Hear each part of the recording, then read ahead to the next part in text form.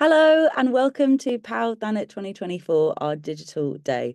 We hope you are relaxing and having a very cozy start to your day. And I cannot wait to take you through this beautiful day of programming that we have in store, all themed around rest, which hopefully you are enjoying from the comfort of your own home. I am not in my own home, although I am wearing my pajamas because of the theme. But I am currently in a World War II bunker, which is not how I expected to be spending my Sunday, but is actually really lovely and cool and cozy. And I can't wait to spend the day with you from here. This bunker is owned by Nathan from Bunker Margate. So thank you so much to him for having us in this space. Please be aware that we are coming to you with a slight time lag of about a minute. So when we broadcast, you will see us kind of a minute in the past. So all that means is that if we are not reading your messages straight away, that is why, but I will get to them. And I'm sure other people who are kind of doing the workshops will be doing the same as well. Couple more bits from me before we dive into our first workshop of the day. PAL Thanet is a charity promoting equality and diversity for women and girls, and it's raising awareness of International Women's Day and celebrating it through our annual arts festival. It's a brilliant organisation, and I'm so proud to be a part of it. And I hope that you are enjoying it if this is your first year participating in any PAL activities. The charity survives on funding and donations, and there is a link on the website to donate if you can, if you are able to. And just another massive thank you for being here today and supporting PAL and supporting International Women's Day, month, whole year. Why do we have to have it at one specific time? We're celebrating it year round. We would love to hear from you throughout the day. So please send us a message on Facebook. You can find us at PAL Thanet. On YouTube, we are Power of Women Thanet, or you can email us on info@powthanet.com. Little bit about me. My name is Ruby Rare. I am an author, presenter, sex and relationships expert, and I've spent the last 9 years of my career really thinking about how we can feel more confident, informed, and connected to our bodies and to the way that we relate to other people and the way that we relate to sexuality, but also so much more than that. On a personal level, I've also been very interested in finding and prioritizing rest in a busy life over the last couple of years. So I am so here for this theme, and it's just going to be gorgeous, like taking you through all the different things that we've got in store. For now, though, we are kicking things off in the best way. We have got yoga with the wonderful Lily Hewitt from Cleopatra Yoga. That's going to start at 8:10, so just hang on here until then. Please have a restorative, glorious, maybe a bit bendy time with her, and then I am going to see you afterwards, and we'll tell you a little bit more about what we're going to be doing throughout the day. Mwah!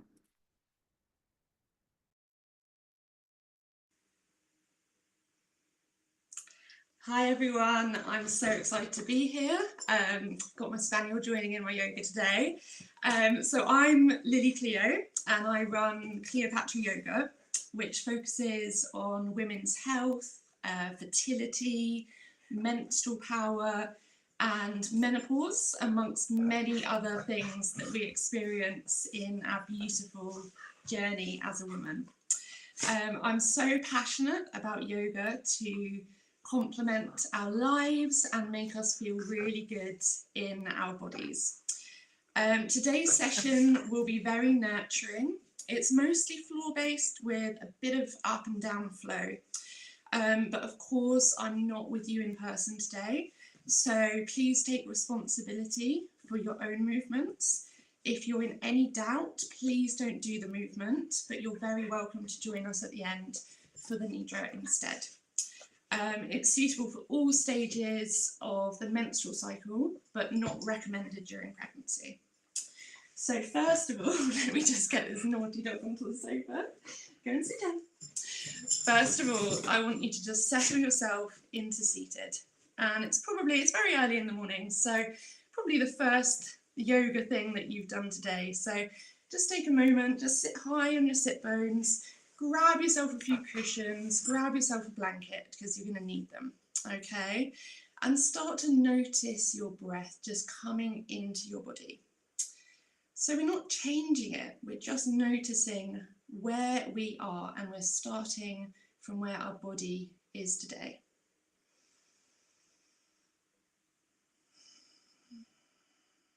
So noticing the breath coming in the nostrils.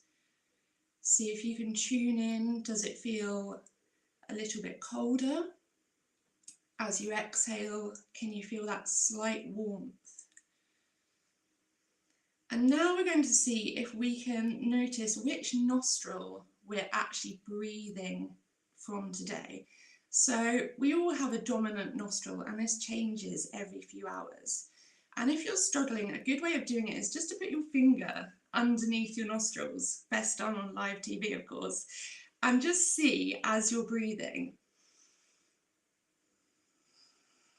As you exhale, do you feel it more from the left side or the right side? So just try to tune in to where your body is at. So for me today, it's my left side. So all of my movements, I'm going to be starting from my left side. And it's just a really beautiful way of respecting where our body's at and using that to start off our movements. Okay, so we're going to come into our first breath of the day, and this is a really beautiful, strong, feminine breath. It's such a lovely one to start each day or to finish with in the evening. So just settling ourselves, bring our hands into heart center, inhaling here, and as we exhale, we're going to turn our hands round so that we're joining together our thumbs and the tips of our index fingers, and it's traveling down from our heart into our womb space and resting there. And that's what we're going to use again and again today, and it's our Yoni Mudra, our female mudra. So just coming from the heart here, so coming from the heart, inhaling, exhaling to push down that yoni to our womb space, and then inhale to bring it back to the heart. And we're just going to do a few of those to get started. So exhaling to the womb space, inhaling back up to the heart. And this time, as we come back up to the heart, we're going to join together our little fingers and our thumbs, and we're going to make this lotus crown that's traveling back up here.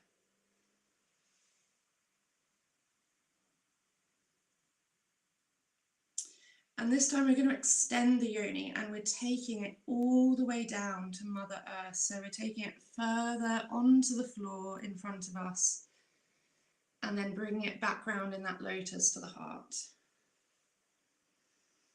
So exhale deeply here as you're touching the earth, feeling that grounding, and inhaling back up to the heart.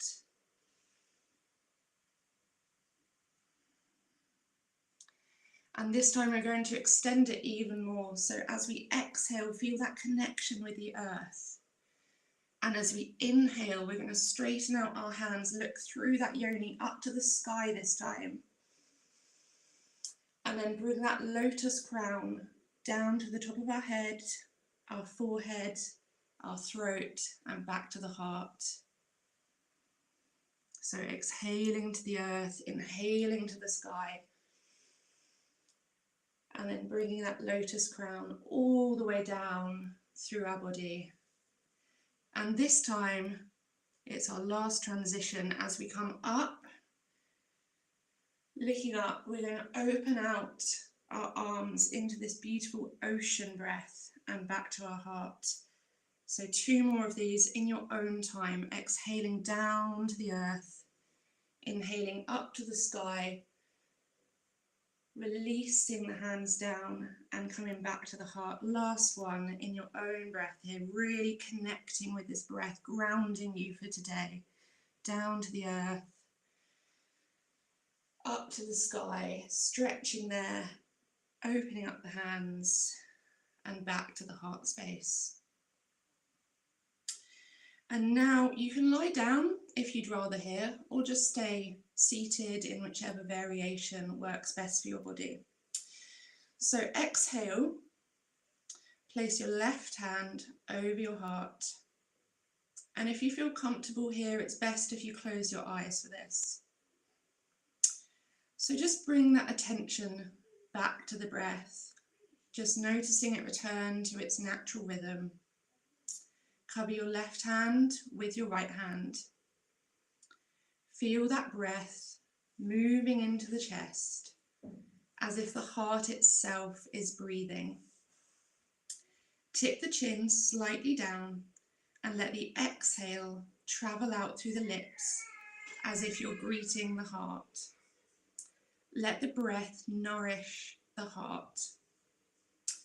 And evoke a feeling of gratitude in your heart by calling to mind whoever has helped make it possible for you to be doing this beautiful practice this morning, including yourself.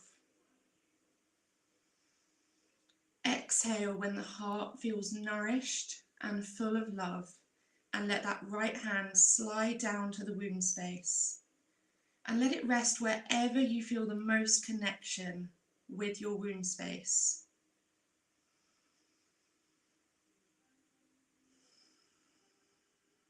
And now, imagine a golden thread that's connecting the heart with your womb space, connecting those two hands. Inhale. Expand that golden glow at the heart. Let it fill up your entire body. And as you exhale, send that golden, healing, nourishing light down into the womb space. So continue here, inhaling, filling your body up with that beautiful, heart-filled love, and exhale it down to the womb space. It's nurturing, it's nourishing, it's giving your body some very well-deserved love this morning.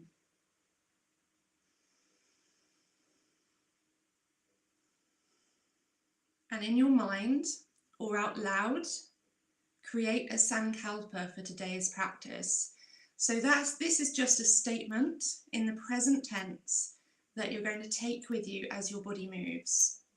So mine today is, my body is deeply rested and nourished. So whatever it is for you that resonates with you today, breathe it down into that heart, breathe it down into the womb space, and repeat it 3 times to yourself.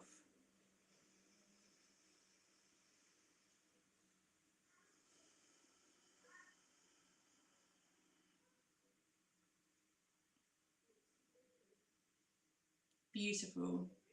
And when you're ready, open up your eyes and we're going to move into tabletop, ready for some movement.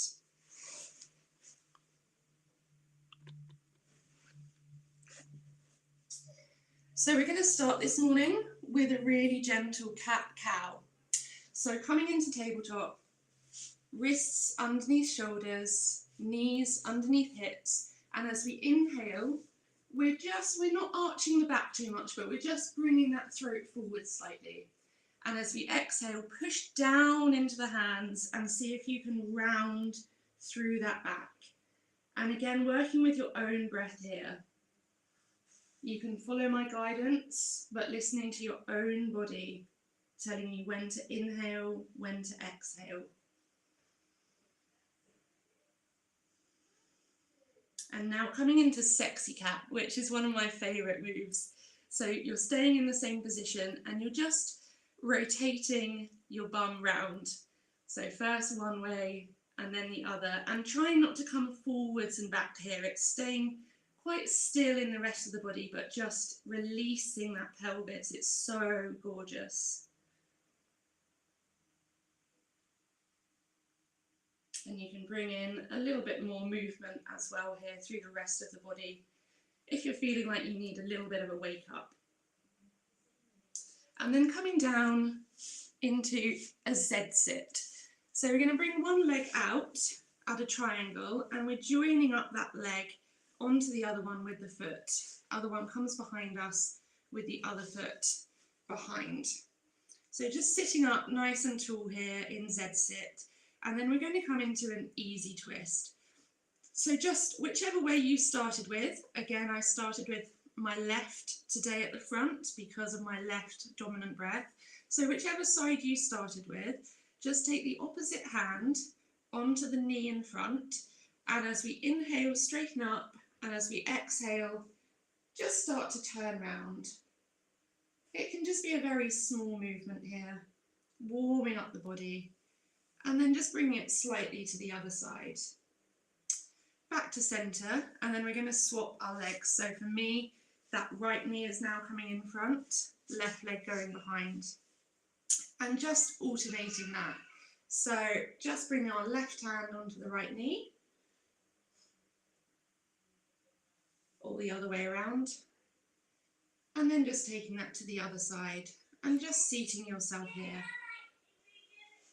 and coming up onto the knees and circling the hips each way. So you can bring your hands onto your hips if that feels good for you, or you can play around with putting them in front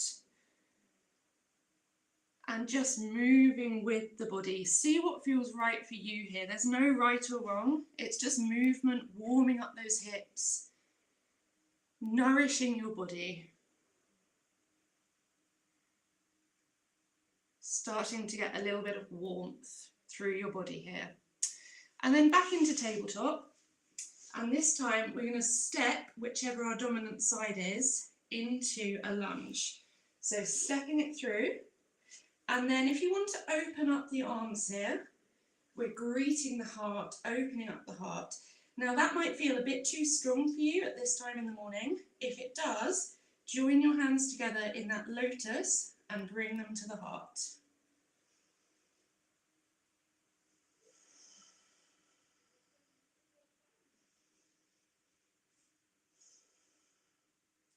And then coming back to tabletop and swapping over to the other side.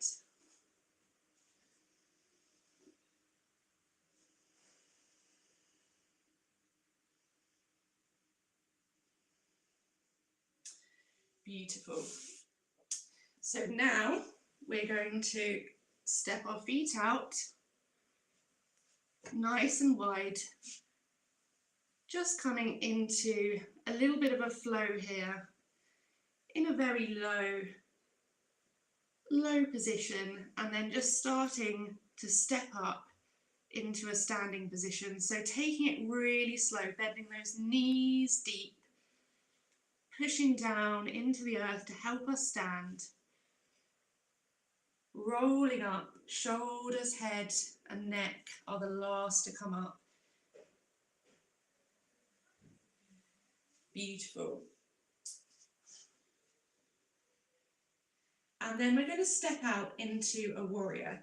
So whichever is your dominant side, again for me starting with my left, I'm stepping my left foot forward, my back leg comes back, I'm bending that front knee, keeping it in a line with my ankle, and you can play around with moving your stance here, have it as wide or as close as you want to today. And first of all, we're just going to bring our arms up and we're going to come in a little bit of a flow. So we're going to straighten up that leg and bring our arms down as we exhale, and we're going to come back into that warrior as we inhale. So inhaling to come up, exhaling to come down, and just giving yourself a little bit of a massage here. It's all about movement, connecting the breath. I feel a little bit like a golden eagle. And then coming into one of my favourite beautiful goddess poses here. So for me, this is such a strong feminine pose. So just bring that back leg a little bit closer if you want to, and we're just turning our hips towards the front. They don't need to be in a straight line. They can be at a diagonal if that's better for your womb space. And then we're coming up with our arm, our front arm, and the back arm slides down the back leg. And then we're going to reverse that. So our front arm goes onto our front knee, and we're bringing that back hand sweeping over the body. And you can do this in a flow, or you can keep it more still if that's better for you today. But as you're reaching up, I just want you to imagine that you're a goddess reaching from the tree of power, plucking that apple, taking it down and over. So you're feeling your feminine strength here. Last one, coming up and just rotating that from here to the other side. So just changing onto the other leg, and first of all coming back to that flow. So straightening up and coming back down.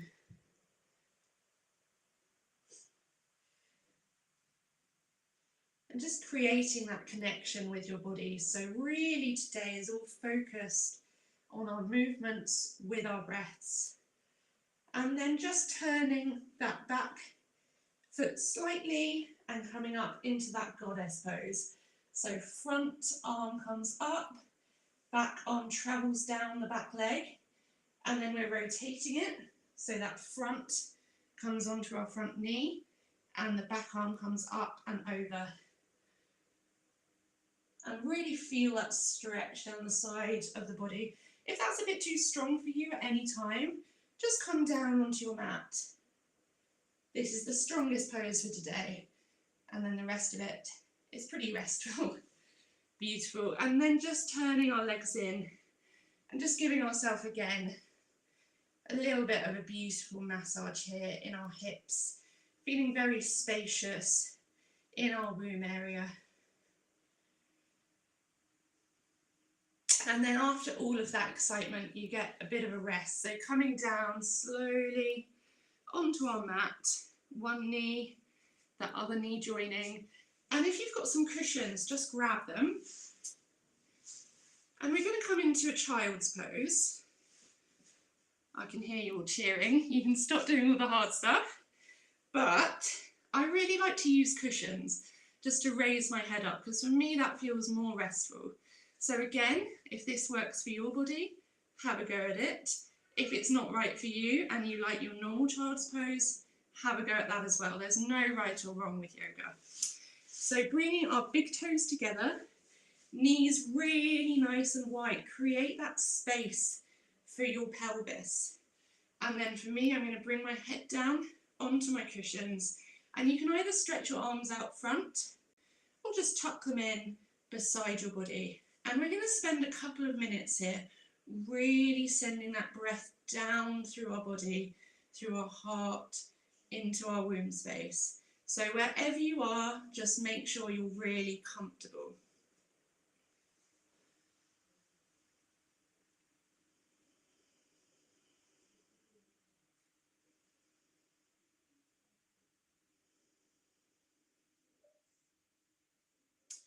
So staying in this position and just imagining again that golden thread from your heart, sending that breath down, nurturing that womb space.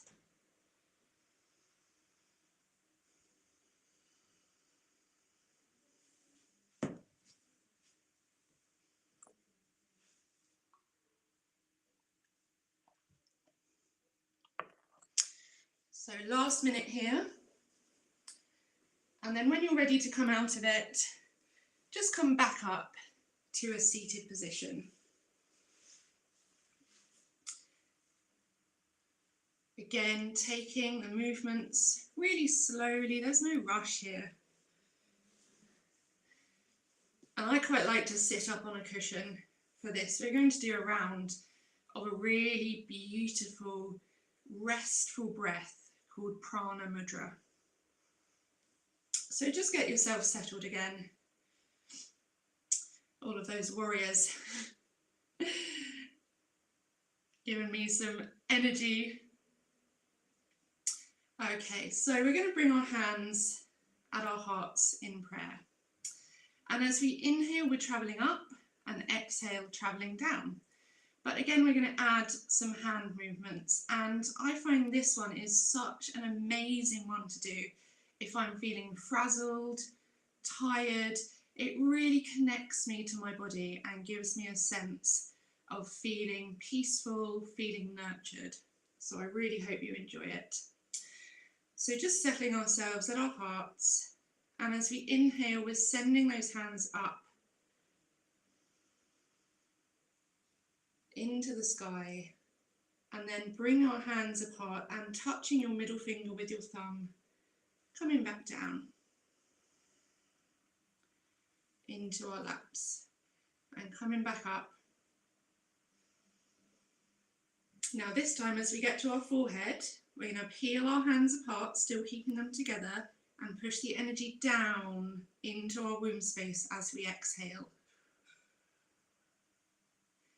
Inhale, still touching them together to bring that energy back up. And when we get to the heart space, we're going to turn it into prayer and bring it back up to the sky and open up, touching those thumbs and middle fingers. So that's the movement, and we just repeat this a few times, but don't worry, I'm going to keep talking you through it. So first of all, coming back up to the heart, up to the forehead. As we get to the forehead, we peel them apart, touching the middle fingers. Exhale to send that energy down to the womb space, resting it there for a second. And then inhale to bring those joined fingers back up, turning them into our hands together, and then releasing those hands down. And try one more. If you feel comfortable here, you can close your eyes, but otherwise just keep them open. So coming back up to the heart to get started.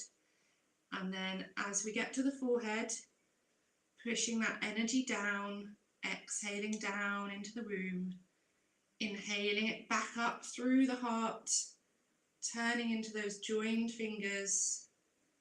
And then last time, bring those thumbs, those middle fingers together, bring your hands to your womb space, left hand on top of right, thumbs touching, and just take a moment here.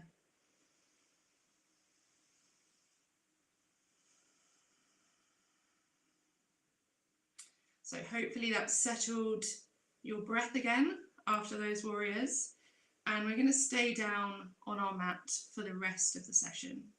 So bring your hands behind your head, and first of all inhale up, and then exhale, just bring them down, swooping round and back behind the head. So inhale up, and now to the other side, swooping down and back behind the head. And you don't have to be stationary here, you can get your hips into it, you can get your whole body into this.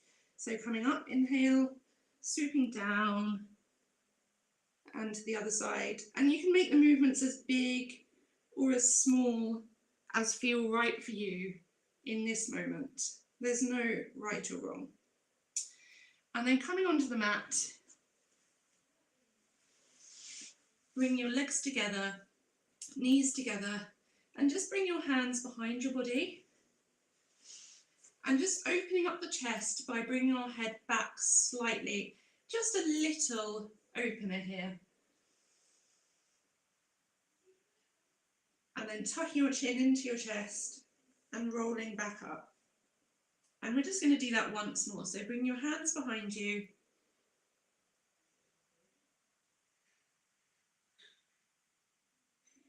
Tuck your chin. And then this time we're going to come down onto our mat, tuck your knees into your chest and just rolling in whichever way feels good for your back.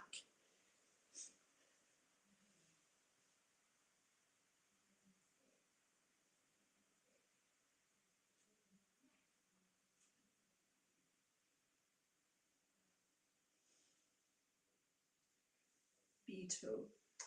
And now coming down, and we're going to bring our knees down, feet down into little bridge pose. So this is such a lovely one. If you've got any kind of hormonal issues, women's health issues, it really connects with that space and it's very nurturing for the body. But we're going to do this in a little bit of a flow. So as we're coming down and inhaling, again, we're going to move our body with our breath. So coming down into kneeling on the mat like this. And just open up the feet a little bit. Give yourself plenty of space here. And little bridge, we're just lifting up the body from the mat, lifting up the spine. But as we're inhaling, we're going to be sending our arms back at the same time. So first of all, we're just going to do a few to prepare our bodies. So as we inhale, just tilting up that pelvis, and it can be the tiniest of movements. It doesn't have to lift straight off the mat. So inhaling and then exhaling to bring the spine back down. And each time you do it, you can go a tiny bit higher, just nurturing that space, keeping it very open. And this time, we're going to start bringing the hands into it. So hands come up. Imagine you're holding a little ball of that golden light in between them. And as we inhale, we're going to just send our arms back down. And then as we exhale, they're going to come back up. And again, it doesn't need to be a huge movement. It's just connecting the body to the breath. So inhaling up, exhaling down. Inhaling up, exhaling down. And do a few more with your own breath rhythm here.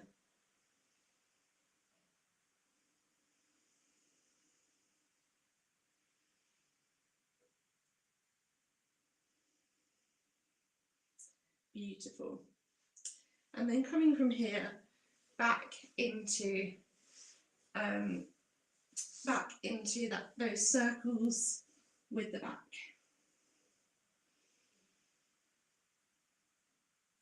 And then coming back down into the same position for little bridge, but this time we're going to open the knees out to the side with the arms. So bring your feet together this time so they're joined on the mat. And as we inhale, first of all, we're just going to open up those knees and exhale, bring them back together. So again, really connecting our bodies to our breath, feeling it nurture us. And this time we're going to get the arms involved as well. So as we get started at central neutral position, as we inhale, just open them out. And as we exhale, just close them back up. Just imagining that light just nourishing you. Every movement that you're doing, just nurturing your body. And then for the last time, bring our feet back up, coming into making those circles.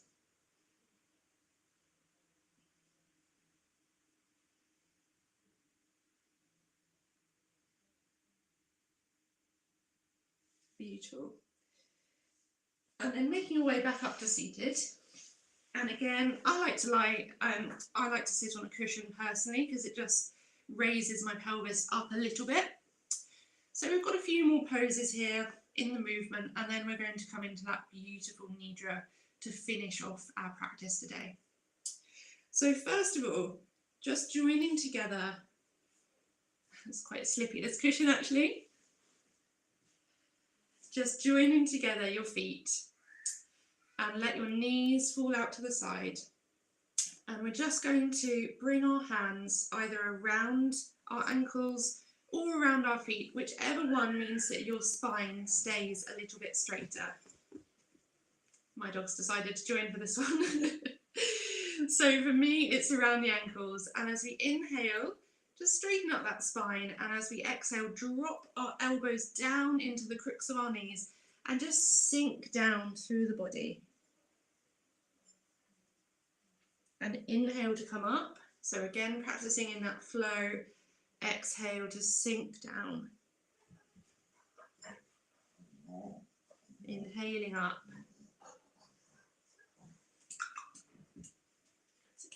And exhaling down. And then opening our legs out. Nice and wide here, giving yourself that base. And again, for me, it works best sitting up on the cushion here. Okay. And this one is a really lovely one. So you can bring your knees up towards you if you need to. You can even put cushions underneath them if that gives your body more of a supportive base. So this one, as we inhale, we're going to join our fingers up. And as we exhale, we're going to come down over our leg. And again, using that dominant side. So there's no right or wrong side here. Coming up to the top. So exhale down towards your feet. Doesn't matter how far you go. And then reversing that, going the other way. And then you can stay at the top and just play around with sinking towards one side and holding it. And again, you can hold up here, you can hold down here. It doesn't matter where you are, it's just where your body is at this morning. Coming back up. I think my dog's doing a better way of doing it than I am. He's definitely more bendy. Lovely. And then coming in last time into that Setu Bandhasana, and just play around with moving the feet further forwards or back towards the womb space. See what feels better for your body.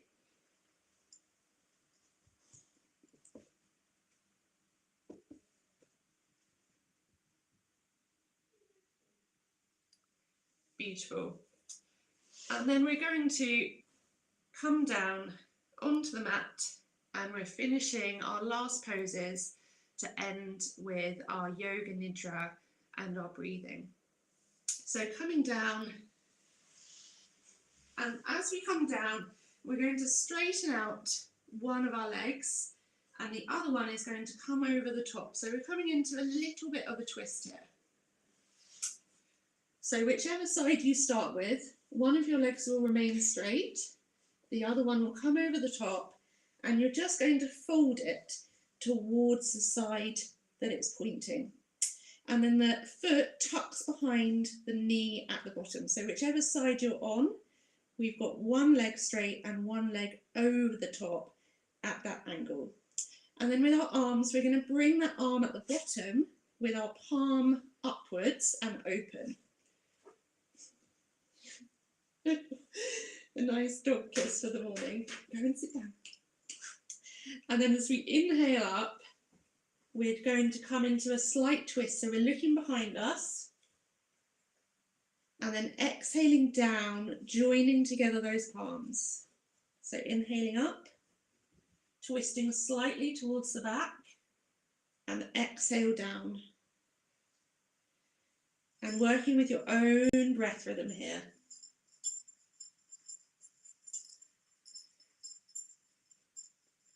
Beautiful. And then going to the other side. So you can stay where you are and just do it to the back of the mat. I'm just going to change sides so that you can see me. So we're just swapping our legs. So one of them is staying straight. The other one is coming down a bent knee. That foot tucking behind the other ankle.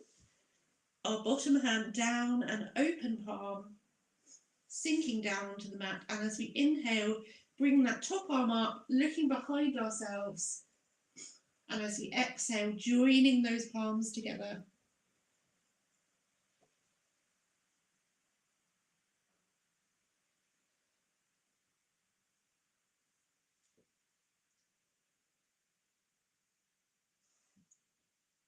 Beautiful.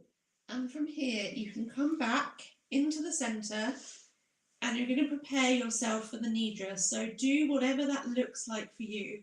For me, I love to take a cushion and I love to put it underneath my knees because that really supports my body. Knees can be slightly open, palms facing up.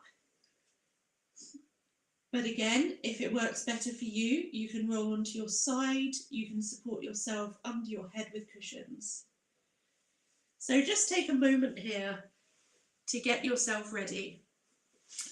And you might want to cover yourself with a blanket because we're going to be here for a little while.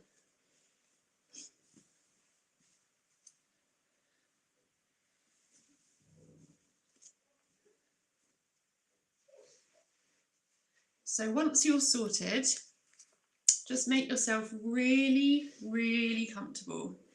You've done your movement, you've connected with your breath, you've connected with your body, you've done an amazing job. So we're going to finish with this really nourishing, nurturing nidra. So make sure that you are preparing your body to meet your mind in this nidra. So that means you don't want to be feeling cold, you don't want to feel uncomfortable.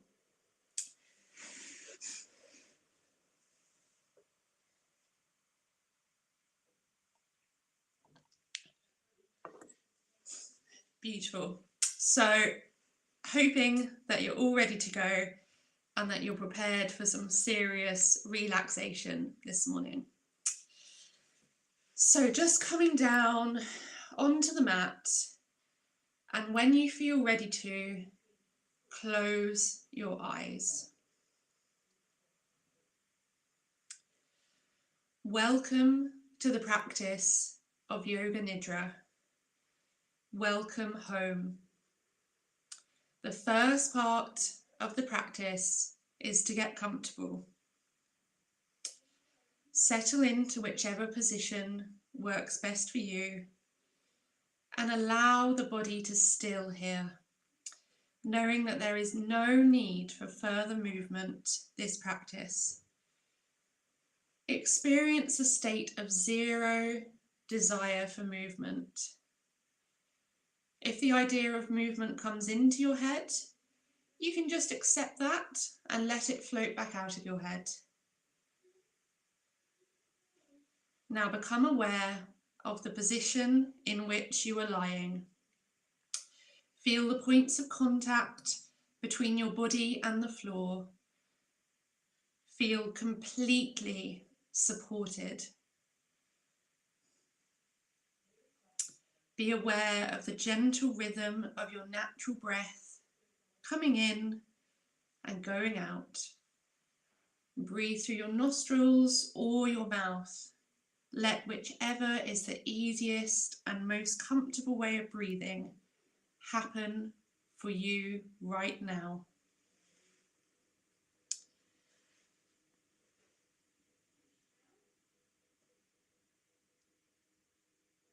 Allow your out-breaths to release the weight of your body into the support of the earth beneath you. With every exhalation, consciously transfer the weight of the body down through its points of contact with the floor, into the support of the floor beneath you. Let go. Let go. Allow the body to settle deeper. You are in the lap of Mother Earth right now. Let her carry your weight. Now take a moment to observe the stillness of your body.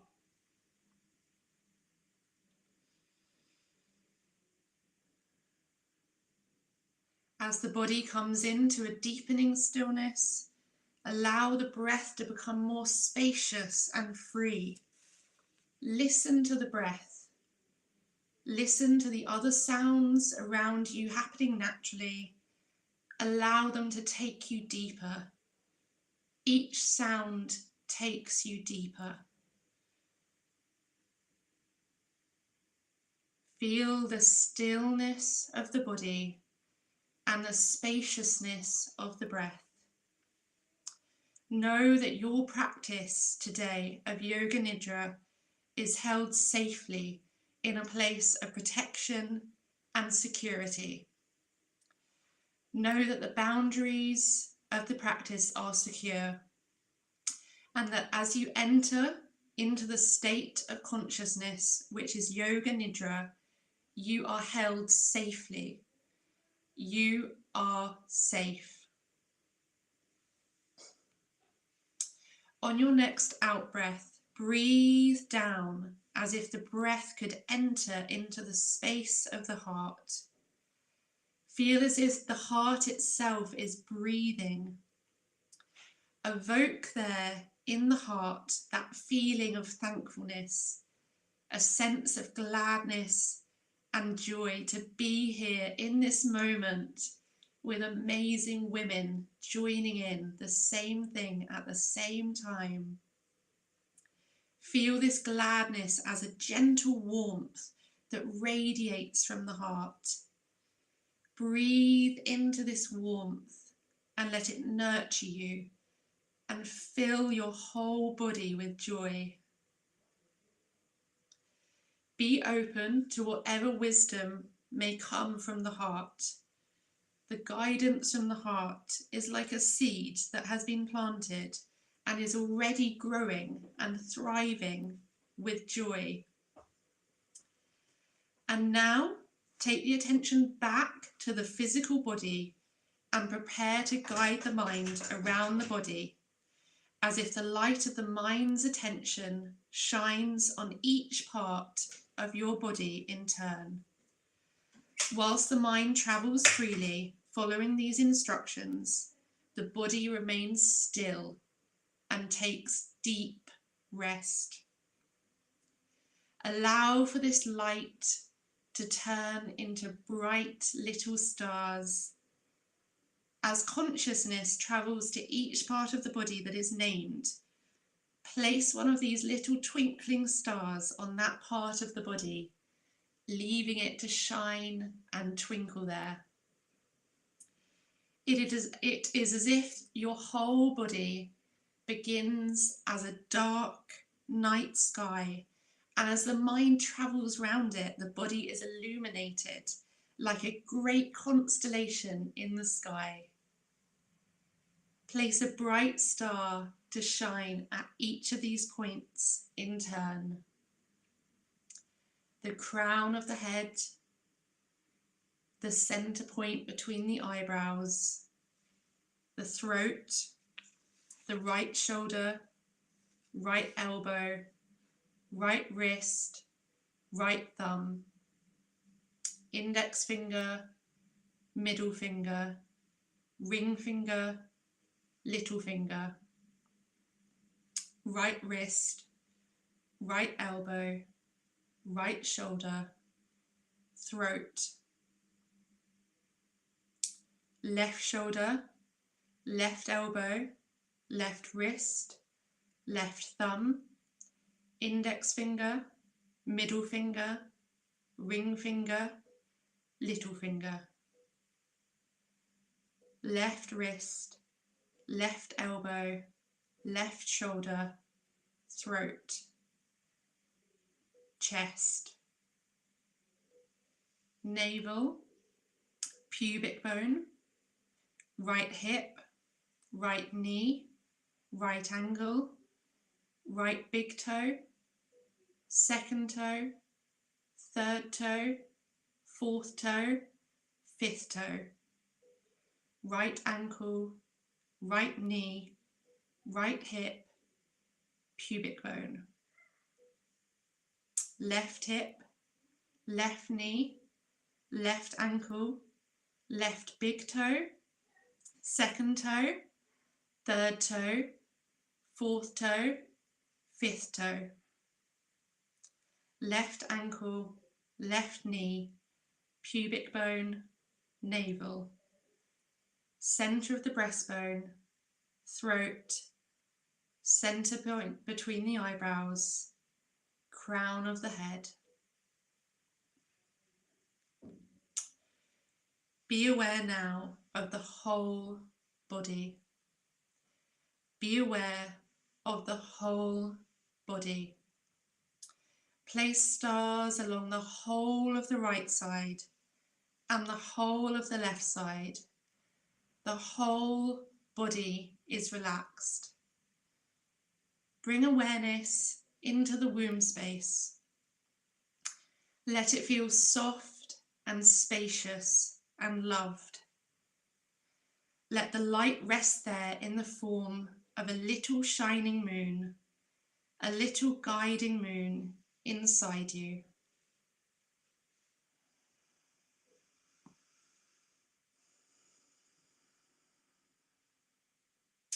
Now, as the breath goes out, experience a sensation of extreme heaviness. Feel that the physical body is so heavy, the bones might settle down into the earth. And as the breath comes in, experience a feeling of lightness, as if the body is so light that it could float up into the sky, weightless. As the breath moves, alternate between these two sensations of heaviness and lightness. Exhaling heavy, inhaling light. Exhaling heavy, inhaling light.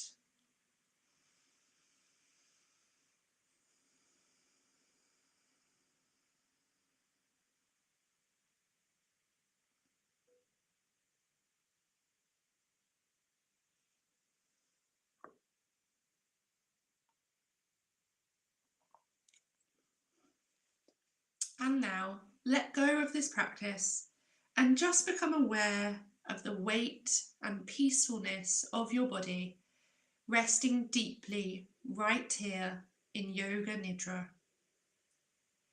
And as the breath goes out, allow for the light to focus on your heart, like a little point of light is shining there.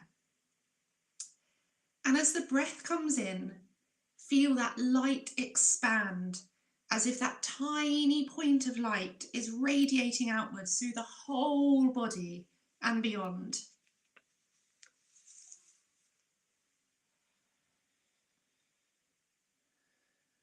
Your whole body fills with the resting, healing light from your heart.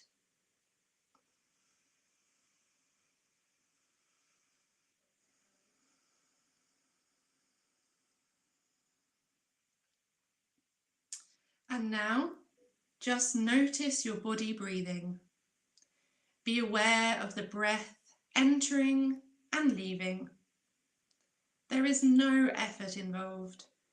The breath is simply coming in and going out, as if the body and the breath are very old friends, and the breath simply comes and goes however it wants.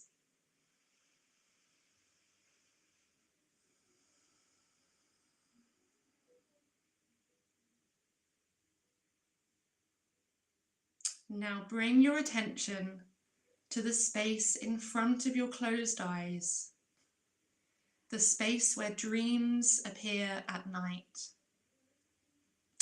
Looking into that space, see a very, very dark night sky with stars twinkling. See a big silvery moon shining through the stars. As if you're up there from the moon, look back down at the earth. You can see yourself in amazing detail lying here right now practicing Yoga Nidra. And now, as you look again, see that you are in fact resting in a very special place, a place where you are safe and feel completely at home. Look down and see that you are resting on the warm earth on a warm night in a beautiful, safe, circular stone temple.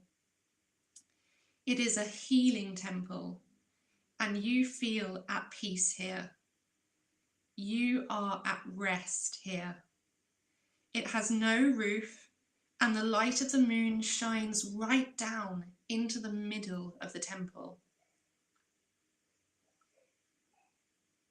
Set into the stone walls all around the circle are carved images of goddesses, and resting all around the temple are many other women, women you know, women you love and respect, women you want to feel safe and nurtured.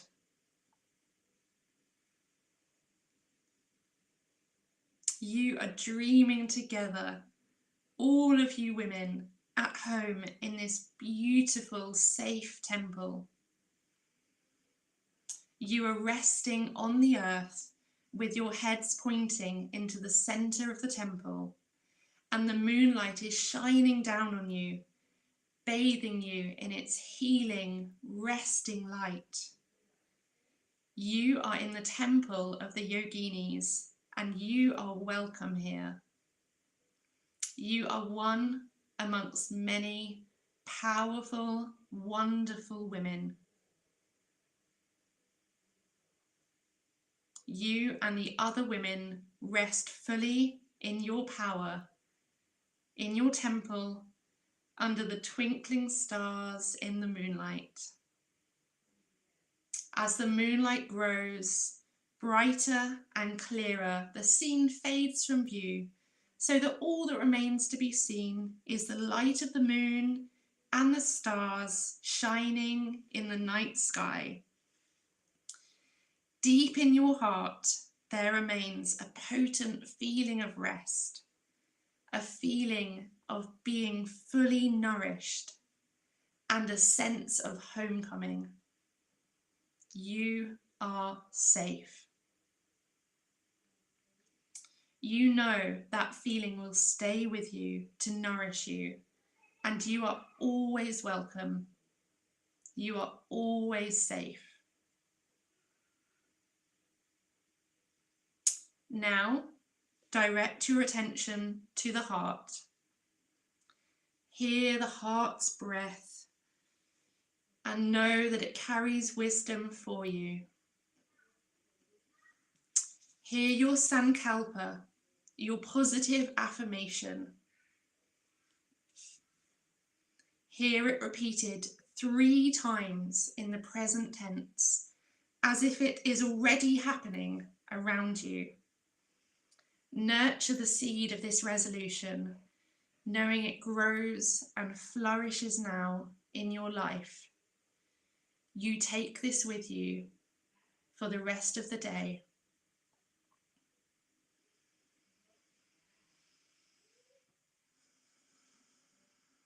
And now, just allow yourself to rest here.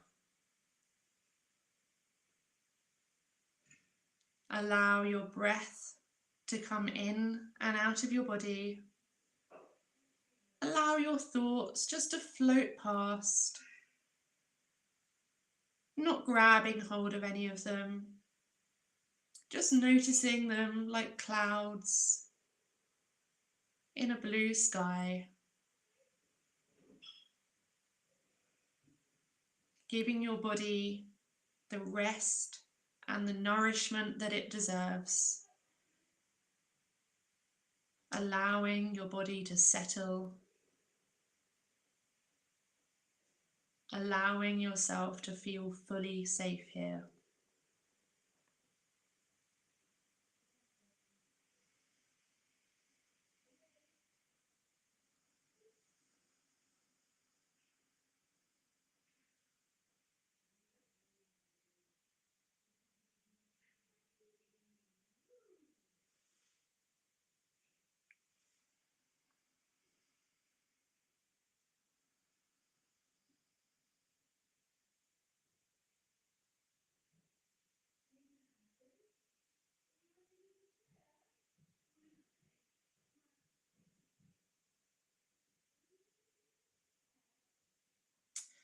The practice of Yoga Nidra has been held safely around you in a place of protection and security. Know that the protective nurturing continues to surround and protect you as you come to the end of this Yoga Nidra. You remain safe and heard and cherished wherever the rest of your day takes you. Direct your attention to the breath. Allow the breath to become a little deeper, a little noisier, so that you can hear the sound of your breath entering and leaving your body now. Each inhalation is a strengthening breath, bringing energy and vitality to your waking body. Feel the body returning to a waking state, full of energy, full of life. Be aware now that the mind and body is refreshed and the mind is fully awake. Begin to make tiny movements. Wiggle your fingers, wiggle your toes, stretch and release the arms, the feet, the legs, the whole body. Stretch through the whole body in whichever way works for you. Turn your head gently from side to side, nourishing that neck. Take a long, comfortable breath in and a long breath out through the mouth. Then roll over to the side, coming slowly up, wide awake. The practice of Yoga Nidra is now complete. When you feel ready, ease yourself into a sitting position and open your eyes. So we're just going to finish for the last 5 minutes just with a beautiful calming breath that you can use whenever you need 2 minutes of feeling a little bit of rest in your body. And I've got a young baby, and I know how exhausting and mad womanhood is, no matter what your journey looks like. And for me, that's why I love yoga so much, because it doesn't matter if you've got 10 minutes in your day, or sometimes you don't even have that, 2 minutes in your day, or a full hour to do a practice. Wherever you are, you can just take that moment to nurture your body and nourish your body. So we're going to finish with a final breath that you can take with you and use for the rest of the day. Hopefully use it whenever you need that little bit of calm for yourself and to just feel like you've got a big warm blanket wrapped around you of love. So just coming to sit on your knees, you can come back into that comfortable sit. You can do whatever you want to do. Having had this whole practice, hopefully your body is feeling a little bit more comfortable here. So this one is called alternate nostril breath. So what you need are 2 fingers of whichever hand feels more dominant today. And you're just going to place them between your eyebrows. And then we're going to use our thumb and our ring finger to close off a nostril at a time, which sounds a bit strange, but it's amazing. It really is. So just bringing those 2 fingers, just resting really lightly here in between the eyebrows. And just starting by just taking a nice long breath, normal breath.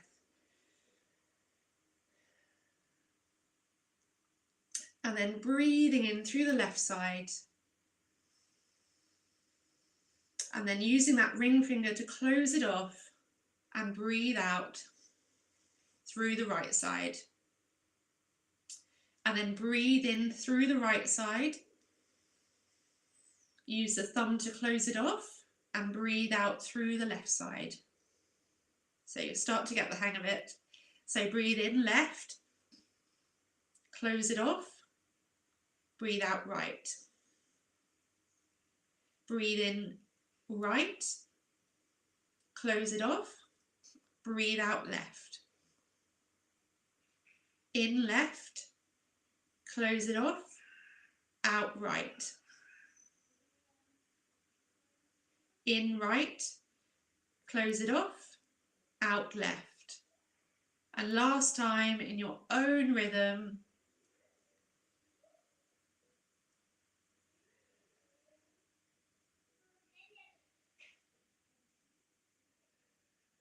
And then just bringing your hands down to your lap, left hand on top of right, thumbs touching, bring them back into that womb space. And just take a moment to really thank yourself for showing up on the mat today. And thanks everyone for showing up on the mat, because 8 AM on Sunday morning, I'm sure some of you are tempted to snooze for an extra hour in bed. So thank you so much for joining me and sending you all so much love. And just take a moment as we finish to recall that Sankalpa, that affirmation that you made at the very start of today's practice. And just bring your hands to your heart and just hug that close to you for the rest of the day. Thank you so much for joining me. And if you would like a free recording of that beautiful Yoga Nidra, please feel free to DM me. I'm on Instagram as Cleopatra Yoga and Facebook. I modified it for today's POW session from one written by the amazing Uma Dinsmore Tuley, and it just felt very right and very special for using in today's practice. So I really hope you enjoyed it, and I've thanked her for allowing us to use it for today. Thank you so much, and feel amazing for the rest of your day. Namaste.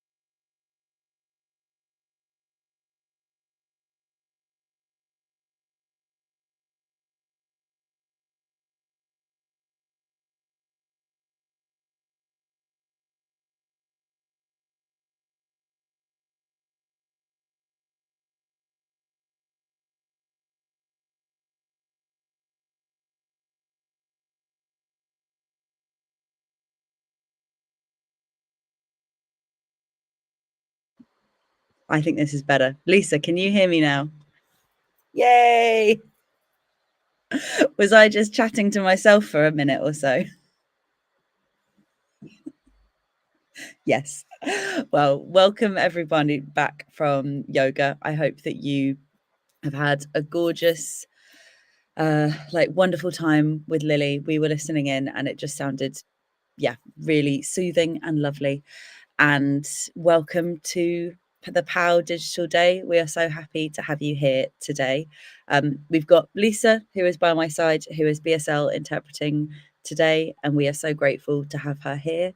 I also have Darren, who is our tech goddess, who is in the World War II bunker with me today, because yes, we are recording our home base is currently in a bunker, which I did not think I would be spending my Sunday in a World War II bunker, but I'm kind of loving it. It's cozy, we've got tea, we're having a great time, and I thought it was only fitting for me to wear my pajamas today, because why not? It's all about rest. We've got to be as cozy as possible, and I am going to be carrying on that theme throughout the day. For those of you who are joining us now, my name is Ruby. I will be your sort of host, piecing together the whole digital day, and I'm really excited to be doing that. Do let us know what you're thinking and feeling from all of the workshops today, and leave comments on the various social platforms that you're watching this from.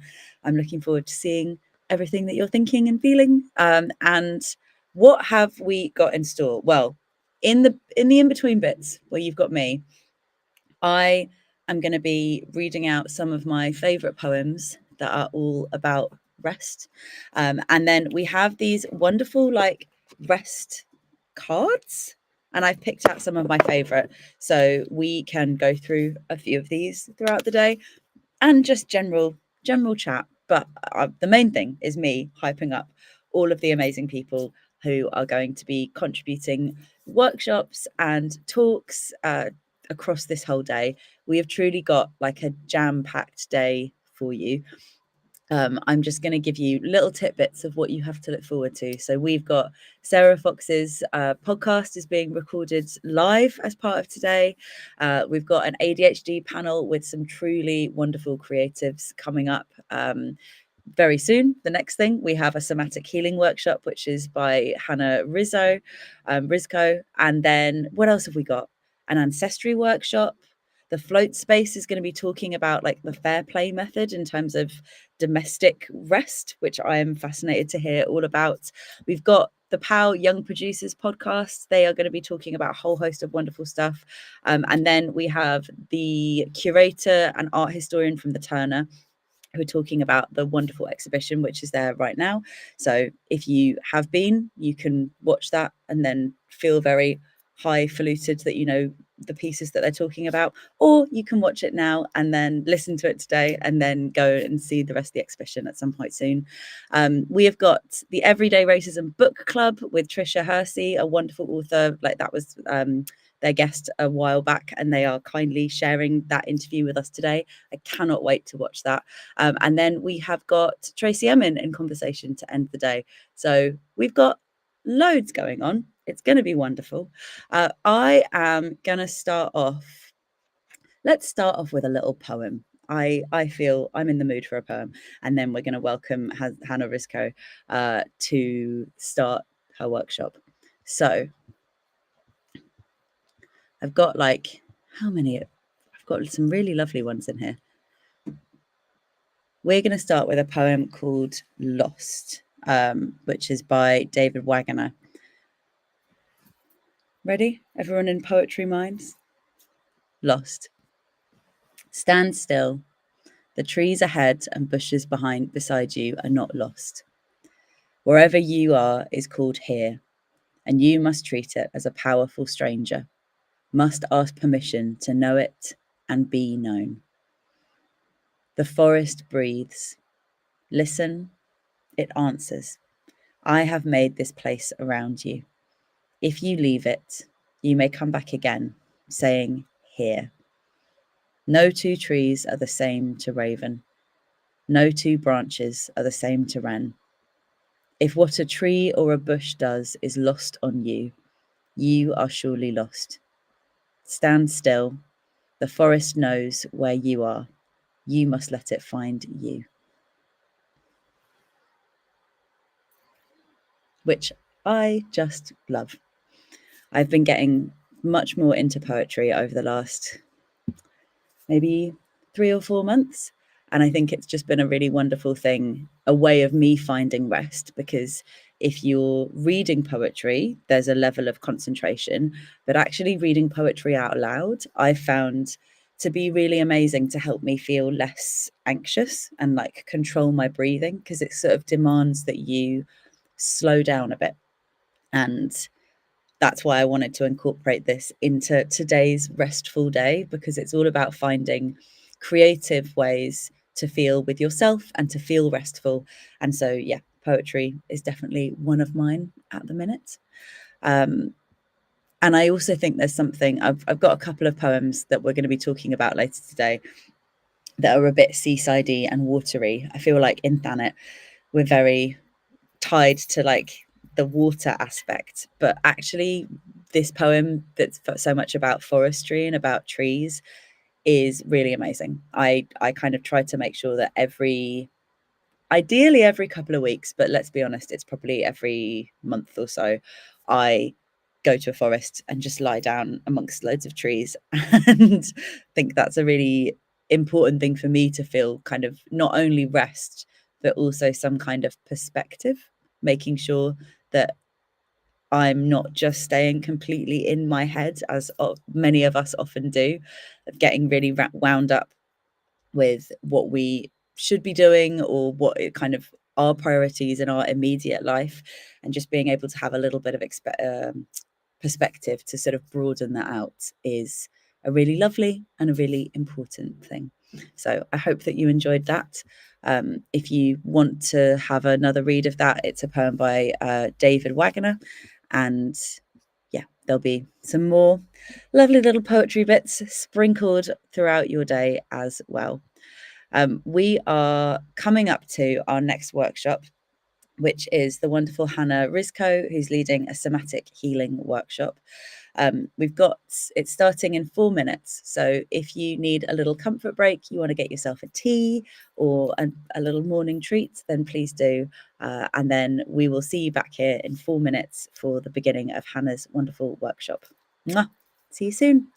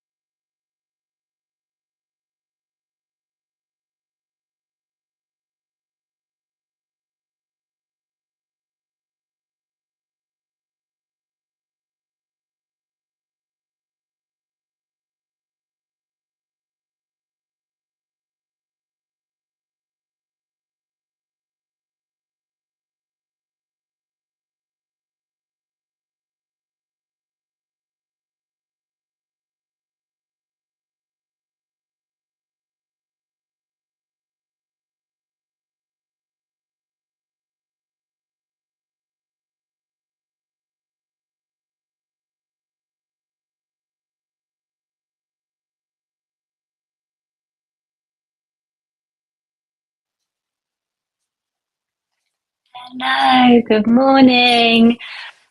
Welcome to this 70-minute workshop, somatic workshop on exploring our relationship to rest and what it is we need to guide ourselves down into rest. So, my name is Hannah Risco.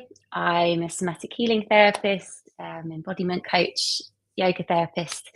And I'm really interested in my work around how our past, how our beliefs, how our conditioning, how stress, how trauma plays out in our body, our behaviors, our emotions, and how we get to integrate this stuff and rewrite this stuff for ourselves in a way that leaves us living lives that feel honest and supported.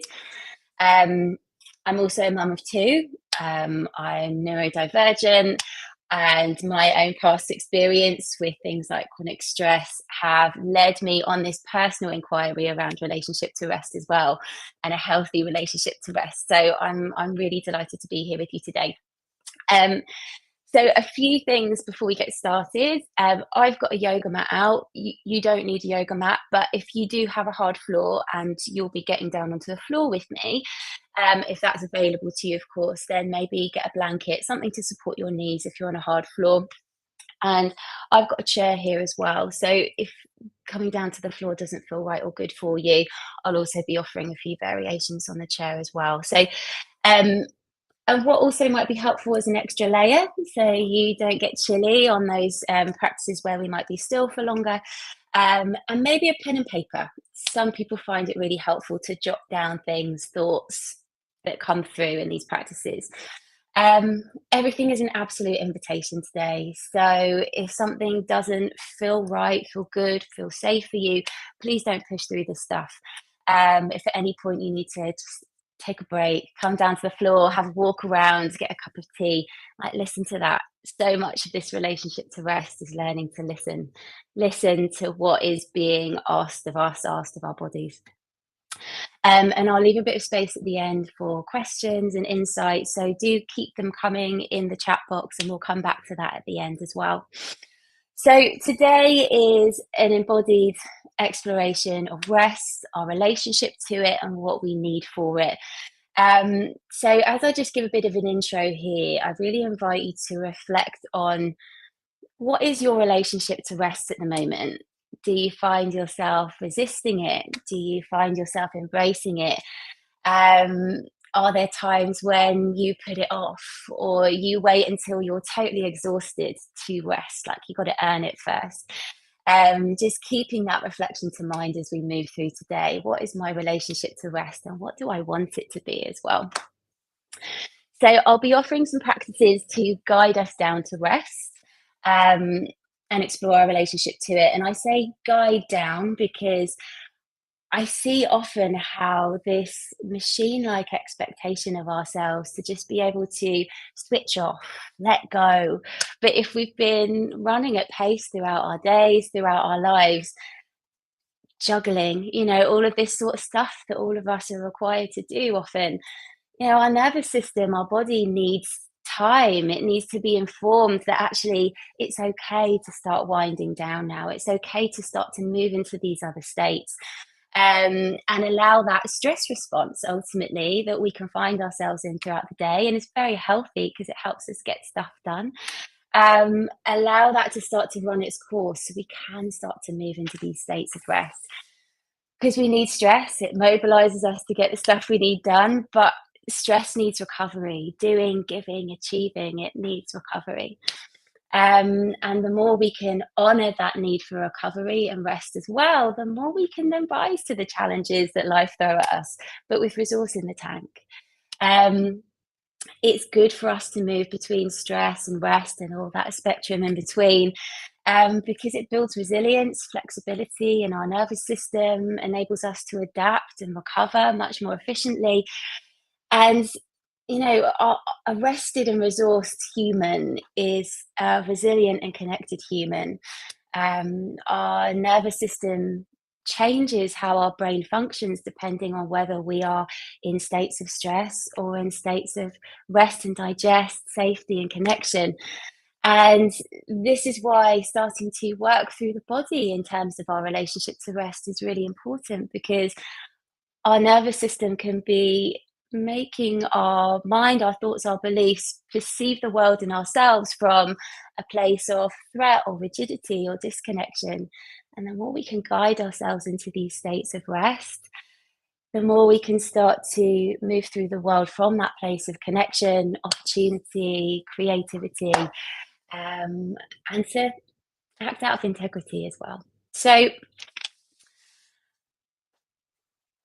a lot of the somatic healing pillars are around curiosity, connection to ourselves, kindness, tenderness, choice. And interestingly, these are the qualities that become available to us when we feel safe enough, able enough to go into these states of rest. We can perceive the world and approach ourselves and our challenges from that place of curiosity, from that place of compassion, from that place of choice. So these are the qualities we're going to weave into today. And I appreciate, actually, you've probably just come from the yoga class if you were joining the previous session.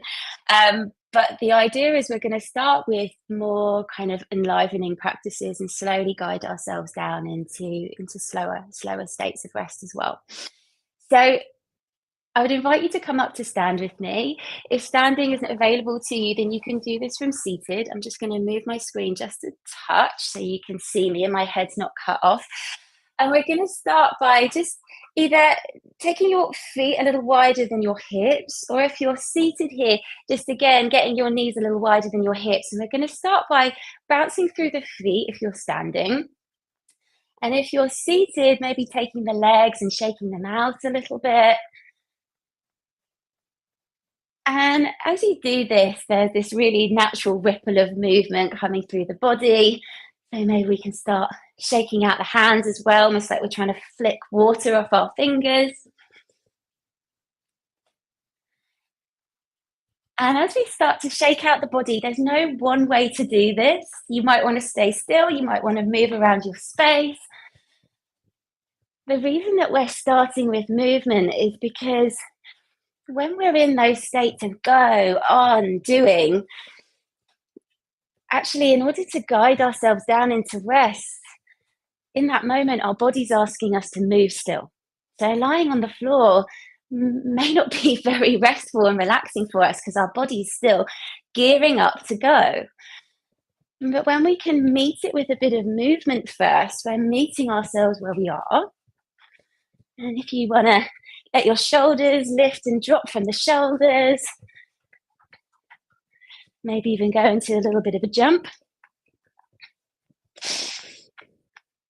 So we meet that state of doing with movement. Now, as we're here, we're going to be doing this for another minute or so. Let's start to engage the breath. So in through the nose and out of the mouth through the teeth, making a shh. And keep with this breath in through the nose and out of the mouth. And actually, I want to take up a bit of space, but you might want to take your arms above your head. You might want to come down here a little bit. Just getting this ripple of movement all through the body.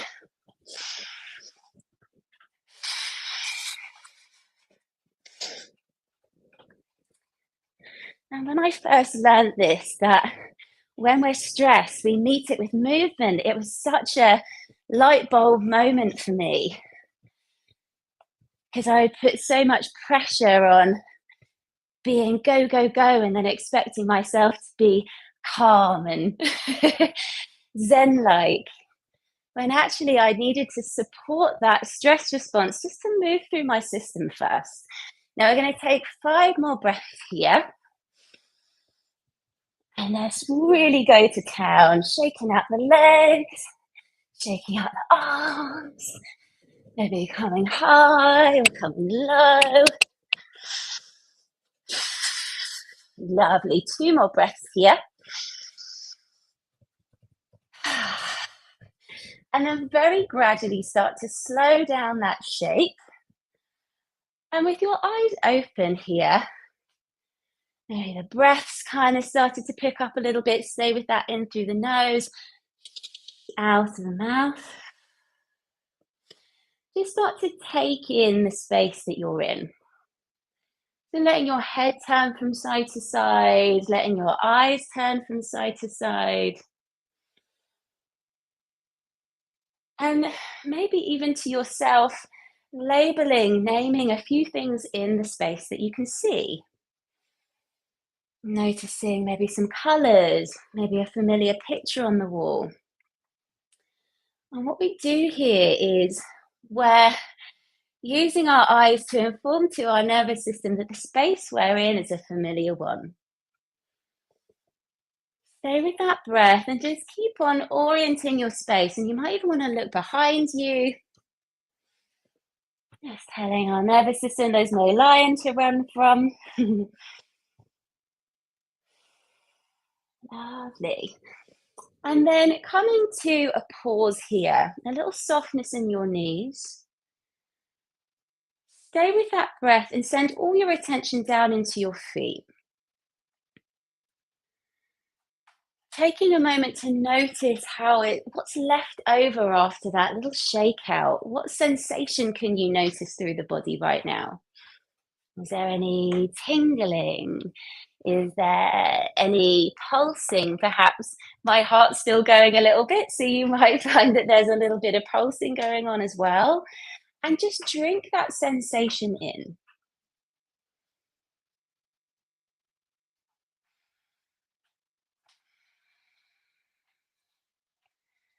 Lovely. And then send your attention right down into your feet and drink up the sensation between your feet and the floor. Maybe you want to give your feet a little scrunch and a wiggle here. Just so you bring a bit more sensory feedback, a bit more sensation into the feet.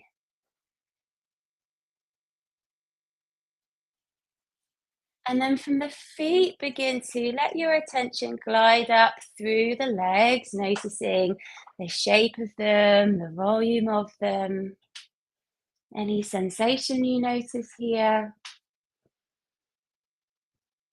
Up through the pelvis, through the torso, right up into the chest, to the shoulders.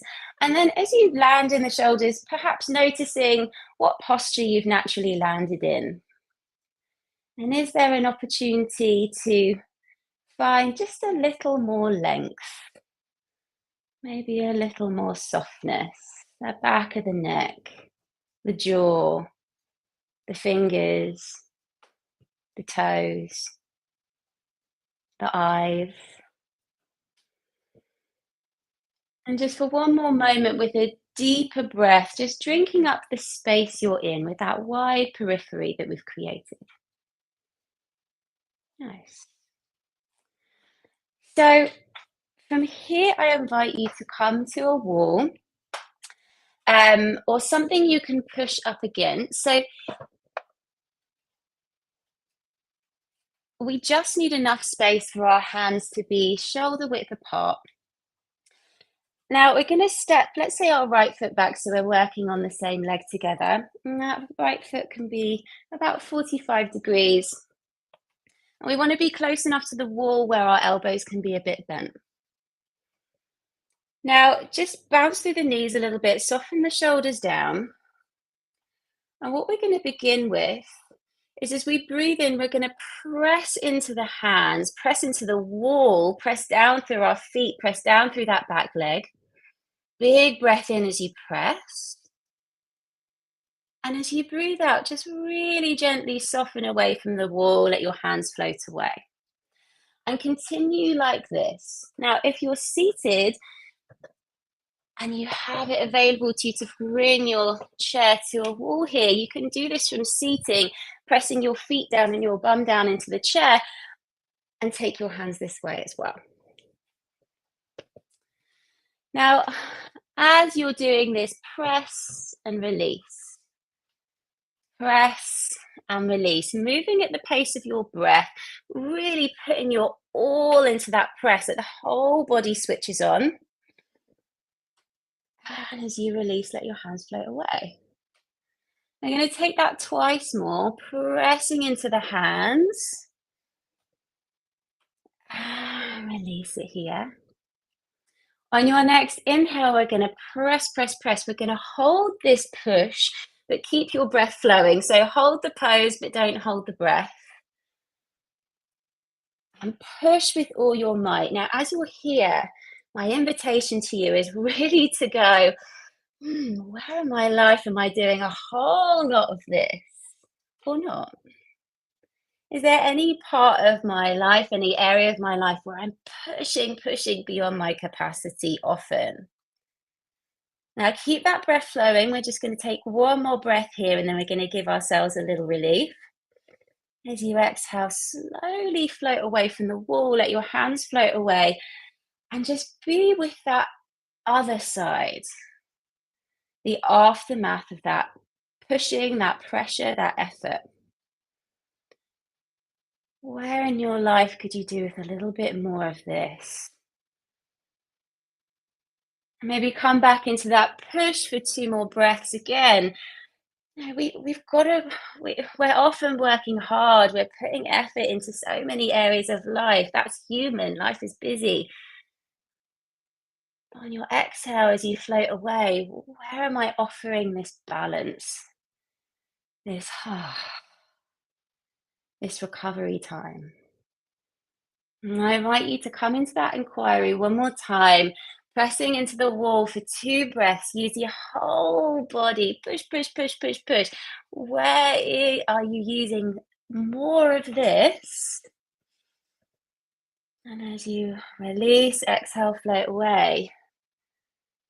Then this. And for a moment now, just step your feet together. That slightly wider stance than your hips. Come and look around the room again. Offer that deeper breath into the body and just notice what's in the aftermath of that.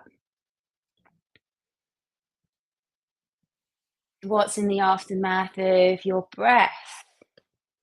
Are there any emotions that arise? And just before we move on, reflecting on if there's an area of your life where you're putting that pressure without that balance of rest afterwards to support and resource you, what's the resistance there? What might be the obstacle to that? All right. Now from here, we're going to come into a little forward fold. So if you're seated, you can make your way down either onto your elbows or all the way down if that's available to you. Perhaps letting the head be heavy if that feels comfortable and not too much. Another option is if coming into a forward fold with your knees soft and coming all the way down feels too much for your lower back, you can go ahead and take your hands onto a chair or the side of the sofa. And what we're looking for here is just a nice long back, a heavy head, nice relaxed toes and soft knees. And we're going to come back to that breath that we were in the shaking. So in through the nose, out of the mouth. In through the nose, out of the mouth. And we're just offering that little bit of rest and recovery after all that pushing against the wall and all that effort. But also just another moment to reflect on, not only do I give myself pause after pushing and working hard and go throughout my day, do I then allow a little bit of this and reflection time? Reflection on, wow, that's all I achieved today. That's amazing. Or do you know what? Now I've put that effort in. Now it's time to come down to rest. Not because I've earned it, not that now I've worked hard, I've proved that I'm worthy and deserving of this rest, but actually because it's part of the process. Lovely. Now we're going to take 2 more of those shing out breaths. Maybe give a wiggle of the jaw, a slow no of the head. Lovely. And then really slowly start to walk your way back up to stand. Take your time because, we've been pretty much upside down here. So take your time to come up to the right way round. Have a little roll and a wiggle of the shoulders. Take a moment to pause and notice what's here now. And interestingly, actually, when we come into these inversions where our head is higher than our heart, it slows our heart rate down. So take a moment. What's in the aftermath of that? And then taking your time to come down either to the floor or come to sit in your chair. And we're going to take a little bit of free movement here. So support knees, support hips and bum if you're in the chair. And we're going to start by having a bit of a wiggle. So you might want to wiggle in your hips.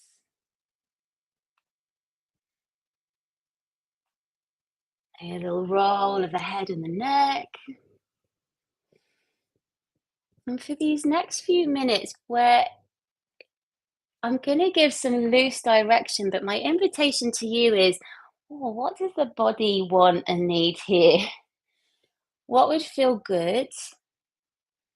What would feel right?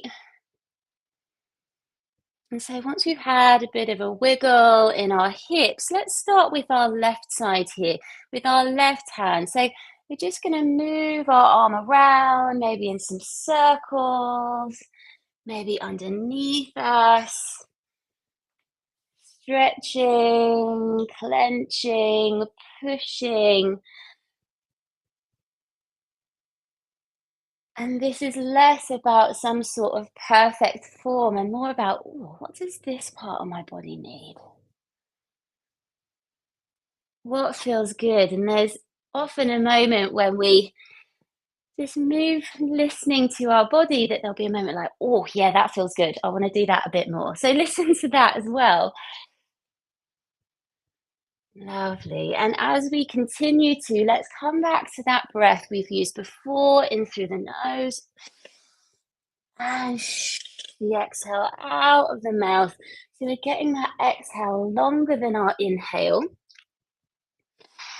Let's take just 5 more seconds of giving our left arm, shoulder, left side a bit of love. All right, and then placing that hand back down if you're on all fours. Start to re-spread through the hands. Notice and tune in to that left side. Maybe take a full breath into that left side. And then we're going to take that on the right side. So starting to move into this right arm, right shoulder. And this isn't about doing exactly what was needed on the other side because, we're all beautifully wonky. So there might be one side that needs something different or feels good that on the other side it didn't. Play around with different directions. Maybe some circles, some stretching, some pulling. As I say, push and pull, we're moving within a comfortable capacity range of movement. We're not forcing or yanking ourselves into any position here. Come back to that breath if you've lost it. I know I found myself losing the breath there. And let's take just 5 more breaths in this right shoulder, right arm. Maybe even getting some space into the sides of the rib cage. And then start to let that arm come down and rest and take a moment to drink in that right side, that right arm. Lovely. Now we're going to come into our left leg here. So maybe stretching it out first, having a little roll through the foot, a little stretch through the back of the leg. Lovely. And then stepping that left foot forward if you're on the floor. If you're seated, you can take your leg out in front of you, maybe take some leg rolls. You can support your leg here as much as you need with your hand. And we're going to take, again, a little bit of free movement here. And if coming down right onto your hands with your leg forward doesn't feel good, maybe you come to the chair, a little bit of a higher support. And again, come into perhaps those circles, those stretches, those little pulses.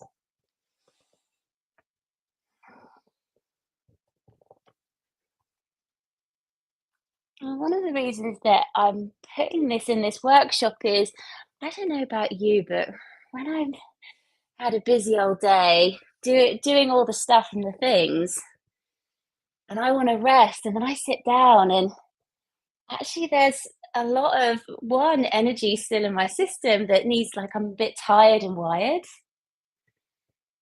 But also I want to rest, but my body's tense.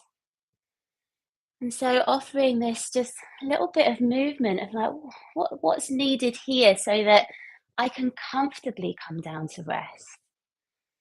Right, let's take one more breath here. And then let it go and collect that leg back. Take a moment, a pause and a breath into that left leg. And then when you feel ready, coming into that right side. And knowing that this side might look, feel, need something different to the other, and that's okay. Offering that. I'm going to come up to the chair, but you continue where you are.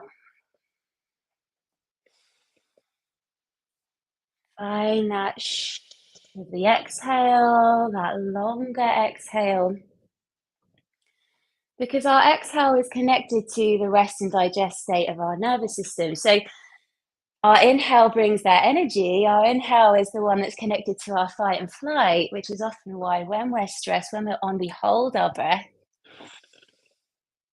When we're wanting to guide ourselves down into rest, it's our exhale that we want to really amplify. So getting that exhale just a little bit longer can say to our nervous system, right, it's time. We're going to move at a different pace soon.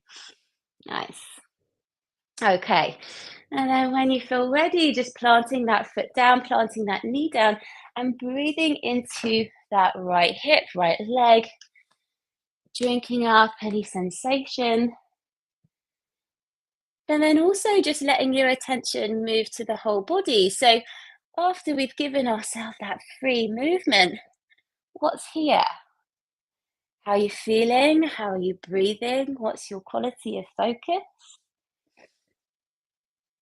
And before we move on, we're just going to move through the spine and the body more balanced. So as we breathe in, we come into a little back bend. And as we breathe out, we come into curling through the back. And taking 3 more of these. And again, you can take this from seated to finding a bit of space through the front. And a bit of space through the back. And then we're going to come into some free movement, just as we did before. So maybe you want to start rolling through the ribs. Maybe you want to get a bit more of that wiggling in the hips. And just thinking about how can I bring a bit more space into the front body and in the back body. And we're going to take 5 more breaths, just moving through a little bit of a free wiggle. And noticing those moments when your body goes, oh, yes, please. And you might want to go there for a bit longer.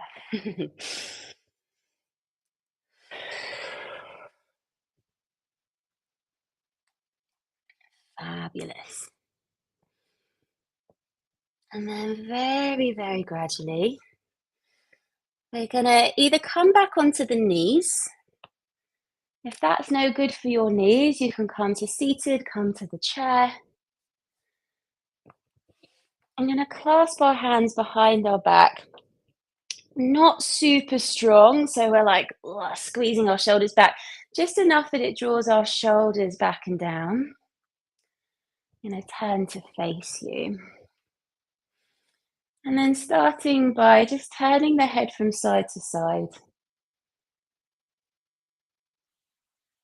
And you might synchronize this with the breath. You might not. Maybe being curious if there is a desire to move a little faster. And if there is, what happens if we slow this down just by like 10%?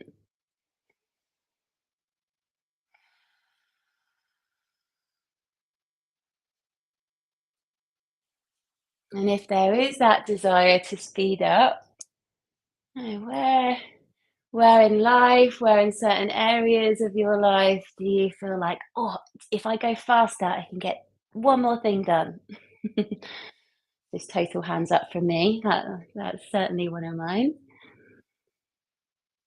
Coming back to that longer exhale. Nice. And then bringing your head back to center. We're going to drop our left ear down to the left shoulder. And then looking up with that right eye in particular, seeing if we can look up towards the ceiling. Stay with that deeper breath. Soften in the jaw. Letting the ear drop down and the eyes look up. Nice. Coming really gradually back into center. Take a moment in the middle. And then dropping that right ear to right shoulder. And looking up towards the ceiling. Soften in the jaw. And when we really look with the eyes as we drop down, this can set off a reflex that releases charge in the nervous system. So you might find like a yawn comes as you do this. If a yawn or a sigh comes, then just know that's your nervous system, just letting off a little extra charge. Beautiful. Come on back to center. And then just have a little wiggle and release here. And then taking our hands onto our lap, maybe palms up or down, and just noticing with eyes open or closed. Eyes closed isn't for everyone, that's fine. Choose what's right for you and notice what's here now in the aftermath. In this little pause of rest. And for these next few moments in this pause, before we go and move on into action again, let's come into that big deep breath through the nose. Hold at the top for a moment, and then as you let it go, sigh or yawn or or whatever is the most satisfying way to let that exhale go. And take 2 more of those big, rich, deep inhales, almost like you're filling up like a fresh glass of water. And then sigh as satisfyingly and as loudly as you can. Lovely. Now we're going to stay seated. I'm going to come into a cross-legged here. Again, if you're in the chair or want to move to a chair now, you can. Make sure your knees, your hips are happy with that. And we're going to take one hand to the belly, doesn't matter which one, and the other hand to the chest. Now, with this hand at the chest, we're going to reach it all the way over to the opposite shoulder. And the hand at the belly, we're going to reach it all the way to the opposite side of the waist. And just take a moment to soften down through the shoulders, lower the chin down, with eyes open or closed. Again, whatever feels right and good for you. Just taking a moment to really apply this tender touch. Our relationship to rest, how we rest,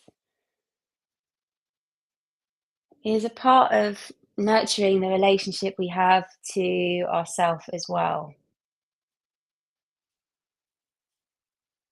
I offer that deep inhale into chest, into belly. Allow that exhale to soften and land down too.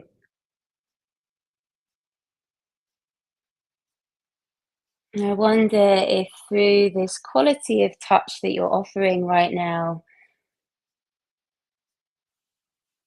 whether it could communicate, I'm listening.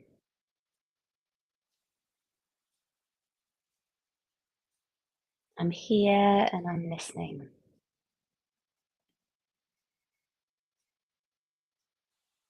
And as you hold this tender gesture, this little hug, does this feel familiar or unfamiliar or somewhere in between?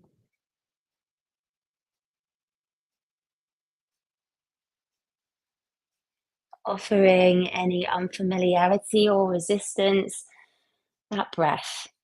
Offer it the breath. It's understandable that we resist slowing down. It's understandable that we resist rest. Life is busy, it's complex, it's stressful sometimes.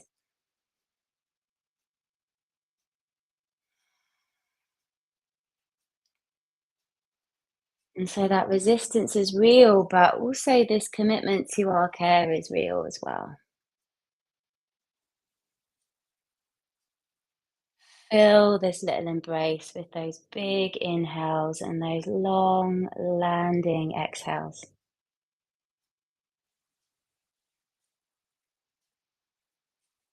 Just holding whatever is arising for you, whether that's in emotion or thought, quality of focus, sensation,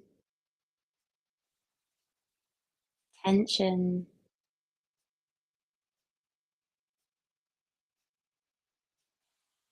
Perhaps even letting the chin drop down a little more, letting the spine just roll in a little more.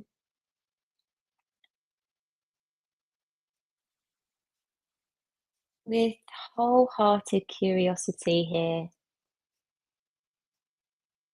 where might you benefit from a bit more of this? A bit of that care, a bit of that respect for the need to pause, respect for that need to rest.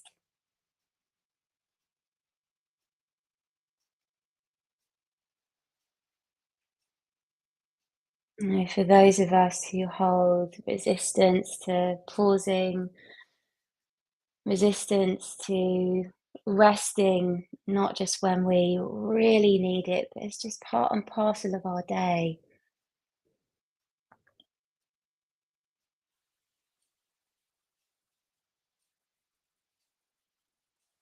And then getting those sighs or those yawns coming out for these next few exhales.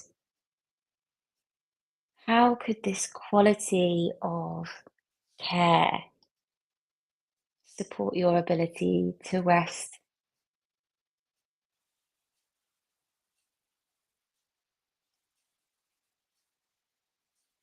And then slower than the slow, begin to release that embrace, unfurl the spine, find a bit more length, maybe have a little wiggle and a roll. Lengthen through the back of the neck, and just as we did earlier, just take a moment to take in your space. Name a few things in your room that feel familiar. Maybe there's a color in a picture that you particularly like.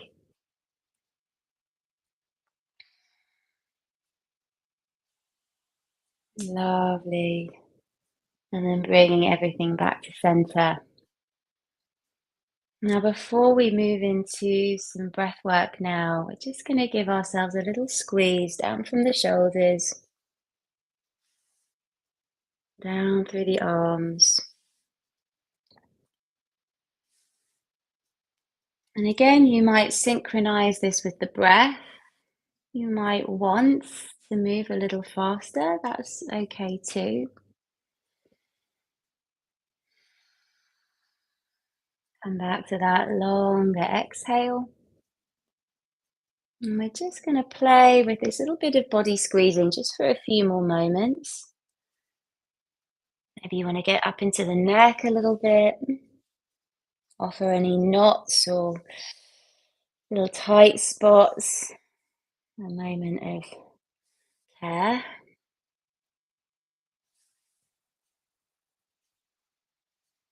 And then simply just tuning in to these two qualities of pressure, push, squeeze, and then the gradual releasing, the relief. Placing on that pressure and then gradually releasing it and relieving it. Now we move through these states of do and soften, inhale and exhale constantly throughout our day. We need both and everything in between.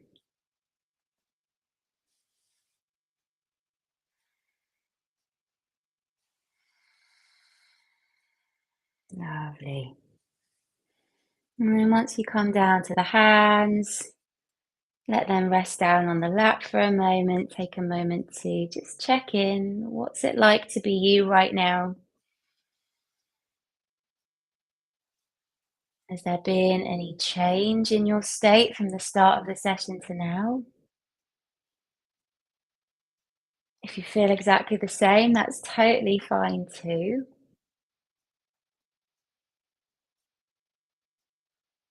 And just being curious, our body holds wisdom and guidance. It's telling us what it needs, what we need. But we need to set these conditions in order to listen to it.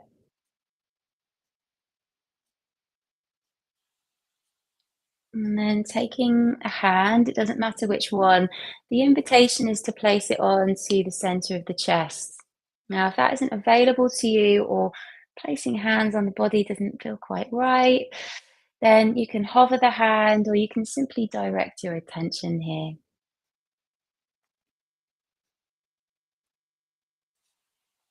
And begin by simply noticing the outline of the hand if it's placed there. If there's any warmth, sensory feedback. And then begin to offer the breath to that attention, offer the breath to that touch if it's there.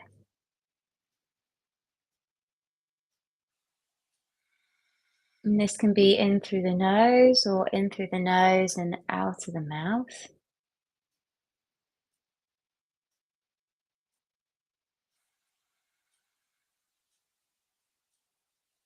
Following that rising, that lifting of the in-breath and that turning and landing of the exhale, of the out-breath. Now, as this becomes a little more familiar, this is the next practice. It doesn't get much frillier than this, where simply directing our attention to the center of the chest, to our heart, our beating heart.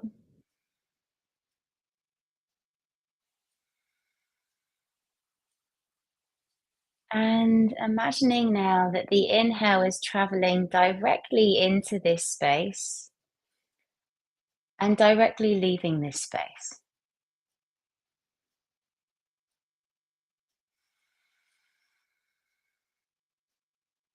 And so if you have the hand there, perhaps even imagining the breeze of the breath traveling under the hand into this space.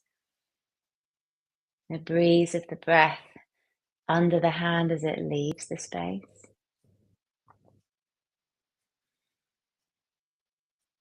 For those visual among us, maybe imagining a light traveling in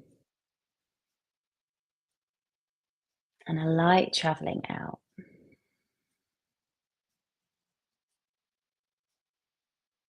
And again, perhaps closing the eyes or letting the focus soften down. And we let our attention rest simply with this simple path of the breath for these next few moments.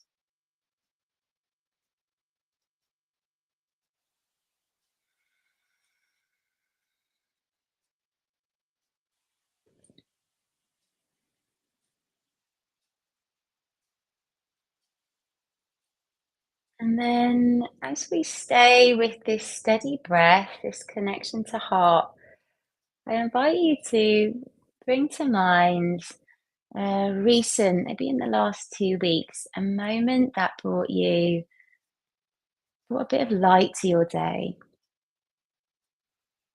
maybe a bit of pleasure, calm, maybe a moment of connection with another person.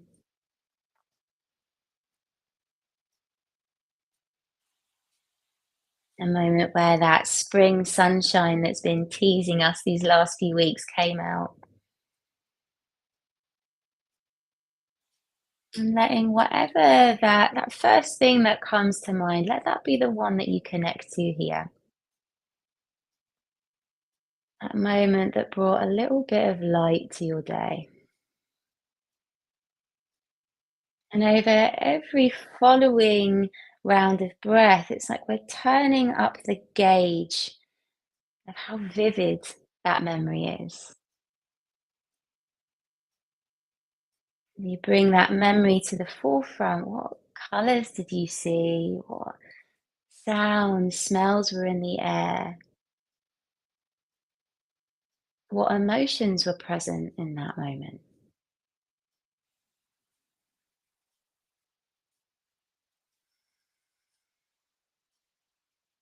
And so these next few breaths are really turning the brightness of that memory. We're inviting it back into this moment right now, inviting those feelings, sensations back into the body.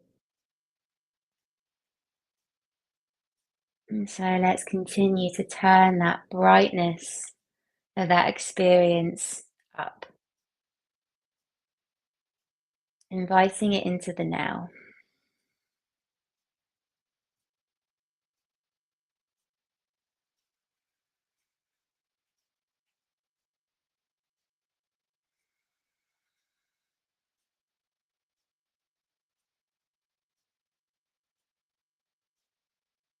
And then taking a moment to notice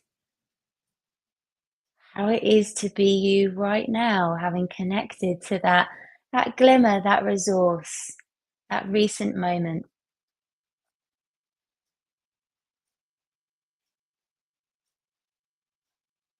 What do you notice in the body by way of sensation? Maybe the quality of your focus or feeling. How are you feeling? How are you doing? How are you breathing?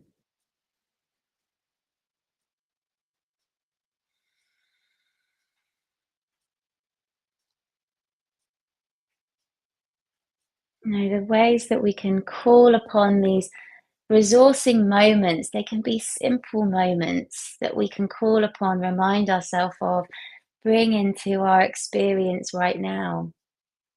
This brings safety and resource into our nervous system so that actually we need to feel like where it's safe to rest. Uh, it's available to us.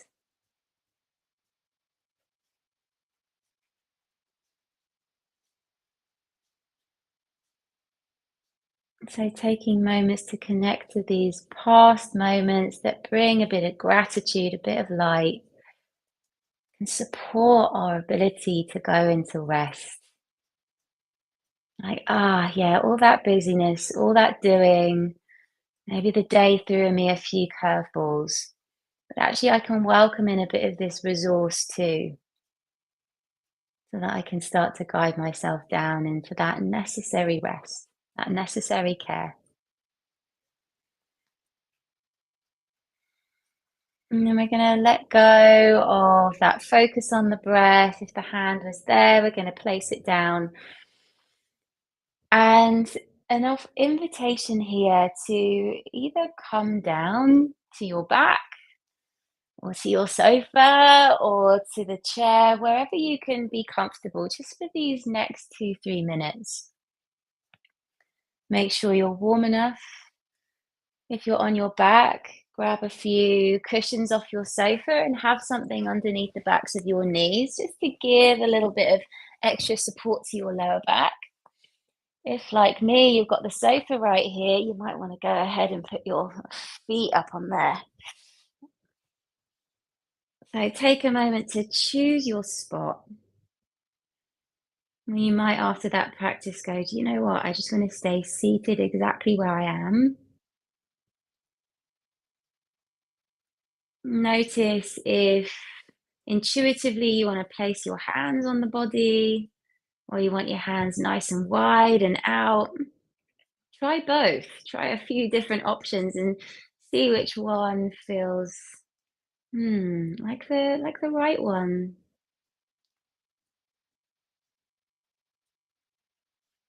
And what we need from one day, even 1 minute, can change what we need. So certainly when we come back to those practices time and again, make sure you ask, is this the right way for me to do this today? Or is there something else that is needed?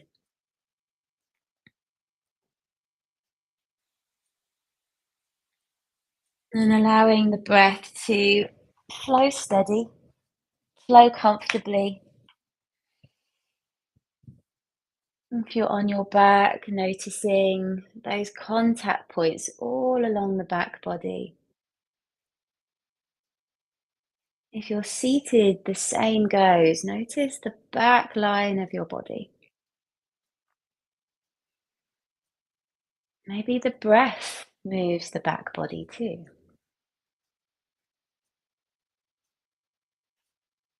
Notice the support underneath you, and the steadiness of that support.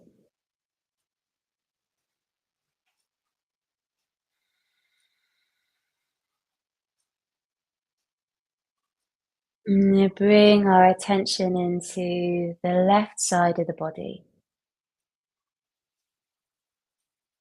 Fill your attention with the whole left side of the body, almost like someone's drawn a line down the center of you. Fill the whole left side of the body with your attention.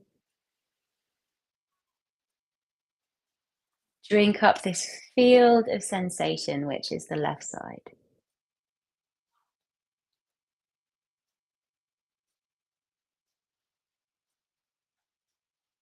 And then really gently start to shift your attention into the right side.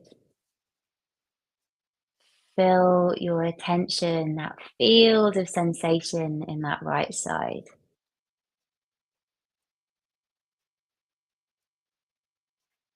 How is this right side responding to this moment of pause, this moment of rest?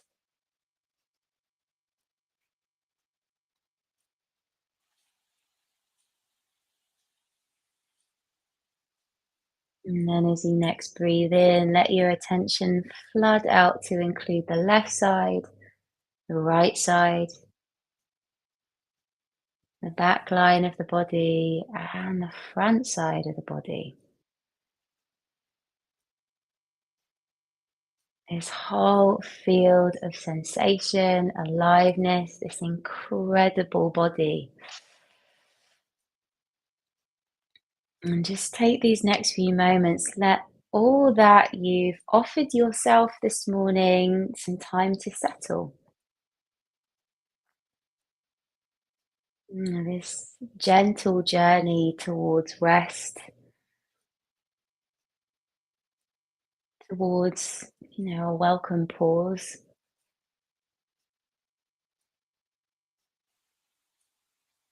knowing that this is allowing our body to build up that resource to allow us to move into the busy, the doing once more when it's needed. But remembering we can go to that place, but also we can arrive back here. We can guide ourselves down back to these moments of pause, of rest.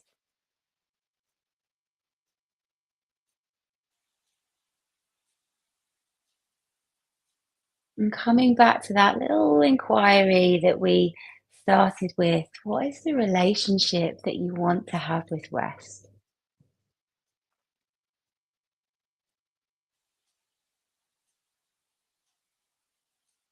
In some of these inquiries that we went through today, what are those areas of your life that actually we could do with a little more of this to resource and support us, to allow us to show up in the ways that we want in our lives?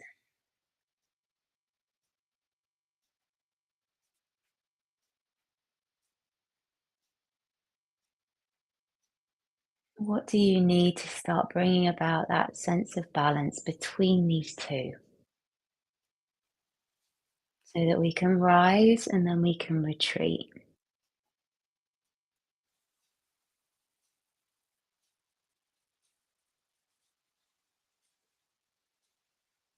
And for these last few moments, what are the conditions that you might need?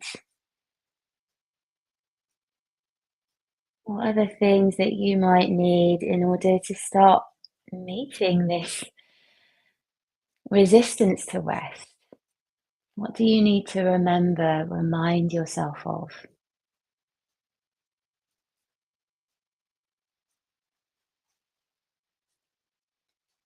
All right, so from here, we're going to begin to actively breathe in a little deeper here. Almost sense that breath filling right from the tips of your toes to the crown of your head, to the tip of your nose, to the tips of your fingers. Fill up the entirety of you with that in-breath. And then exhale in the most satisfying way that you can. And let's take one more of those. Fill yourself up like a fresh glass of water right to the top. And then let it go. And then begin to invite some wiggles, some stretches, some yawns back into the body.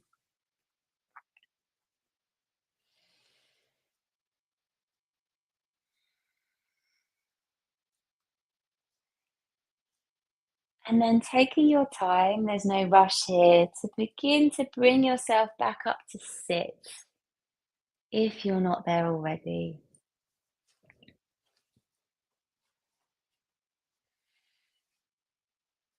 And if the eyes are closed, just gently start to blink them open and take that moment just to send those messages back to your system. Look, I'm in this familiar space.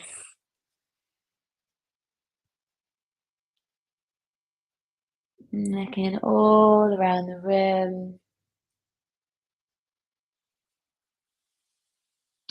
And then come back to center. Notice how it is to be you now.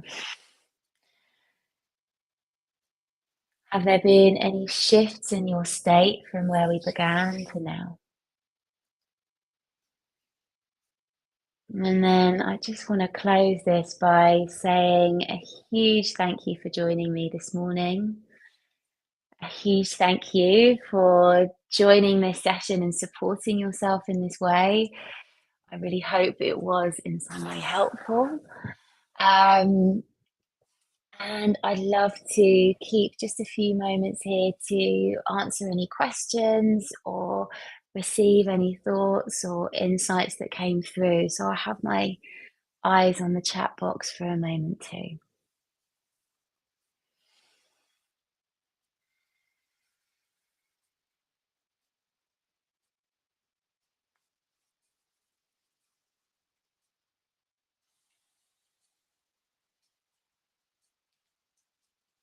Right.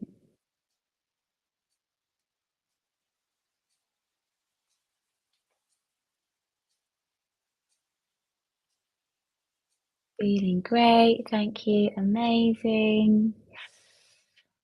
Well, listen, thank you so much for joining me this morning. This is where we close. I'm wishing you a gorgeous rest of your day. Enjoy the incredible lineup that is on this afternoon, and the rest of the morning. And sending you loads of love. Thank you very much.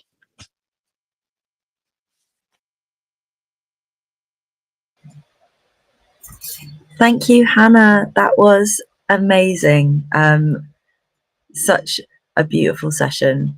Me and Darren in the bunker were sad that we couldn't be as bendy and outstretched because we are in a tiny, tiny space right now.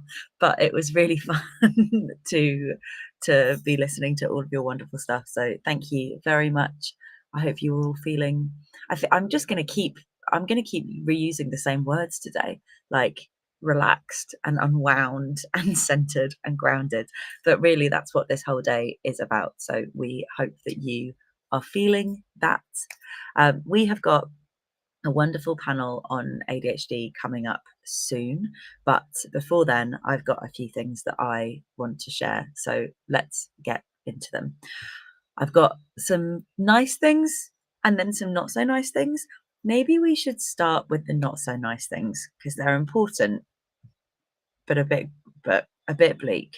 I have got some rest facts for you, or actually more some unrestful facts for you. Which is kind of just reminding us all why we are here, why we're doing this, why this is the theme for POW this year, and it's something that is so important. So these are some facts that we've pulled all about unpaid labour and just the prevalence of that as something that so many of us experience in our daily lives, but also is a huge, huge issue that we need to be talking about more. And then I promise we'll do something nice afterwards. So rest facts. Are we ready? This is from ActionAid. Globally, women perform 75% of unpaid work, which is on average 4 hours and 25 minutes a day. And that's more than 3 times men's average of 1 hour and 23 minutes. So 3 times more is pretty seismic. And that's globally, of course. I think it varies widely for so many people, but country and location, I think, has a really big impact on this. Almost half of working age women in the UK do 45 hours of unpaid care each week, which is wild.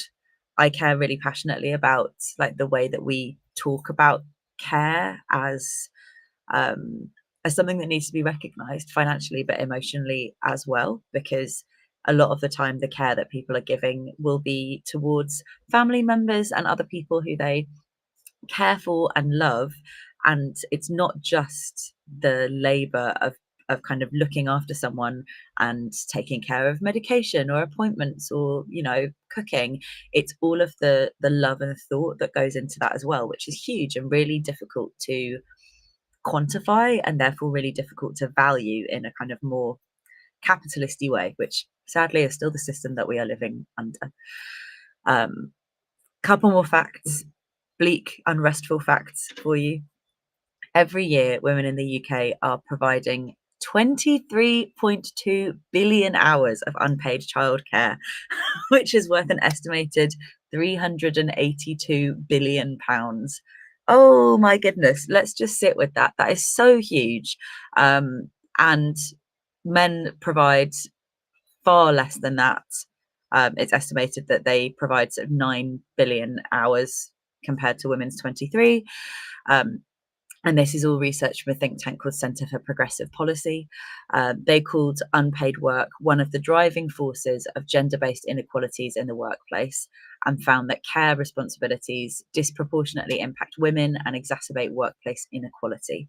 So again, it's kind of all of these things that we might be experiencing in our personal lives, but actually when we combine all of those together, realizing just how normalized this is, that we expect everyone, but I think particularly women, to do a really high level of unpaid labor with no recognition of any kind.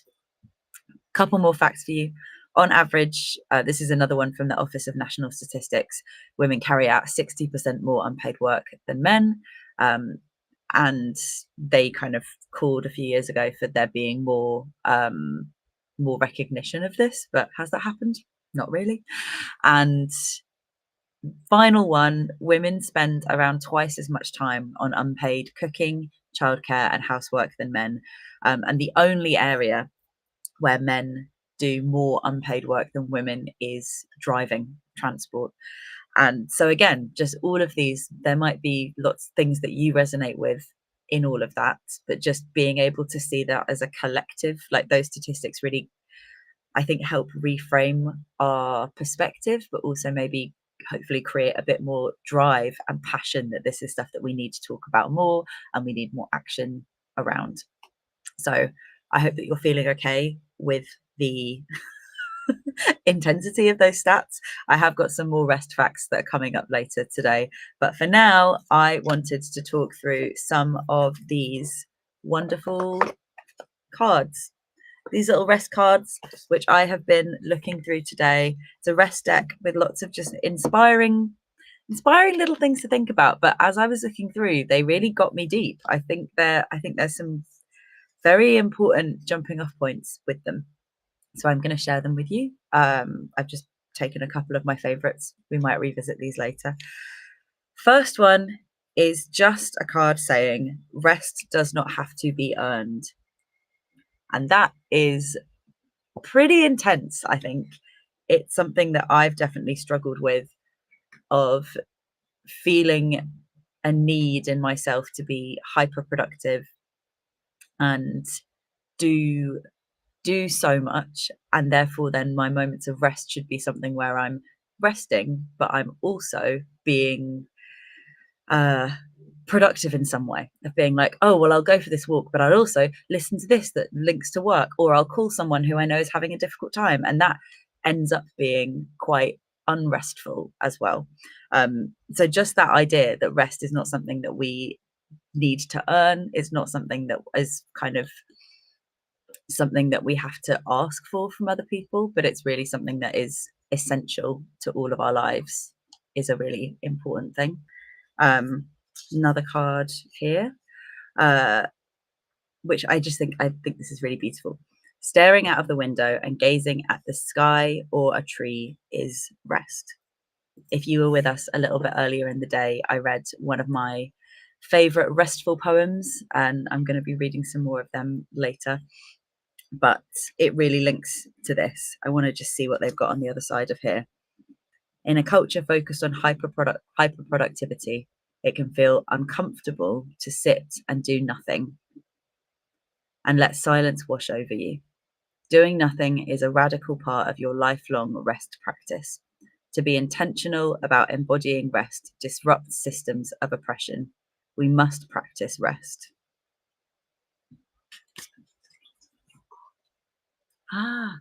Okay. I've just been told that I have to do a quick little bit of admin, which I will go and do. I'm going to do that for a sec. And then when we come back, we are going to be talking all about ADHD and have a wonderful panel. So we will see you there. See you in a second, Lisa. Mwah.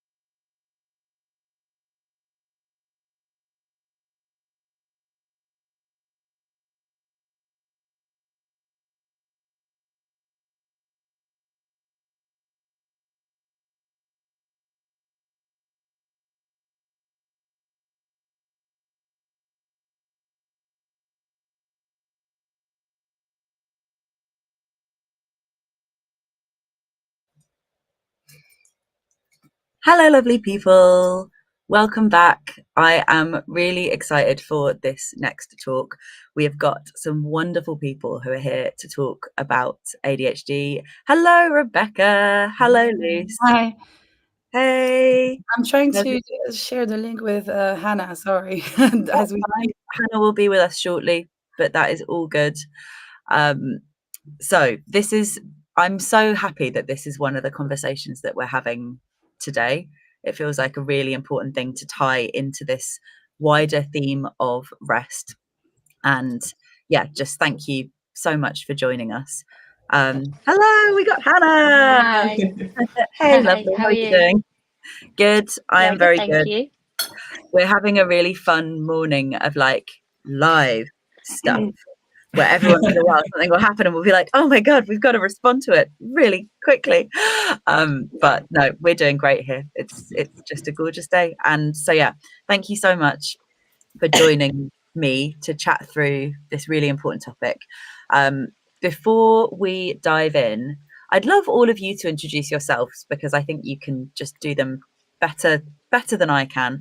If we maybe start with you, Rebecca, but just hearing about who you are, what you do, and a little bit of a kind of introduction to ADHD and the way that it relates to your life.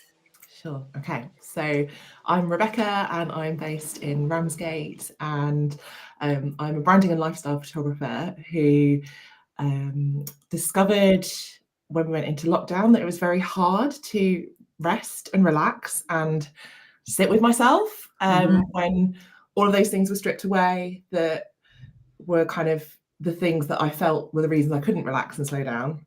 And then that started the inquiry of why. And then when I read about ADHD, it was like reading a tick list that described me and my experience. And then the more I read into it, the more it was like getting a manual to my mind. And kind of instantly I knew that that was true for me. And then you kind of have to go through that process of going to diagnosis, which can take time. But I think whenever someone sort of discovers this and starts to think, oh, that's intriguing, I'd probably say that if you read something and like, nah, that's not me straight away, you probably wouldn't then spend hours and hours and hours researching and fixating and trying to convince yourself that this is actually definitely probably true for you. So I think for me, going for diagnosis was almost just yeah, I know, thanks, because I've done so much research on it. And I know in this wonderful community, very much self-diagnosis, because of the issues with accessing a professional diagnosis, is as valid, and that experience is embraced and loved. And so that was my journey in sort of 2020 to 2021.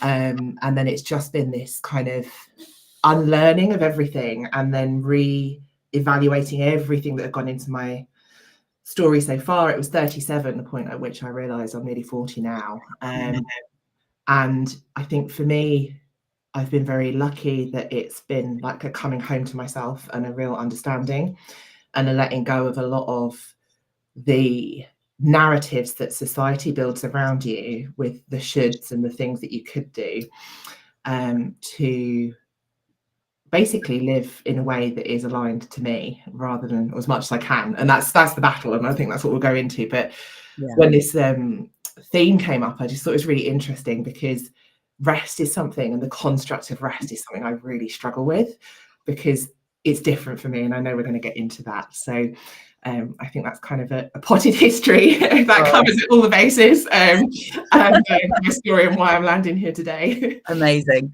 I feel like I'm going to get an intro from each of you and immediately just be like, there's so much to talk about here. It's such a juicy topic. But yeah, thank you. It's really interesting, that kind of wave of permission that's granted when more and more people start talking about something, because I imagine all of you have similar experiences of lots of people in your lives, like just ADHD being something that people have a bit more foundational knowledge on and awareness of, and how that can help people learn and maybe self-diagnose or kind of move towards a more like formal diagnosis. But even for me, doing just having people in my life with ADHD and there being more of a conversation about what that can look like, rather than assuming that someone, like, it's horrible to say, but like where your mind goes to when you're presuming that someone's version of themselves, which is a bit different, is therefore wrong or less good just because it sits outside of that like really strict way that we've been taught to interact with each other and to behave. I mean, so much, sorry, I could talk forever, so I won't right now. But thank you, Rebecca. Luce, do we go to you? Sure.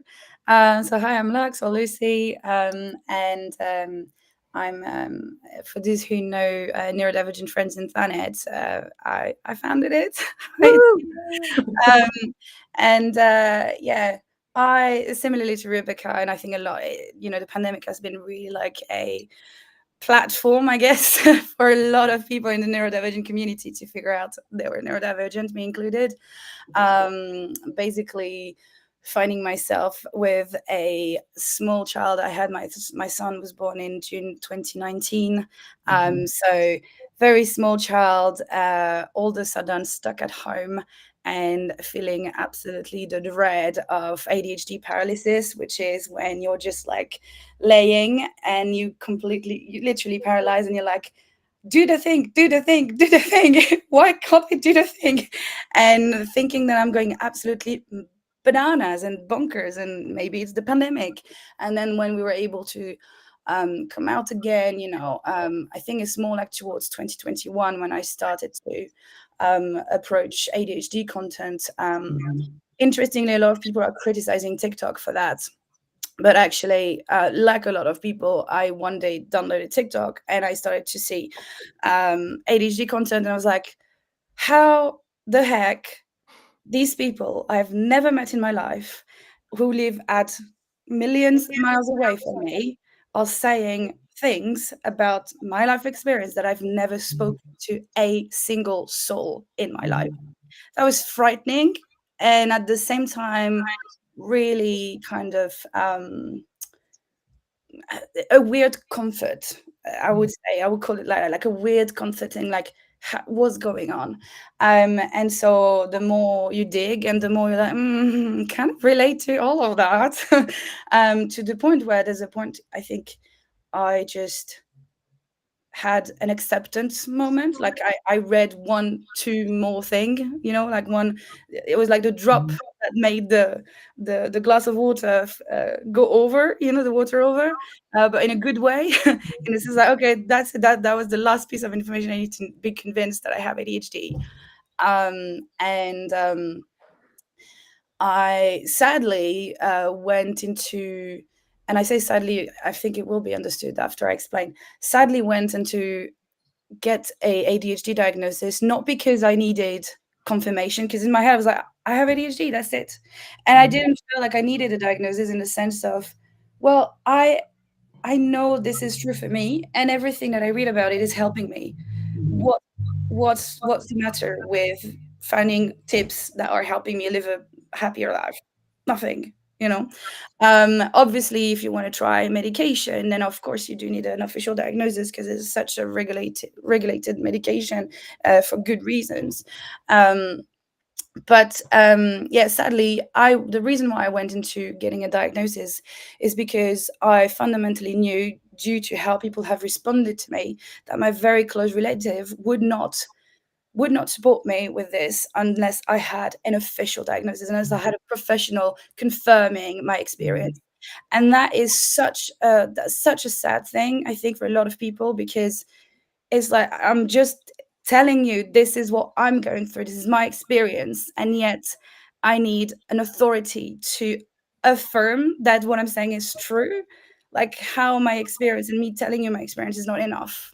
But anyway, the good thing out of the diagnosis was that I actually tried medication, and it's been really helpful, although I'm not on them right now. So that's me in a nutshell. Nice.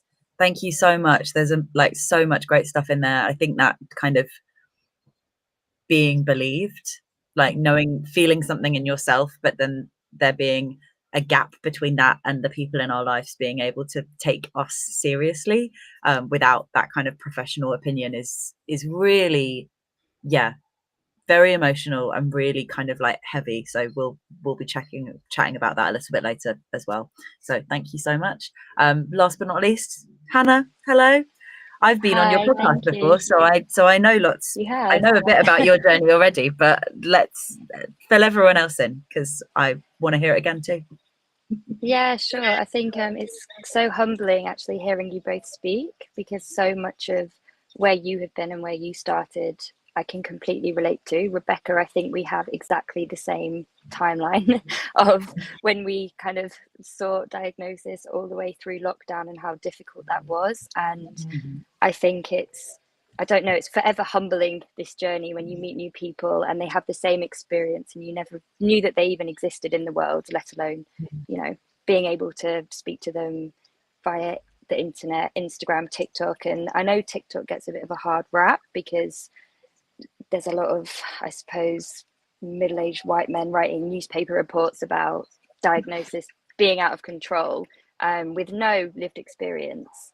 But I think if you speak to anyone, it's been such a valuable resource just in terms of not feeling alone, not feeling like there's something wrong with them. And I think if any space you go to can enable that, then they're good spaces to be around. But I guess I'm kind of quintessential hyphenate, which I didn't know was the ADHD and how that manifests. So I'm an author, documentary maker, musician, podcast creative director, like yoga teacher, you name it, like I'll try and do it. And juggled everything well, more than well, successfully, until I spectacularly burnt out last year. And that was a kind of, I guess, amalgamation of the work, but also unmanaged ADHD for so long. And this talk in particular, I think, is so fascinating because it's looking at relentlessness and rest. And they're two things that have come really to the fore for me in the last year, and that are kind of living topics by their very nature. I'm not by any means nailing it. I don't know how to rest still, but yeah, I'm interested to speak to all of you and just, yeah, have the privilege of being in a space with other neurodivergent people. Nice. Yeah, I think approaching this topic with the knowledge that it's never a goal that is going to be fully achieved at the end, which again is such a, I think, just in terms of that, like, perfectionist striving for something that in a way ends up being quite punishing to ourselves. It's really refreshing looking at stuff going like, there will never be an end point. This is not something that we can, like, we're not going to find this like perfect cheat code life hack about how to be more restful and what genuine kindness looks like to ourselves. But just by acknowledging it, I think, like, that's obviously one of many different stages, but just actually having space to say, like, this is important and this is hard is a really great, feels like a really great step. Yeah, I should flag before we carry on as well, if you have questions, we're going to have a little bit of time at the end for a Q&A. If there's any things that we've like not delved into, do send them over in advance, because there's a little bit of a time lag, like by about a minute. So send them to us, because otherwise, if there's a minute of free time at the end, we'll just fill it and then we won't get to any questions. And I want to chat about the TikTok stuff a bit more, because that, even as someone, so I'm dyslexic, but I actually did a neurodivergent assessment in 2022, and it was really interesting having those definitive, like, no, this isn't something that's kind of showing up with you. Yes, you are very, very dyslexic, but I find the kind of ADHD conversations on social media and on TikTok really useful, because I learn and can empathize better with the people in my life who are ADHD, but also a lot of that still is really useful and relevant to me. And I guess there's something about, it's important in some ways for there to be strong definitions and boundaries and diagnoses, but actually what we can all learn from looking at things from a more neurodiverse perspective and assuming that as a kind of lived, the difference of everyone, if we're assuming that as a norm, what can we do, rather than all trying to fit into our like a very narrow box. Lucy, I wonder if you've got thoughts on Yeah. that. Sorry to put you on the spot. I know this is not No, one of no, the no, questions that you've got. I mean, I was like, yes, as you were speaking, I was like, yeah. I see it in your eyes. I was like, I'll get to them. I think that it really comes down to, if you think as a higher level how our society works and all the norms that we are coming to a point of exhaustion of all these societal norms that you have to follow in order to be accepted, whether you're neurodivergent or not. Because, and that's something that I always say and I keep banging on the head of people, is that when it comes to, for instance, including neurodivergent people, yes, you're including us, but you're making your life easier as well. You're making your life better as well. It's better for everyone, not just us. It does make sure that we're not excluded, but it actually improves everyone's outcome. And so when it comes to, you were saying about, learning this conversation around ADHD that are still useful to you, I wonder whether it's because you can hear how people with a different experience are learning to be kinder to themselves, and therefore that gives you permission as well to be kinder to yourself, because you're looking at differences and things that are happening in your life and how you try and process the world with the brain you have, and being kinder to yourself and be like, well, do I really have to force myself into this and this and that, or is it really necessary for me to be a good person? Is this not basically unlearning that we're not good enough if we're not following the rules or the norms that we have so desperately trying to fit with? And I appreciate norms and standards are important. The world is so big, society is so large, is so diverse. We need some structure to be able to relate and connect with each other. But I feel like we are coming into a point in time where it is so rigid. It came to a point of such a rigidity that it creates mental illnesses in some respect. It creates anxiety, it creates depression, etc. Like, there's so many things.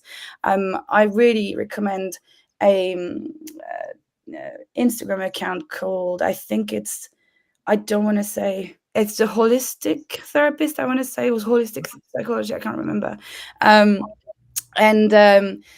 Yeah, they make quite a lot of good info on that. And recently they were saying how, is this mental illness, or is it normal to be absolutely burnt out when you have to work 80 hours a week and you don't have any money to feed your family and you don't have time to be able to be a human and enjoy people socially? Is this actually mental illness, or is it just the world we live in not fitting the fact that we're humans? So yeah, that's my question. Yeah, I agree. Do either of you want to jump in on that?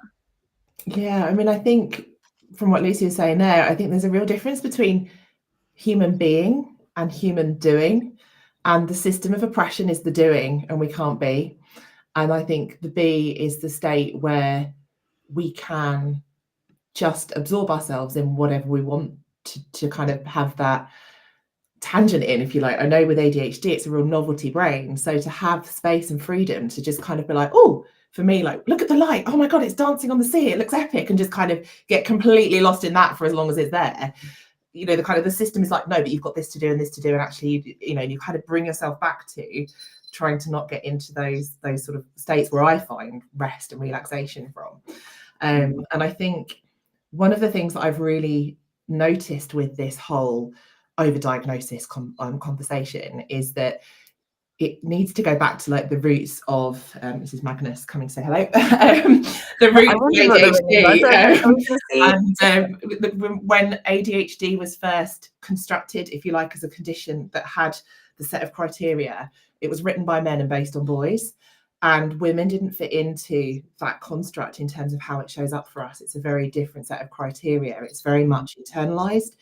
I think some of that comes from masking around how we are told to be good girls, be quiet, be, that kind of that construct around what that gender of being how we are socialized from early on. Yeah. And so from early on, we aren't able to then recognize that it can be an experience for girls as well, and it looks very different. And so I think that the systems of oppression really want to have that good girl construct kind of maintained and us fitting in. And as soon as we become awakened and aware, we start to resist the system. And in terms of patriarchy and misogyny, I just think that these, you know, the middle-aged men writing these kind of, there's too much diagnosis. It's like, it's because an awakened woman is a terrifying one, because actually we're like, no, we don't stand for this anymore, and we reject all of this. And so I think that's where there is that genuine kind of wanting to still keep people feeling small and marginalize people and oppress people through those articles, because we are then questioning the status quo, and then we're visible, and then people are realizing their own truth. And then the systems of control start to go, well, how do we control people when they're all awakened and can see it for what it is? So just a slight tangent there about my wider conspiracy theory about ADHD. No, hey, I'm here for it. I think it's really all of it. I'm totally here for that. Hannah, have you got any thoughts? No, I was just cheering you on from here. Just Like, I beaming. agree with that sentiment. Yeah, completely. I'm like, when are we going to take them down? We all need to be in the same room and plotting, I think, in order to make that happen. Yep. But I agree. I think just We'll back to do your sort of your previous point about criteria.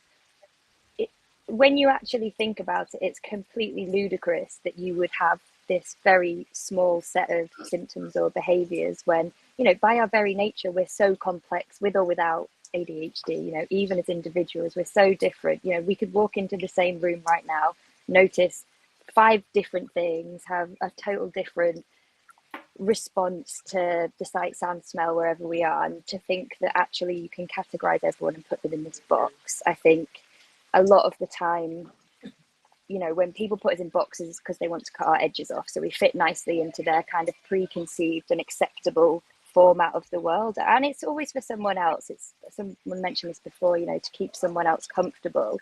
I'm really against this kind of othering, like either you're not doing enough for us or we're not legitimate enough for you. But I think we do need to acknowledge that for a long time, especially with women, ADHD has been the other thing. And actually, how do we kind of meet each other in the middle? If they keep stepping that way, how do we continue to do that without losing our integrity or burning out, or, you know, not being able to have our needs met, that are pretty basic human needs, really. Being able to access medication and support, being able to perhaps, you know, have a desk that moves up and down, being able to take a break to look at the sea. And I mean, no one's asking for anything outrageous, but yeah, I think it's a lot to change what's happened, you know, consistently throughout history, which is you go to work, you do this, and, you know, especially if you're a woman, you don't complain about it. So there's a lot to unravel. Yeah. And it's interesting how I think, especially from a feminized lens, asking for help can end up being read as complaining or making a fuss. Even feeling deserving of that help, I think, is a big thing. Like, whether you ask for it or not, it's actually, do I feel like I deserve to feel better, deserve this help? Am I complaining? Am I being whiny? You know, should I be stronger? I think there's a lot on the individual as much as societal that we need to address, because it's been really hard, you know. Yeah, I hear you. I've got a couple of should we go into this? Yeah, we'll do a little bit more chat about diagnosis, because I think it's important, but also there's more interesting stuff that we'll move on to. But just before I ask for any of your thoughts, now in the UK, I looked up on a couple of different organizations, sort of minimum 12-month waiting time for ADHD or kind of another neurodivergent diagnosis.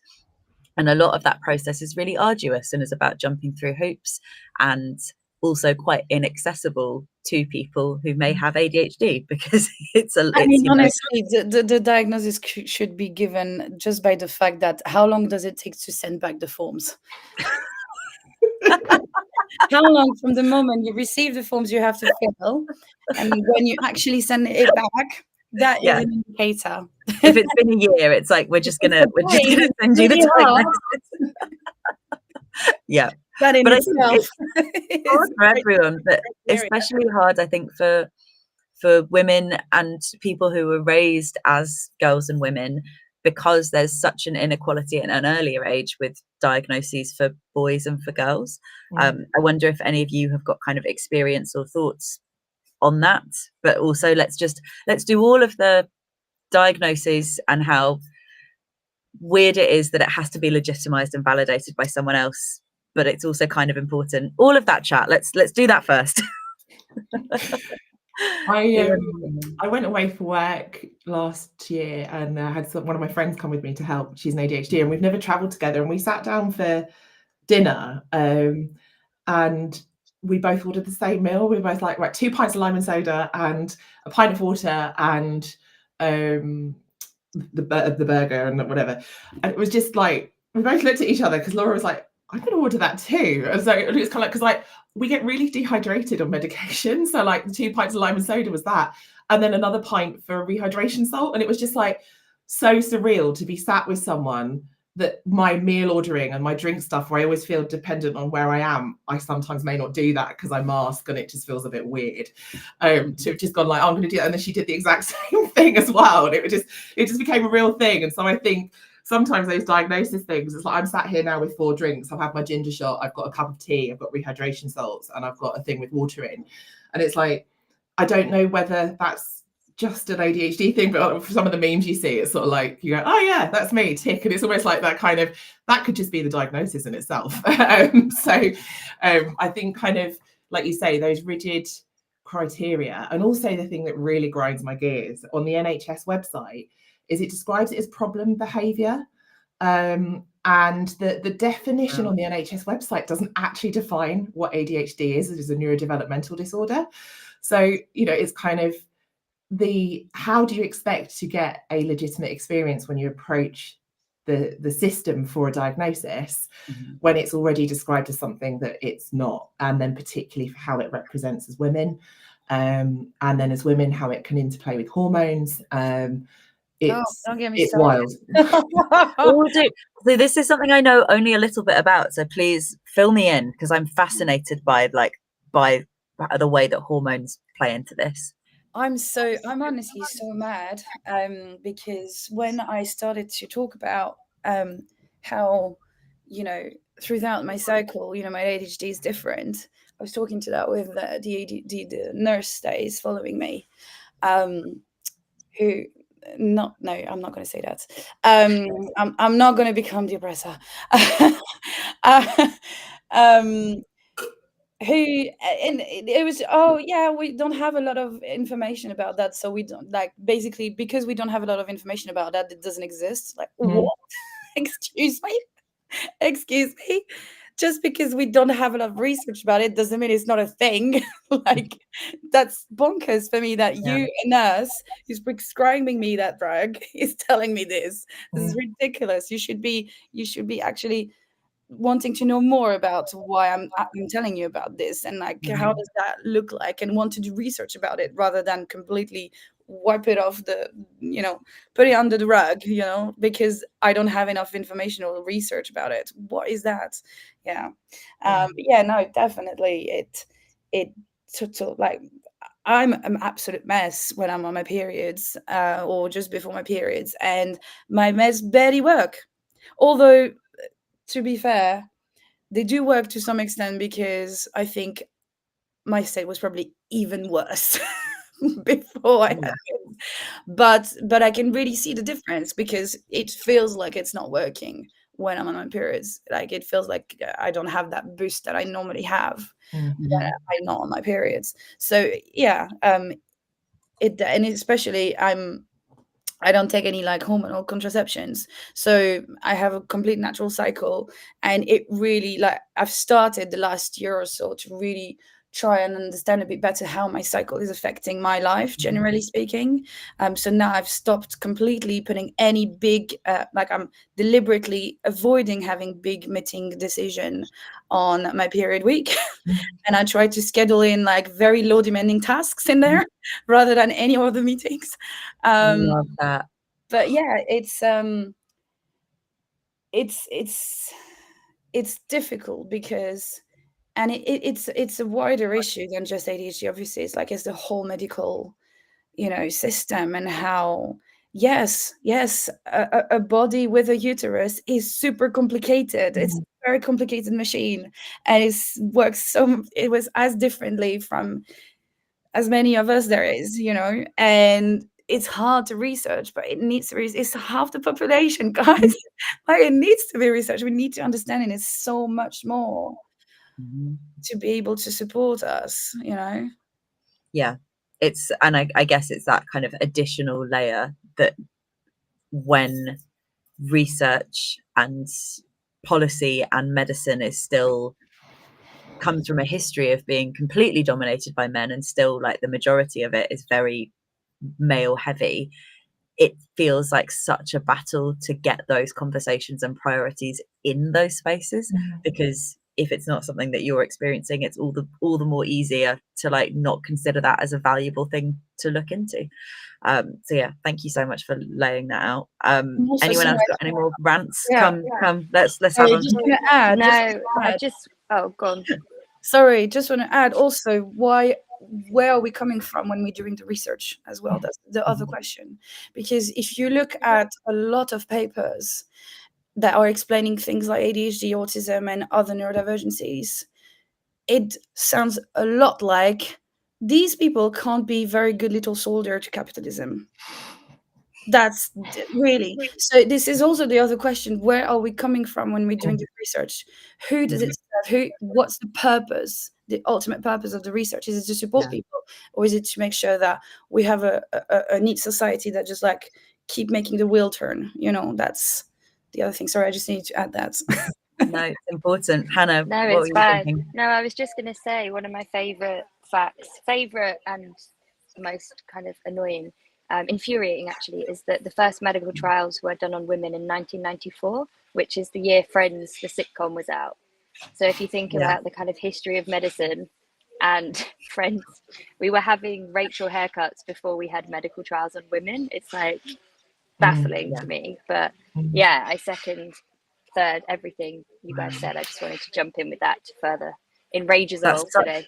That's such a good fact, and I like those. I'm also now thinking about the Rachel haircut a lot, which is not what we're here to do, but it's to contextualize that so much medical research has been done in the last 30 years of things that massively shape our lives, and that is still very new early research. Like, there's no, it just, all of this is people, the newness of this for lots of people in their individual lives, but also the newness of how these wider conversations are like tested and validated, but also just like placed in the world. It's wild. We have a lot, there's a lot to be angry about with all of this. So thank you for sharing your frustrations and some of that rage, because I think that's part of this as well, being able, for me, neurodivergency, a lot of that was like embracing messiness and not seeing that as a negative thing, but just seeing that as something that is like part of my life and will always be a part of my life. And actually to never expect people to not hold a large amount of mess in their lives, because that's what we're all doing. That's how this works. Can I add on the hormones as well, and that sort of conversation? Oh yeah, please. I kind of feel like, I was 37, I'm nearly 40, and we're almost like at that midpoint of life. So we're almost like the canaries in the coal mine. And this whole kind of, this overdiagnosis, it's like, yeah, but if women were not diagnosed at all, of course there's going to be this huge surge. But not only, the fact that you're looking, the average age was the age I was diagnosed for women. But then if you're kind of looking at the generations of women ahead of me that had no awareness, that are hitting menopause, and we're talking about that hormone change that is just wild as it is on its own, and then you add in ADHD as well, and then you can kind of see where this whole concept of like this, this wild woman, this kind of unhinged sort of thing comes in. And it's like, well, if women have never known their truth about their neurodivergence, and then they intersect with hormones, and then what that looks like, and I think all of that starts to kind of just unravel back to the fact that there isn't a look at women through this lens, and how these conditions then impact women with that intersect of hormones. And again, you kind of go right back to the start of children and girls getting diagnosed, and that journey and going through puberty, and how then that can intersect as well. And so I feel like there's kind of this us in the middle that are like kind of waving the flag and trying to kind of like shake things up and be heard, but it has such a ripple effect for the whole community up and down the generations. So yeah, and being in any of those kind of frontier categories where we're trying to fight for something or figure something out is incredibly vulnerable, but also really exhausting. Like to be like waving those flags and trying to get people's attention and trying to figure things out ourselves and kind of sitting in a lot of unknowns, that is knackering. And I guess that kind of feeds again into that idea of rest and how essential rest is for all of us, for like just existence, but that we often end up seeing and feeling that rest is a privilege more than it is something that's like an essential part of our lives. So let's chat a little bit about that, kind of the practicalities of trying to find rest in this messy, uncertain way, but within hustle culture. Like how do all of you try to find time for yourselves? How do you navigate that? And how does like managing stress come into that? Unmasking, if that's something that kind of applies to you. Yeah, I'm really curious. I know that's not a neat question, but does that make sense to all of you? Yeah, it makes sense. I just wanted to, I'd like to start just because I think also it's really important that when we talk about this area, we also acknowledge the intersection. So for me, that kind of intersection of ADHD and having a working class background, you know, when you're working class and you build a successful career and you achieve, you know, beyond whatever was expected or you anticipated, that jeopardy of that drop down, it never leaves you. So you have an ADHD brain that's going like the clappers at all time, achieving, juggling. You also have this intersection of like working class. And, you know, I say this as now a privileged white woman, heterosexual. That's my only kind of intersection really, is the ADHD with the working class. So my experience is my experience, other people have their experience. But I think we can't discount one and put ADHD just as this whole thing that is the same for every person. And I think that's when the idea of burnout and of rest become really complex. And I think it is such an oversimplification to be like, you know, it's doing too much or it's because you have ADHD. There are so many layers within that. I think especially if you're a woman or you were raised as a girl or a woman, and I think actually this kind of spectacular burnout, I'm calling it now. I was calling it the year from hell, but now I'm trying to kind of rebrand and make it something beautiful. I'm like, spectacular. Oh, it was dazzling. Where you went. You wouldn't believe how much you wouldn't believe the things I've seen and what I've said to myself in my head. I really love actually, that. I mean, do you know what I mean? We're still alive. You've got to try. But I think what that has taught me is I didn't know how to rest. I didn't know how to sleep. Even as a kid, I thought that was something people were taught and I just hadn't learned. Like, I didn't know how to sleep. I didn't know how to rest. Is me lying down with cucumbers on my eyes, having a face mask restful? No, I love a face mask because it feels nice, but I'll be beside myself if I'm not active. So something I had to navigate was actually, oh, my rest is in movement. My rest is in nature. My rest is in being in water. My rest is in those conversations with my friends where I don't have to think about how I'm, you know, being seen or what I'm looking like. I can just be myself. And, you know, berating yourself for not being able to rest in a traditional sense, because it felt awful for me to just be doing nothing or, you know, watching something or trying to have like a spa day. Like, I love a massage, don't get me wrong, but after an hour I'm like, you know, ready to go. And sadly that's not the world we live in, where I'm chatting the whole way through it as well. yeah. Or like, how are you? And they're like, don't worry, it's relaxing. And I'm like, no, tell me your story. I want to know. I think it's actually, I do, but I think it's that awareness and not feeling ashamed if actually the things that you need aren't what we're sold as. These are the things that will help you. And that's trial and error.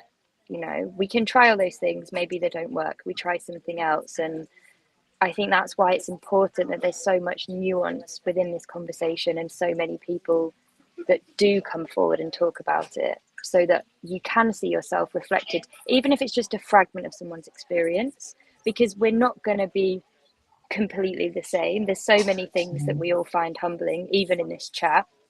I had it the other day where I admitted to someone that if I ever get like a pho Vietnamese soup, I have to drain the water out because I don't like wet, like liquid food, but I love the taste. And the person I was talking to went, "Oh my God, babe, me too." And I was like, "Oh, my people, like we find each other." But I think actually that, you know, you guys might not have that very kind of niche behavior. But yeah, I think rest for me, not to kind of swirl too far down this tangent, but it's in nature, in movement, in being aware and paying attention to my body rather than trying to get out of it. Can I I love pick that. up on something Thank that you so you much, said? Hannah. Love that. I want to You're pick up on something that Hannah said about how rest would also be like if you're with a friend and you can unmask with them. And that just, for me, this is, I didn't actually thought about it as within that word rest, but this is really how it feels actually. In January was my birthday, and I had a weekend away with a couple of friends. Like we rented like an Airbnb, literally just did nothing and just like hang for like 2 days. And it was just so nice.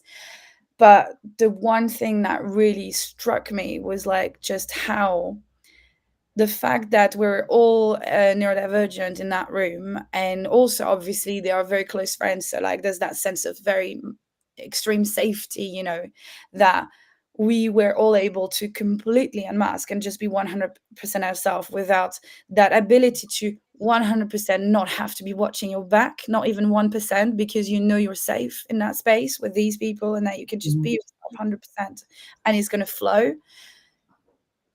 I can't even explain to you how much of a rest it was for my brain by experiencing that and realizing that this is not my everyday. It's like by all of a sudden not having that automatic way of actually having a little bit still of edge of monitoring, zero monitoring, and like realizing that this is not my everyday and that my everyday is very tiring as a result of that. And that and this is why, you know, this is one of the things why I'm so passionate about what we do with Neurodivergent Friends and Planets, is because we are bringing people together and offering that opportunity to have that community, that belonging, that space where you can unplug your brain from that monitoring, from that masking, and finally having your brain that can have a little bit of breathing space, you know. So yeah, I totally relate to that, Anna. Yeah, I think with that weekend away, I was thinking back to that travel I did for work last year with my friend, and I'm a night owl, and I know one of the things with ADHD is that it's like an unlock to understanding so many other conditions and things that you have, because they're much more likely to co-occur with ADHD. I call them comorbidities, and I just don't like that word. But like, so for me, my circadian rhythm is not normal, and so I naturally fall asleep and start to feel tired between 2 and 4 a.m. Yet, if I was working a 9 to 5, that would not be acceptable in terms of then the energy and the fitting in and that kind of thing. And so I think naturally you find people showing up in freelance and self-employed a lot more, because then we have the flexibility to build our lives around what we naturally do. And so I think when I was away with my friend, we were both like working on things because it had been like days out doing lots of shoots and stuff. And we were both up at like 2 a.m, like really high energy on our laptops, chatting away. And I was like, this is so weird for me because I'm usually on my own. This is usually like my quiet alone time, and you're here with the same energy. And it was just amazing to like be in that space. But I think kind of looking back, there's so many things through my life that I've achieved because of hyperfocus and being in that. So hyperfocus is this like extreme state of focus where you could just do anything at all. And this is where people use that phrase. I don't like describing ADHD as a superpower, but some people describe this as a superpower, and I just think actually that's making it the bit that actually makes you super and hyper productive. You're badged as it being positive, and it's like, well, that then makes it just this whole capitalist construct again, so let's not do that. But I know that the impact those times have are when the biggest things happen. So when I decided that I wanted to set my business up and be a photographer, I was working full-time and I was lecturing. And before that, I'd worked in recruitment, and that was very much like 7, 8 in the morning till 8, 9 at night. And the key mantra was kind of like, is what I'm doing now going to make me money? So I'd come from this kind of hyper work kind of production environment. And so then working more of a 9-to-5 job meant I had all these extra hours. So I started building the photography business around the full-time job. And we were also saving to buy a house. And it was like I couldn't leave the full-time job till I bought the house. But then the weddings had built up, and I shot 48 weddings and a full-time job. And we were saving to buy a house all in a year. And everyone's like, oh my God, I don't know how you do it. And this kind of busyness was badged as like this, oh my God. But because I was so hyper-focused on where I wanted to get to, and that was the only means I could do it, I was just in it. And there was no kind of let up in that relentlessness. Fortunately, the burnout didn't come because I was able to then go down part-time and actually then come into this full-time in 2014. But it's kind of like looking back now, that was one of the key points at which my ADHD and that energy took me through. But there was no rest, there was no pause, just the relentlessness of it. And I'm seeing as I'm getting older, I can't do that for such a sustained amount of time. And actually, I'm now recognizing that needs to be in there. But I think for me, rest is very much like Hannah, it's nature, it's water.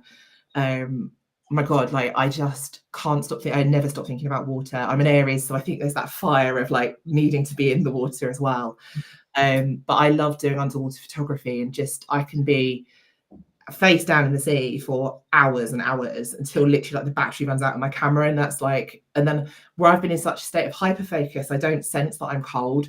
And so I suddenly, once I stand up because my batteries run out, I'm like, oh, I'm cold, I'm thirsty, I'm hungry, I need a wee, and oh my God, my hands and feet are freezing, kind of thing. And so all of those things kick back in. But in that time where I've been in the sea face down in this other world, there's nothing else going on. Something about the sound when you're underwater that somehow I feel is just, I don't know, quiet your brain. Yeah. It's There's nothing definable sound wise. So on a sensory level, there's still stimulation there because there's sound, but it's nothing you're processing in the way that you would if you could hear or interpret that communication.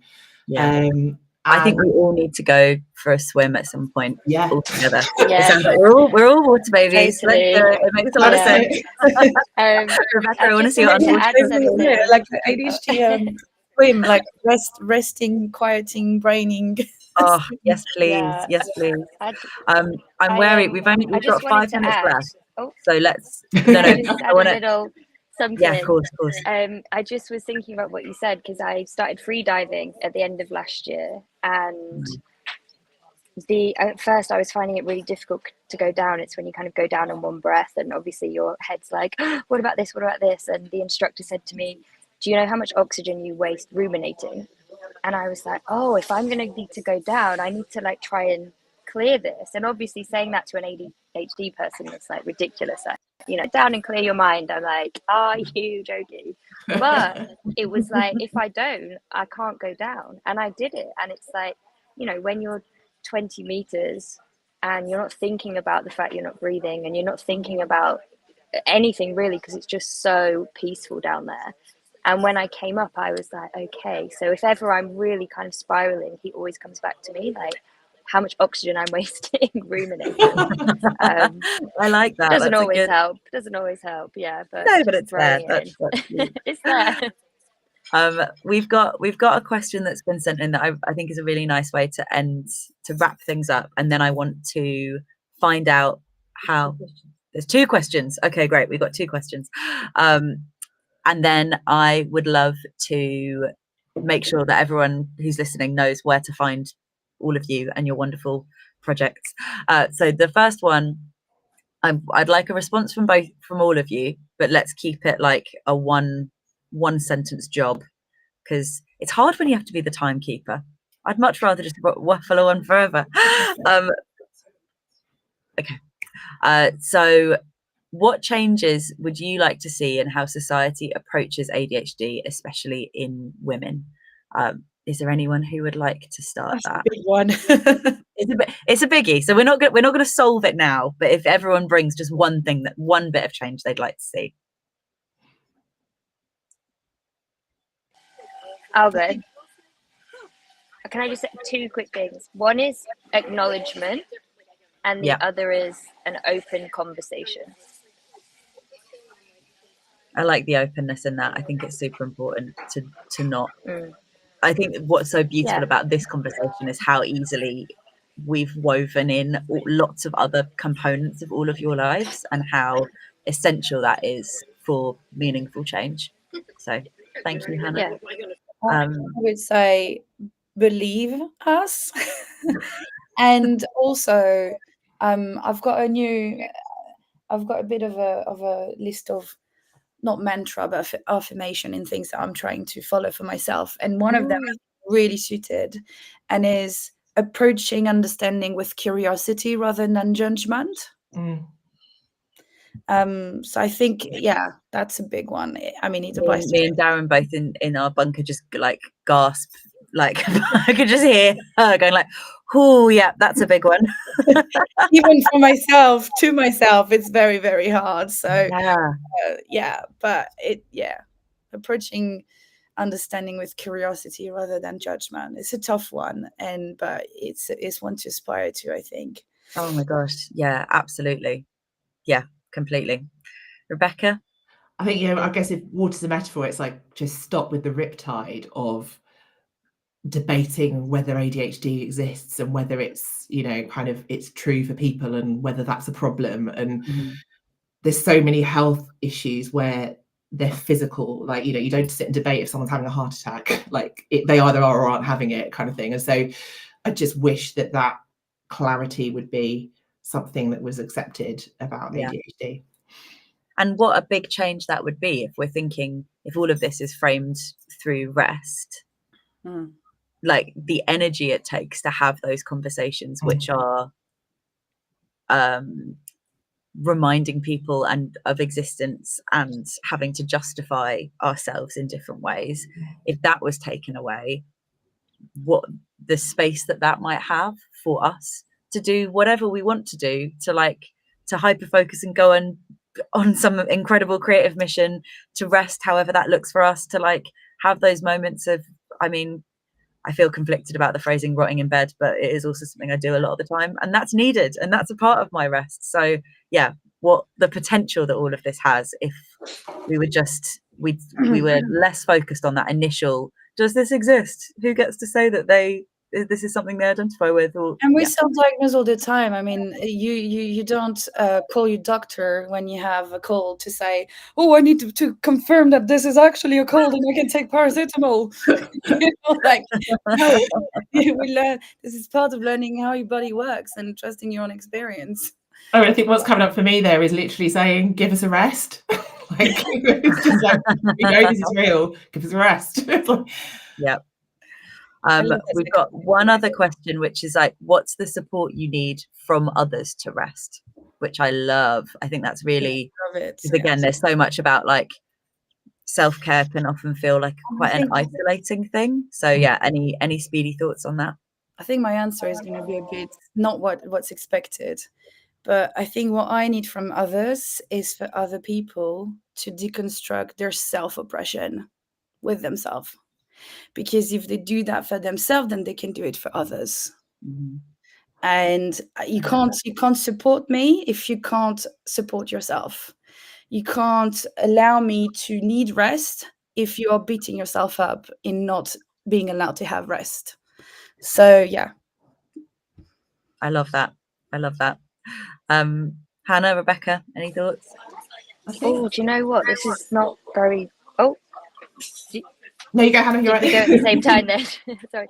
No, I was just going to say, this is well, I don't know what to think of this, but the first thing I thought was permission, which is really not the space that any of us want to be. But I think sometimes, you know, not in terms of kind of people pleasing, but making sure everyone else is okay. I think sometimes you need someone to actually say, hey, it's okay. And usually they're people that, you know, you want around you and that treat you with kindness. But I still think myself, and I'd say a lot of other ADHD people, still need that permission, still need to feel safe. As Lux said before, you need that safe space in order to fully rest. Like, that's the support you kind of need, I think, still. Yeah. I think that's so important. Like that to feel permission from other people then allows us to do it for ourselves and allows us to do it for others as well. It's all connected. Rebecca? I think for me, it's like, because I know that rest is different in that it's that kind of swing between overstimulated and understimulated, and finding that sweet spot that then whatever the rest is feels restful.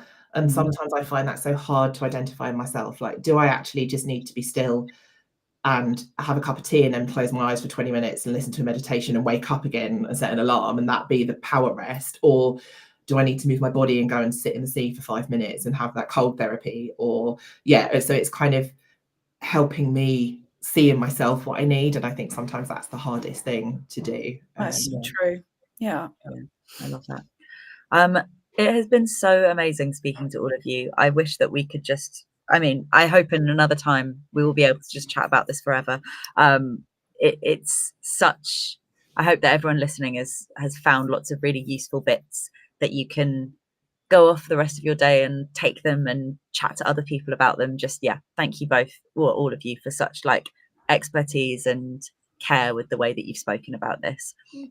Where can people find your projects? Just like, if people are curious, should we start with Rebecca? I want to know more about this underwater photography, honestly. Me too. Well, I share a lot on my Insta, so that is at Rebecca Douglas Photography, and my website, rebeccadouglas.co.uk.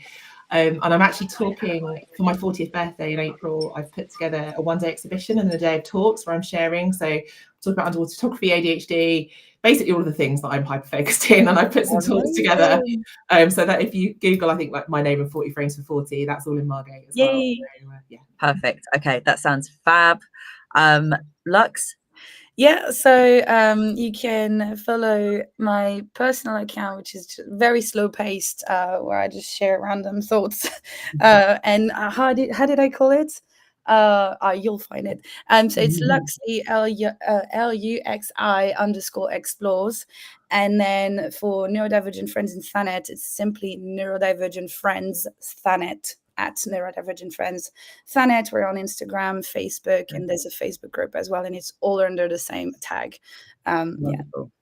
So that's such an amazing, if you're looking to have these conversations in more depth and to have them in person, like, that is totally the place to go. And I love that that's something that you've created in this community. So thank you. And Hannah? Sure. I'm a little incognito since last year, so nowhere officially, but I'm no judgment, just be curious from my side.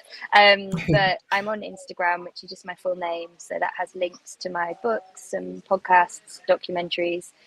I'm not really posting there now, but I am learning to surf, so my stories are quite entertaining at the moment. So that's the only thing I'm doing right now, is learning to surf. So please come over. There's links to like previous work there, but at the moment it's just water-based activities. Water-based activities are always a good thing, and I think we need more space on social media for like silly light relief, and it not to be constant plugging your stuff and being, in that professional performing way. So yay for learning how to surf. What a cool thing to be doing. Ruby, it's going well. For moderating this talk for us. Thank you so much.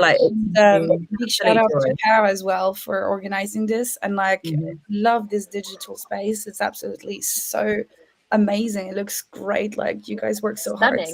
Really, it's so cool, isn't it? As well. Really cool. And massive thank you to Lisa. I'm just going to be continuing to thank you all throughout the day. and then you are signing yourself being thanked, which actually I love. You are such a superstar for the day. And yeah, thank you so much, Rebecca, Lux, Hannah. It's just a joy chatting to all of you. So sending you off on the rest of your days to have a little bit of rest, but in whatever way that feels for you right now. And thank you everybody who's been tuned in and listening and watching. And if you have the energy, go have some water, because we don't hydrate enough. Everyone drink some water. I'm going to drink some water in a minute as well. Yes, do it. All right. Thank you all so much. Yay. Oh, that was gorgeous. That was made me so happy. Every year, I think POW just curates really fascinating, important conversations. And obviously this year is no exception. But this phrasing of like rest is such an important thing that's just, I feel like I'm beaming loads today. So thanks everyone who is joining us. And I hope that you had a great time with that talk. We've got a lovely thing coming up, which is the Feminist Kings podcast. These are the POW young producers who are just wonderful, and we're going to be hearing from them in a minute. But first, I am going to read another little poem, because I think that might be a nice thing to segue us in. And the reason why I chose this poem is because it's really speaking about our own inner worlds that I think are all different and are all unique, but actually have way more similarities between one another than we might consider, and how isolating it can be when we just think that we're the only ones who do something like this. So this is a poem by Laura Villarreal, and it's called My Worries Have Worries. My worries have worries. So I built little matchstick houses with large ceilings, a garden for them to grow, tomatoes, cilantros, and carrots. Their worry babies will eat, but they chew on the henbit of me anyway, both my past and future entwined into disasters. I tell them I worry about their health, that they're not eating properly. I mother them the way I do anyone I love. They ask if I love myself. I tug the sleeves of my sweater, begin thatching a leaking roof, water their garden at night. I can hear them dancing around a bonfire. All I've burnt, all I've built burnt, down a soot snowfall. Tomorrow they'll wait for me, and I'll reconstruct their home. Anyone would do the same. There you go. That's My Worries Have Worries.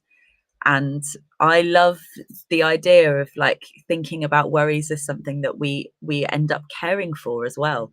Like there's so much little intricate beauty in that.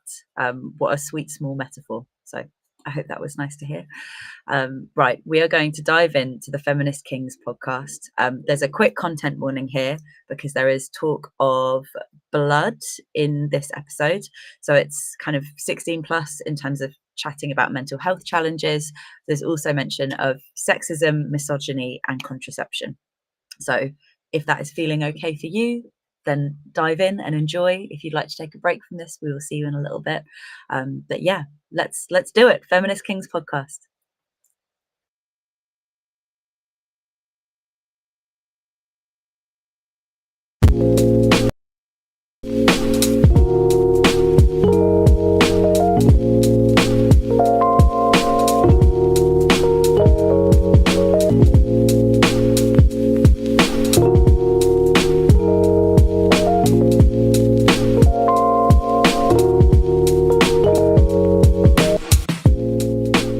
Hello, welcome to the podcast Feminist Kings Talk About Feminist Themes. My name is Ella. I'm with two other people today who will introduce themselves later. My pronouns are they, them, and we are all creative students who are currently being trained as mentees for a charity organisation called Power Women, who are based in Thanet.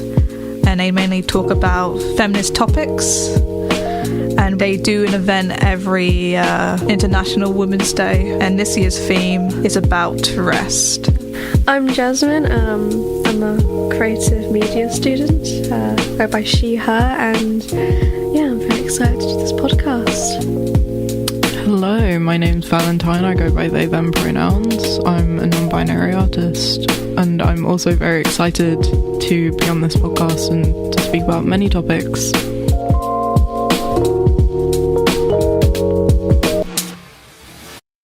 Since working with PAL, we're doing meetings, and at the start of the meetings we do a box breathing exercise to help us feel relaxed, calm, and just basically having like any thoughts that we're having just be free. And we're asking you if you want to join us. You don't have to if you don't feel comfortable with it, but we're going to start now. So before this, I'm going to ask you to breathe in 4 times, hold it for 4, then you will release it for 4, and then you hold that for 4. And we're going to repeat that for 4 times. Okay. So get comfy. We're going to get started.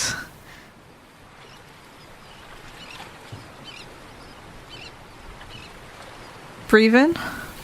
1, 2, 3, 4. Hold. 1, 2, 3, 4. Release. 1, 2, 3, 4. Hold. 1, 2, 3, 4. Breathe in. 1, 2, 3, 4. Hold. 1, 2, 3, 4. Release. 1, 2, 3, 4. Hold. 1, 2, 3, 4. Breathe in. 1, 2, 3, 4. Hold. 1, 2, 3, 4. Release. 1, 2, 3, 4.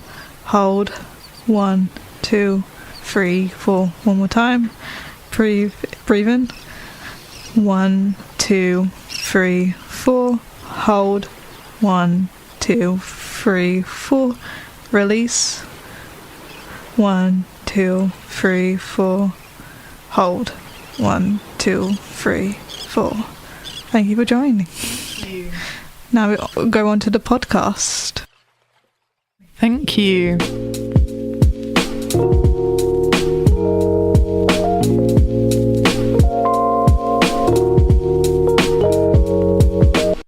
Hi, Barbie! Hi, Ken! Hi, Barbie! Hi, Barbie! Hi, Barbie! Hi, Barbie! Hi, Barbie! Hi, Barbie! Hi, Barbie. Hi, Ken. Hi, Alan. So we watched the Barbie movie for the first time recently. So the first came out, and I just wanted to know, what was your thoughts rewatching it again? I still like the set design. Saying like the set design in Barbie's like, I love that you can tell that the creators actually played with Barbie dolls in the past, especially with like the dream houses and stuff. Love that it's so open, and like the behind, like the backdrop is like all painted, like everything is touched, like everything that's touchable, you know. I like that. It very much felt like something you'd play with as a kid. Yeah, I love that. I liked the aspects in the movie where it was like Barbie didn't walk down the stairs and Barbie was just transported into the car, and you didn't see her getting dressed. It just magically happened. I remember watching the first part, when we were watching the first part of it, was like, oh, this feels like a child is playing right now. It feels like we're watching a child bring her story to life. Especially when like Ken was trying to run to like say like, oh, what would you beat? And he just got flipped over, like, you know, like with an actual like kid with a Barbie doll. Another note I found on the movie is that Ken is an actual toddler. Yeah. Like the entire time, Ken is a toddler. The way he acts is like Barbie is a mother. It's like having to like take care of him. I feel like both of them act like children at the beginning, especially with Barbie when she was like learning, when she's like when people started to say like, oh, we don't like, but when she goes to the real world and people say we don't like Barbie and stuff, like she's like being emotional. I don't know, I had some problems when I rewatched it with the like concept of Barbie as a whole thing. Like there's pros and cons. Barbie as a doll, I don't like the concept of Barbie as a doll, with it being only recently there are more body types. There aren't Barbies. Like in the movie, Barbie was freaking out about cellulite. So I don't like how there isn't dolls representing how women look in the real world, because women aren't thin and like perfect, no body hair, no flaws. Like women have cellulite, women have body hair, they have stretch marks, and you can literally see like a journey through a woman's body. Mm-hmm. Yeah, especially when I hear criticism, people saying, when the film came out, they were obviously like there'd be making Barbie dolls and stuff for like each actor, but people's as they got I remember they have like the president doll and like some other dolls, but people I think only one like curvy Barbie doll from that film only came out. It was like only one of them, and people were saying that was a bit poop. That was a bit bad that they did that. They had a lot of body types in that movie that they didn't represent in dolls. Yeah. Which I feel like they could have, but I guess it's money. It's whatever sells at the end of the day, because I think Barbie as a concept is very like closely linked to the fashion world. There's only recently been more plus size models in like Victoria's Secret, and even then it's not really plus size. It's not really plus sized. No. It's more like mid-sized curvy women. Mm-hmm. It's very linked in the way that when it was made in 1950s, the body type, like the ideal body type, was really thin, really skinny. And then in the 2000s, when it was like everyone was like Tumblr was a big thing and everyone was like having eating disorders and stuff, it's very closely linked. So it's what will sell. Like in the movie, even as soon as in Barbie Land it became like Ken Land, yeah, that started like selling, like going off shelves. And at the end, when the mother like steps up and is just like, can we have an ordinary Barbie who's might be a mum but just wants to get through the day? And the CEO just went, that's a really bad idea. Yeah. And then the guy behind him went, oh, but that will sell. And he's just like, amazing idea. Yeah, that's great, let's get it. Yeah, I found that scene weird though, because like he was so against, because like the Mojo Dojo Casa houses were selling, but then he was against that. But then when she brought up the fact that about the idea of buying a mum doll or like a normal woman doll, he was against it. Oh no, he was still against it, even though it was something that he was describing as little girls' dreams or like seeing women. So I don't understand his changes there, because he was against the Ken stuff, but he was also against the women stuff. I think it's because what's sold before was stereotypical Barbie. And like they tried, like in the movie they mentioned they tried doing a pregnant doll and it got discontinued. They tried doing a doll with a TV in the back and it got discontinued. And also a doll that goes through puberty. Yeah. A weird one. I also like that Ken was not full on. I like that Barbie and Ken were victims of like society and stuff. Like Ken was never really an antagonist of it. I guess so. He was very easily manipulated as soon as he got into the real world. Because that's the a lot of people say like Ken at the beginning, he's kind of like, like just an innocent boy at the beginning. Like he just doesn't really know much about the world, and but once he gets into the real world where toxic masculinity is and like men dominate the world mainly, they act like it's okay just to treat women badly. He just gets influenced by it. Yeah, it's just like little boys watching, or like young men seeing like that in real life, world, like those podcasts have been hating women or saying that this should be right and this should be wrong, and them getting influenced and being on this like bandwagon of like misogyny. It's very similar to how people handle it today, and just seeing that how someone can shift. I remember seeing when people were bringing it up on TikTok where women would be like, oh, this reminds me of when I used to have a boy best friend, and then as he grew older he would slowly turn to hate her because she was a woman. Yeah. Or slowly start seeing her differently. I feel like that's just how society is though. Like in society, girls and boys can't be friends. Even when you're younger, if like a boy's bullying you and you're a girl and it's like, oh, he just has a crush on you. It's just men's behavior from such a young age is so accepted, and there's always an excuse no matter what. Yeah, especially when I was younger, like even though I don't identify as a woman, I used to have like a guy friend because we just used to like nerdy stuff when I was really young, and people would be like, oh my god, you're a couple, like obviously like a man. And I was like, no, we're just we're just friends, you know. Men and women can just be friends. And like there's another thing when they was like, Ken was like we're supposed to be boyfriend and girlfriend, and it was like, I don't know, Barbie's like, no, we're not, we don't need to be and stuff. Yeah, I think that's seen a lot in like media where it's like they make these two characters, even if it doesn't make sense, couples, when they should be like, they could be friends, they could be partners in crime, it's fine to make them friends. Yeah. So it's just like this conflicted. It captures really well how it is going, like traveling through the world as a woman. It's like, especially when like the scene when she's sitting at the bench and she just like she just sees like the different, like she sees everybody just living their lives, like going through different emotions and stuff. Like even like the world is horrible, there's still beauty in it. Yeah. I feel like it would have been, if I was like in Barbie's shoes at that point, I feel like it would have been very overwhelming. And I would not have been able to handle it like she did. Yeah. Just to have like such a surge of emotions, like so suddenly without ever like really feeling them like before. Yeah, and then we're taken from like this once happy place that she knows was very, I guess, harmonious, and then go into this place where it's more crueler. And it's just she's been ripped away from her like own reality, like where women rule and women are these great like powerful figures to go into our world and be like, actually men rule. And even with Mattel, like they were all men in that boardroom. Yeah, like they say they're trying to, especially when the guy was like, no, we had a woman CEO back in like 50 years ago, and another one that one another time.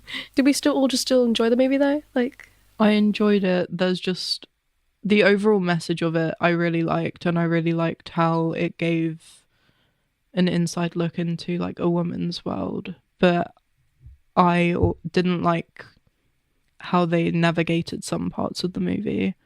I still enjoyed it.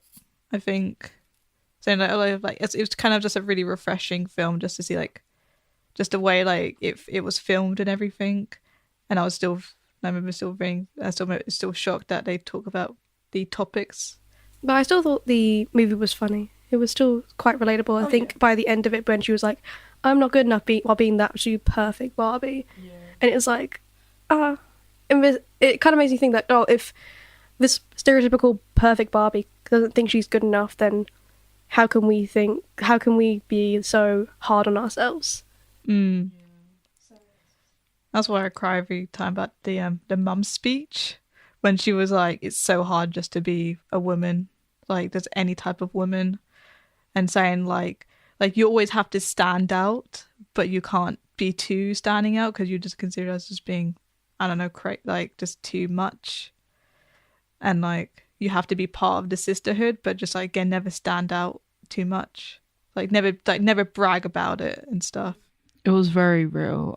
Whenever it comes to that part, I'm just like, oh my god. Yeah. I'm like, that pretty much captured how it is in like to a T. Yeah, and I hate there were some people who hate on it. I'm pretty sure I recently watched a movie that had almost the exact same sort of quotes, but I never remember anyone saying anything bad about it. I can't remember what movie it was, but it's just like that sort of message has been around a lot, and it's getting so hated because it's on a bigger media. But it's good it's out there because then people can start reflecting on it more. Yeah. I feel like I've seen a lot of reviews from, or like stories where it's just like, my mum watched this movie and it made her rethink her whole life. When the movie came out, people were doing a TikTok trend of where people were like showing like using like When Did It End by Billie Eilish, and they were showing like old family videos that of like song made me cry. Yeah. And they were like showing old family videos of like them like on Christmas Day or on their birthday, like opening up old Barbie dolls and stuff.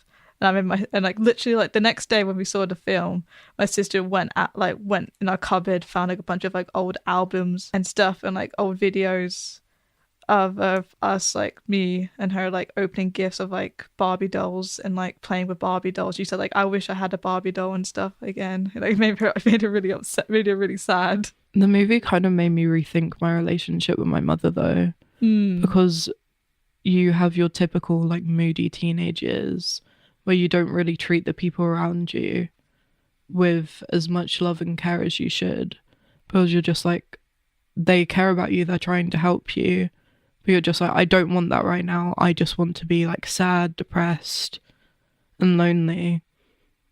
So it really made me be like, I haven't, like a few years ago, I didn't really treat my mother with as much kindness as she deserved, and it made me like be like rethink my relationship with her and be like, you know what, maybe I should treat my mum with respect, ask her how her day is, treat her nicely, like give her a hug, like be her friend.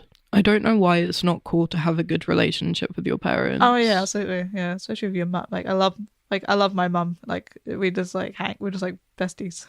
Yeah, I always see like things of being like, oh, it's embarrassing to say I love you to your mum when you're like on call with someone else, or like you're trying to I've show grown out of appreciation. that.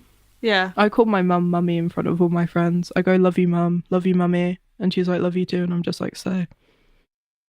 The only thing else I saw was when I was looking back and trying to look at posts, like recent posts, and seeing on IGN, which is on Instagram, which Instagram is the worst and toxic place to go to look at like reviews on people, and seeing that the Barbie movie is on like, you know, being nominated for like the Global Globes to like be the best movie, and people being like, why is Barbie there? Yeah. Why is Oppenheimer wins? Why is Barbie there? Oh. Oppenheimer is mid. Yeah. Barbie is bad. It's like, okay. Barbie brought a lot of people together though. Yeah. Like you saw how many people were wearing pink and like taking pictures in the cinema where they had like the big like Oh yeah, I did toy that. box. Yeah, I Yeah. have a picture of me just in the box. I regret not taking a picture in it. And you'd walk down the street when you're like dressed in pink and everyone would be like, hi Barbie, hi Ken. Yeah. Like it brung a lot of people from our generation together. Yeah. Yeah, especially when because I used to like watching a bunch of like movie reviewers, but I mainly looked at men, and like they did like review of like 5 films they seen like during when the movie came out, and they put like Barbie like low. They said like, oh, they're still really good and stuff to understand the message, but it's not better than Oppenheimer. And I'm just like, you're a man though. Don't want to be rude, but like maybe you just like doesn't like. You can have your own opinion. I'm glad that you respect, and also you're not being like horrible about it or anything, but it's just like, I think like I respect a man's opinion on it if they're being respectful on it. yeah. If they're completely disregarding the message and completely disregarding the whole plot and the whole idea around it and how it brought people together, then it's like, okay, you're not really recognizing it as still as some sort of like piece that really did something. You're still seeing it as just a, oh, this is just a what they call as feminist propaganda. Yeah. They're not seeing it as more as just like, oh, this really meant a lot to a lot of people. They're just labeling it as feminism. That's it. So I'm not sure we're allowed to say names, but that whole drama about Ben Shapiro. I'm not sure you've seen those, when he did like a whole 2-hour video essay about why the Barbie film was bad, and he even brought like props from the Barbie film and stuff, like Barbie dolls. Didn't he dress like Ken watching it? Yeah. And people like was like making fun of him for it. Yeah. I mean, it's Ben Shapiro. He's not very progressive. He's very... He's a weird guy. I mean, I've never seen any of his videos, but I've seen a lot of people being sure like, it's no. The one thing I do like about the Barbie movie though is no matter what your opinion is on it, you either love it or you hate it, and it will always start a conversation. Yeah. No matter who you talk to about it, because people just have such extreme opinions on it.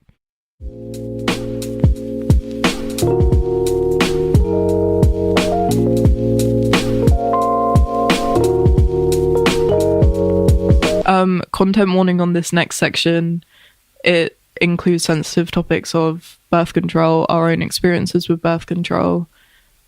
Just letting the listeners know. I bled for 25 days on birth control. That's rough. That's not very fun. It's not. It's just birth control. It messes with your periods, side effects. You can have so many different side effects. I've always seen that these side effect warnings are so huge. Like it's like a blanket type thing. I'm terrified. Like these are like blankets. Uncommon infection of the vagina, vomiting, hair loss, painful menstruation, rare rash, hives, painful blue, red skin lumps, and these are skin conditions. I didn't even realise, but when I was on it, I definitely experienced some hair loss. Right. My hair definitely isn't as full as it was. But this is only one type of birth control. Yeah, this is only one type of birth control. There's so many different types. What types are there? You can ask. There's IUDs, injections, a combined pill, the emergency pill, which is morning after pill, the implant. To go in a bit more detail about each one, with an IUD, it's the best way I can describe it is like a Y. It's like a little device, which is a Y is inserted into the vagina, and you can like feel it. But there's a chance that your body will literally reject it. But it can last up to 5-10 years, and it's 99% effective, with 1 in 100 women getting pregnant each year. What you find is with birth control, there's so many different types, which, depending on what type you get, is depending on like your family history, your medical history. With the implant, it's like a matchstick, like implanted into your upper arm, and it can remain in your arm up to 5 years. Okay. The mini pill is what I take, Sosorel. You take it every single day. It's 99% effective, but because people don't take it correctly, whether or not it's not within the time slot, it falls down to 91% effectiveness, and it only releases one hormone. With the injection, it's either in your upper arm or like thigh area. Yeah.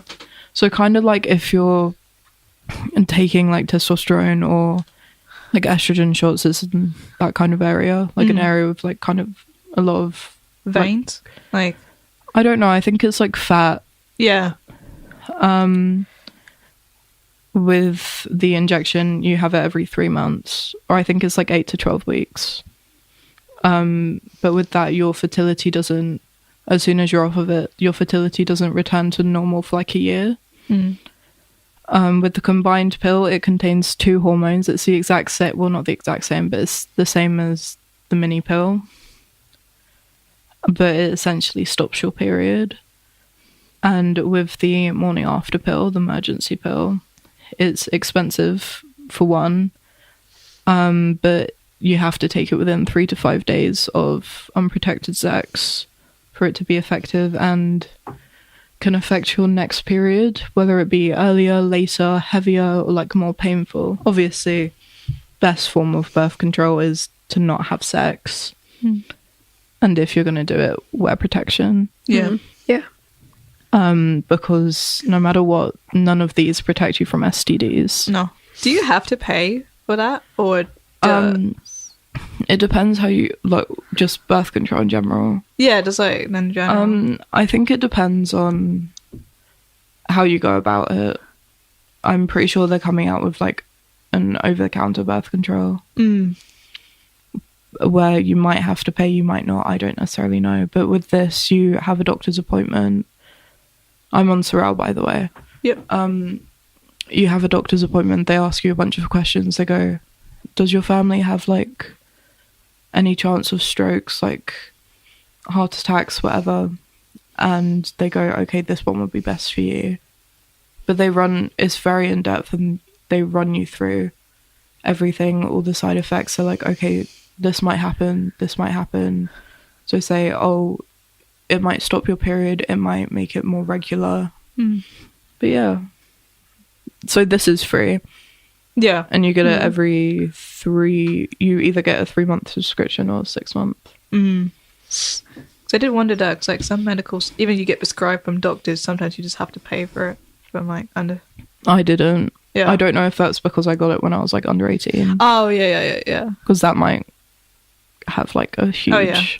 But isn't do we have this conversation where that condoms are free over the counter? If you go to a clinic, condoms are free. Yeah, if you're I think under 25 in the UK, you can get condoms for free.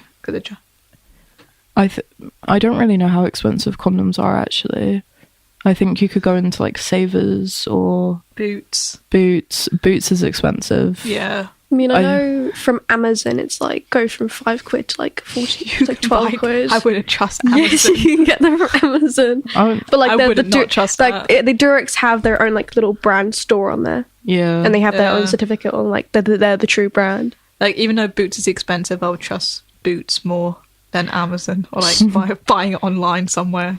Strangely, in my head I'm like, oh, there's more chance that they're tampered with in a store than they are.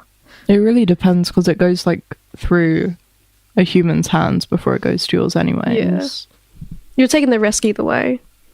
No matter what, you're taking the risk because you're having sex. Yeah.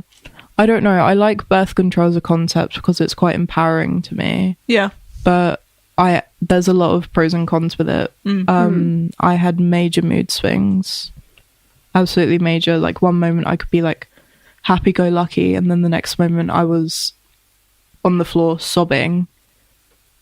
And I honestly felt quite manic. Like, now that I'm off of it, and I've been off of it for like a month or so, I feel a lot lighter, and I feel like I'm not living my life through someone else's like perspective. Like, I'm able to form my own thoughts, and I'm able to like kind of be more true to myself. I don't know if that's the same with everyone, but every single person I've spoken to who has taken birth control, they're all like, I was manic, like I cut all my hair off, I did this, I did that, and they all have like crazy stories. That's the only thing I'm worried about, because I'm not in a relationship and I never want kids, and also like it's a bit dysphoric for me when being non-binary, but I never want to go into it because I just hear about like what you said about the mood swings and stuff. Especially because like when I was younger, I had like really bad mood swings, and I wasn't like, it was just very hard to like be around me and stuff. Like, I got better now, but I'm like, but I would not like to go for that again. So I was like always like nah, I don't want to go for the pill because it sounds not nice. All I've heard is it being bad. Yeah. And women online or people online saying like, oh, them changing, or like things of their life being more difficult because of it, or like their periods being more difficult, or like once they're on it they don't like their partner anymore, or when they come off it they realize they don't like their partner anymore. It's like, it changes scary. your like brain chemistry. So when you're on birth control, I think you look for people who are, I don't know which way around it is, but it's either you're on it and you look for people that don't align with you like fertilely or something. Yeah. And then when you're off of it, you're just like, oh my god, it alters your brain chemistry pretty much. Yeah. I still find it crazy you just can buy just for because I know a lot of women or people who have periods say it's just sometimes just hard to be able to go to the doctor and get it prescribed to them. I just think it's crazy that you can just go to Boots and just pay for any type of birth control that you want. Yeah. Like, it's like the doctor should listen to that person saying they want this, but it's also good that there's like, obviously it's not a good option, but so you have to pay a lot of money for it, but it's better than nothing, really. If you go to the doctors, I think you have to have it in mind and do your research, like what you want. You're just like, this is my family, like medical history, this is like, this person's had a stroke, this person's had a heart attack. Moving on to male birth control and the history behind it. I was reading some articles about male birth control and how it was created, why it's not a thing. And in the world of science and people who specialize in that kind of thing, it's a running joke that, oh, male birth control is 5 years out, it'll be a thing in 5 years, and it's been that way for the last 60 years. But with the articles I was reading, pretty much because men aren't the ones getting pregnant and they aren't the ones experiencing it, like, in all fairness, they don't experience the pregnancy. they are just there as the baby's father, and they can easily walk out at any time during the pregnancy. Like, hopefully they won't. It's an ethics thing where male birth control can't have any side effects, which sucks. Yeah. No, it sucks. So they can't have any side effects, even if it's as small as, oh, you might have some mood swings. Like, you look at the Sorel leaflet that I gave you earlier, and it's just like, you can get an infection, you can have pain, this and that, and there's all these different side effects for women. Yeah. But with male birth control, ethically, they can't accept something. But why? Is that just because they're not the ones carrying the baby? Is that just it? I'm gonna get some swearing right now. That's bullshit. So, like, men can't have side effects just because they're not the ones carrying the baby, and that's it. Yeah, it's an ethics thing. Yeah, but that's... You can't cause them pain or harm or alter their mood because they're not the ones carrying the baby to term. They're literally using, not sciencey terms, but they are just providing the sperm. Yeah, but that's... So what, the women just have to just deal with the side effects, but the men don't have to, basically? I guess so, but it's also in conversation with how it's a male world. It's a male-dominated world, and if periods, like if men had periods, then the world would be designed for them, where there would be sick leave for periods and having period pain and stuff. The world is designed for men, and if men had periods, if men were the ones that carried the baby, the world would be very different in the way that tampons and pads would be free and like...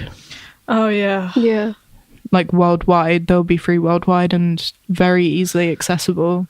And homeless women wouldn't have to steal from shops in order to be hygienic. Yeah. It's a man's world, and we're just living in it.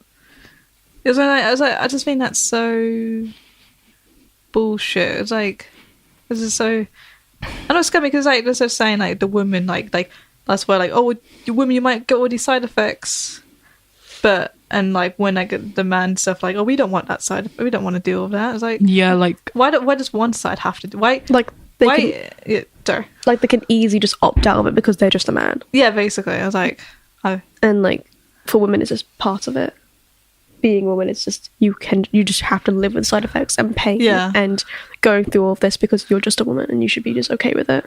It should just be equal. We should just say like, especially whatever man, if like you don't, maybe like again, you don't have to take it, like maybe the man doesn't have to take it if they're not in relationship or they're not being like sexually active or anything, but if they are, then they should have a form of like protect they should take a pill too or something. Yeah, there should be an option, but going back to what I was saying earlier, is very empowering. Yeah.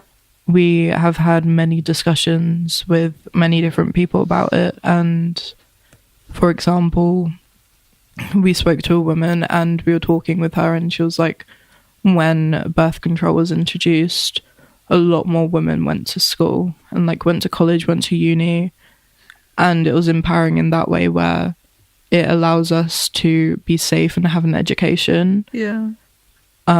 It's empowering where it feels like we're taking control of our body and we can... I guess it's just like it's just less fear for women to, or like people who can get pregnant. Is just, I guess there's a lot more opportunities, you know, like taking the birth control and like not worrying that you're going to get pregnant or like get some form of like sexual diseases or stuff. Yeah, and I guess you know for yourself that you're not going to get pregnant because you're taking it yourself. You know you're taking it because there's a topic of how people don't trust their partners of having like if there was a male birth control. Would you trust your partner? Would you trust your partner? Like most people, but we've talked to people like they said they wouldn't. I don't know. If it was me, I prefer to take it. Just same time every day. I don't worry about it. I just take it and I go. If I was in a relationship with a partner and they were taking it, I would be like, okay, but are they? Like, are they taking it if I'm not there? Like, did they remember? Did their alarm go off? Like, there's so many different things where I'll be like, oh my God. And it would just worry me constantly. Saying if I'm ever, I hope if I'm in a relationship with my dad, I would trust them enough to be able to take it. But again, like, I guess like you're saying, like that paranoia. Of, yeah, it would always be a voice in the back of my head. In your head, like saying maybe they didn't take or maybe they just forgot in general. Would you trust your boyfriend? Yeah, if you want to talk about that. Honestly, at least my boyfriend, I think I trust him. Okay. Like, I trust him a lot with that. Because he always has to take medication in the first place, so I think he'd remember. And I think he'd like take charge, especially since he cares about me. He'd make sure I'm okay. Like, he doesn't want me to like get pregnant, and he doesn't want a baby either. Yeah, so I quite trust him to like take the responsibility as well. Yeah, but if they didn't take it on time, like I think with Sorrel, there's a time limit for you to take it safely and for it to be as effective as possible. Would you trust that if he didn't take it, or if it isn't as effective if you like say vomit or have diarrhea, like would you trust him to communicate that with you? Like, oh, okay, let's not have unprotected sex for this amount of time because this happened. Like, would you trust your partner to communicate that with you? I think so. I feel like my boyfriend and I would like definitely have a conversation, like just to ask and make sure. Would you trust a future partner if they were to take birth control? Would you trust them to communicate? I hope so. Like, that means like if we communicate, that means like we full on trust each other and stuff like that. But if they don't, then clearly I'm not in a I guess you're clearly not in the right relationship then if you don't full on trust them, maybe. Yeah, you definitely need that. I mean, especially with this, you definitely need the trust with your partner and definitely have to talk it out with your partner. Otherwise, how else are you about to build other trust if you don't have like that one like I mean, it's protecting both of you, so you need to like trust each other. I feel like if there was a male birth control, I'd like it if I took it and the male took it. Yeah, absolutely. Yeah. So I'm not saying like if you're in a relationship, you should both take it, you know. Like equality in that way. It might be more empowering for men as well. Like men, like as much as this podcast is about empowering women and empowering non-binary people, men also come into the conversation. Yeah, absolutely. Definitely. I don't know. The safest form of birth control is not having sex. Yeah. But I don't think people just can do that. People can't keep it in their pants. No, people, I mean, sex is a normal thing and people have the desire for it, so I don't think anything's stopping people from doing that. But I think birth control is just the best way to like, birth control and like condoms are just the best way to like keep as safe as possible. I wish there was more sex education around birth control. Oh, yeah, absolutely. Yeah. Because I had to walk into that doctor's appointment and be like, I know nothing. So I don't think back in secondary school, like back in year 7 when we learned about puberty and stuff, I don't think we had like saying like, oh, we use a condom during sex and stuff. I don't think we have talks about birth control and stuff. Because I don't really, again, like you know a lot about it, but I'm just like, no, nothing about it. I know a lot about it because I needed to know. Yeah, so you needed to know. But I went in that doctor's appointment clueless and I came out with a prescription and I was just like, okay, what will this do to me? What will this do to my body? And evidence, I had multiple months where I just bled for 20 days, 25 days.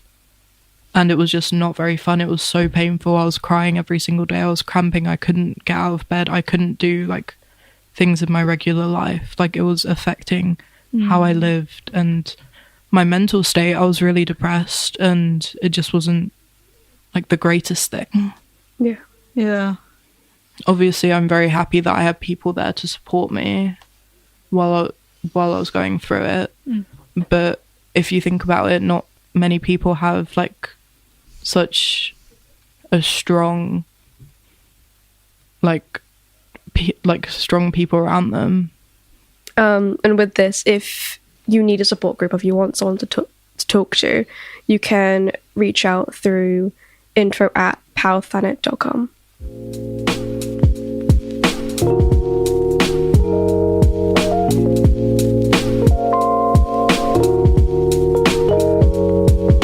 This next section is an interview with a young creative in the music industry called Lily. This is some of her work.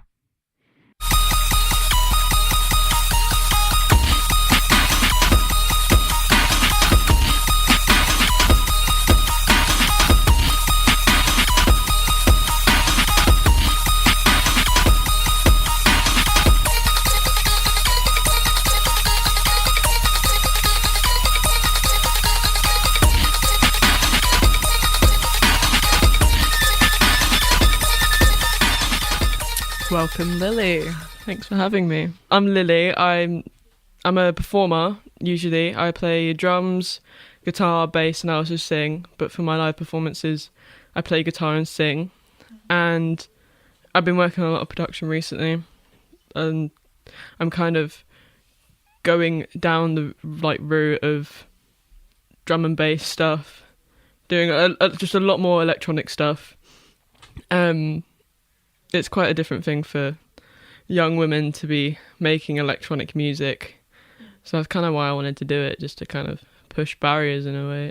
And how do you stand out from other people, especially against men in the industry and stuff? It's a male-dominated industry. Yeah. It really is. It's just, I kind of like to, I guess, do some things with a certain twist. Like, with some of my electronic music, I like to add a bit of a more feminine twist. I like to add my own vocals to it and stuff like that, instead of having male vocals or heavily edited vocals from a really feminine voice, if you get what I mean. Yeah. And then for my performances, it's just, I perform with my mate Steve, so I'm still working with men, but he kind of pushes me to be a strong woman on my own.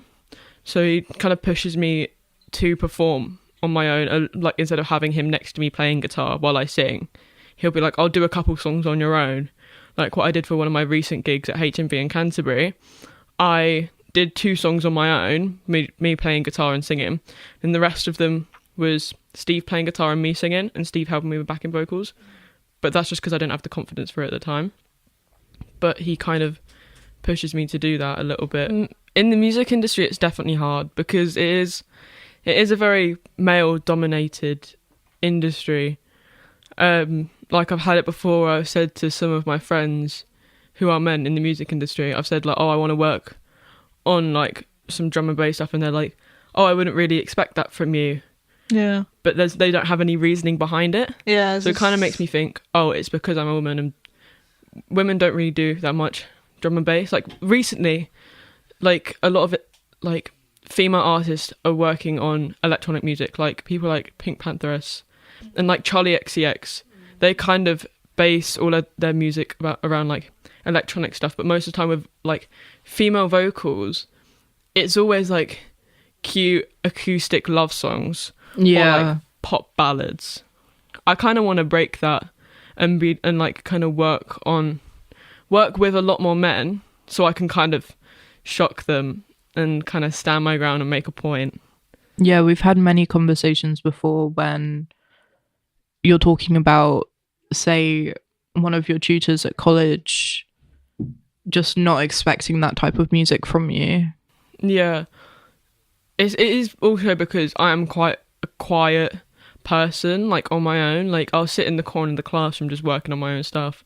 And then I'll show, one of my tutors, some of the music that I'm working on. It's quite, harsh, breakbeat stuff. And they're just whoa, I did not expect that. But I'm is that because I am that quiet individual, or is it for another reason? For the fact that not many women do that. Do you think women have an expectancy to always be in those pop ballads, like you said? Definitely. I feel like it's a stereotype at this point that women in the music industry have to do those pop ballads. It's you could say, I could say to someone, oh, I'm a woman in the music industry. It's oh, what sort of music do you do? Do you do stuff like Lady Gaga? I'm no. I really don't. Yeah, all popular like female singers that come to mind right now, like Taylor Swift, Yeah. love songs. But there is like people like bands like Paramore with Hayley Williams, where Hayley stands her ground for a lot of her music, and like her lyrics and stuff are quite empowering, and she is a strong woman like on her own. Like she does her own solo stuff, and she kind of breaks that like sort of like stereotype of women have to do like love songs. She does love songs sometimes, but kind of just to get her feelings out there, but most of the time she does like a lot of empowering stuff, and she like raises a lot of money for like different charities. She's got her own company, which is Good Dye Young, with hair dye, which I think is such a bold move to have a hair dye company while you're in a band. Yeah, because her whole thing is how she's got like really cool hair all the time, and it's like iconic. And for her to kind of create something like that outside of the music industry as well, while also working on her own music, it's a really strong move, really. So I'm glad there's like women like that in the music industry that do kind of stand their ground. Speaking of that, how as a woman do you empower yourself?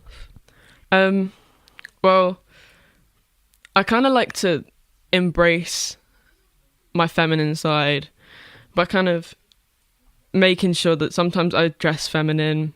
I'll wear like a dress to a gig, and it will make me feel a lot better with my feminine side, and like make me feel a lot more strong, because men sometimes do see women wearing like dresses or showing a little bit of skin to be like kind of showing off for other people, and not doing it as themselves, yeah.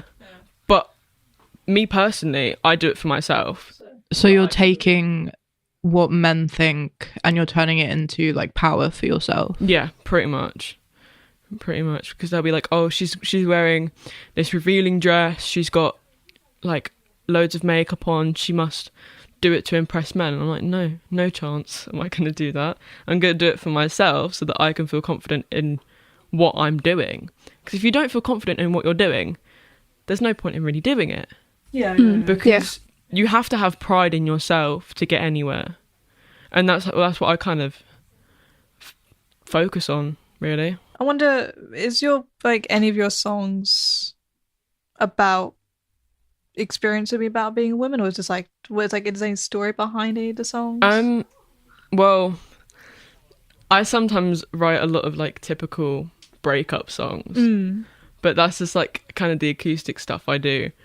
But in those songs, I kind of write about how some people kind of take advantage of that in like relationships and stuff like that. So I sometimes do write about women being strong. It's quite a hard thing to write about, because if you want to make like a hit song, you have to go with what's stereotypical. Exactly. You have to go with trends and stuff like that.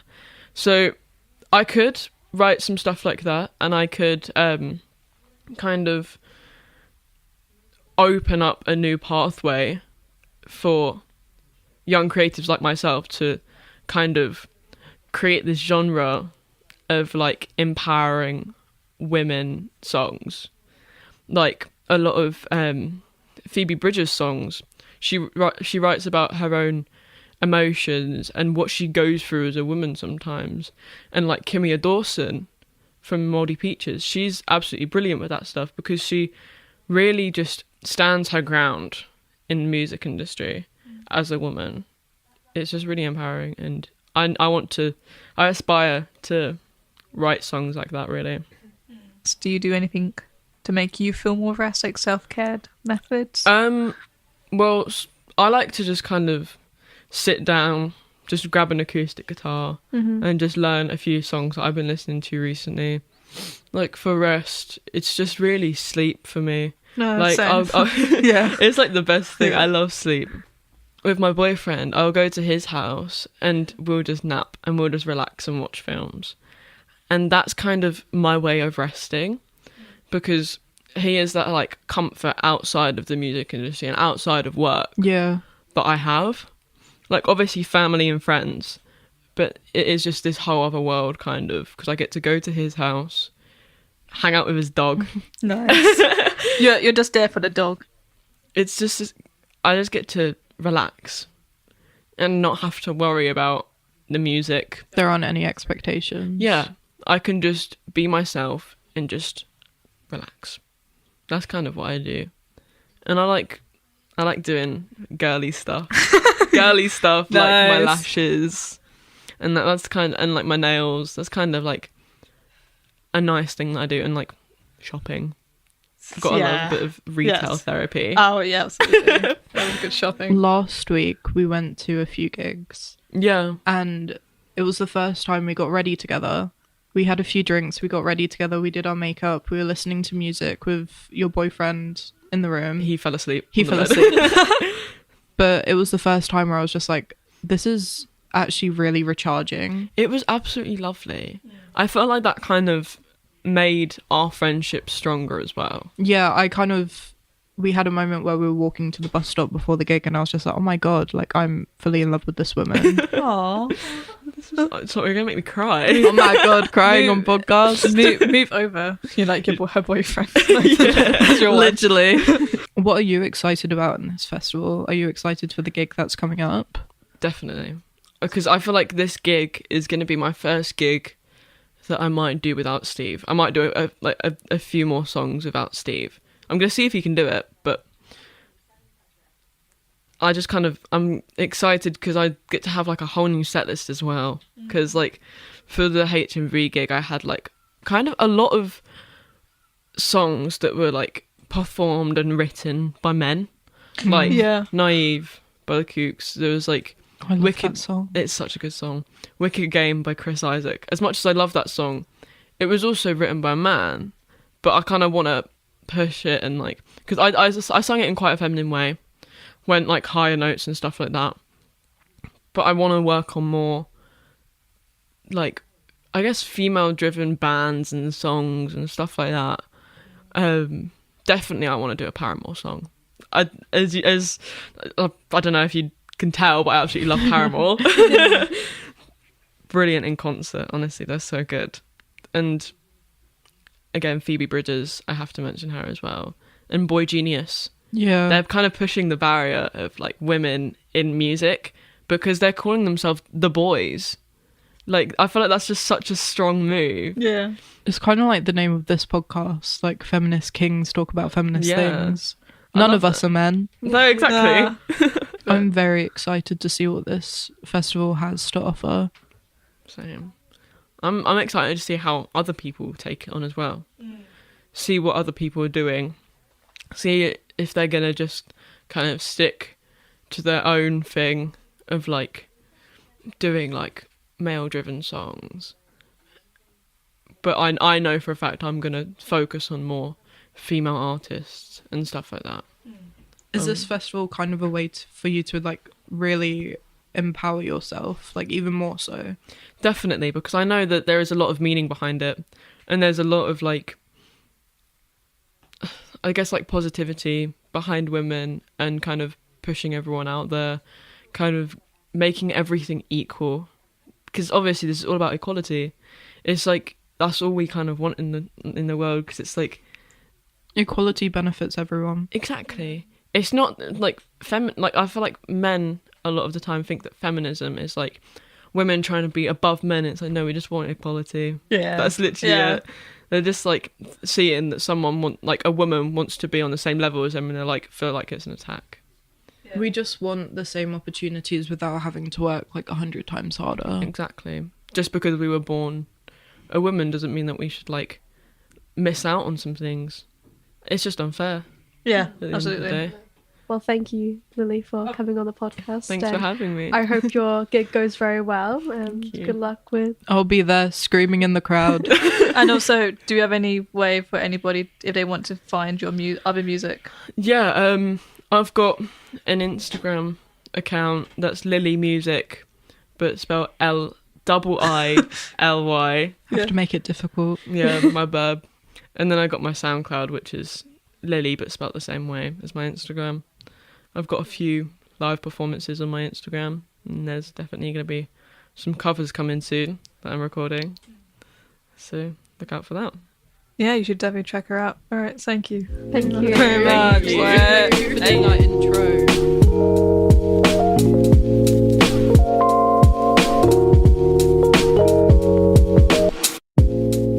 On behalf of all of the mentees, we want to thank you for listening to our podcast. It meant a lot for us to create it and to have an opportunity to talk so openly about these topics.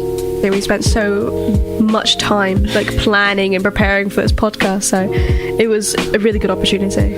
Also, make sure you look at the Power Women Fanet website for the future events that's going on, or just you just genuinely just interested. And again, there have been some deep topics on this podcast. If you want to reach out, please do at info@powerthanet.com. Thank you. Thank you.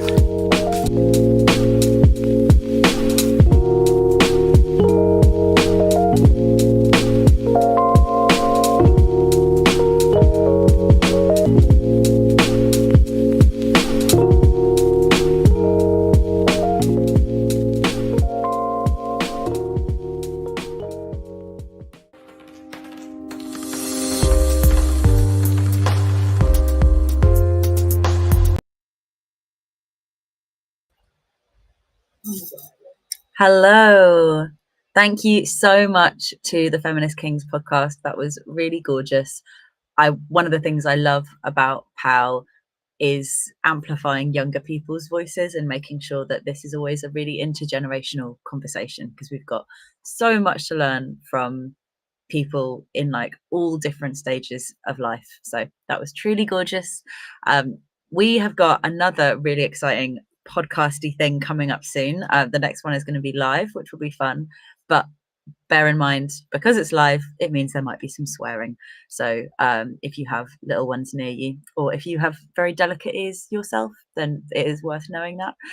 Just before we dive into that, I've got a couple more of these rest cards, and I was looking through them and just wanted to share a few because they are really beautiful, really, really beautiful, but quite I found some of them quite confronting in a way. So the first one I've pulled out is I will unravel from urgency. And I think that's a really hard thing to do when the world around you ends up demanding urgency of you. And so to kind of convince yourself that that's something you don't need to, if there's a call for urgency, that you don't always need to answer it, or answer it in a specific kind of way. I think that's really essential. So I'm taking that one with me big time. Don't worry, I'm not stealing the card. I'm just going to take this in my brain. Let's have another one. I do nothing alone. My whole life is a collaboration. And I think that is so juicy and important to not feel like we're isolated. I think independence is crucial and a really lovely thing to kind of cultivate in our lives, but to never assume that we are alone in that, and to cultivate that community building just as much as our self-resilience. So yeah, and final speedy one, which is quick but made me go, oh my god, I feel this a lot. I am not lazy. I need to say that to myself every day when I'm having a hard time and not doing much, because our days are not to be filled all the time constantly, and laziness is something that we can really punish ourselves around, when I don't think that's actually what we're doing. Rest is not laziness. Right, I'm going to introduce you into the wonderful world of Sarah Fox's podcast, which is called Do Good and Do Well. They're going to be talking about how we can rest, and how essential that is, but also how difficult that is. So I can't wait to listen. Hello, Sarah. Hi, everybody else. Have a gorgeous recording, and I will see you all after the recording. Mwah. Thank you, Ruby. Can everyone hear me okay? Checking in. Yeah. Thank you, Ruby. Yeah, I've really enjoyed the conversations that have happened this morning and all the yoga and loveliness. It's been really brilliant. And welcome everybody to this very special episode of Do Good and Do Well. My name is Sarah Fox. I live in Ramsgate. I've lived here for 20 years now, which makes me feel super old. And I help people to increase their positive social impact in the world. And look after themselves in the process. So I do that in all kinds of ways, but mostly in my capacity as a coach. I will introduce the podcast in a second and my wonderful guests who you can see on the screen. But before I do that, I just wanted to invite you, if you are on YouTube or Facebook, come and say hello. It would be really nice to know who is watching and listening. Say hello to us. Let us know where you are in the world. And if at any point during this recording, you have any questions, any reflections, any ideas, then please do put those in the chat. We are in no way, and I'm sure everyone will agree with this, we are in no way experts on this idea of rest when we're trying to do good in the world. And we know that there are lots of thoughts out there, so we would love to hear them. So Do Good and Do Well is a podcast for people who really want to change the world for the better. They care about community and social justice. They care about equity and being kind and compassionate towards others. They have a strong sense of purpose and connection. And they don't want to break themselves in the process. And we wanted to record this as part of the POW Festival because I'm really curious about where rest lies in this desire to do good. If you run a business that's for good, if you're an activist, if you're a carer, if you're a nurse, if you're a teacher, whatever it is, if you're wanting to do good for other people, how do you do that? And actually, how do we rest when there is so much good to be done in the world? And, we only need to take a minute to think about what is going on in the world. It feels like it's literally and metaphorically burning at the moment. People being taken hostage, women, girls, families being murdered in Palestine. Is it okay for me to rest when all of that stuff is happening? Is it okay that I rest when people like Diane Abbott are being subjected to horrific racial abuse? When there are thousands and thousands of homeless people on the street, is it okay for me to rest? It feels like there's so much to be done. I don't think we're going to answer that question by the end of this episode, but we're going to give it a good go. And I'm so thankful to be joined today by three wonderful women who I am extraordinarily proud to be connected to. I'm going to invite them to introduce themselves so you can stop listening to me. So my question to you all is, please introduce yourself, tell us about yourself, where you are, and I'd love to know for you, what are you curious about when it comes to this subject matter of rest? Rosie Wilby, can we start with you? Oh, yes. Thank you very much, Sarah Fox. We're doing kind of formal full names. So it's been lovely to get to know you and appear on your podcast. And I suppose the reason that I've ended up appearing on that podcast is because through my work as a comedian and a performer and storyteller and author, I have been on a bit of a quest to spread a message of thinking about our relationships, our human relationships, our romantic relationships, sexual relationships, and friendships in sort of compassionate ways, and thinking about how we can still be kind to one another in an era of dating apps and Tinder and all these kind of weird and wonderful ways we meet and connect and hook up now. And I've sort of been unofficially named the Queen of Breakups thanks to my book, The Breakup Monologues, which we have spoken about on the podcast in depth. And I think I'm really interested in how we can recover after breakups, after difficult events, after a friendship ending or some form of loss, and how that rest is really important in our recovery. And actually it's during those periods of self-care and rest that actually we're becoming stronger, and we're sort of harnessing that bad experience and sort of transforming it and using it as a sort of fuel for a new chapter, for a good new start, for change. Lovely, thank you, Rosie. Yeah, we we'll get onto this in a sec, but we've been emailing each other in the last sort of week or so, and there is just so much to think about when it comes to rest and all of our work, and we'll get to that in a second. Bernadette, who are you? Tell us about what matters to you when it comes to rest. Hello. Yes, my name's Bernadette Russell. I am my background sort of theatre and cabaret, and then I travelled from there to become an author and a kindness campaigner, which is a big sort of story behind that, and also a tree planter and a storyteller in the broadest sense of that. And I'm really interested in the subject of rest because I'm considering and working myself on how we can manage to be restful when we're in rather than waiting for an idyllic period in the future when everything will be, there'll be a regular timetable as a freelancer, there'll be normal working hours, whatever that is, whether we can, when we are super busy and we have deadlines, which I have quite a lot, how we can so rest into those times rather than waiting for a mythical time in the future when everything will be nice and tidy and we've got like staff, which I don't have. So I'm interested in that. I think it's really important.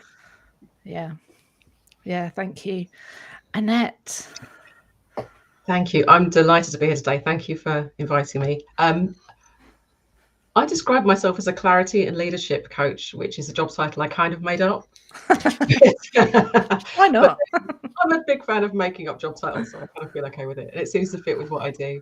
The way I describe my work is I help weary women in the performing arts to reignite the fire in their belly so they can lead with confidence, compassion and calm. I kind of believe all three of those things should be possible, even if they don't feel like it. I used to be a legal PA a long time ago, 16 years ago, actually almost to the month. And what I saw is people working like silly hours, but they were also making silly money. And then I kind of moved into the sector of the arts where I was still watching people work those silly hours. Money was maybe not quite so there. And I was just surrounded by these amazing women who went above and beyond to create really important work and really impactful work. And I was also watching these kind of burning out, getting really overwhelmed, I love how much the word compassion has come up already today.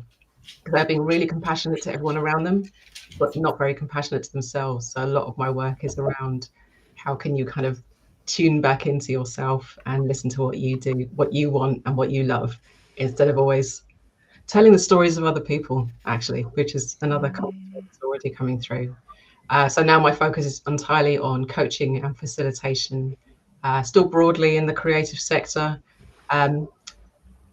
This whole topic really speaks to me because I think there's something around a conversation that you and I have had a lot, actually, Sarah, about this idea of how can we create these systems where we're moving away from this idea of like constant growth and productivity and recognizing the importance of spaces to just rest and reflect, and how do we need to shift the models for that to be possible?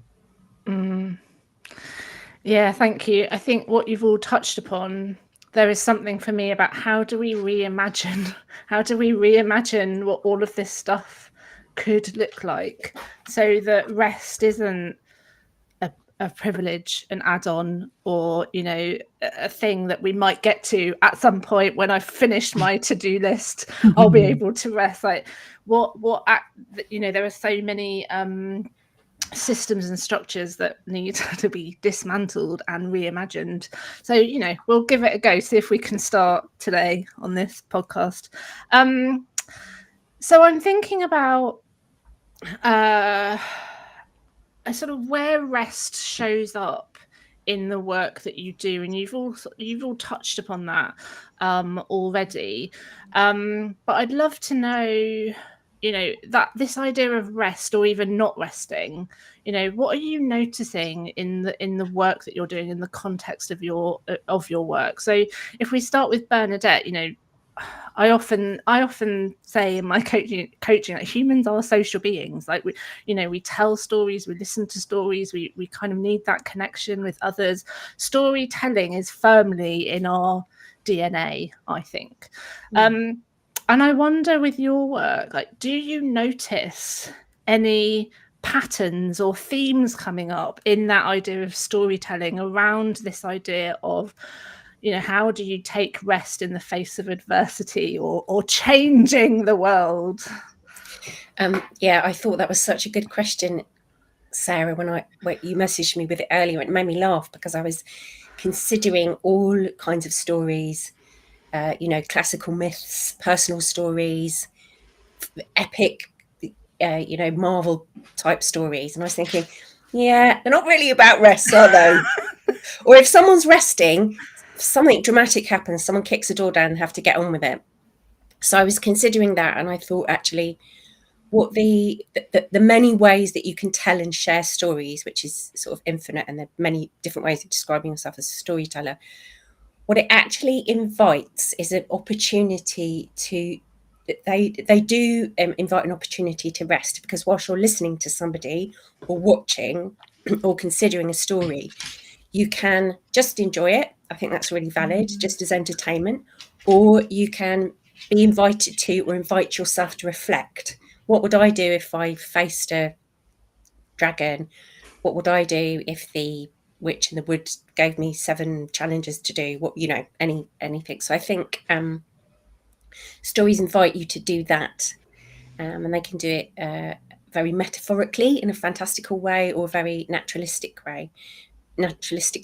But I also think storytelling can teach us how to listen to ourselves, which is a kind of form of rest. Just listen to yourself. What's the story you're telling yourself? And also invites us to learn active listening, so we're really listening to other people. But yeah, mostly I was thinking it's interesting, isn't it, how the stories that really thrill us and exciting and are prevalent are very action driven. They don't really involve long passages of people like getting pedicures. But, you know, Rosie, I think we should see to that. Interesting, in a lot of classical folklore and sort of classical mythology, I was thinking what there are sort of journeys. So people are journeying, they are really long journeys, which couldn't exactly be described as a rest, but could be described as reflective time. And another thing I just wanted to mention is, and I'm really in the thick of this, is the consideration of the heroine's journey versus the hero's journey, as expanded by Joseph Campbell, wonderful Joseph Campbell, but it was perhaps a very sort of male perspective of what journeying through life means, and considering as women our journey in that sort of heroine's journey framework, and allowing ourselves in our story periods when we don't do anything, when we just rest, when we do sit up and have a pedicure, and the value of that, I think.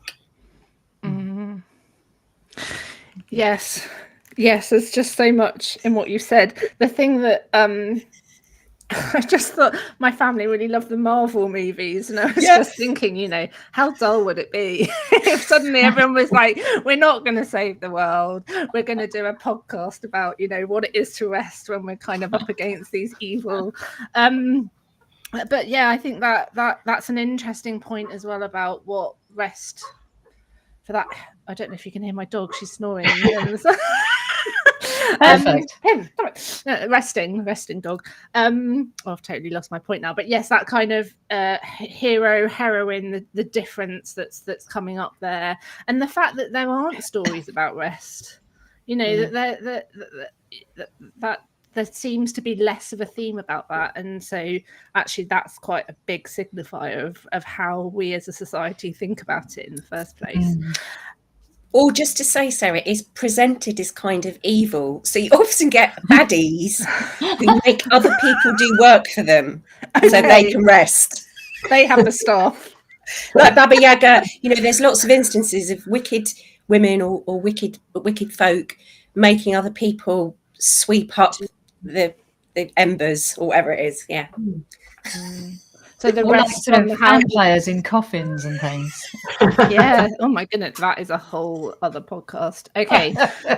So Annette, your work with kind of weary women leaders, I love that phrase. Well, I don't love it, but I love it.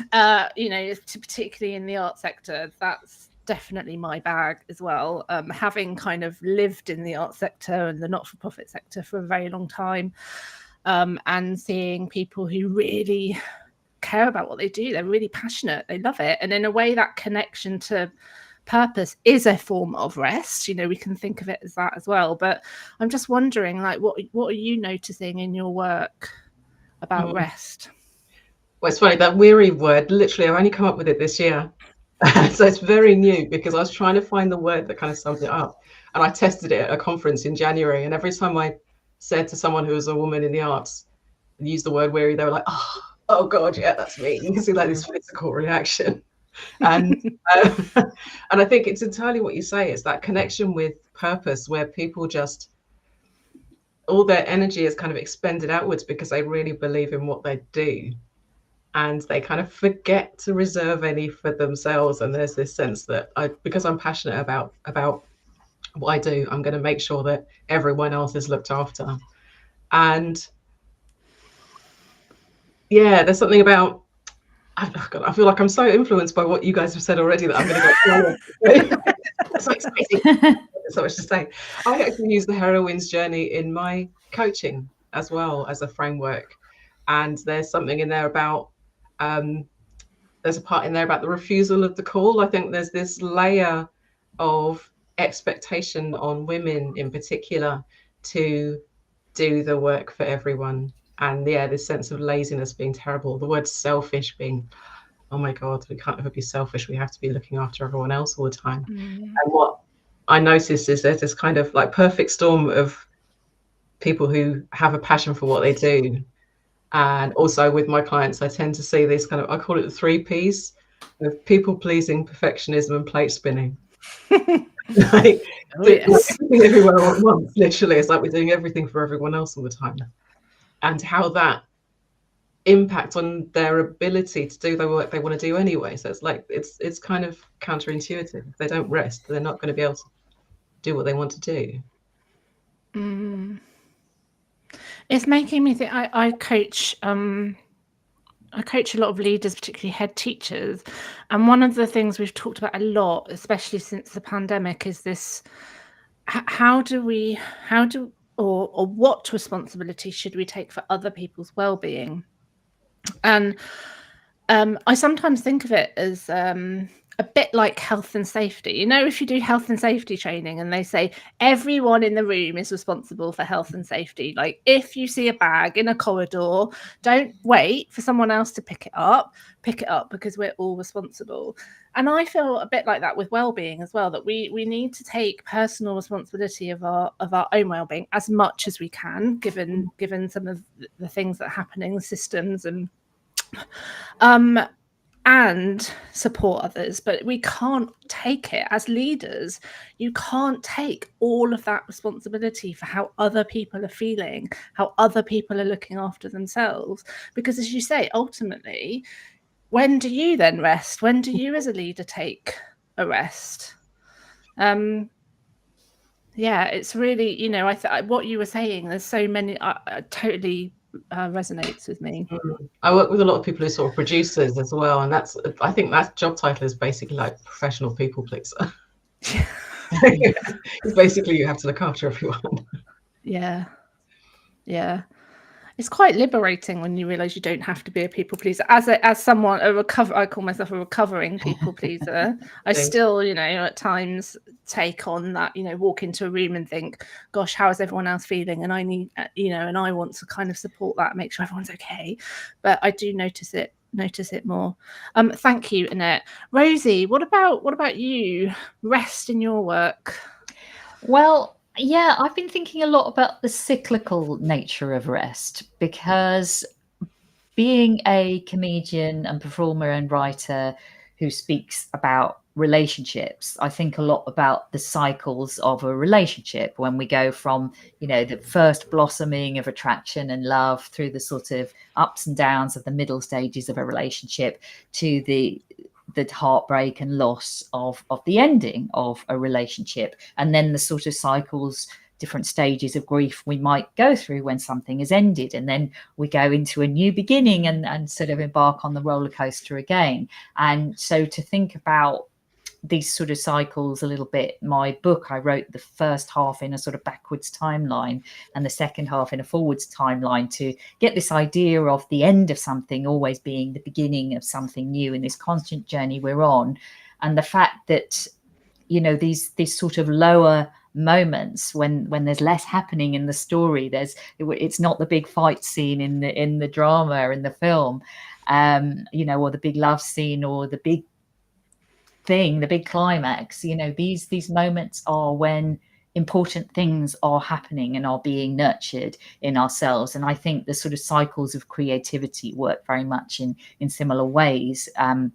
I used to do Edinburgh Fringe as a comedian every year, and so everything would be geared around this ridiculously intense month during August when you're performing every day, and you would have had sort of previews and months of writing leading up to that, and then you just would have to sort of crash in September. It was like comedians' New Year when everyone was run down and had the flu. And I just think we have to allow ourselves those periods of rest. My wife is actually a strength and conditioning coach for young tennis players, and she always says those moments of rest, both those sort of very brief moments after you've been lifting weights or doing something, but then the sort of longer periods of rest after you've done a training session, those are when the muscles are actually getting stronger. So that's a sort of very clear example of how we are growing and learning and developing in the ways that we need to when we rest from doing that activity. So when I'm writing, it's probably the moments when I'm out walking the dog, or I go and have a walk on the beach, or I go and swim in the sea in Margate, when actually more creativity is happening than when I'm sitting at the laptop screen sort of bashing out the thoughts that I've had when I've been wandering and my mind has been a bit freer. Yeah, definitely. That's the shower for me. Like just standing in the shower. That's when I have all my best ideas. I'm like, oh, how am I'm not never going to remember this. And also it reminds me, I every week go to a spin class, which at the time is absolutely horrific. And I'm just trying to think of like how I'm going to survive. But it's a kind of half an hour class, and the instructor will say, there isn't much rest, but when there is rest, you really need to take it, because the rest is as important as the work. And I think of that throughout my whole week. The rest is as important as the work. It's so yeah, I find it a really useful thing to remember. I don't think we need permission to rest. I think, you know, and we don't need to earn rest, but there is something about giving ourselves that permission, and a kind of affirmation like that can be, or a kind of sentence like that can be helpful. Does anyone, we've got like a minute before we move on to the next section, because I'm really keeping an eye also on time. Just on the cyclical nature of rest, I also think we've got to touch on just the fact that as women, we become very accustomed to the idea of a cycle, of feeling very active and very capable and together and focused and like a superhuman at certain times of the month, and then at other times of the month really not. And that's whether you're still having periods every few weeks, or whether you've moved into sort of perimenopause and menopause, and that is sort of less regular or is not happening. There is still a sense of these ebbs and flows. I mean, I'm on HRT now, so that is a whole whirlwind of stuff. And when I get to the 10-11 days when I'm taking progesterone, I am way more tired and need way more rest.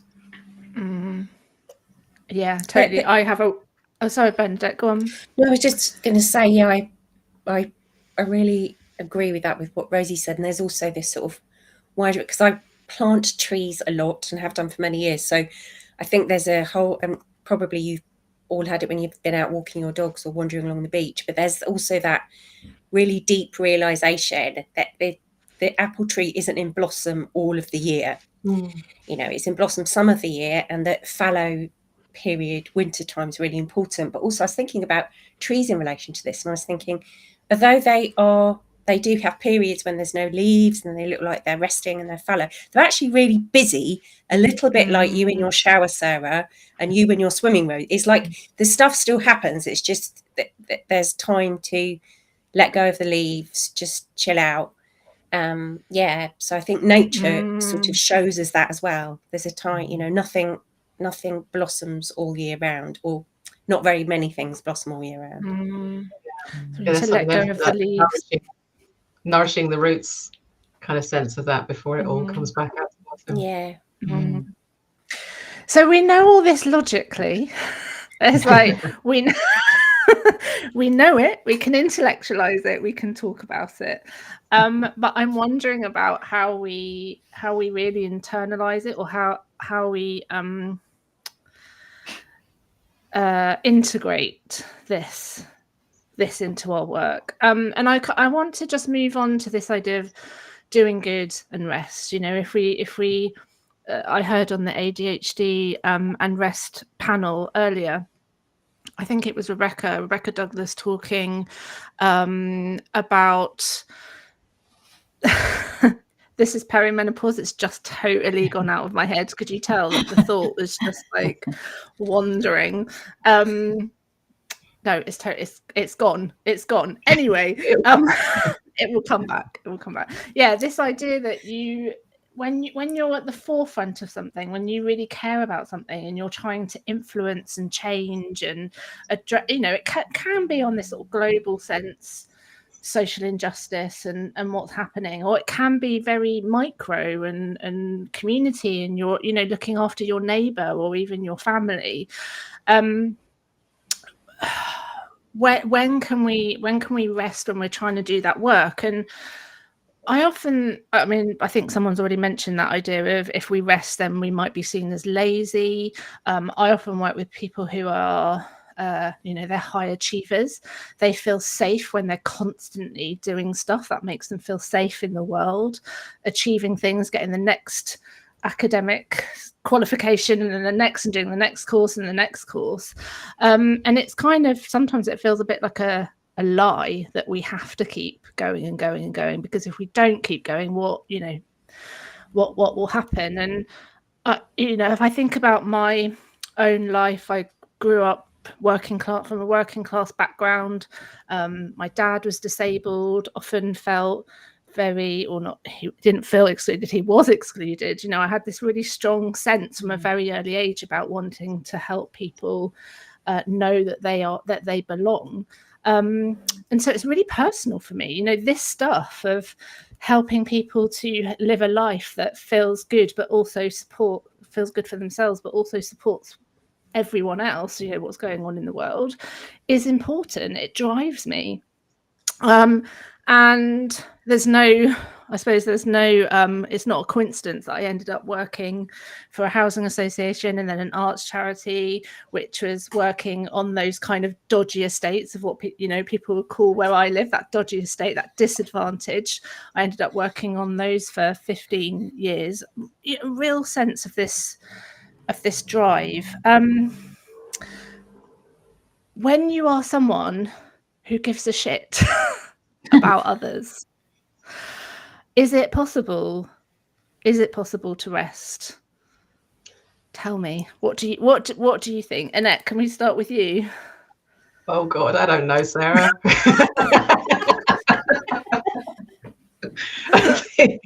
And I'm probably the worst person to speak on this week, because I've got a cold, because I pushed myself too hard through the beginning of March, and I'm dosed up with paracetamol to keep me awake. I think, oh wow, I've made the most important decisions in my life when I've been forced to stop, but I'm not sure that answers the question. Where actually when I was a legal PA, I broke my wrist. I had to take 6 weeks off, and that's when I realized I didn't give a shit about being a legal PA.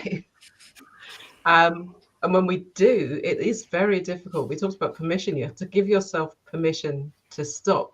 Feels almost as if you're kind of neglecting the mission that you believe in. It feels like you're letting people down. And sorry. That was my dog suddenly jumped down off the stool and she knocked her bone onto the floor. Oh, because she heard what Annette said and she was like, I don't know either. I think I've forgotten the question now. It's the question high of, tension moment, is it possible to rest when we are so truly connected to wanting to do something good? And that we're, I think often the people that I work with, they're also very, they're aware of really investigating that sense of what is good as well, because I think we can think something is good, but doesn't mean that it is. In fact, it can do more harm than good. So there's a whole load of stuff that I think comes when you are someone who is driven to, that you want to leave the world in a better place than you arrived. And the question is, is it in your experiences as helpers, as change makers, as a business who wants to make a difference, is it possible to rest when there's so much to be done? I think there's sort of sorry, Annette, did I interrupt you? No, I'll come back. You sure? Yes, I think I'm processing. I just sort of a couple of things in relation to your broken wrist, actually, and being forced to rest, because I did break and I got long COVID as a result of having COVID twice very quickly, and then on the back of sort of 10 years of working 80 hours a week, and I'm not exaggerating. So what happened then, and I'm very much in the recovery end of that, though I did have it for 2 years. So what happened was I was like, oh, I just can't, I have to sleep longer, I have to rest now. And then I was thinking, and it's funny, isn't it? Like if I said to you, Sarah, I can't speak to you for a bit because I'm doing transcendental meditation, you wouldn't say to me, oh, that's so lazy, that transcendental meditation. But if I just said to you, I'm just sitting down, I'm going to have a cup of tea, so some of it was about fooling myself. I had to say, look, rest is part of the work. And actually using those words to separate it for me wasn't that useful, in the way that for me, separating life and work as words isn't that useful. It's all work or it's all life. And the rest is part of the work was how I recovered from being so ill. I had to really adjust to being incredibly energetic, to being not really being able to move very much. And thankfully, I'm a lot better now. But I only got better by resting and sewing that properly into my day and seeing it as part of the work. And it is, because as I think everybody said, when I'm walking around in the woods or when I'm by the river resting or having some time off, that's when I get ideas or I find solutions. So I started thinking, actually, I don't think it's that separate, really. I don't think life and work's that separate. That's not useful for me. I don't think rest and work is that separate.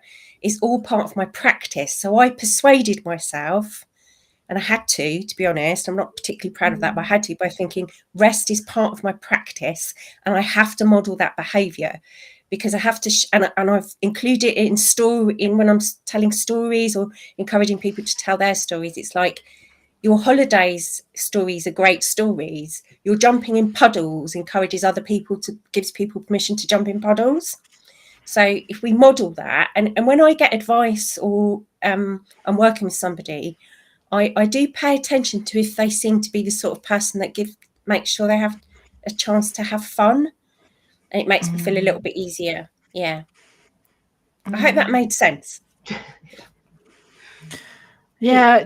So that fun piece, I think that is a form of rest, I think, especially when the work that you can be doing is so intense and impactful. It's as a coach, and Annette, you're probably the same. Like I need to make sure that I'm able to hold a space for my clients, and that means that I, you know, ideally need to be rested, but also that I have things like supervision where I can go and talk about some of the things that are happening in those spaces, to kind of let go. That for me is a form of rest, to be able to let go of some of the stuff that I might be holding. Rosie, anything else to add on that? Is it possible? I think I mean, I'm sorry to hear about Bernadette's experience of long COVID. I had COVID a couple of times, and it was awful. Although the sort of, if you like, kind of weirdly positive side of the pandemic for me was it did force me to reassess my schedules, my working day, and how I worked, because previously to that I had juggled so many different things as a comedian, gigging around the world all the time, and performing and writing talks and shows and articles, and working as a freelance journalist and writing books and doing so many different things and constantly juggling them. Whereas obviously during the first lockdown, I was writing the breakup monologues, and all my events were cancelled, which was devastating at first, and really scary. But actually it made me just focus on one thing. And I mean, I'm grateful that I had that thing. I had been asked by a publisher to write a book, so I was fortunate in that sense that I had a small advance, and I had a little bit of money coming in, and not quite that terrible fear that many people had, that, you know, particularly freelancers who weren't protected by some of the same things that employed people were. I didn't have some of those same fears, but I did sort of realize how much I loved writing outdoors and having that freedom to sort of, you know, take the dog out into the park and let ideas flourish and flow. And it was a very different kind of day and routine for me. And I wish in many ways that we had all learned more from those times and held on to some of that lockdown spirit, even though obviously it was for terrible reasons that our lives were so transformed for that period of time in 2020. But I do think there were some positive lessons we could have taken, but it feels like in many ways we've just allowed Zoom and all these platforms we have now to be able to communicate and sort of be in each other's lives constantly 24/7. We've sort of allowed the technology to make us even busier in a way, because we're always on a Zoom or a FaceTime, or we're always on a phone call, or a, you know, Skyping, or whatever it is, you know, always on social media. And we seem to have escalated even more as a reaction to the pandemic, whereas I feel like we could have held on to some of those, the good parts of that terrible time in the world, and how we were all baking banana bread. And it sort of became a bit of a joke, but actually I really enjoyed baking banana bread. It was great. It was quite comforting at that sort of very strange time in my life. And I also think, Sarah, I know what you're saying about how it feels hard to let go of that sort of mission that you have all the time. For me, it's really been about representation of the LGBTQ community and writing inclusively about relationships. And, you know, all the time I read books about relationships that are sort of written from such a heteronormative point of view, with sweeping disclaimers at the beginning of them about how, you know, I'm talking about relationships between a man and a woman, but we'll assume all those other relationships work just the same. And so all the time I get frustrated and I get annoyed by that, and I don't feel seen. And I know that all my friends, all my community, all the people who've supported my shows over the years, so many of them don't feel seen and don't feel represented as well. And it's hard to sort of let go of that frustration, and, you know, not want to keep always doing things. You know, I do tons of you know, shows for free for brilliant LGBT charities and so on, and, you know, I have to sort of balance that carefully. But it is tough, isn't it, when you have a mission that you feel so passionately about? How do you give yourself that permission? But you have to, or else you know, you are going to burn out and not be effective at doing the thing that you need to do. And you have to also, so it allows other people to. Yeah. You know, I think you can we can persuade ourselves by thinking, well, it's modeling sort of good practice, isn't it? Yeah. I think the pandemic was a really interesting kind of inflection point, and particularly for my clients, they were already weary, but now it's like weary with a capital W. There's this sense that there was all this talk about, okay, we recognise the system's not working, we need to change something, and there was a lot said about it, and then we've come back and we've, as you say, we've kind of slipped back into old habits, and Zoom has become this kind of ever-present way of meeting where we don't necessarily have spaces between meetings as well. We don't have that natural downtime of walking from one meeting room to another, or getting a cup of tea, having a random driving. Yeah. And I think that's part of my where kind of weariness has come back. And I want to talk as well, like the creativity at rest that Bernadette picks up on. It's like I'm most creative when I go for a walk. I moved down to the south coast last May. I live near Hastings, and my morning and evening commute, because I work from home, is I go for a walk by the sea. And there are so many of my social media posts of me with my phone up to my face with my hat on, because that's where the idea has come. It's kind of it's that different kind of rest. It is. We're going to come on to kind of ways to rest in a second, but we've had a couple of questions, which is very exciting, and we'd love more. Okay, the first one, this is a biggie. Okay, you ready? How can we overthrow the cultural norm that equates busyness with success? So we had a bit of a conversation about this in email, didn't we, about that, you know, the glamour of busyness. But actually, I think this is about, you know, when people look at you and they see you're busy, particularly on social media, I think, you know, if you're posting and people say to me like, wow, business looks like it's going really great because of what they're seeing on Instagram. And it kind of is sometimes, and it kind of isn't and other times. And so, any thoughts on this idea of how we overthrow that cultural norm? It's so interesting because I often think if someone's got so much time to post on social media that maybe they haven't got a lot of stuff going on. Actually, when I'm doing the really exciting and interesting creative work, like I made myself write a novel, and I've never written a novel. I've always written nonfiction. But I made myself write a novel from September through to the end of January, because I entered a competition and I've got through to the next stage of that competition, and so that was really exciting, and I used that as a bit of an incentive to do it. But because I had a short timeline to write a full book, I really wasn't doing much social media, and I felt very invisible. I felt very insecure. I felt anxious. I could, when I did quickly look on it and maybe post a little quick story or something, I felt like all my friends, all my fellow comedians and peers were doing so much stuff. But I thought, but I'm doing something really great that I'm going to be able to, I hope, shout about in the future. And it's something I can actually feel way more proud of myself, I guess, if that sounds okay to say. Because you are allowed to say that. I'm proud of myself. I do the thing. But if I feel that's more of an achievement than sort of, you know, keeping on posting on Instagram every day. Yeah, I had a couple of months where I really didn't do any Instagram posts, and I still look at my feed and go, oh, there was a real gap, wasn't there? But it's fine, you know. But it's hard, isn't it? Because I think social media is a big part of why we really have pornified busy lives.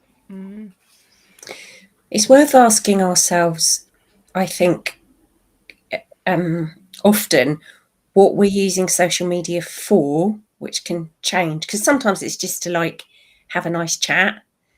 Sometimes it's to you feel obliged to, or you want to kind of share what you're doing or tell your particular story, and that feels like it's changed recently. To me, that feels like it's sort of changed. And also it kind of is a marketing tool. So I think if you're freelance, you're running a small business, there isn't really much option there.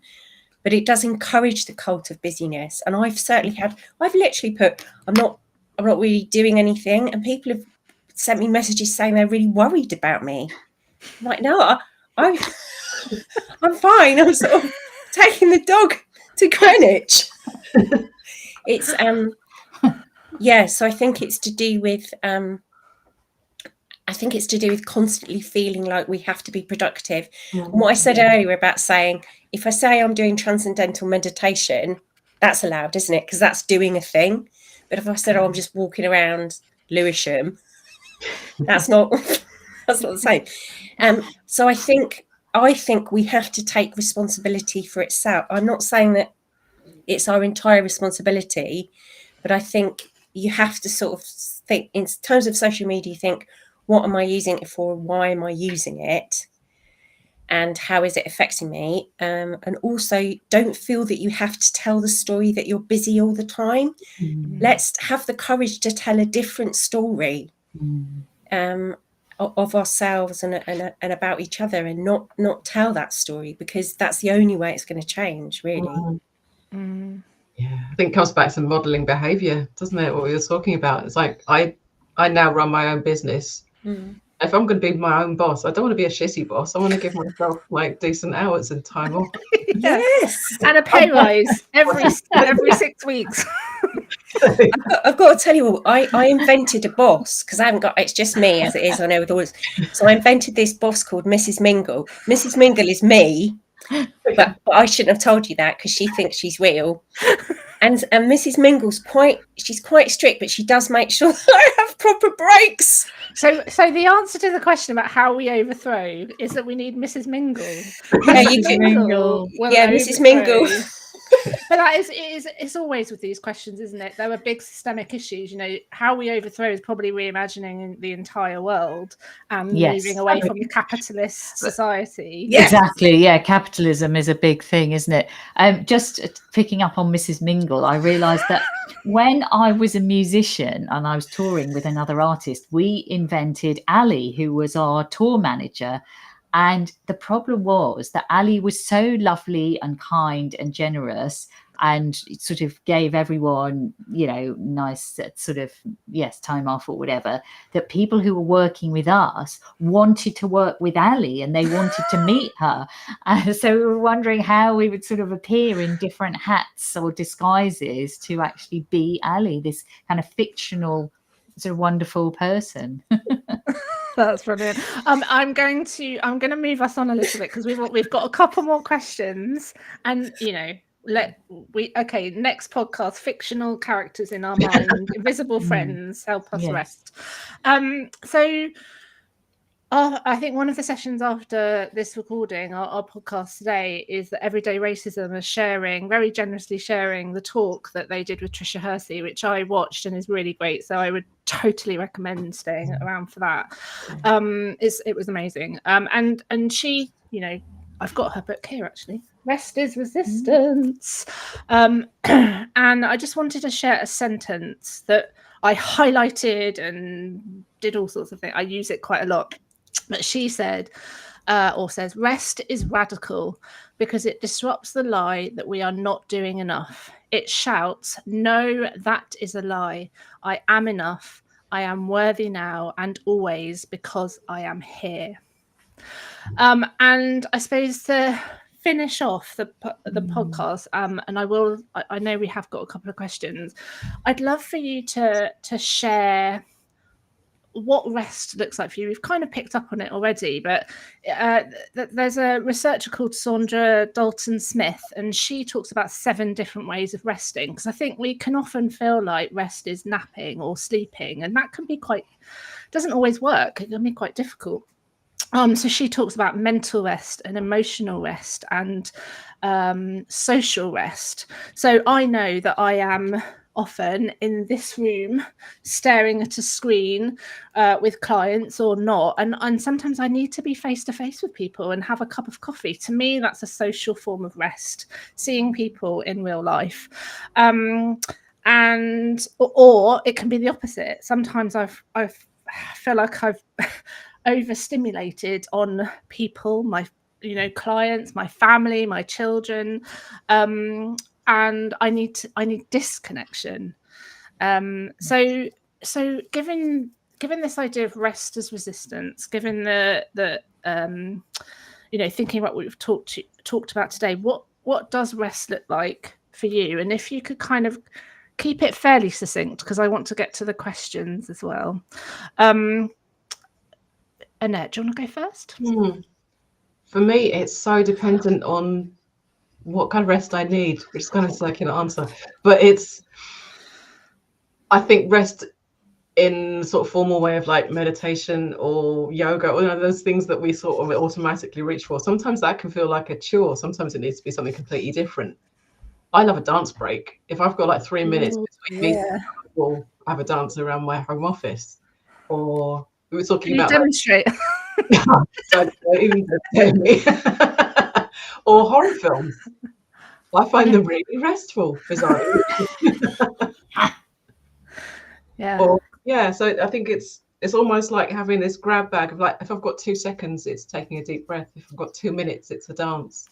If I've got 2 hours, then it's watching a horror movie. It's about that sense of kind of listening to yourself and what you need. Yeah. I was thinking, actually, so something just popped into my head quite random. I can't remember what the advert is. You're not yourself when you're hungry. You're not yourself when you're tired. I think it's like Snickers or something. I'm not sure. Rosie, Bernadette? Yeah. Oh. You don't know who's going. Mental rest. Yes, a mental rest. I mentioned swimming, which is definitely a very restful activity for me. Also, I think time with my pets. We've got a dog and a cat, and really sort of engaging with them and playing with them is just incredibly restful, because animals are just incredible, and it's a break from sort of the stresses and strains of human relationships and human connection. Because I mean, the cat can be a bit bit demanding, a bit she decides when she wants cuddles, but the dog, there's sort of unconditional love on tap there, really. So it's whenever you want an amazing cuddle and just to play with a good old toy that you want to throw around for her, she will always engage with that. So I think that's brilliant. I also particularly love podcasts and just listening to lots of different podcasts. So, including yours, Sarah, although yours isn't one of the ones that sends me to sleep when I'm having a nap. I think that's a good thing. Bernadette, I'm going to ask you the same question, but also there's another one. There's another question here that says, I feel guilty for taking time to rest, especially when there's a strong drive to be productive. How do you navigate the guilt? I feel like you'll be able to answer this. Thank you. I love all the things, the cats and dogs, the horror and the dancing. I'm just going to agree with all of those, and the podcast. So I hear the person that said that. I tried to probably not really explain it earlier. I've stopped thinking about things in terms of rest and work, or even life and work. And so it's all part of one thing. So it feels a little bit more holistic. So, for example, I'll thread in breaks throughout the day. I'm doing very long days at the moment. I'm just making sure, because of Mrs. Mingle, that I take these breaks. Mm-hmm. And I'll go outside and I'll walk. I'm near a wildlife reserve and also some very beautiful parks and the river. So I walk, and actually the reason I don't feel guilty about that is invariably, as everybody said, work is going on, because work goes on when you're asleep, when you're dreaming, when you're swimming, when you're walking, so in a way, not to set out to have a rest in order to continue work, but with the knowledge that we're connected. We're not disconnected from our imaginations and our thought processes. We're always being. We're always alive, and so that sort of persuaded me and stopped me feeling guilty. I think, because I think guilt shows up so often, particularly in my work with freelancers. change makers around money. Like often it'll be like, I don't want to up my rate because I feel guilty because they're a charity or they don't have enough funding, or I don't want to, there's guilt in so many places. And I think for me, I don't know if it's my age or something has happened where I've kind of felt a bit resentful that there was this constant feeling of guilt, as a parent working, running my own business, really wanting to grow that and do amazing things. And then also at some point see my children and do things with them. And I just thought, in a way, it's up to me to let go of it. And I don't mean that to, it sounds really easy, doesn't it, when you say it, but I kind of just thought, I've just had enough of the guilt around this stuff. So actually the guilt isn't working. It doesn't make anything any better or it doesn't help. So I'm just gonna tell it to go away. Yeah, and if you think about it, there's that saying, I'm going to misquote it, but your unhappiness will not make the world a better place. Your tiredness will not make the world a better place. Your sadness will not make the world a better place. But your happiness and your restfulness and your peace, they will, because you are in the world as a happier, more rested, more peaceful person. So, yeah. I'm going to start to draw everything to a close. And I did tell the panel earlier that I had a very coachy question, which is about, what they commit to in terms of their rest. But actually, there's a question that we've had, which I think would be an amazing question to end on. So if we can kind of keep it quick, if you could instantly transmit one message about the importance of rest to every person on Earth, what would it be and why? That's a great question. I love it. It's a coach. If you could instantly transmit one message about the importance of rest to every person on Earth, what would it be and why? Who would like to start? I'll start. Go on, Bernadette. When you are rested, you can re-engage with the world as the best version of yourself, the most happiest, the most peaceful, the most well-rested. And therefore, by being that rested version of yourself, you will, just by virtue of that, make the world a better place. Amazing. Well done. And perhaps by extension, we also can think about, resting the earth, resting nature, and how we, are constantly trying to sort of, do things, make things, and, sort of resting our environment in some ways, and how we don't need to sort of constantly be building buildings and changing the landscape. And sometimes it's okay if things sort of collapse and decay, and maybe they're beautiful too.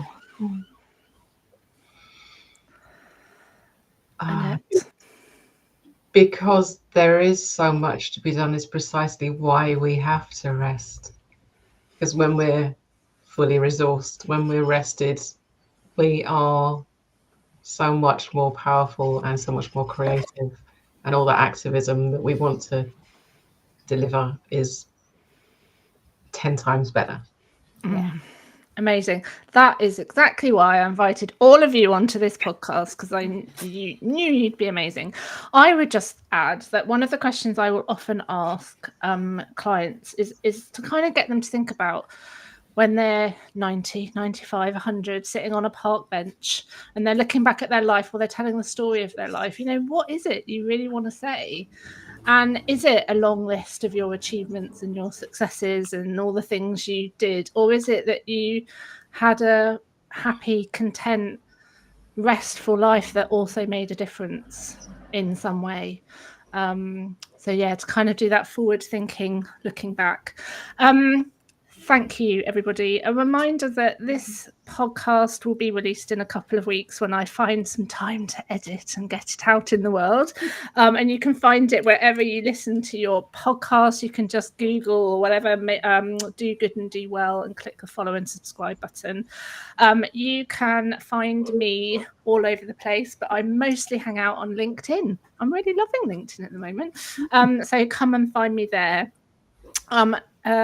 Just a reminder that Rosie is hosting the Rosie, you say it, otherwise I'm going to get it wrong. Oh yes, I'm hosting the the variety event on Sunday, the 24th of March. You can see it come up on the screen at the Sarah Thorne Theatre in Broadstairs. So yeah, next Sunday afternoon, do check that out. It's the closing event of POW, and yeah, it'll be brilliant. There's lots of fantastic comedy cabaret happening.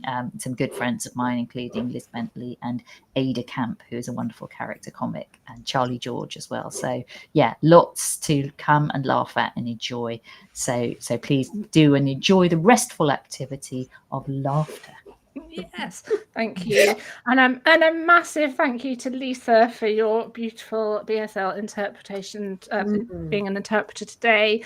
Thank you to POW for organising a brilliant digital day, a brilliant festival. I hope that you have enjoyed yourself. Thank you for sharing your time with us this afternoon. Thank you, Annette Corbett, Bernadette Russell, and Rosie Wilby. It's been an absolute pleasure. Look after yourselves. Thank you so much. Thank you, everyone. That was incredible. Oh my goodness, I loved it.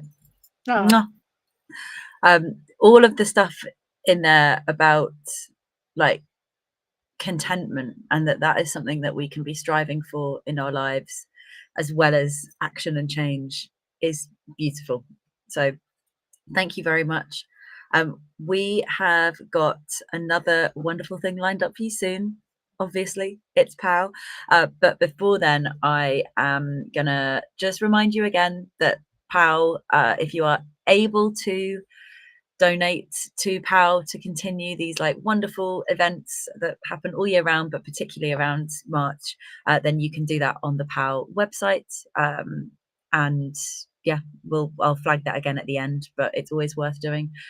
Send the link to your really rich friends as well, see if they can do something about it. And before our next event, Lisa, I am going to read out one of the poems called Asleep You Become a Continent.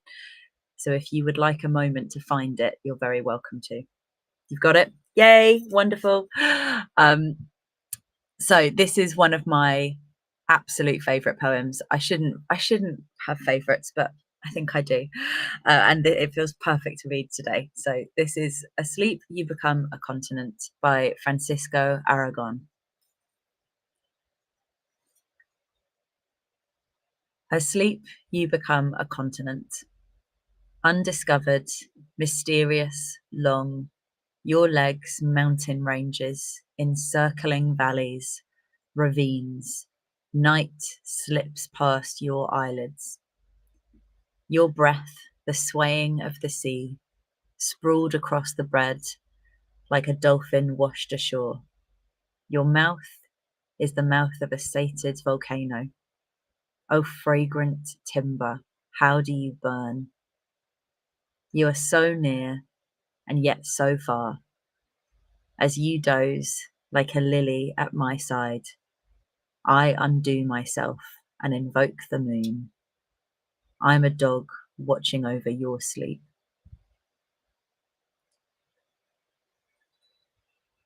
I'm just obsessed with that, the imagery of that, and kind of what a celebration of rest, depicted as like observing a loved one sleeping. I think it's a really powerful image that I've really enjoyed like rediscovering through this poem, and so I hope that you do too.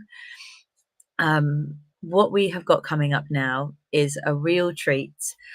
The wonderful babes over at Everyday Racism have done an interview with Trisha Hersey, who is the author of Rest in Resistance, and that book was a real inspiration for the POW theme this year. So I can't wait to hear everything that she is saying in conversation with the Everyday Racism Women.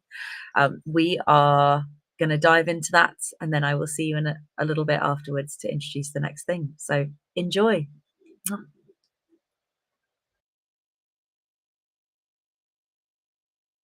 Welcome, everyone. This honestly is the book that we needed to get us to the end of the year and to start the year.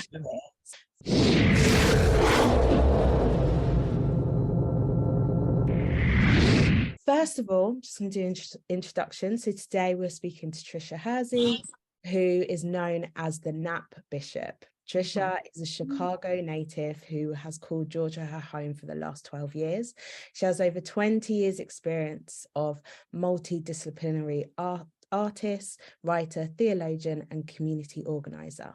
She is the founder of the Nap Ministry, an organization that examines rest as a form of resistance and reparations by curating spaces for the community to rest via community rest activations, immersive workshops, performing art installations, and her social media. Her research interests include Black liberation, theology, Afrofuturism, womanism, and cultural trauma. And what is it that you can't do, please, Trisha? Because oh my God, that's a bio. That's a bio. I do? It's so many. We need to make that bio of the things I can't do. I can't even get to bed early. I love staying up at night. I'm like a night owl lady. I love the nightlife. So that's one thing, I guess, about me. I love it. Okay, so before we start, this is kind of what we do for all authors that we speak to every month. So we kind of do a really quick get to know you round, and it's just 10 questions of would you rather. Some of them are a bit silly, some of them are serious. So just take it with a pinch of salt, but it just kind of helps us get to know you a little bit more. So we'll start with number one. And if you want to add any kind of context, you're very welcome to, or we can just move on. Okay, so I'm going to start with the first one. Would you rather a cat or a dog? A cat. Okay. Yes. I agree. I have a cat too. My Thor G, the nap guy for all of us. He's asleep now. I love it. That's so cute. Awesome. Okay. Would you rather work in a group or work alone? That's hard. It depends on the project, but I would say work in a group. Okay.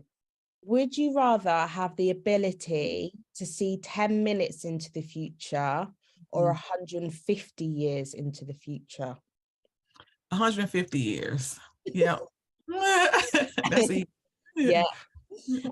Would you rather be without internet for a week or without your phone for a week? I would like both of them to go away for a week. I don't want either of them. They both are annoying. Seriously. Would you rather always say everything on your mind or never to speak again? Always say everything on my mind. Would you rather go deep sea diving or bungee jumping? Oh my gosh. Ugh. Like neither, but if I was forced, I would do probably the bungee jumping. Okay. Yeah, large bodies of water kind of scare me a little. Yes. Would you rather be too hot or too cold? Oh, definitely too hot. Yeah. Would you rather read a book or would you rather listen to a book? Read it. Yeah, I love reading. I like holding a book in my hand and smelling the pages, and yeah, it's something about that. I really love them being around me on my desk and stuff, in my bed with me. Yeah. That's true. Love it. Would you rather be forced to sing along or dance to every single song that you hear? Dance. I'm a dance machine. I love to dance. So bring the dancing on. Yes. And finally, would you rather be 10 minutes late or 20 minutes early? 20 minutes early. Being late gives me anxiety. I like to just kind of sit and settle. I get to airport really early for my flight so I can just sit and stare at the wall or something. Yeah. Love it. Love it. Well, thank you for that, Trisha. That was great. It's really nice. It was fun. Good. I always feel like it's just a nice way of getting to know the author just that little bit more. Yes, I think so. I love it. Yeah, good. I'm really pleased. Well, again, thank you so much for joining us. I'd like to say that I read this over the Christmas period, and I'm actually coming here tonight. I'm really tired because I've I've just come back from Denmark. Literally got a flight I got in a few hours ago. So I was like, oh, that's so funny that I'm coming to the group feeling that way, but also just learning so much from your book, and just like it's absolutely just blown my mind. And I know like a lot of people on here have said the same. And Jennifer, yeah, I agree, we should have a collective nap. We should. I say that, I talk about that a lot. I want the book groups to make space.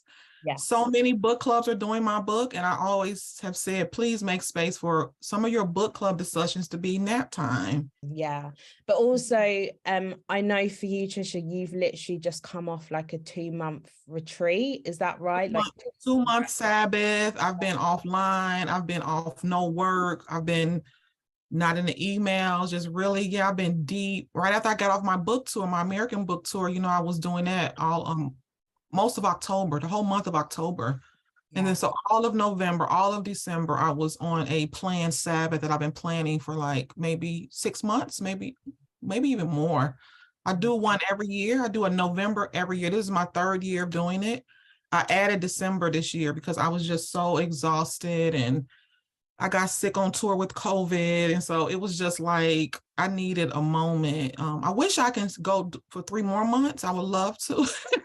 Like, I would love to go into June. My birthday's in June. So I'd love to just be done until June, but I'm back. So I'm slowly feeling my way back to working and engaging and stuff. Yeah. Of course. Well, I really appreciate that this is your first kind of work gig after being off. So we feel very privileged to be. Thank you.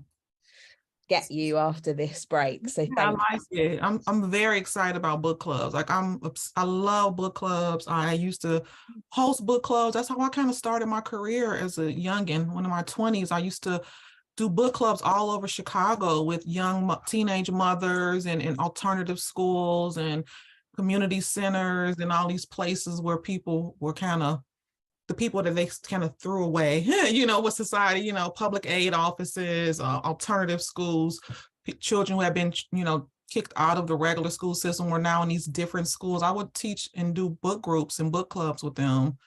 And it was just amazing. And so I know the power of reading literature together and what it can do for community and for people. And so this is the best way to come back, is to talk about my book with folks. I'm excited. Thank you so much. That's amazing. Well, that leads us really well onto the first question, because I actually wanted to ask you if you could tell us a little bit more about the journey of essentially you becoming the kind of NAP bishop, and obviously everything around the NAP ministry. And also within that, when you decided that you wanted to write this book. I think the journey to getting to where I am now with this whole project, with the NAP ministry and being the bishop, it really all began with, I opened up the book saying it. I opened it up saying that this was experimentation and saving my own life. So it really was not me sitting down and creating a business plan and saying, I'm going to do this thing. It really was me just responding and trying to solve a problem in my own life and just experimenting as an artist. I'm an artist. And so the bishop moniker is self-proclaimed and came out of my love of theater and performance art and creating persona. It's one of the many personas that I've created as an artist. I've been doing theater and performance art for 25 years. So I've had many different personas that I go under doing performance art. And I used to have a persona called Lady Terror. She was this lady who terrorized the south side of Chicago. I would go and scream on a bullhorn in people's faces about about the injustices that are happening in our communities. And I was set up like these guerrilla art spectacles all over the city. And so now it's the Nap bishops telling people in a more loving way, you know, to lay that ass down. And so to get some rest, to push back. And so it really was just me experimenting, me saying, I'm not just talking about this work. I actually just did it. I actually just began to just start resting. I just gave up. I said, let the chips fall where they may. I'm not doing it no more. I don't want to be a part of the grind. I can't do it physically, mentally, spiritually. I'll trust God. I'll trust my ancestors more than the system, but this is not sustainable and I can't do it anymore. And so it was just this slow experimentation. Could this work? What could this be like? How could I share it with other people? Because I have a background in community organizing and been an activist my whole life. Really, I grew up as one. My dad was an activist as well. That once I began to keep experimenting with it and see what it could do for my own body, I just was like, I have to share this with other people. The community needs this. I want to see if other people could like be in community with this, with me. And so I just started, you know, hosting all of my nap ministry sessions and collective rest sessions. Sometimes 40 people would come, sometimes 2 people would come, sometimes 1 people would come, sometimes no one would come. But it was always the space for the community to come and feel cared for and rest together. And so it was just literally like a day by day experimentation. I was doing the work, actually. I think this is important. Probably 2 years before I ever put anything out on social media about it. So people always kind of, the way social media is now, people create social media pages just to build something. I actually was already just doing this. And a friend of mine was like, you think you might need to, once you get a page or something, so people, you can share it. I was like, you think so? It was like, literally, I was that like naive about it. I was like, you think? She was like, girl, just go ahead and grab the Nap Ministry. So you have it set, maybe you can post something on there. I was like, okay, so I think so. And so it was kind of like, I think that really is the heart of this work, is me trying to save my own life via rest, trying to honor my ancestors, trying to connect with community, and trying to disrupt and push back and say, I know the system is raging the way it is, but I at least want to be one of the people who raised my hand and was like, this isn't normal. Like, hey, no, like I'm tired enough, you know? And so I wanted to just put my voice out there to share with other people who may also be exhausted, that there has to be another way, and this isn't the way, and this isn't just, and this isn't liberating, and this isn't working. Yeah, that's incredible. I'm so pleased you did as well. Thank you. How was it received when you started kind of talking about, you know, the Nap Ministry and rest, and, you know, talking about being against like capitalism and like kind of fighting the system? How was that received? Because obviously now, and I'm sure you still get backlash, but you know, being from, I guess, the outside looking in, you've got a big profile, you've got birth, it's like, oh wow, it's sort of, but I'm sure along the way it's been very difficult. How has that process been for you? It's been very very unique. It's been 2 things that have happened. It's either the first thing that happened when I first started doing it is I would just be kind of, you know, sharing, ripping it off and just sharing kind of what I'm thinking about, what I'm actually working on. Will be more like, what are you working on right now? You just got out of seminary. What you doing and what's up? And, you know, whenever someone would ask me that, or I would be in community with people, I would just kind of, you know, like, when I'm thinking about this thing, you know, this project called the Nap Ministry, this whole idea around resting, and when I would begin to speak about and talk about the origins of it and what it was doing and what I thought about it, the one reaction I would get, people would start bawling, they would cry. So many people just started crying, and it would just be like, I'm like, I don't know why I'm crying. I'm like, what's wrong? They were like, I'm so tired. Like, to hear you say that, I didn't know that I could rest. I didn't know I need a nap right now. And how beautiful that sounds for someone to give me a blanket and a pillow. I was like, I'm going to be giving blankets and pillows out, and I want you to lay down. And they would begin to cry. That happened so many times that it really was shocking to me, because I was like, oh my God, are they okay? But it really touched a chord with people in a very spiritual and deep way. People were really in a space of like being so open to the light of this, and like, oh my gosh, you're the Nap Bishop? Like, you mean literal naps? You mean literal laying down and sleeping? I'm like, yeah, I mean, that's what I mean. So it was people being surprised, and also people kind of being like, are you serious? You know, it was a, are you serious? And if you are serious, this makes me cry because I need this and I'm so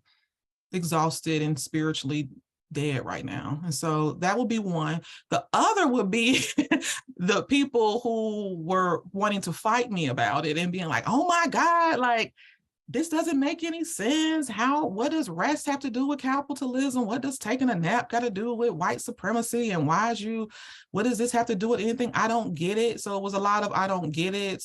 And when you're forced to like, in take in something that you can't like process, you want to lash out and, you know, be mean and, you know, like try to like, ignore it or dismiss it. So it was always very distinct. It was either like people bawling and crying and wanting me to give them a pillow and hug them, or people being like fully attacked by it, feeling attacked and feeling not being able to see themselves and how this was a part of culture and how, you know, we all play a part in it. So it was it was a struggle. It still is a struggle, still is a deep struggle of me trying to explain to people. A lot of people the system has not created in us a level of our thinking where we can actually take things in a slow, deep way. Everything is so fast paced, cookie cutter, microwave, just eating. And so this type of work is really not what people think it is. They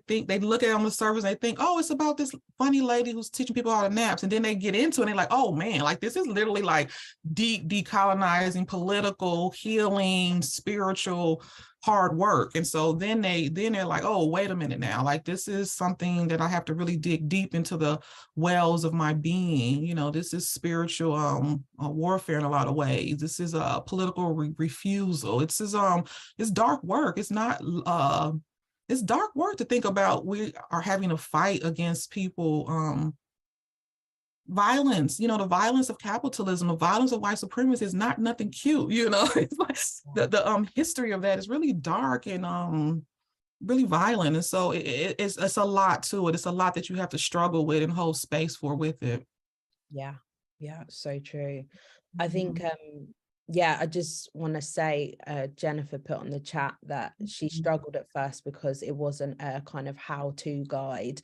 And I remember thinking the same. And even when like I got sent the book and then I thought, oh, it'd be so nice to do it for the book club. But at first I was like, oh, who's it for? Like, is it just for like Black people and people of color, like some healing from like race, you know? I was like, what? And then kind of when I was reading it, I was like, oh my God, this is like for everyone. And this is so much more than like, because when I came across the nap ministry, I remember being like, oh my God, this is great because I love napping. Like this is really cool. And then like getting into it and realizing, this is about doing so much.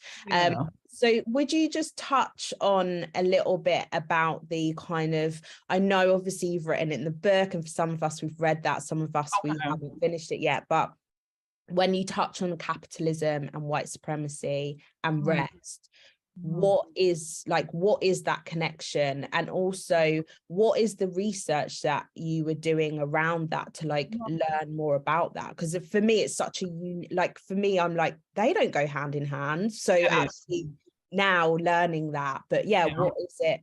What is the connection? I think the first thing is we have to really drop into and understand that the reasons we can't see the connection so easily is not by chance. It's intentional. It's intentional that the systems have, you know, tricked and manipulated and hidden its history, you know, have pushed forward capitalism as just the norm and what the entire globe runs under. And so I really want people to begin to understand that this is a lifelong deprogramming practice, that to first understand how deeply you've been brainwashed.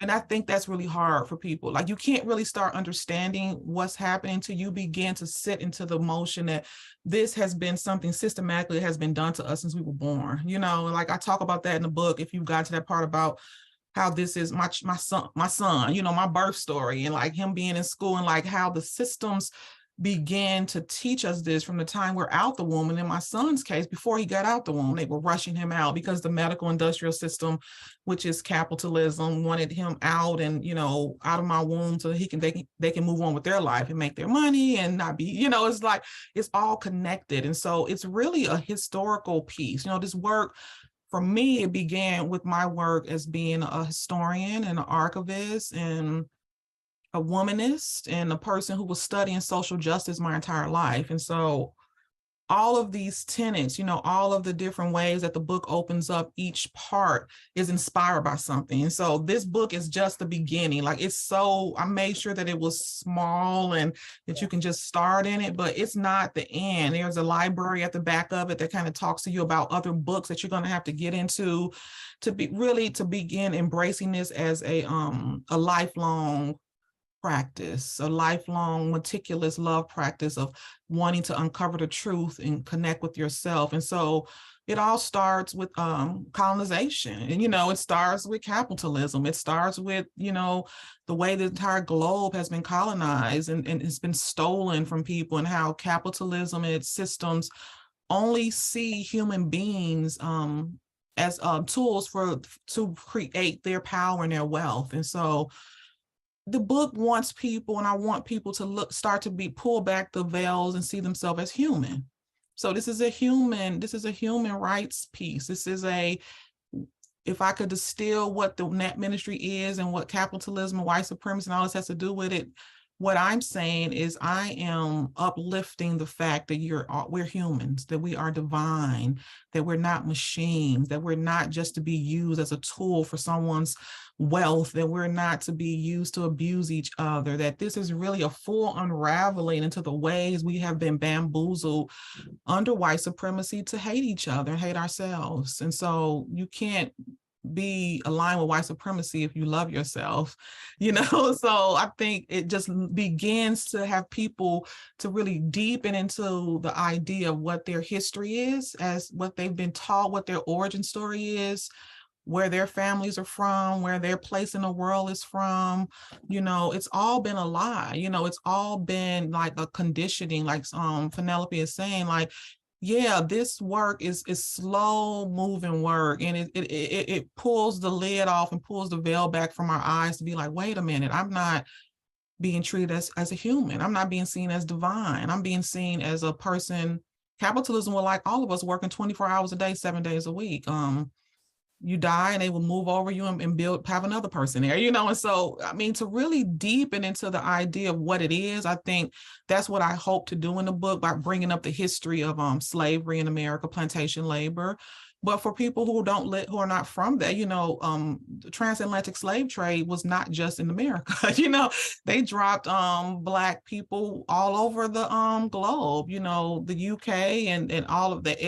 They were participating in the slave trade just as deeply as anyone else. And so this idea of dehumanizing and commodifying bodies, Black bodies, bodies of color, Indigenous bodies, is really the heart of this work. It's the heart of us uncovering what that has done to us, what it is continuing to do to us, and how capitalism is continuing to uphold that. And so I want people to, if I could say anything, I want people to just let this book and let the work of Net Ministry be a quiet veil buster. It'll just remove a veil, slowly remove maybe a veil from one eye, you know, and for you to begin to kind of shake back into yourself and be like, wait a minute, you know, like, this isn't right. You know, I'm exhausted. I'm more than my work. I'm worthy of love and attention and care simply because I'm alive, not because of how much I do, you know, how much I work, how many things I can accomplish, how much my bank account looks like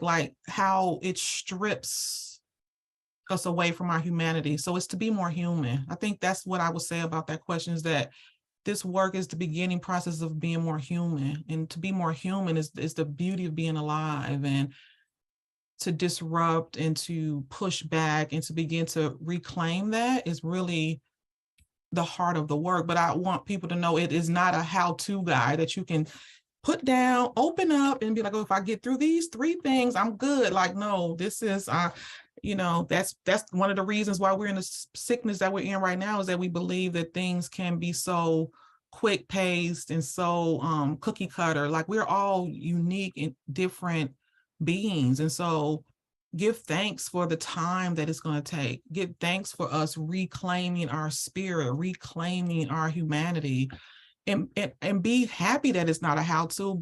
Enjoy that you have a lifetime to try to experiment with this. You got a whole lifetime. I mean, even I would say, even in the next dimension, you got another time to be able to, center into the beauty of being alive, of being a spiritual being, of being divine. So yeah, I want people to strip away from the idea of how to and cookie cutter, and if I do this, I'll be okay. Like, you're already okay. Like, that's the real gag of it all. It's like, you're alive and you're here and you are enough now if you don't even do another thing. And so to rest in the beauty of just being enough now and not having to do another thing is it's such a beautiful gift. And so that's what I want the work to be, is just a gift. Well, it really is a gift. Like, trust us. That was just what you said there. I'm like, whoa, I feel very emotional, and it feels very very healing as well to hear that, because and hear it from a different perspective, because I think I hear a lot of the same things of like, oh, no, just keep going, you get to your goal. Like, actually, no, it's like, no, actually, it is about us being just human beings, and that is beautiful enough. And being our full authentic self is just that's it. No matter how you show up. And I feel the same way you said when you talk about, I think that's another reason why the work kind of just caught on so quickly. Like, I was very amazed by how it grew. It was literally 10,000 people a day at some point was just on that IG page. It was growing in numbers. I was like, it touched a nerve, because people have been so used to hearing the toxic messaging of just keep going, never quit. Failure is not an option. No, failure is an option, honey. I love it. Let me fail. Like, let me find space to be human and to not have to keep going, and to understand that stopping and silence and connection is okay. Like, the self-help industry has really pushed that into us, that we're working ourselves into a pulp to be able to prove that we're worthy when we already are enough. And so I think that message touched into a deep way for people. And I'm so proud and happy, because we need more of that messaging. We need less of the toxic positivity. We need to just be like, things aren't okay right now. We're like in late stage capitalism, and we're not going to make it out of this if we don't have each other. And so really stripping away the individualism of it and pulling into the communal care of this work. I don't mention the word self-care in the book one time. So that's a fun little tidbit. 55,000 words, and I made sure that self-care did not come in that book, because this isn't about self-care. This is a deeper community and collective care. That is what's going to save us. Community care is going to save us. Us really looking out for each other, caring for each other, seeing each other as whole beings worthy of care and worthy of rest and worthy of connection is what is going to save us. Not the competition, not the individualism, not trying to do it on your own. No healing takes place alone. There's this just Indigenous people know that. I was raised knowing that it takes a village. Nothing can happen that is healing that's going to happen by ourselves. It has to happen in community. Yeah, so true. Oh, amazing. Thank you so much, Trisha. You are such a blessing to this world, honestly. Thank you for the work you're doing. You are literally changing lives like so much. So I know it's not easy. So thank you, and thank you for giving up your time for us as well. I had a ball. I loved it. We need to have some tea with it next time in person. Okay. 100%. Thank you so much. Enjoy the book. Keep reading. Keep resting. Thank you, Trisha. Bye.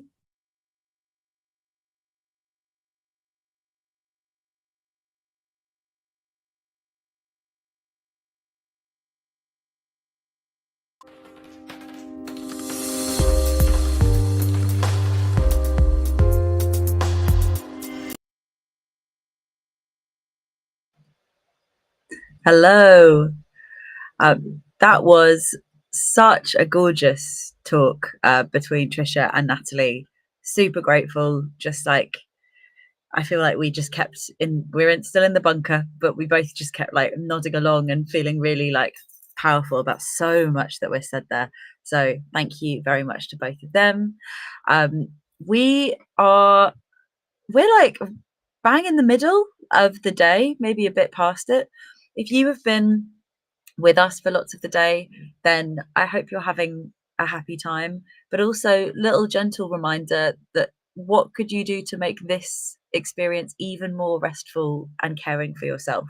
Do you need to have a little stretch? Do you need to go and get a glass of water or another little treat for yourself? Do you need to take your eyes away from the screen for a second and look out the window? It's all about not only learning more about all of these wonderful kind of rest focused topics, but how we can do them in a way that is gentle and caring at the same time. We have got a really wonderful workshop coming up soon. I am going to do another little round of facts for you about this time the gender pay gap, because it does link into rest, even if it is unsexy and really frustrating to have to think about.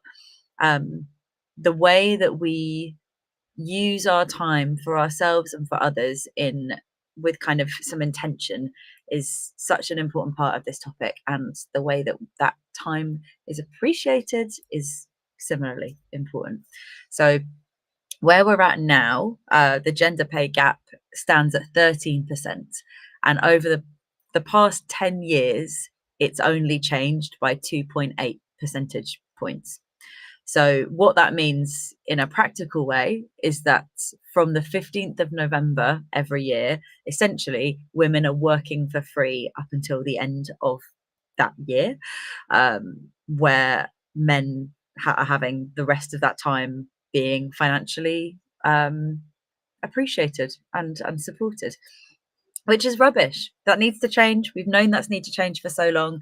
And I often think that gender pay gaps are sometimes seen as a bit of a frustrating topic because it's something that we've been speaking about for so long, but we've got to be able to collectively find some energy to keep shouting about it, because it's just essential. It's essential that we talk about this. It's one of those kind of like more admin heavy things, but no less really, really important to our well-being. What other statisticky things have I got here? So gender stereotypes complemented by the pay gap often result in women taking on the role of informal caregivers, either because the family can't afford to lose the higher income bringer, which is often a male person, or because informal caregiving and domestic work is still so often considered work that is feminized or like women's work. The subsequent impact on women's ability to participate in the labour market can then result in women leaving employment or reducing work hours, with negative impact on their earnings and pensions. And going back from what Trisha was talking about with kind of like why we need to keep working because it's all under a capitalist system, it's really difficult talking about this because I would love for there to be less emphasis on kind of the labour market and our contribution to it, but it is also something that's really essential to discuss as it's still happening and really complicated for so many people, especially women. Couple more facts. Levels of economic inactivity due to long-term sickness have increased since January 2020 and represent one of the most important economic challenges in the UK right now. But of course, why are we surprised by this? There hasn't been any additional funding in the NHS or social care to actually tackle this. And it's something that impacts women much more than men, but also if we kind of center an intersectional lens on this, there's also lots of stats around particular groups of women facing even more extreme inequalities with pay. There was a report by the Fawcett Society a few years ago that outlined like women from Pakistani and Bengali backgrounds, as well as Black African women, are the ones who are experiencing the most significant gender pay gaps. And so, yeah, really essential to consider the kind of lasting impact this is on us feeling undervalued and underappreciated, and what that does for not only sense of our self-worth, also our ability to live and support ourselves and those that we love. So I hope that it's not always fun stuff to hear, but I think it's really important that we are able to discuss it. Right, we have got a really great workshop that's coming up now. Beth Turrell is going to be doing a workshop about ancestral trauma. And before we dive in, just to have a content warning that this is a workshop that is asking potentially some pretty heavy stuff around ancestral trauma. It could bring up some personal issues, and so please protect yourself and look after yourself if anything comes up for you. With that said, I can't wait to dive in and see what this is all about. So let's welcome Beth onto the screen. Hello, lovely. Hi. Have a wonderful workshop, and I will see you all right at the end. Mwah.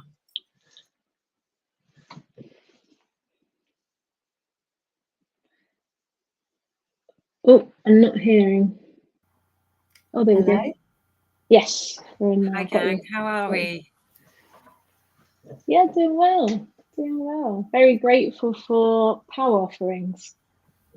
It's been a really restful day. Thanks to Ruby for anchoring the day. I've just genuinely enjoyed it. I'm relaxing on my sofa. My cat keeps meowing, so sorry if he becomes part of this chat.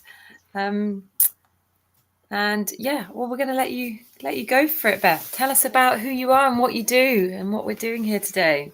Sure. Yeah, so shall I explain a little bit about me first? And a bit Yeah, of that context? would be fantastic. Yeah. Yeah. I mean, I know you as a Margate legend, and we've you've been doing this work. Well, you tell us. I'm intrigued to hear it from your voice. Sorry about my cat. He's about to meow again. It's okay. Cat's welcome. It's really interesting, actually. When I'm working with clients, I often get pet visitors. I think there's something about when folk are in need, that their loving animals come to kind of tune into that consciousness and awareness. So cat's welcome. So to begin, I mean, how to dive into this subject of why I'm doing what I'm doing.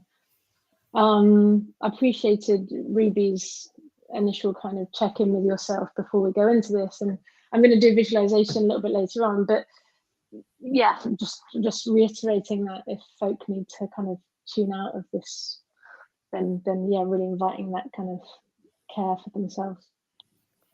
So I guess what came from me moving into the world of therapy, I was a filmmaker. I still am a filmmaker, but it's not my day-to-day in the way that it once was through noticing enough symptoms in my life that needed tending to.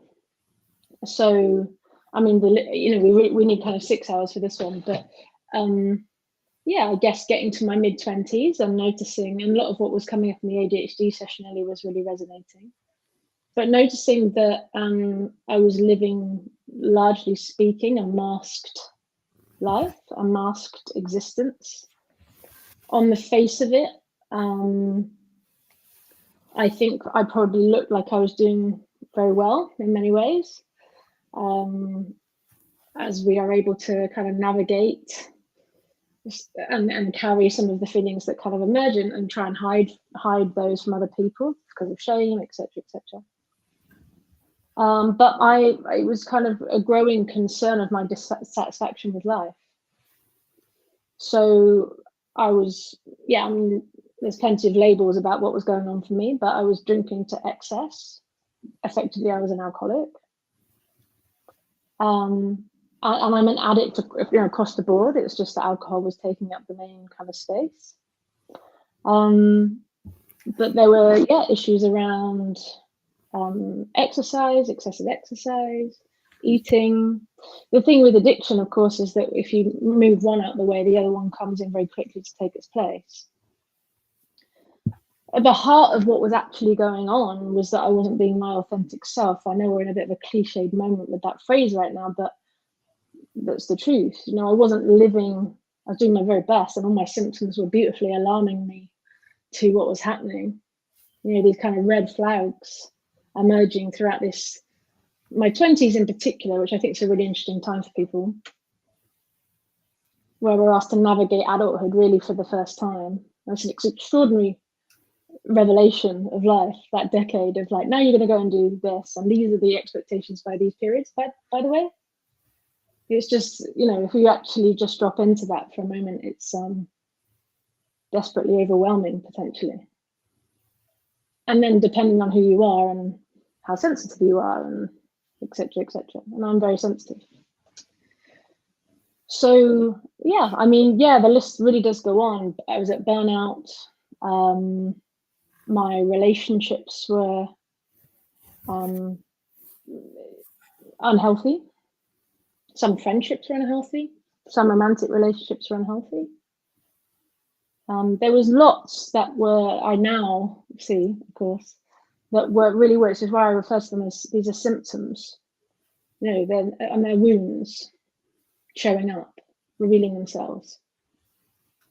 So to kind of reframe what this work is that I do now is, you know, there's nothing wrong with me. In fact, my reactions, my responses were incredibly normal, or incredibly natural is actually the word I'd use rather than, I'm not a big fan of the word normal, but incredibly natural.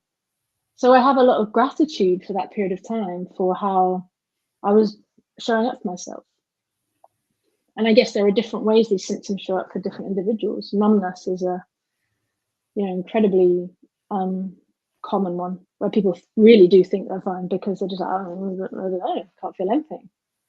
But if, again, dropping in, just gently dropping into, I can't feel anything. You know, the weight of that alone. So yeah, so that's a top line, but this is, you know, this is a kind of around the fire pit, more of a conversation which would go on for longer. Life was becoming far too much. I was out of alignment in work. You know, the TV, the film industry, creative industries more broadly create immense pressure on individuals. Very much informed by the nature of, you know, product and earn money and rather than the deliciousness of the creative process, which is the true humanity of the situation, what we need to return to. So as I started my own healing journey, yeah, I mean, the crossover was immense in terms of when I realized that I wanted to be a therapist. In fact, it's always been there, and that part of me has fed into every role I've ever done too, of wanting to rise up with people. Is probably the easiest way to put it. And human potential. I'm fascinated by human potential, what we can be, and which is why this festival speaks to me. And that's one of the things that I love so much about it, is let's make space, let's rise up, community-based work. That's at the heart of that's so much what healing's about. So yeah, I transitioned. I don't think you into this work. I don't know if you ever stop transitioning into this work. You know, where does the me end and the practitioner begin? Where does the healing end and the healed begin? I don't think that's true.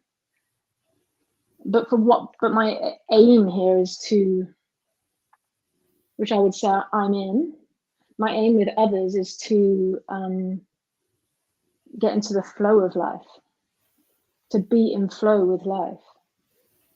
You know, without getting too wanky here, but this is, you know, like life's like this piece of music we get to move with, you know. So rather than this resistance or this maybe medicalized, potentially patriarchal, pressurized, there's something wrong with you, that resistance of let's take that pill and move that feeling away. Let's get rid of depression. Let's get rid of anxiety. And look, you know, that paradigm has saved many people's lives in my life, and perhaps has saved mine too in moments. So it's not to reject that, but just to ask some more questions around that, invite a little more curiosity of what's that depression trying to say? Why am I anxious in that moment? maybe it's beautifully natural. And if it isn't happening in the moment that we're responding to something, perhaps there's something from the past that needs tending to here. And it's lived in our body for so long that it's expressing itself when you have a minor interaction with your partner or your friend. So it becomes this explosive thing. Am I making sense? You are making sense. Yeah. It's stuff that we don't stop to consider when we're just in the busy flow of life. And that's why I'm so grateful for this festival and this theme to actually, I mean, it's ludicrous. I was going to say it feels like a treat or like indulgent to have this conversation, but it kind of does, because it's like, it's the sort of thing that, yeah, I wish I had more time and space to tune into, because I'm well aware, you know, like that feeling I get at the end of a yoga class is how I want to feel all the time. But most of my day it's hectic. I also just wanted to thank you for being such a great supporter of POW always as well. Like, you're always there at the events and it's just great to have you doing this with us today. For the people watching along, myself and Rosanna, our POW team, and we're going to be in the room with Beth. Yeah, how should we explain like what this sort of session is going to, yeah, sure. Role? Yeah, I've just realised I've not explained what kind of practitioner I am too, because I went straight into a bit of context about what took me into this. It's all good. It set a nice tone. Okay, cool. If I do that now, and then maybe that'll. I'm enjoying the very tone of this session so far is so in flow. So it's chilled. It's lending itself. I should probably introduce myself at some point. Yeah, let's do that. Let's do that. So my name is Beth. I'm a transpersonal therapist, but I'm an integrative therapist too. I'll explain what both those things are if they don't kind of land immediately. If it had been me a few years ago, I wouldn't know what those were. So an integrative therapist is a therapist that draws on many different approaches. The notion being that if we're working with different individuals, we want to really tend and care to their specific needs. So some therapists have a really focused specialism, and that's incredibly useful to have that niche sometimes. A lot of therapists are looking at what's particularly useful and also tuning into who they are as individuals and what kind of chimes and resonates with them, what feels important. That's the integrative bit. The piece that kind of most ignites me in this work as a practitioner is the notion of the transpersonal piece. So transpersonal therapy, I could talk about this again, it's backed by the five tip moment, but transpersonal therapy in essence for me is about wholeness. So I'm interested in the fullness of who you are. I'm interested in all parts of you. So if we think back to what I shared a moment or two ago about my experience of my 20s, and it was much longer than that, but that was the real kind of rude awakening, I guess, or maybe it wasn't a rude awakening of sorts. Then there were parts of me I was rejecting. There was this kind of deep desire for perfectionism. It's like, can't have that here, can't have that here, move on from that. I don't want that part of me. But actually, I'm interested in integration. All parts of you are welcome here. And in fact, we need all parts of you. We have to name those things that have happened, name those truths, and care for them. You know, what I'm speaking to here is kind of inner child work. What's happened to you in your childhood or potentially in adulthood too, that made you go, I just don't want to talk about that. This piece of work is about healing work. We can talk more about that word potentially, but healing work is about inviting you back in to yourself. It's about coming home, really. And once we start to do that, all parts of us start to kind of drop into place, and we care for them. We care for those parts that have been rejected over time. So that's a kind of approach to wholeness, but also the transpersonal is a deeper thing. We're connecting to something that's beyond our day-to-day experience. There's an idea of connecting to a higher notion of, that's not religious in my instance, that can be non-religious, but this notion of like that, for me, that's the kind of earth, you know, What is it beyond us in this very moment that we need to kind of move beyond? It's the kind of almost an ego death of, okay, I'm not, with love and respect, I'm not the heart of everything here, I'm one piece, and how can I sit with everything else in this magnificent experience of life? But there's quite a lot of work to do yet before we get to that piece. People aren't just arriving with me and we're like, have you thought about connecting to the magnificence of life? It's just like, there's kind of 6 months at play before we can start to drop into deep gratitude for this opportunity of living. And we've only got an hour today. We've only got an hour today. So so that's the transpersonal integrative. Then I work somatically a little bit with people, which is about tuning into our bodies, what's happening in our bodies in this moment that allow us truthful information about what's happening for us. So, this is everyday stuff. You'll notice this about yourselves, but this is about just deepening that relationship with our body. Our minds are phenomenal powers of making up a load of shite about what's happening in our lives. You'll be familiar with that voice of that narrative, that inner critic. Our bodies are the truthful ones. If our palms are sweaty, we're probably nervous. Just like if our tummy's moving, I was feeling it a little bit before this began. Oh, I'm a bit nervous. Okay, the tummy's going a little bit. Or my chest is tight. Okay, is there some stress? Our bodies hold the truth. And then the third piece, and we've got a lovely segue coming in here. The third piece is about the ancestral work.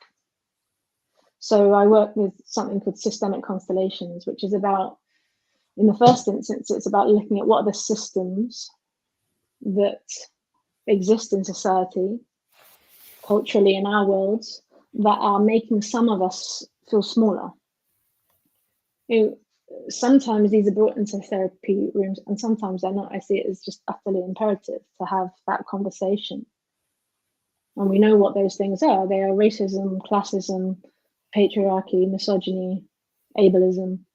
How are those things affecting your voice as an individual?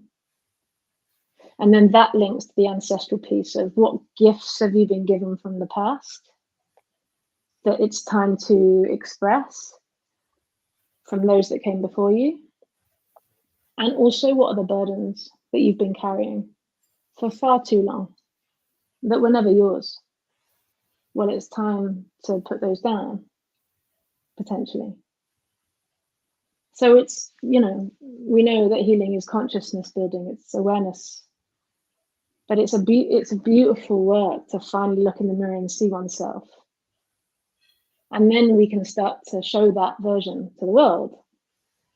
And it's no coincidence that you may have experienced this in your own lives, but as you start to do the work, I'm not a big fan of that phrase, but for the sake of people knowing what that means, drop into this self-love and healing work. Things start to change around you too. Not always easy, because people are adjusting to new you. That's tough. Takes time. But there's a form of activism in this, and that's why it's so, rich and beautiful. So then I can speak about what we're going to do next, if that's useful. Just check that that's all landed.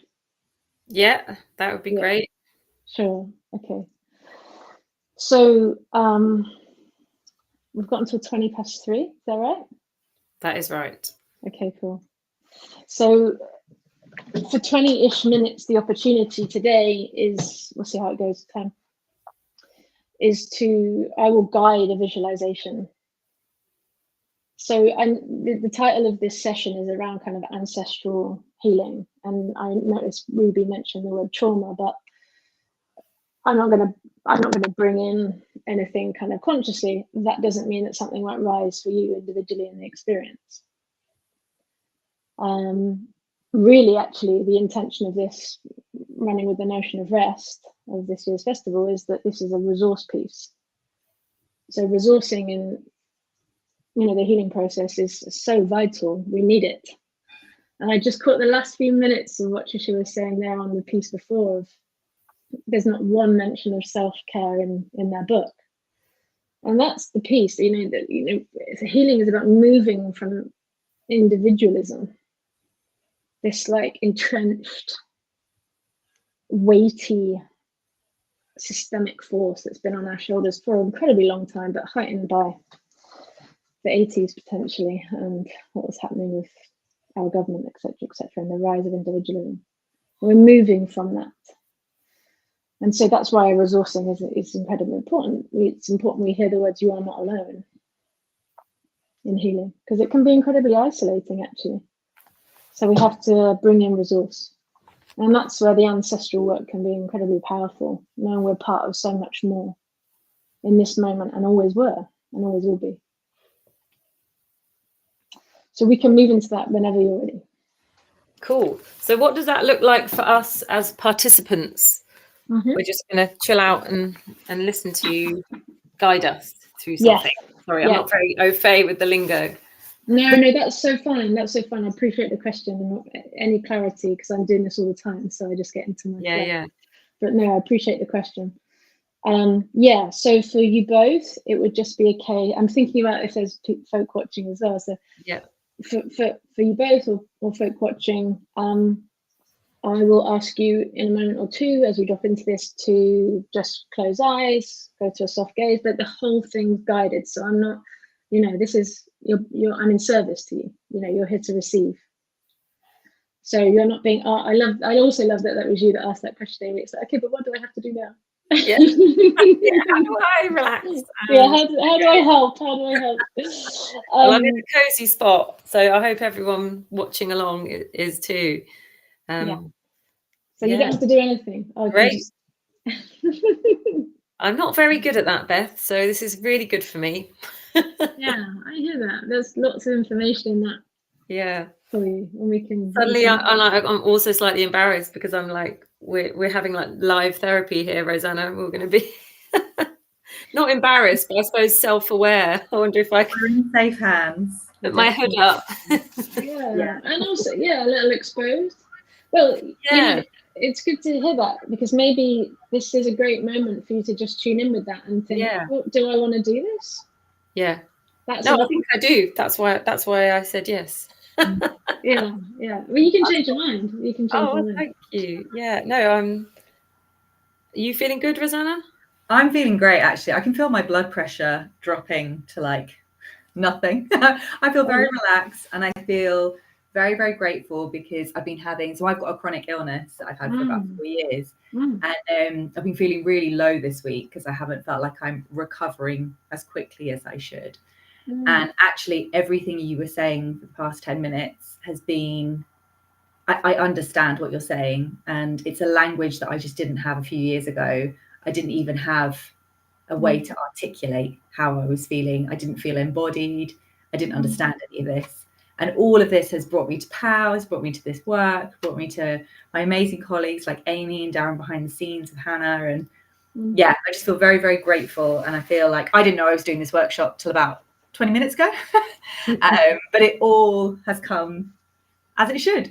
So Amy, if you want to duck out. No, I feel the same, to be honest. I feel really grateful, and it's almost like a worth thing. It's like I deserve to do this work, but I don't often put myself first. So I think that's a classic woman trait. Sometimes we just think of everyone else. And also we're running around doing a festival about rest. So there's kind of been a bit of irony when we're quite busy and unrested. So so I think I just needed to like get that out. And now I'm feeling way more grounded.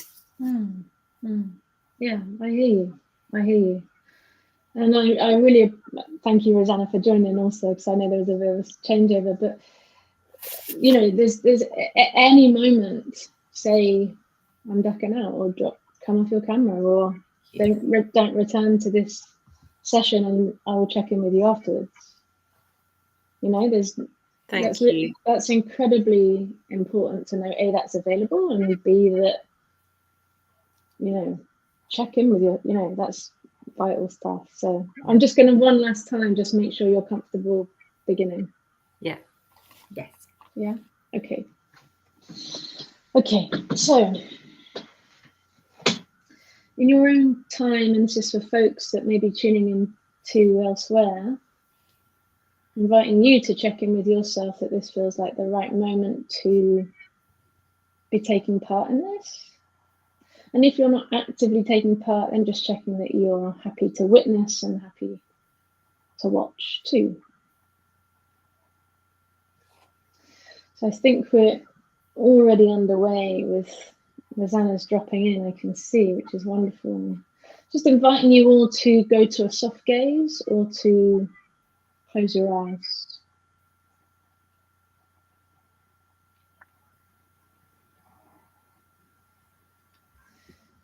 And just to let you all know that as we start to drop into this piece, that you'll notice that I start to speak a little slower. And there may be gaps in me speaking. But I'm still here. The internet's not gone down. I'm just taking a little bit longer, creating a bit more space as we start to drop into this softer space together. And I'm right here with you.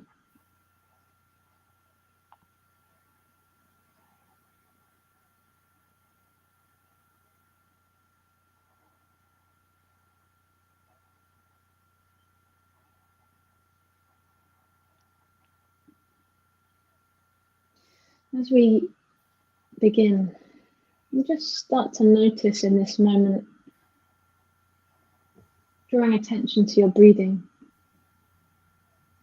And as I ask some questions throughout this meditation and visualization, there's no need to report back.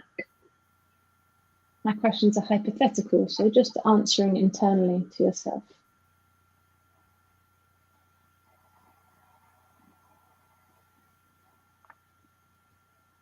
So just noticing your breathing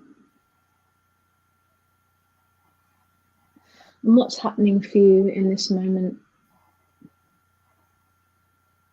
Perhaps your breathing's deep and supportive, gently moving in and out, naturally supporting your body. The miracle of the breath. Or perhaps there's a little tightness. Perhaps the chest is a little resistant and your breathing isn't flowing quite as deeply as it could. There's no right or wrong here, we're just noticing. We're just tuning in. Just dropping into the moment.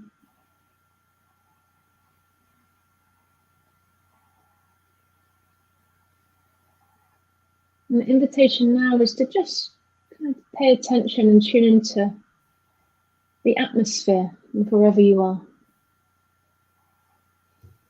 What does it feel like to be you there?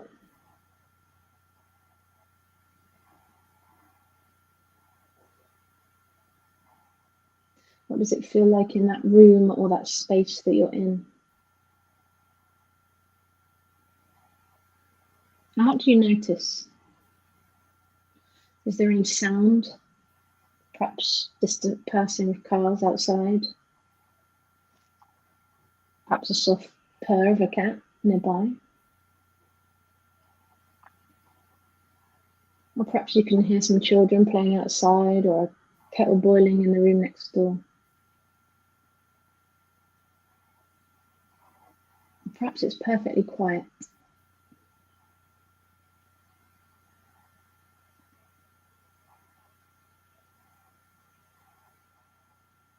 In this moment, just becoming aware of the support that's available to you in this moment.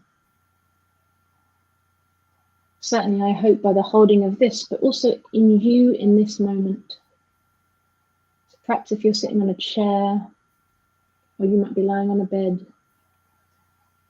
just noticing the support that you're being offered, your body's being offered. Allowing you to sit or lie down. Allowing you a moment to be.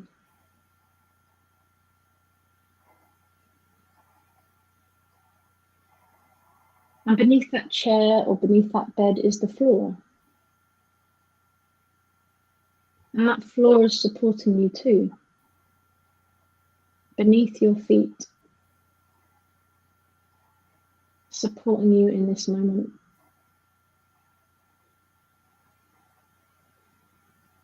And beneath the floor, of course, is the earth. Always. The earth is consistently there for you, supporting you in every moment, knowing that you are part of nature too.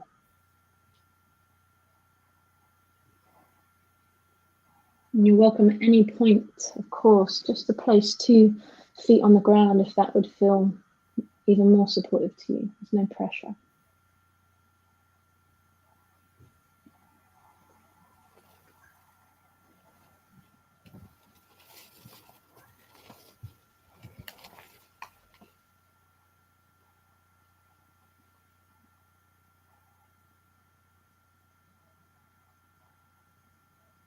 And what I'd like you to do as we start to move into visualization, the invitation is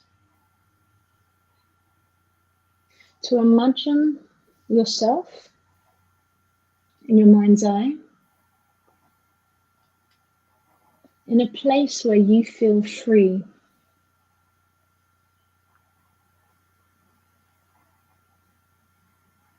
And that may be a hypothetical place, or you may have a memory starting to emerge.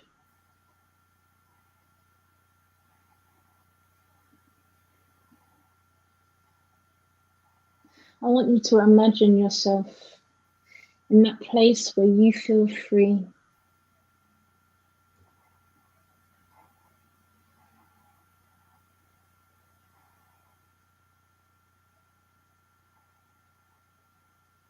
And just in this moment, just notice what's in that image. Allow that image to start to expand. And there's no need to feed this back, but just saying to yourself internally, what can you see in this image?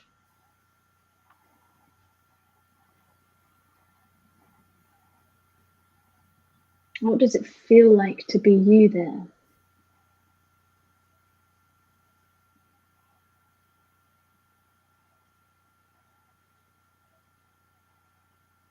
And how do you know you're free? What's telling you that?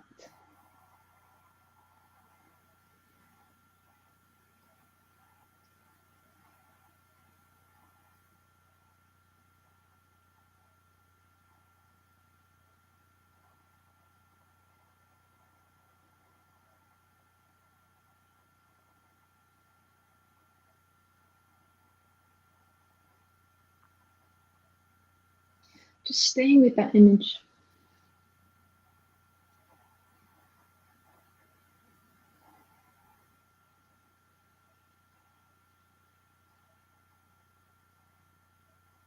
What's the atmosphere like in this place?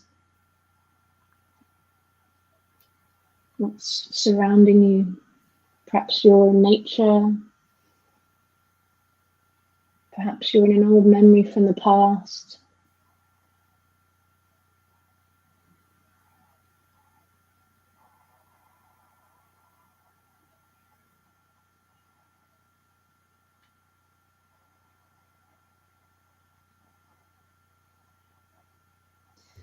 The invitation now is to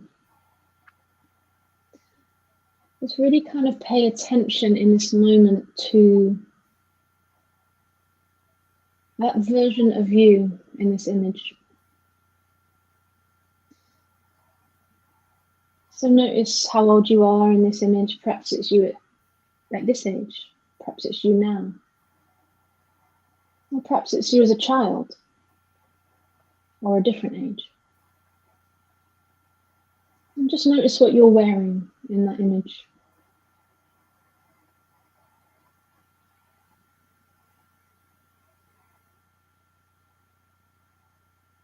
Notice the look on that version of your face.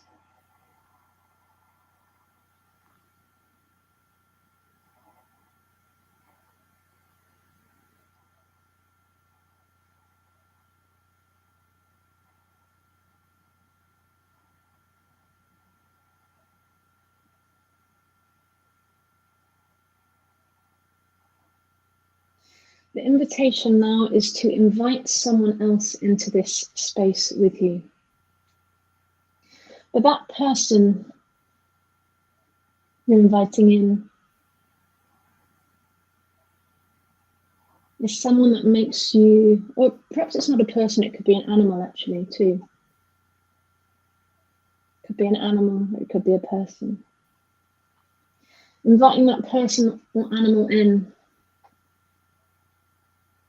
that you feel incredibly safe with. You're inviting this person into your image and your experience of freedom. And if no one springs to mind or an animal doesn't spring to mind, inviting someone or something hypothetical.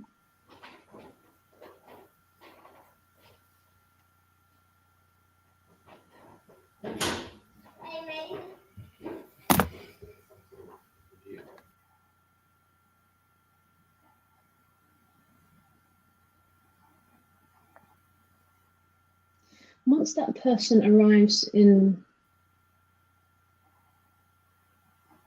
the image with you,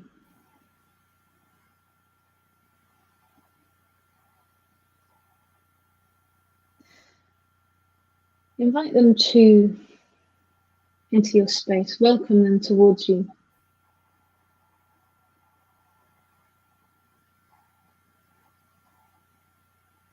And take a lovely look into their eyes.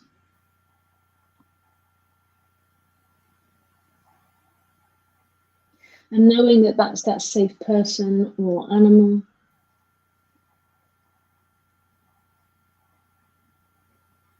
taking a lovely smile at them. And noticing them smiling back at you.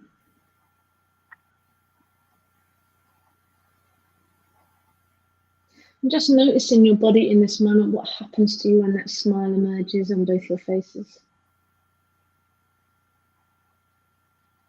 What it feels like for that person to see you. What it feels like to be seen by that person.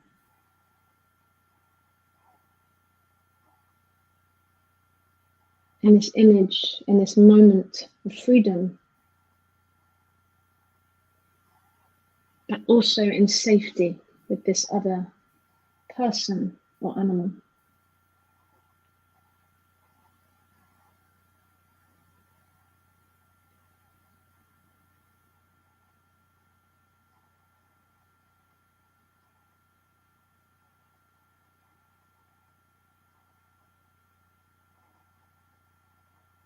Wherever you are in this image,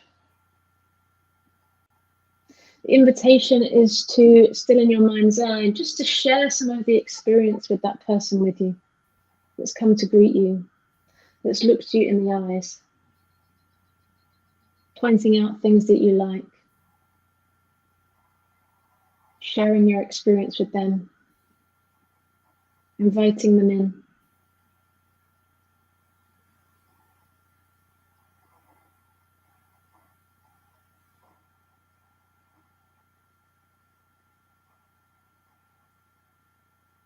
Paying close attention to what freedom feels like for you.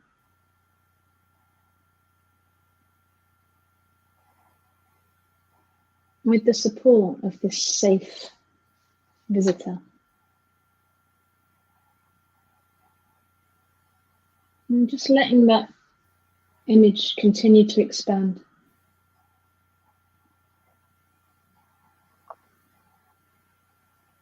And in your mind's eye, perhaps there's a colour that can be invited in. If there was more atmosphere from a colour, what would the colour that might emerge in this image? There's no right or wrong answer. We're just staying curious about what happens next.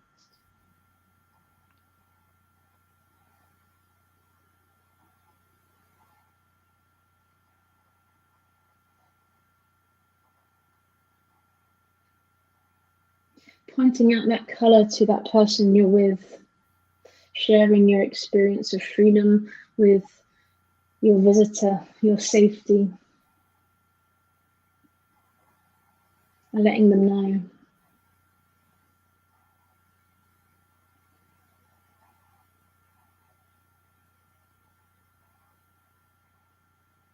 And taking your safe person or animal, your visitor, by the hand. And guiding them into a new spot in this visualization, this moment of freedom.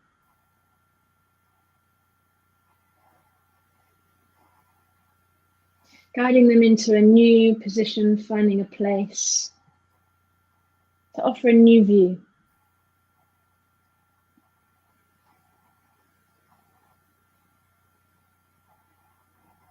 And settling yourself there.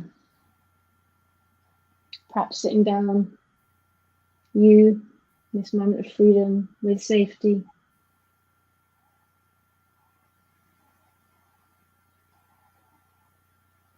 Creating a nice spot to sit, to absorb, to receive, to rest. If the sun is shining, noticing the heat on your cheeks.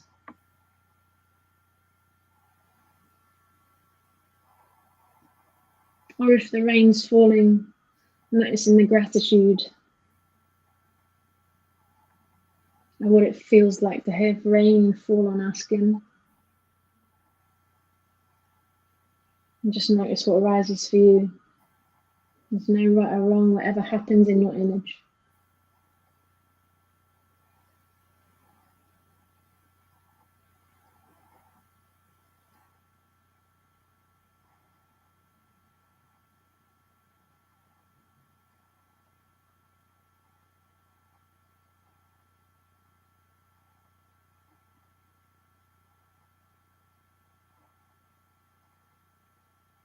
And as you drop into that moment with that person or that animal, that person of safety, the animal of safety,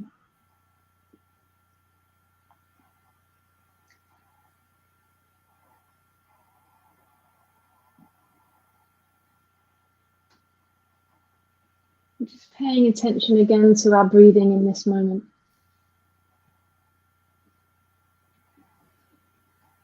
No right or wrong, just curiosity, non-judgmental about what's happening. Okay. There's a depth to my breathing in this space. Oh, there's a little anxiety. Interesting. Or anything else that may be emerging for you. Just noticing.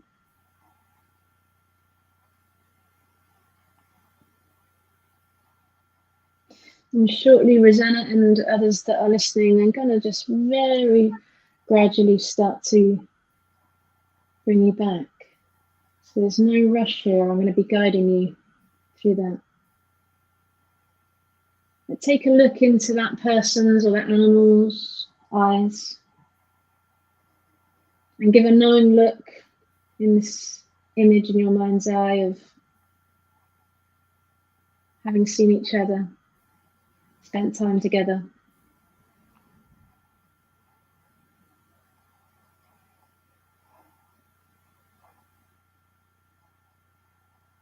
And just acknowledging between the two of you that the moment's coming to a close.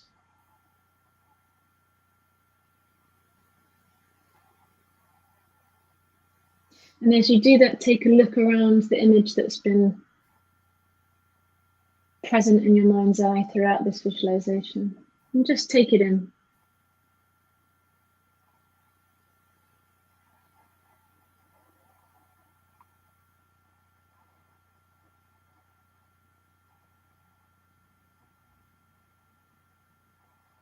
And just very slowly start to return, still with eyes closed for now. Just start to return to this present moment, back in the room where we began. Noticing your feet on the floor, if they are, or just a slight wriggle of the toes as we start to come back. And take in a lovely deep breath if that feels supportive.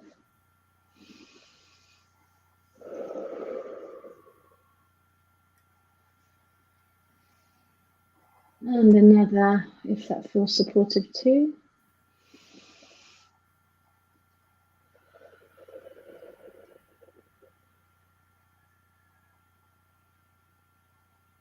And in your own time, Rosanna, and those that are watching,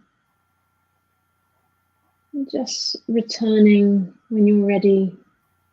Any adjustments you feel you need to make, gentle stretches.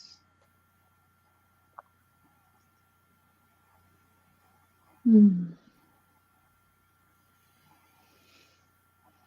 just kind of taking a look back at me as we come back into this space, and then that you're back with me, Beth, and Lisa too.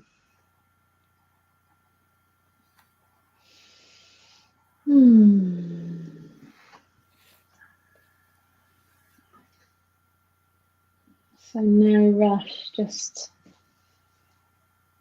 acknowledging, coming back.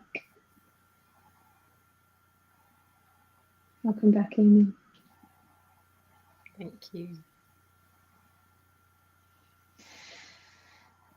So there's no pressure on this whatsoever. In fact, I would normally offer a really gentle end to a session at this point and not wish to disturb. But if there's any desire to share anything, Rosanna, Amy dropped out partway through for something personal.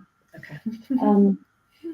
But if there's anything that you feel called to share, there's no pressure here. Just because we're on a Zoom-like thing at a festival doesn't mean there's any call to share if it doesn't feel right for you. No, I loved it. I felt incredibly calm. Mine made me laugh. I was on a beach in Colombia, but it was a giant wolf that was with me. So when you said about smiling, there was just a lot of teeth, which kind of made me laugh. Riddle me that. Yeah, I don't know, but it was great. Yeah, I feel very, very calm. Wow. I'm always amazed where we go. Yeah. I'm always amazed. I'll just share with you for some context as to why I work a lot with visualization, and that's a kind of as I mentioned, it's a resource piece. I care so much about resourcing clients. There's, I think, a patriarchal notion of, I even hate this phrase, but no pain, no gain, and get in and feel it, and it's going to hurt, and da-da-da-da-da. I mean, it's just grim. It's just utterly grim. There's a tenderness available. There's a softness available, and there's community available. We can heal gently together. That doesn't mean we won't wail and scream, but the integration, the resourcing, for me, I'd say is more important than the individual moment of, oh, something's happening, something's emerging, and it's new. So I'm really pleased that you went to Colombia today. I went to Colombia with my giant wolf. I love that. That's the level of safety I needed as well. So yeah, I don't know where that came from, but yeah, felt very, very safe. I was also on a beach, but much more local. I was on Botany Bay. That's beautiful. Yeah. Nice. My favourite nudist beach with my cousin. Oh. Yeah, my best friend. It is lovely to go somewhere. It kind of is proof that you can have an adventure sitting in your home. And yeah, sorry about my son walking in halfway. That's life. That's life. That's life. It can be useful when things like that, those very real life moments happen, because I'm always interested in what's happening live for someone, and that in itself can bring up feelings, But imagine it, my background, and I'm an artist still. I don't think you ever lose being an artist. You are human, therefore you're an artist, right? But certainly it's I guess, creativity in my life has deeply informed my work as a therapist. And the role of imagination in healing is extraordinary. And my concern for the packedness of life, a desire to self-soothe through addiction, be it our mobile phones or whatever it may be, is there's such a lack of seconds or minutes, even in the day, to go to Columbia or the Wolf. Yeah. Because the gift of the imagination. Oh yeah, we're going to open it up. So I just got a little note from HQ. The gift of the imagination allows us to go wherever we want, whenever we want. And healing is about empowerment and agency. So if we can tap into the innateness of the imagination, you're going to feel pretty damn powerful if you start to build that muscle in the healing journey, and then into what it means to be human, to be alive, to be expressive, which is probably one of the same things. Definitely. I think when I was at my sickest, I didn't have imagination or a language to think of the great, wonderful things I was going to do or could do, or weren't even possible but could dream about. And so, yeah, very, very grateful to you, because I just think, 3 years ago, I probably couldn't have done that. And definitely wouldn't have had Columbia as somewhere I've been. So now I can envision it. And, I did that at Christmas. So I'm yet to meet the Wolf, but hey, I'm coming. The Wolf seems important. The Wolf seems important. I'd love to hear more about the Wolf. I think there's some space for questions, maybe, I'm hearing from HQ. Yeah, let's ask questions. What have we got there then? Oh, yes. How can I, so shall I read, or? Yeah, go for it. How can I maintain balance between honouring my heritage and addressing the negative aspects of ancestral trauma? Yeah. Good question. And thank you for that question. It's an incredibly important question. Okay, that's a big piece, and potentially need more space for this. I kind of want to honour it, so feel free to reach out, because there's going to be lots to it, I'd imagine, intersection potentially, and depth that requires a bit more holding, maybe.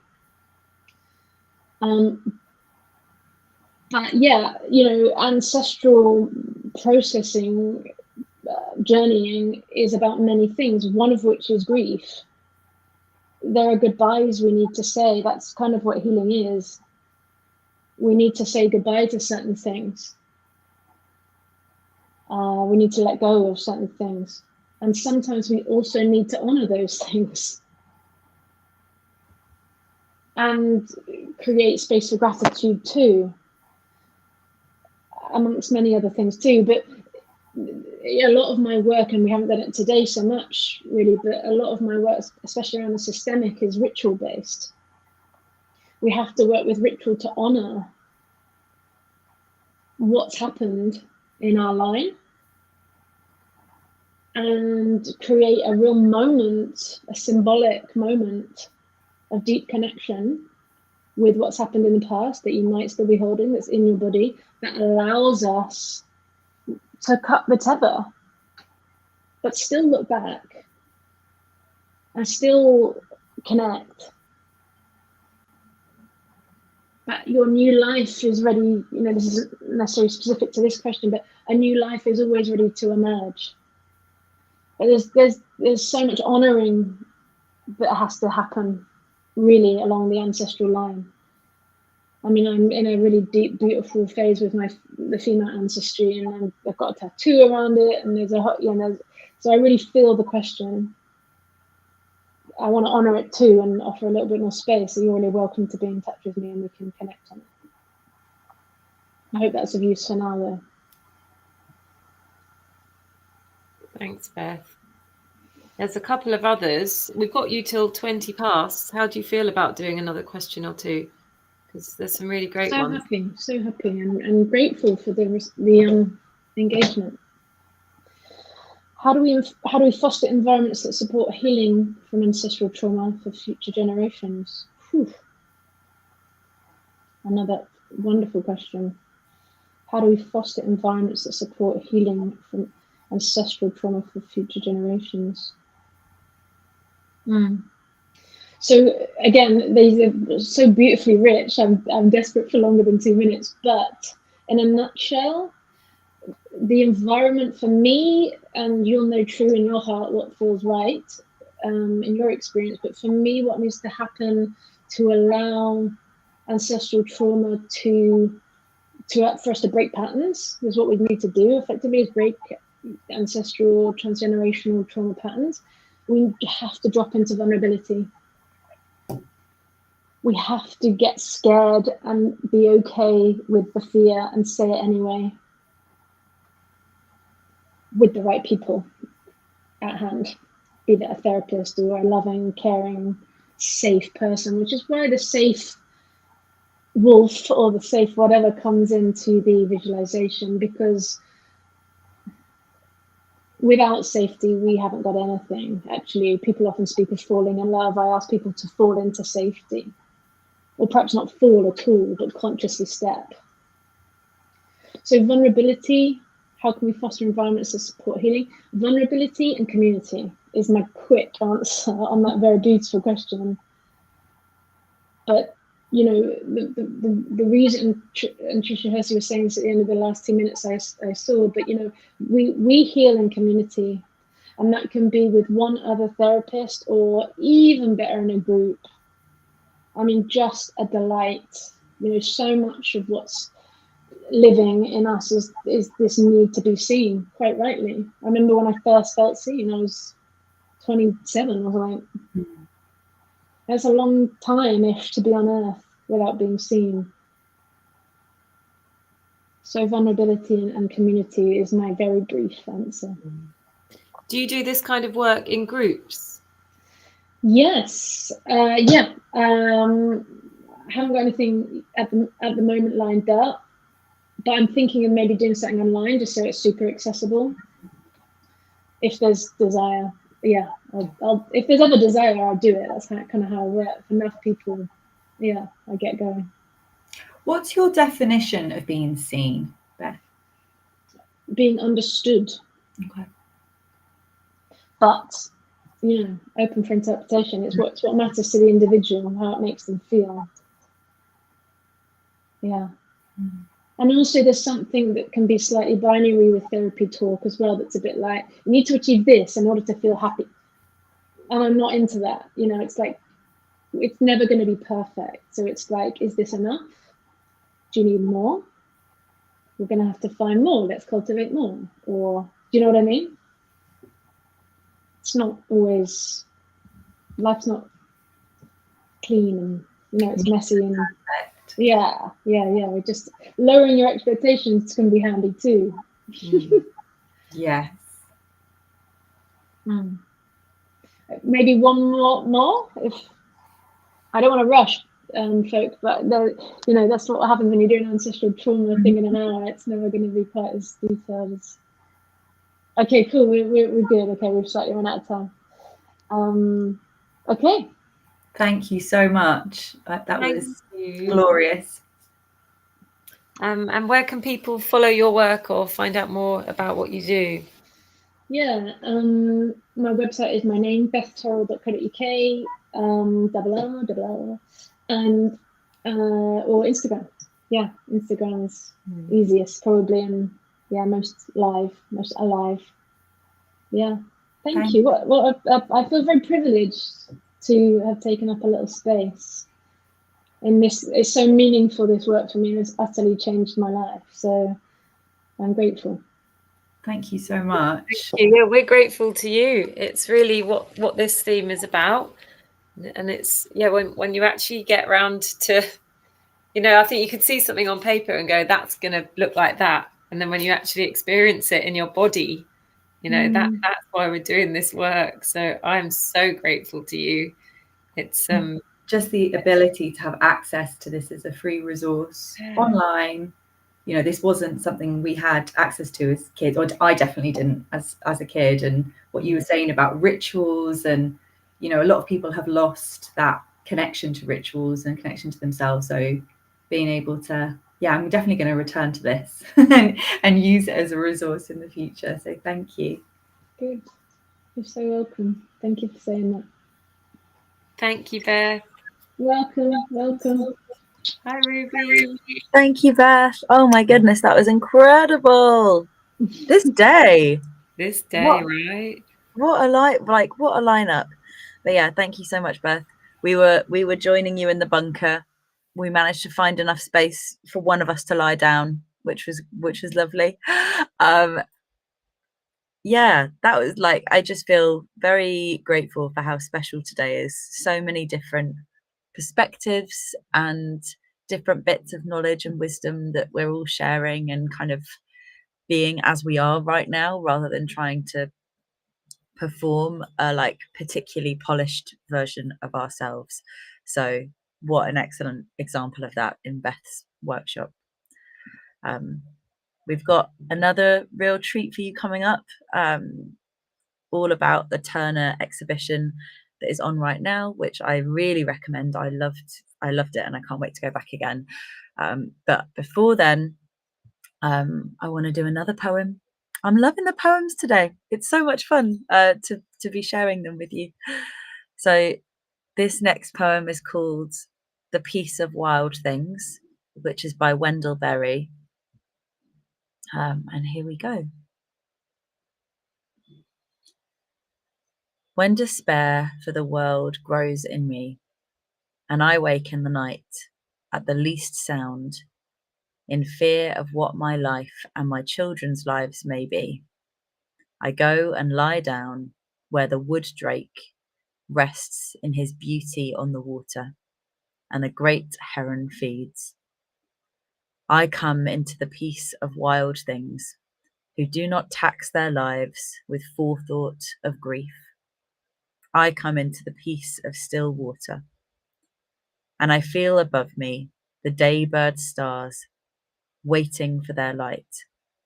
For a time, I rest in the grace of the world and am free. Thanks so much for hearing that. And thank you, Lisa. I just love, it's difficult.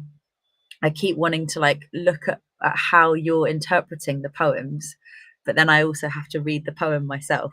But it's really beautiful to like see the physicality of them being represented as well as speaking the words. So I'm really into that. Thank you very, very much.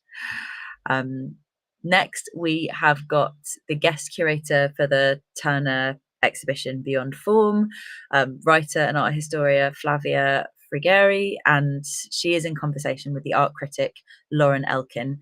So they're going to be discussing the Turner exhibition, and really hope that you enjoy this one. And yeah, if you haven't gone down to the Turner to see the show yet, then this is your enthusiastic encouragement to do so, especially after you've listened to this talk and you can go in with a whole new set of information. Impress your mates if you go with anyone that you suddenly know loads about this. We're going to start that in a couple of minutes, and I will see you after the end of that interview. So see you soon.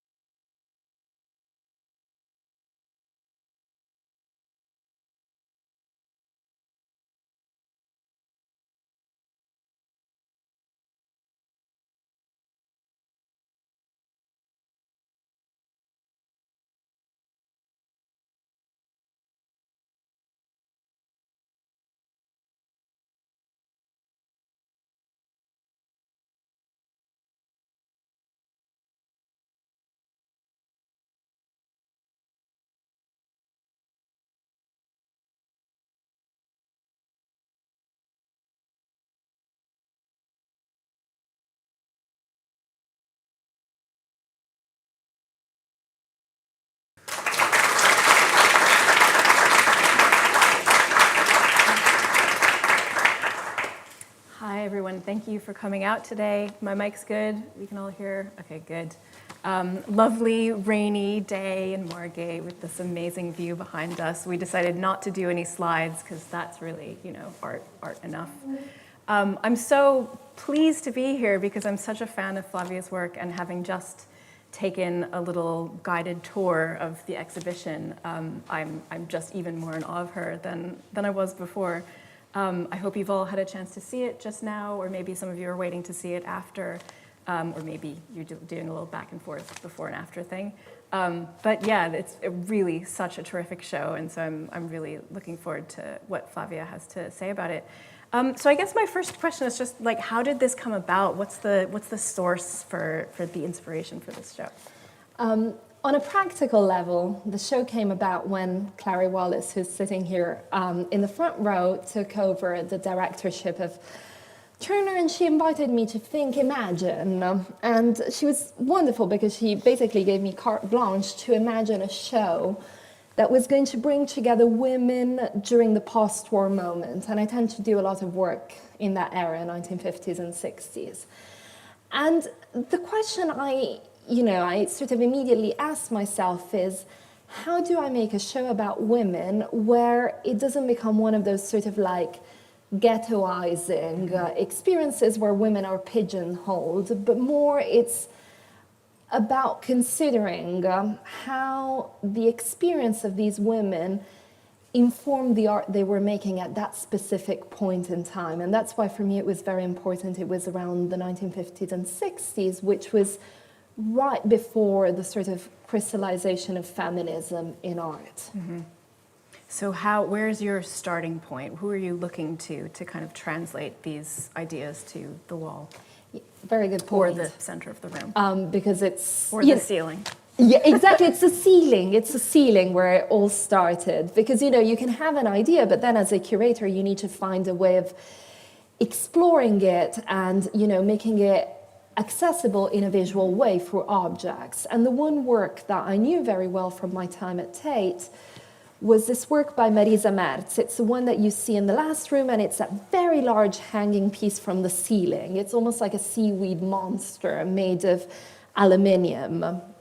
And that work for me was one that captured so many things, in the sense that it's a work that she made at a time when she was looking after a very young child, didn't have a studio or a space of her own, if we want to borrow sort of Virginia Woolf, a room of your own, of one's own.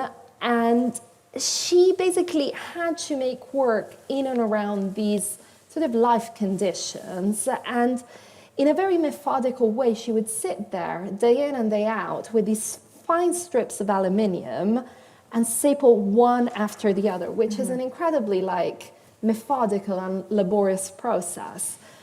But she was working from her kitchen table, and in the evening she needed to have dinner with her family on that kitchen table, and so would store the work on the ceiling. She would hang it, and that's the reason why it's a hanging piece.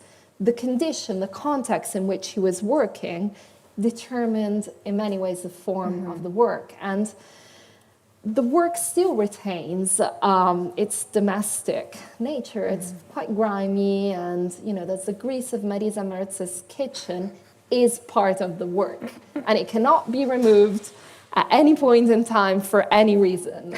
It is the work.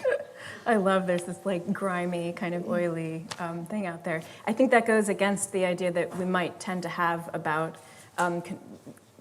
late 20th century contemporary sculpture or minimalism, that it might be kind of very clean and precise and definitely not covered with the grease from someone's cooking. I can't imagine Donald Judd liking grease on his sculptures. So definitely not. Yeah. And, yes, precisely. A lot of the work that you see upstairs has... it's not necessarily always coming out of this domestic sphere, but it comes out of a sphere of being handmade. It retains that element. It's very much, even the minimalist works that are in the show, like, Agnes Martin, every single fine line is drawn by hand. None of it is handed over to someone else or handed over to industrial means of construction. And that, to me, was also part of what became very interesting as I started researching the show. It was the labor, the conditions of making, that kind of also became part of the larger sort of discourse of what I was looking at, and the question around abstraction that kept nagging me is, can we see, is there more to abstraction than just the form? And that's why the title is Beyond Form. Right. So where do we go beyond form? What lies beyond form? Lots lies beyond form. I mean, we can be here 5 hours discussing what lies beyond form, but we only have 40 minutes.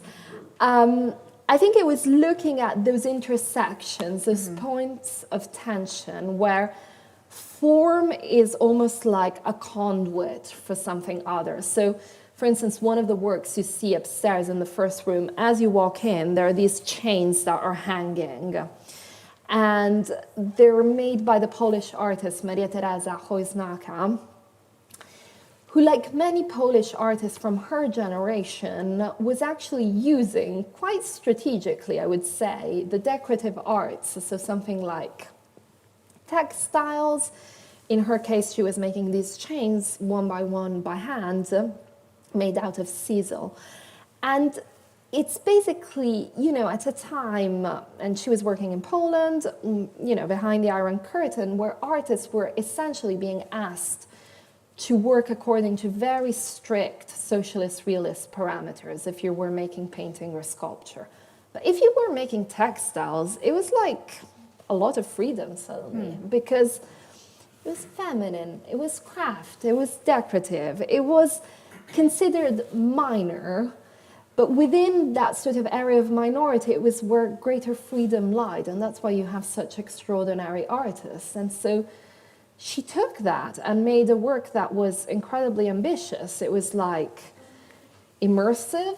Now we're so used to installation art. That was the beginning of thinking of something on a much larger scale. When you say immersive, I love the fact that you said when it came out of the crate, it had this like stench to it. Like the sisal is like organic material, and it has its own kind of olfactory presence. It's maybe not part of the work now because it's been airing out, but I like that kind of confronted you and you received it. Yeah, and that's the beauty in a way of, I mean, clearly as a curator, don't get me wrong, it's very important to preserve and conserve the works in the right way, but it's also, there's a beauty sometimes to that effect of a work not having been shown ever really, and retaining its original sort of perfume, odor. It's very strong, and I don't encourage people to necessarily go up close and smell it. I think, it's faded away in a month, but it speaks to the story of that work, which maybe doesn't come across necessarily when you walk into a show, because you're seeing it on a kick plinth, you're seeing it in a very different condition. Yeah. But a lot of these works were not exhibited, were never seen, not only in this country, but also in their country of making. I find that really interesting. I mean, it felt like when we were just walking through just now, every other piece would be like, oh, that one's never been shown. That one's been in a box for 50 years.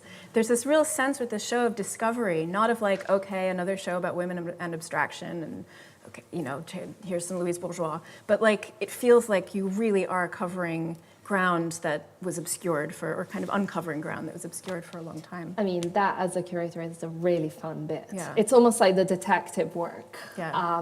You know when you start with something like this that you need to have a set of core artists that are perhaps better known. But then within that, the real excitement comes when you can start really thinking in a much more inclusive way, and you go down these rabbit holes, and for every work up there's a story. It was either someone who pointed me in that direction, and in this sense, curating is never just about one individual. It's a very collaborative process always. But it was also like the excitement of saying, oh, let me show again, someone like Barbara Hepworth in the same room as someone like Habouba Farah, Lebanese Brazilian, and Margaret Bennion, British, but, never exhibited. So, you get a real kick out of that. And it's the fun bit. But then in parallel, and I always say this, there's almost like the other show you didn't do with all the works you didn't include for one reason or another. So, you know, every time I walk in, I think, oh, that would have made a really great pairing. But that's inevitably the process when you do a group show. Yeah. I mean, so much of the skill of curation and what can really make or break a show is how the different pieces have been kind of placed in relationship to each other, and the kind of constellations you see in your mind and the way that you're able to realize that in the gallery space. I wonder, what were the kind of different components that you decided to divide the show up into to create those alliances? Yeah, that's always the sort of, it's almost like, you know, composing a musical score, because you're looking for a certain rhythm. You never want to overwhelm your audience. You want to take them basically on a journey with you. And one thing I knew from the start is I wanted to have that sort of smaller room, very much about the abstract body.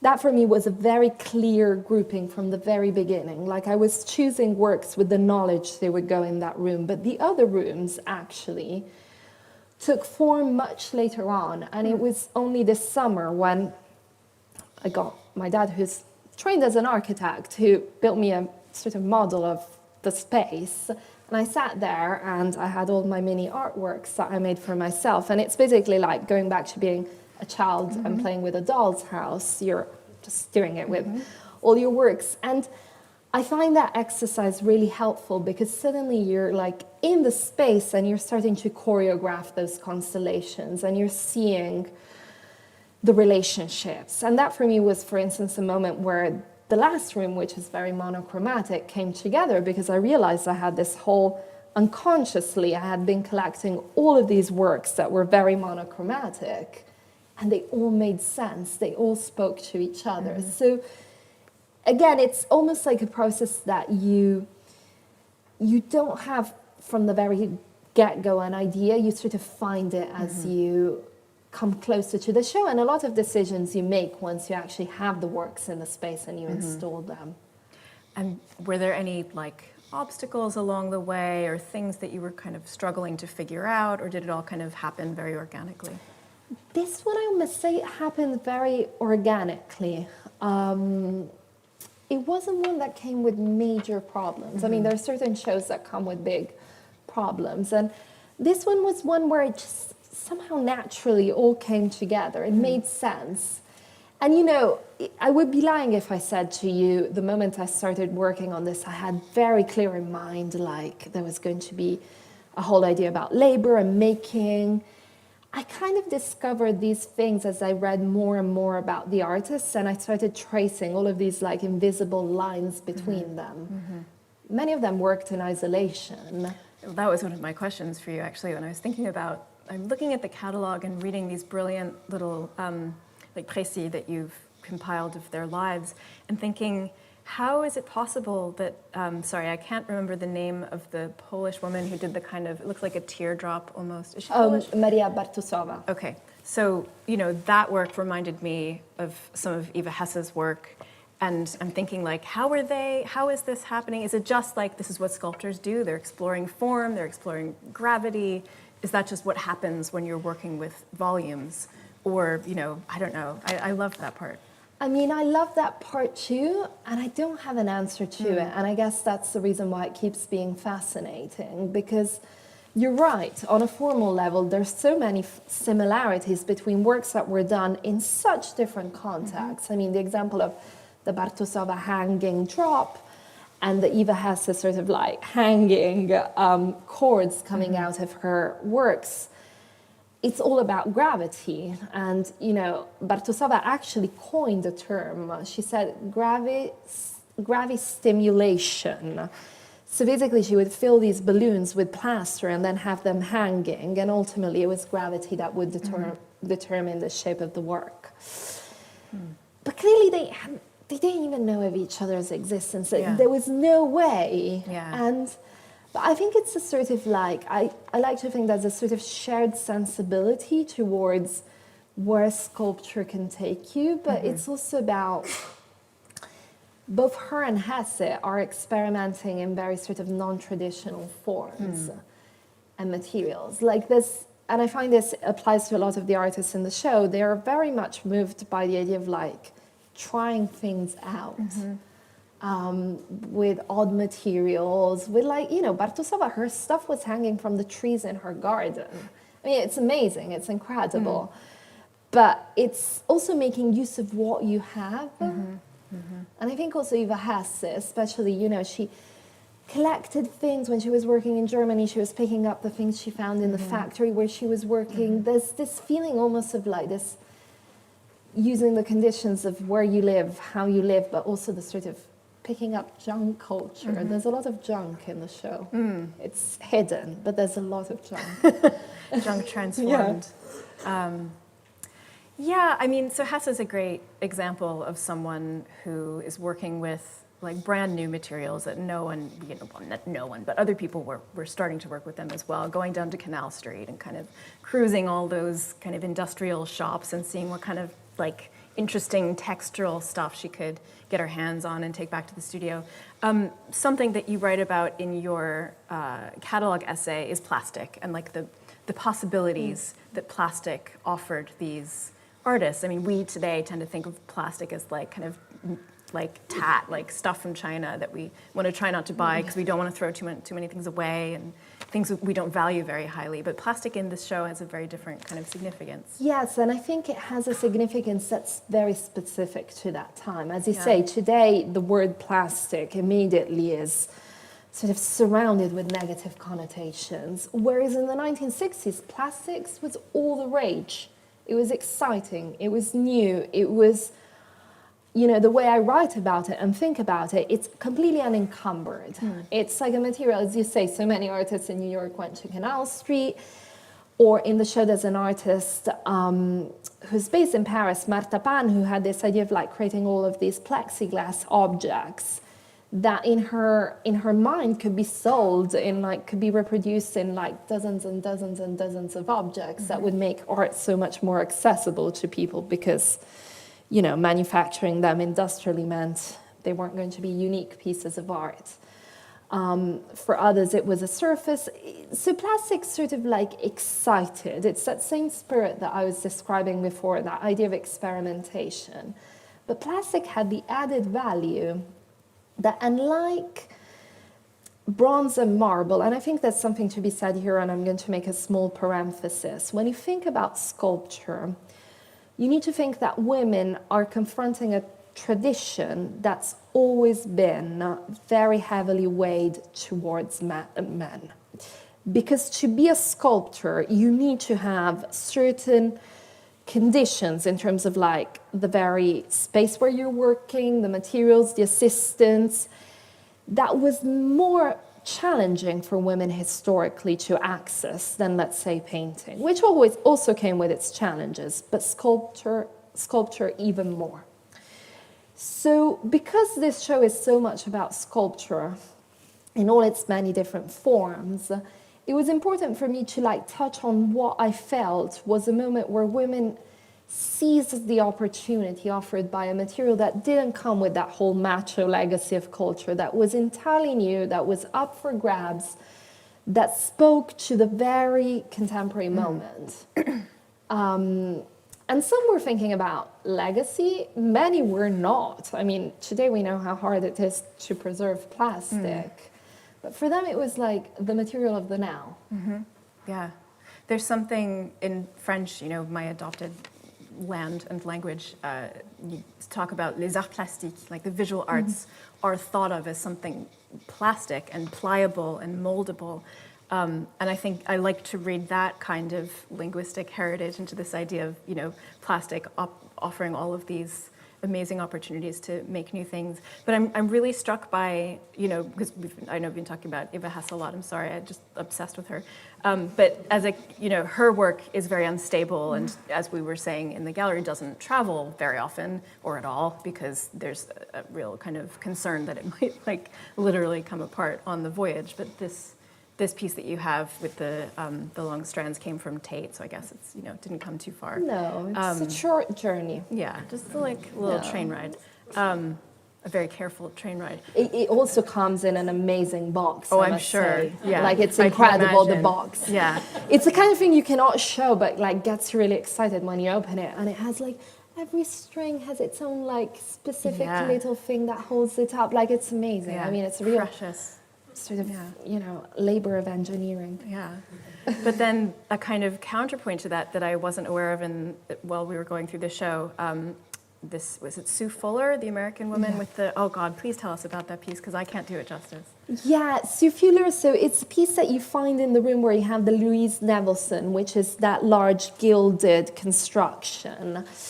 And Sue Fuller is one of those artists that I've been obsessed since I saw, someone showed me her work a few years ago, and then there was a whole booth at Frieze Masses the year before last. And Sue Fuller was one of those people completely under the radar, but very consistent and persistent.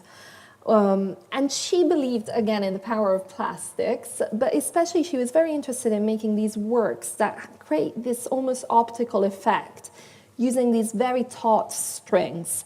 Now, her biggest concern was, and she was like a perfectionist, was to find the best possible string. And she used to buy initially strings from hardware stores, fishing rods. Wasn't so convinced that they were going to be the one that was going to make the cut. So eventually patented her own strings and was recognized as a pioneer of plastics in art in America. And they sort of took her on tour to both America and, surprisingly, Eastern Europe on these like conferences around plastics. So she was giving like keynote speeches and was presented as almost like a scientist. And always thought of herself as very much someone sort of like brokering that divide between art and technology. Which also, it's, why didn't we hear and see more of Sue Fuller? Yeah, well, maybe we will be hearing. I mean, I hope more so. Going forward, but that piece is just so intricate, and I don't know that it's like copper. The string looks like it's the effect and the fact that she made it in 1957, and in 2023, there's not one single string that's not perfectly taut. I mean, she was a genius. Yeah, really. Yeah. So one of the quite like a present through line in the show is the notion of the line itself. So I wonder if we could talk a bit about line for a bit, if that's not too wonky. No, I mean, I'm wonky. I love Talk about wonky lines. Wonky lines. So the line, and you know, the line is the unit. It basically, you could walk around that show and see lines everywhere. Yeah. Apart from a few works which used dots.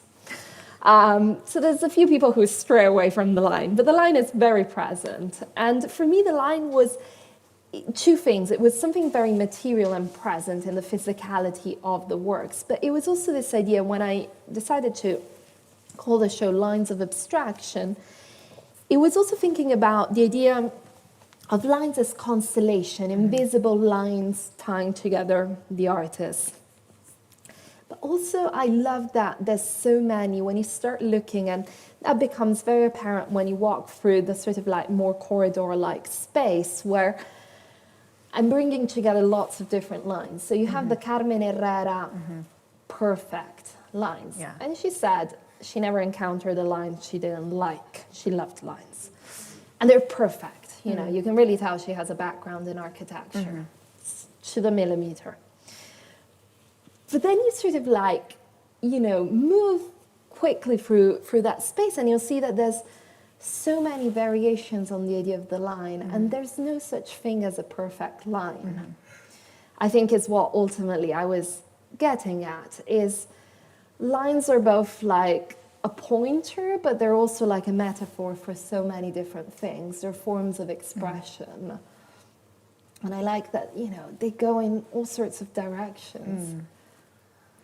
What is the wonkiest line in the show? I think it's probably Arpita Singh, whose lines are really out of control, very convoluted. They're these small works. They're almost like automatic drawings that she did in the early 1970s. And it was a brief, Arpita Singh is an artist very well known in India, known mostly for her figurative work. And then she had this moment almost like a palette cleanser moment where she just made abstraction. And I think she made many of these drawings where she was almost letting, and you can tell just by looking at how densely packed those lines are, she was letting the line just flow freely. They look kind of frantic to me. Yeah, it almost looks like a page from like an, I don't know, a kind of manuscript or something. Like there's some kind of story being told in those lines. They do feel a bit calligraphic. Yeah, that's probably what I was going for. So the thing that I probably one of the reasons that I'm here talking to you about this stuff, I'm not like a great expert in like formalist sculpture and line. I'm just really a big fan. Is the female component, the fact that they're all women in the show, and we were talking beforehand about the decision not to put women in the title, the fact that Barbara Hepworth, for instance, who's front and center right as you walk in, did not want her work to be shown in group shows that were only featuring women. Why not put the word women in the title? I happen to agree with you, but I'm interested to hear your reasoning for it. So the word women was in the first title, and then the more I thought about it, and the more, there's two things. One, decades of exhibition making saw exhibitions just about men, and no one felt the need to say men in the title. It's just art and artists. Art and artists. Yeah. The artist, and that's part of the issue we have today, is by default. I mean, I don't mean everyone. I'm sure everyone in this room shares my thinking that, we think of artists beyond gender, but, it kind of created a sense amongst, historically, a lot of people that associated the idea of an artist with a male artist, full stop.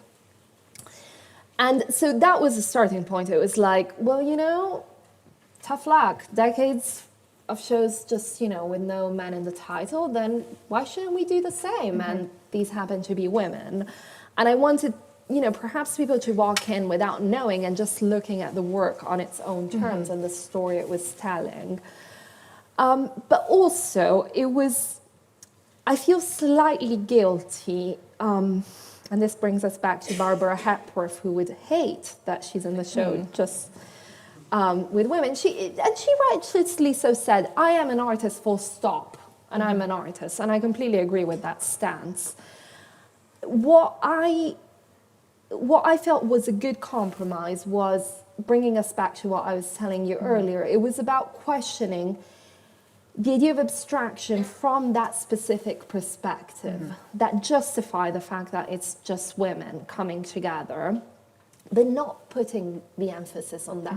So many shows, which I think are still necessary to sort of bring women, especially historically, women into that canon of art history that has excluded them, still have the word women. All the recent shows still have the word women, left and right.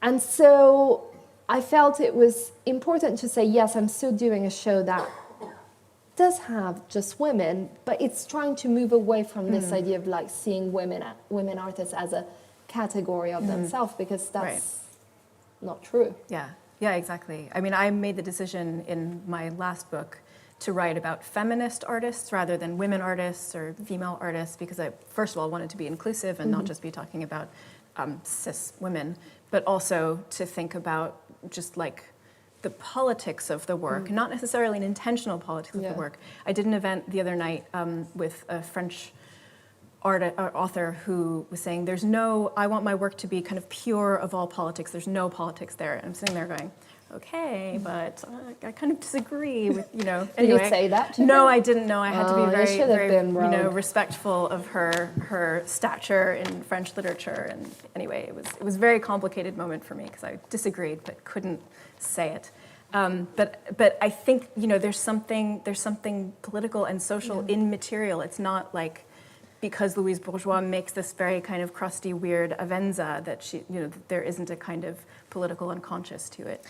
And I think that is basically, you're touching on what is really the story behind a lot of this. I mean, And that's why I said at the very beginning, for me, it was important, that sort of proto-feminist moment. A lot of the artists in this show, I think if they were alive today and they heard me say that they were, I was like sort of shoehorning them into the idea of proto-feminism, would say no. But I actually think there's a lot of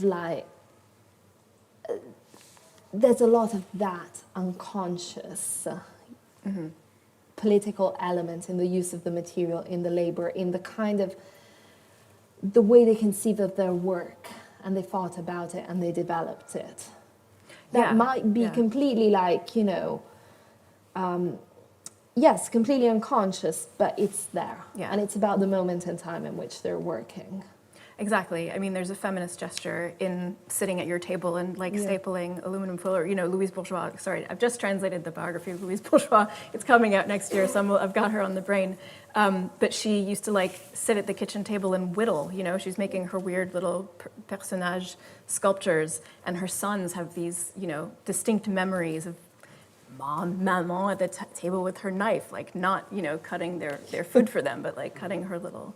Well, it's like Rufus Awa making her incredible, like, you know, woven hanging sculptures with wire, you know, in the space of her home, and her children, her 6 children, living with them and being part of it, which, you know, made her a housewife artist, according to Life magazine. We all disagree with this, clearly. But, you know, that is part of the work. Yeah. There's a great book by Kate Briggs called This Little Art. Do you know it? No. It's Fitzcarraldo, and it's about translation, and it's about like housewife translators, basically, women who had families and maybe didn't have the time to be writing these magnum opus. What's the plural of magnum opus? But they did have time to translate, and I think about this a lot in my own life and work, because I have a 5-year-old, and so when he's around, not a lot of work can really, like work, you know, like serious books can happen. But like a couple of years ago, I translated a book during the summer while I was watching him, because it was a very short book. It's coming out in May.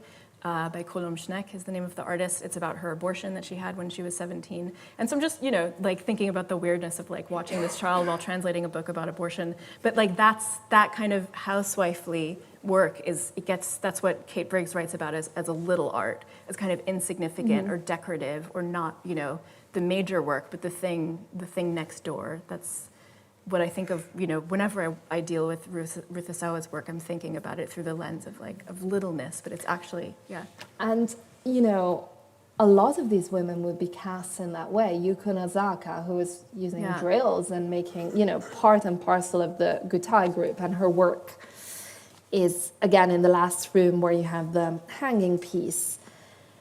It was like physically, you know, quite intense work, but she was always, even though she was part of the Gutai group, showing with Gutai, with all the men, inevitably, the way she was framed and the way the work was framed was, again, in this sort of like weird hybrid space between housewife has a weird hobby with a drill. And, you know, there's a piece in a Japanese magazine, which I think is the equivalent of Life magazine, in which basically she's beautifully dressed in this suit, and, you know, the journalist is making this really odious comment saying one cannot quite understand how her husband will allow her to do this kind of work. And, you know, a woman dressed so well should not be toying around with a drill and making holes. And, you know, everything that was sort of elevated and glorified that her male peers were doing was suddenly like, you know, your little work, precisely what you just said, is not okay. Or if it's happening, we need to like frame it in like, oh, look at this quirky woman with a drill. Exactly. Let's not take her seriously. Yeah, exactly. There's a really interesting moment in the catalog essay. I'm going to quote it. You write, "Now women are part of the narrative, but how we see and read their work remains all too often clouded by the specter of relationality, with men being both opposite and counterpart. Like we can't talk about their work without somehow defining it through the men around them." And one of my concerns in Art Monsters was to try to throw off this obligation of relationality and not to see feminist work as necessarily in reaction against patriarchy, but to see if, I think Judy Chicago somewhere writes, like, what kind of work is ours? I wanted to know what our work would look like if we weren't trying to rebel against anything or thought of as rebelling. I wonder how you see this show as trying to escape that kind of obligation of relation. I mean, that's a really good question, and inevitably it's one of those questions that you're constantly confronted very often because many of these women were married to male artists. Although I would say that in this case, maybe it's only a 30%. It's a hard thing because you don't want to always make it sound as if the women are their work only ever exists as this like oppositional kind of work. It exists in its own right with its own concerns. And that for me was really important to think of what those concerns were as opposed to how they related vis-a-vis to those of the men. For instance, last year when I was developing the show, I went to see the abstraction show that was at the Whitechapel. And I felt, a lot of the rhetoric there was like this idea of gestural abstraction being people like Pollock, and then, you kind of have the women batting off Pollock left and right. When I think we need to almost forget there's Pollock and just think about what it is. And this brings us back to this sort of proto-feminism. What is the condition of the making of that work that justifies its existence, and what are its concerns? And I felt that there was a lot that really stood on its own grounds. I didn't have this, it was a concern, but I didn't feel like I had too much of it as I was thinking through the different works. I'm thinking about Hannah Wilke, for instance, who's also someone that I wrote about in Art Monsters, because I love that she, the works that you've chosen to include in this show are very early, and I would love to hear you talk about them a bit. One of the things that I love about her work and the way that she spoke about it was that she was interested, she wasn't trying to, if you know her work at all, she made like a lot of little ceramic vulvas, or at least that's how we see them now, but they weren't made to be vulvas. They were made because she was a sculptor by training and she was interested in gesture, and she just took a piece of clay and went like that. And then entered into this kind of serial practice where she was making a lot of little gestures like that. And one day someone was like, haha, that kind of looks like a vulva. And she's like, oh yeah, you're right, okay. And then she kind of embraced that, and then that took her on a whole kind of, like area of her practice. But they weren't à la base, like originally meant to be vulvae. So I wonder how you're thinking about Wilke in relationship to this show, and that kind of relationship between abstraction and figuration. I mean, she's a really good example of something that, as I said, became its own theme very quickly. And it was this idea of the body. And the body, for those familiar with feminist art, a lot of feminist artists use their own bodies, for performances, as a way of reclaiming, a gaze that's separate from the male gaze, reclaiming the body from objectification. So it's like it's very present as a form of art making, and specifically a form of feminist art making. But here I was interested almost in that sort of clumsy getting to that point where abstraction is a bit about the body, and there's a bit of figuration that's sort of like kicking in, but it's still like very much not fully formed as a language. And that Wilke piece, and I fought to have that specific piece. It was one that, I actively wanted that one piece. It's a very early piece, and it's 5 ceramic pieces. They're more or less this size each, and they're 5 vulvae. But when you look at it, unless you're told what it is, it could also be 5 very abstract things with 5 very different shapes, all made by hand. They're also, they're a bit clunky. One of them can't quite stand. We had to prop it up with some museum wax because it was going to collapse. So there's something about them that they're very, you can really feel the making of them, and almost like then the meaning coming afterwards. But that's precisely what I was interested in. It's that funny connection where, what is the intention? Was it the body all along, or was it just the exercise of making those shapes?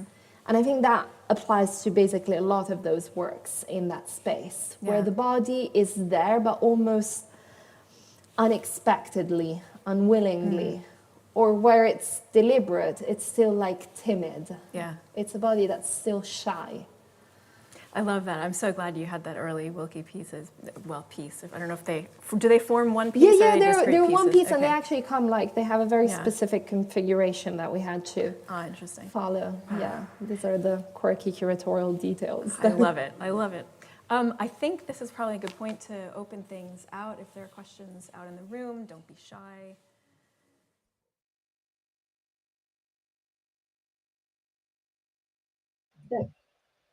Hello!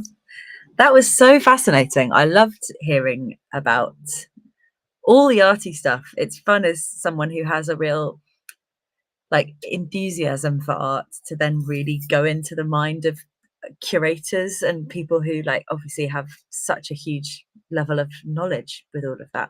So wonderful stuff. Next we have got a really fascinating workshop which I'm very excited about. We've got Sam Christian, who is going to be talking about the mental load, and this is all about kind of how we redistribute domestic labor and how we think about domestic labor, which I can't wait to hear about it. And before then, I want to talk about something that I think has come up a lot across today, about the idea of self-care. And I guess sometimes nowadays, I think that as a phrase has become so simplified and is such a buzzword that it's really hard to focus on what that actually means for all of us on an individual level.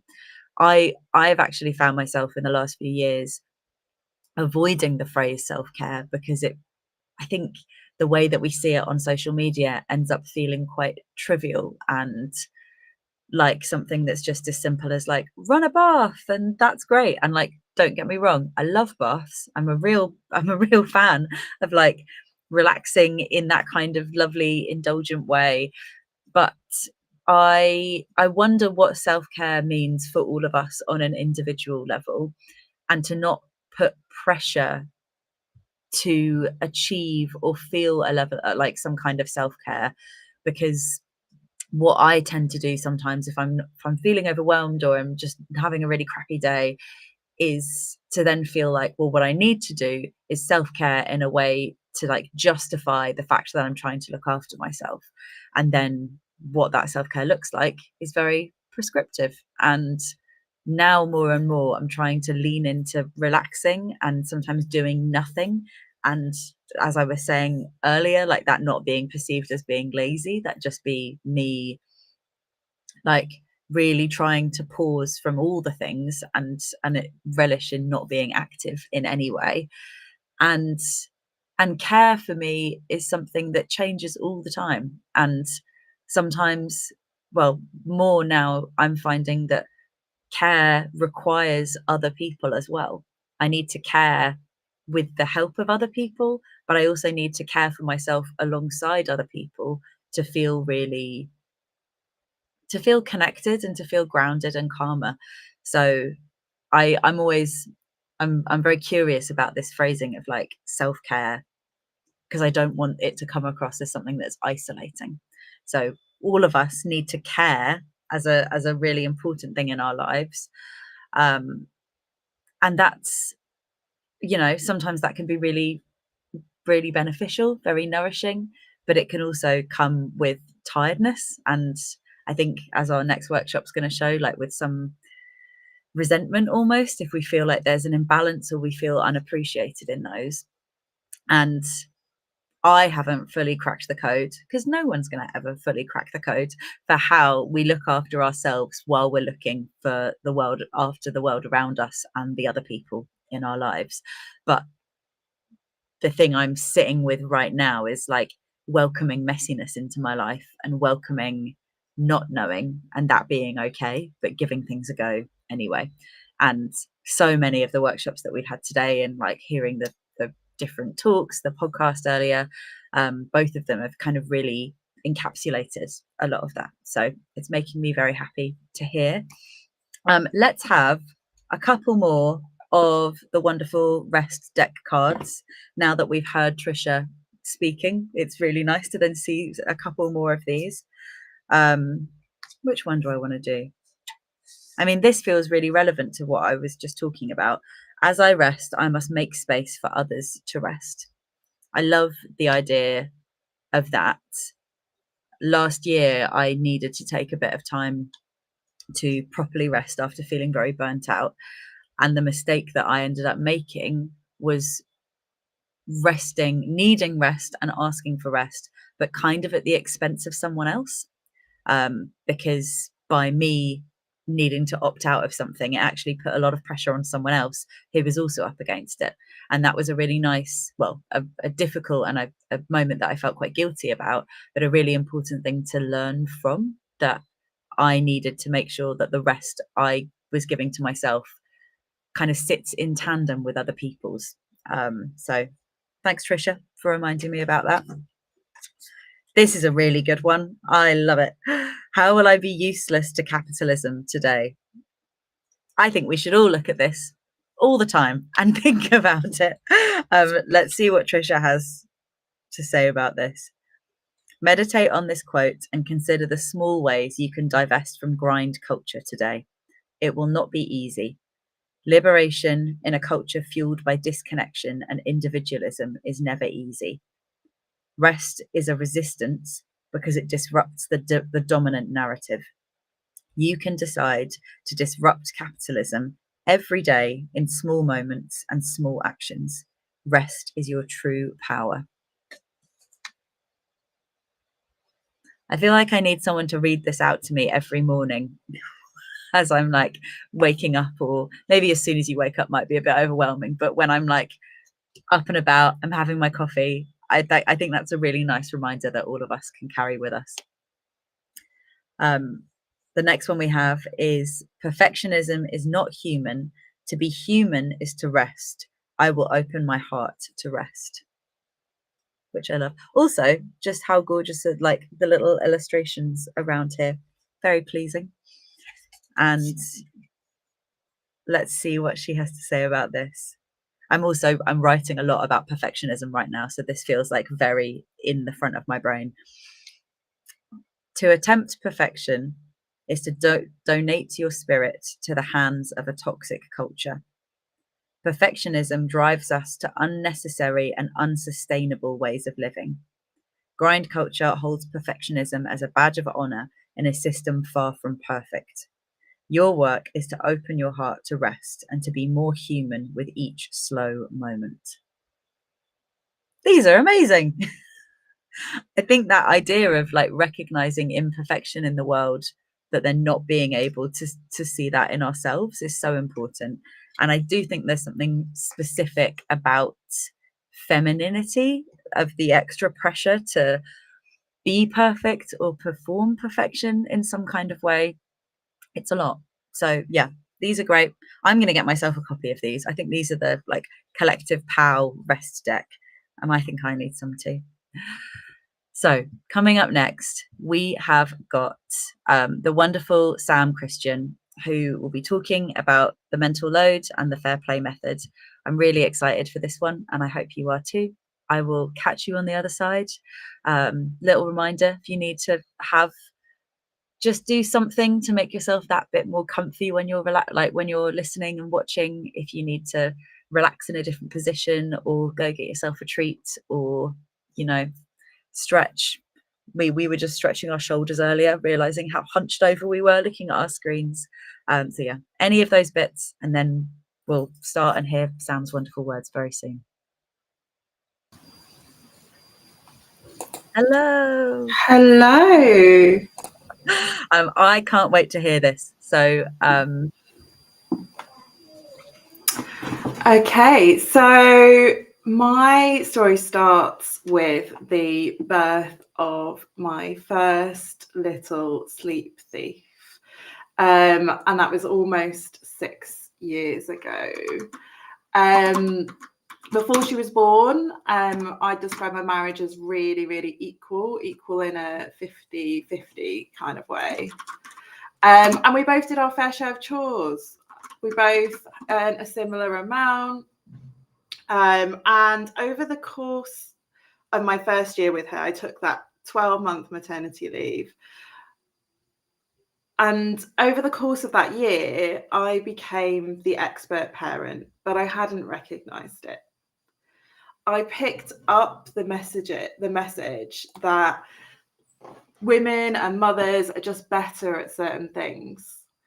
And once back at work, things weren't feeling fair. And I was starting to feel angry, but I really didn't have the words for that at all, until I came across the concept of the mental load. And that's where hopefully I'm going to share some slides with you, but bear with the technical gremlins. I'm going to try again.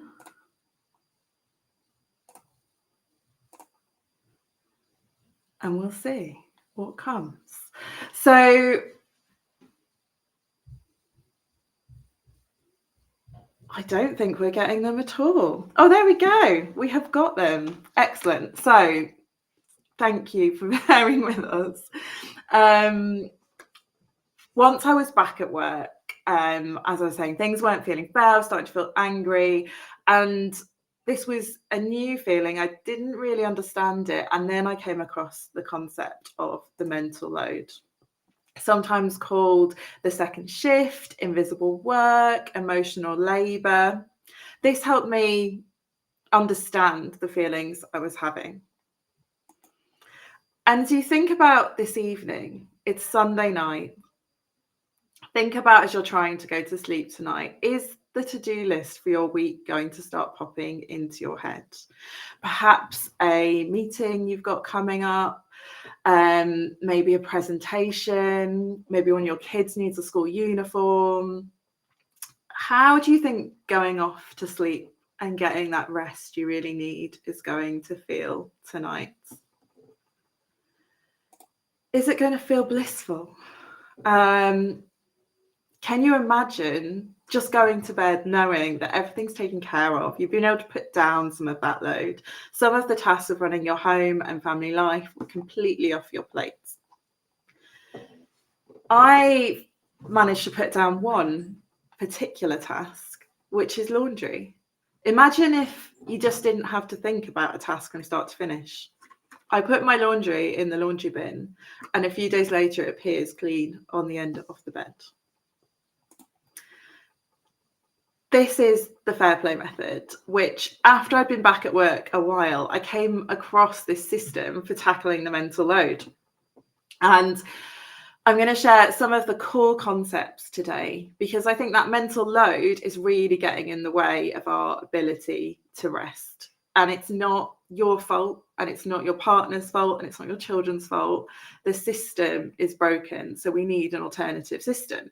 Women are bearing so much of the mental load. It's damaging our careers, our mental health, and it's standing in the way of equality.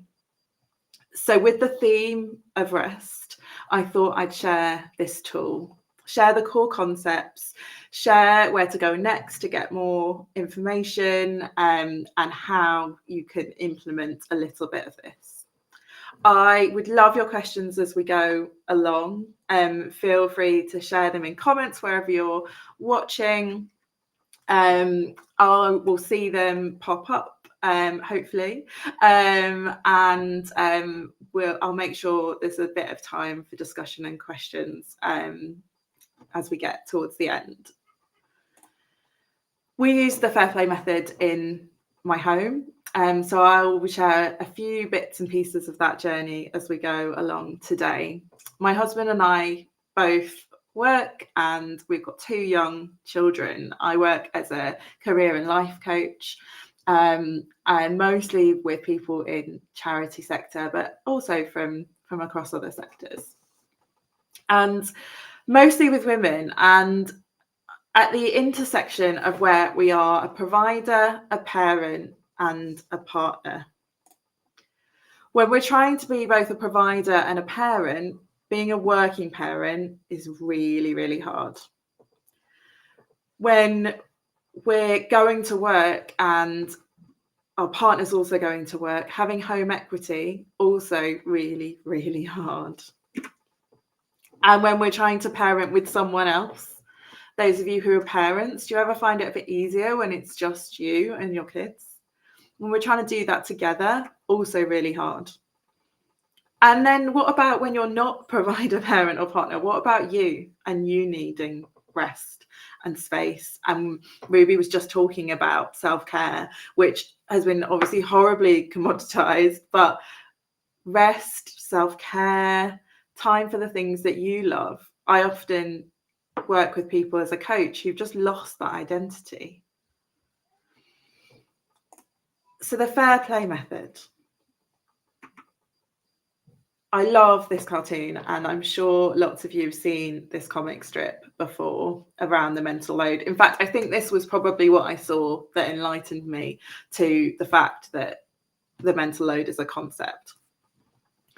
We can be pushed in relationships into the role of household manager. And imagine if you had an employee who every day just sort of showed up at your desk and said, well, what should I do next? Can you give me a list? How can I help? They wouldn't be your favourite employee.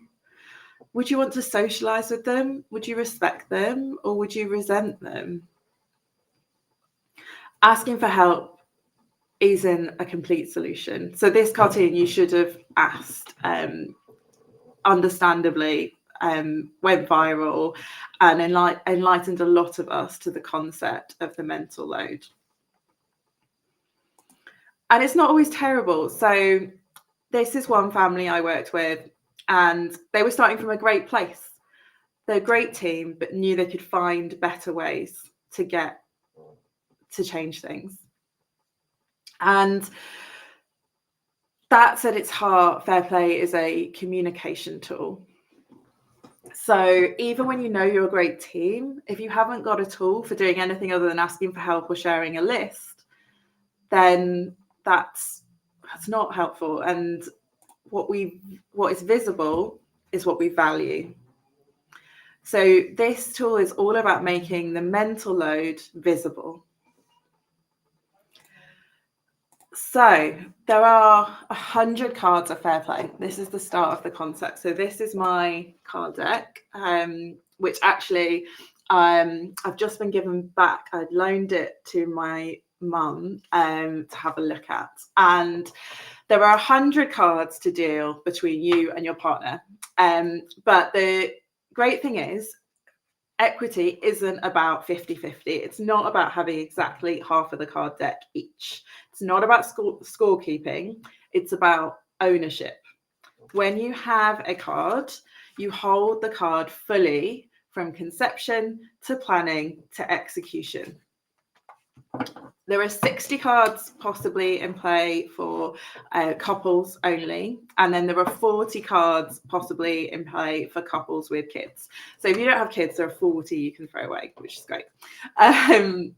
And 30 of the cards we call a daily grind. If you have the sort of card deck, or I'm going to give you a link later on to get a printable set, this little coffee cup. These are things that have to be done at a certain time every day. They're really relentless. You can't really put them down. Things like, putting the bins out. If you don't put the bins out, it's not nice. So that didn't happen in my uni flat, and it was a disaster. So they're particularly relentless. I'm going to talk a little bit about the 3 cards in the happiness trio later. And then the final thing about the 100 cards is that less is more. So the very first task when you start working together is putting down some of the cards. So going through the deck with your partner And yeah, you can't put the bins card down, but there might be some other cards that you don't value in your family. Perhaps when you look at it, you say, oh, we should be sending Christmas cards. That could be a little clue that this is a bit of mental load that you've picked up by accident that's not really important to you. So like a traditional deck of cards, that's divided into suits. So there are the home cards. So like the bins that I've already shared. There are the out cards. So I'm looking to see, I've got out example. So kids, breaks, non-summer. This one's on my mind a bit today with the Easter school holidays coming up. It's an out card. Got the caregiving card. So a lot of the caregiving cards are kid related. So if you haven't got kids, you can put these down. If you haven't got a tiny kid, you can put this one down. There are a handful that aren't kids, things like pets, for example, and caring for yourselves as well. Then we have the magic cards. So it's nice to hold some of these cards. Things like adult friendships. So the nice bits of planning and mental load, creating space for these. And then the final suit is wild cards. So when you're holding a wild card, and I'm going to explain a little bit more about this as well, you can renegotiate some of the other cards. So first year of an infant's life, huge. That's total wild card. So the home and out suits more easily outsourced, but still require some planning. Caregiving and magic, slightly harder to outsource. You can't really outsource things like the Tooth Fairy and Santa quite yet. And then wild cards are temporary. Even taking just one card can be really useful. This is a message I got from a mother I worked with. When I first sat down with her and her husband, there was questions of like, but how do you actually trust that the other person is going to do it how you want to do it? That's one of the messages that we often tell ourselves that gets in the way of sharing the mental load. Oh, but I can do it better. I know how it's done. It makes more sense. I'm a better multitasker because I'm a woman. There's no actual science that our brains are better at multitasking. Everyone's bad at it. And this was a couple of months later, and she sent this message to me that said, definitely owning a task in its entirety. This was, I said, what's been most impactful, because I've been able to rid my head of so many pointless thoughts and worries, safe in the knowledge that it's not my problem. And their partner had just taken on the thinking that they wouldn't have done before. Even that it says, even though he's more than capable. So it's a tool, like your partners are capable. They can do these things. You just need a new system to change it up. So full ownership, what does that mean? So Fair Play as a system was designed by someone who's a specialist in organization management, Eve Brodsky. So there are a lot of acronyms in Fair Play, but the CPE is about using what we know about how the most successful organizations operate and applying it to our home, because our home is our most important organization.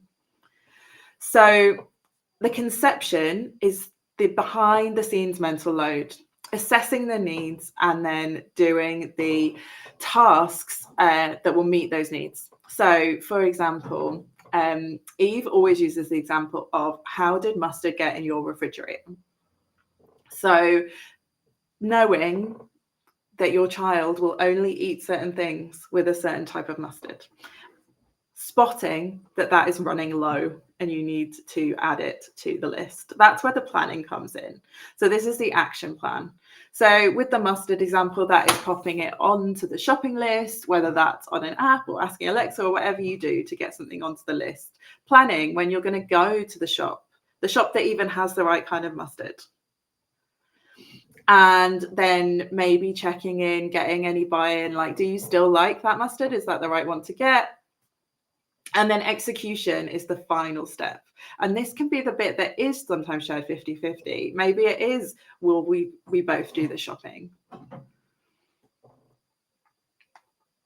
I'm going to share a story of what happens if you accidentally split out the conception and planning and execution of tasks. So a couple of years ago, before we were using Fair Play in our home, we were thinking, oh, it'd be really nice to go to some fireworks.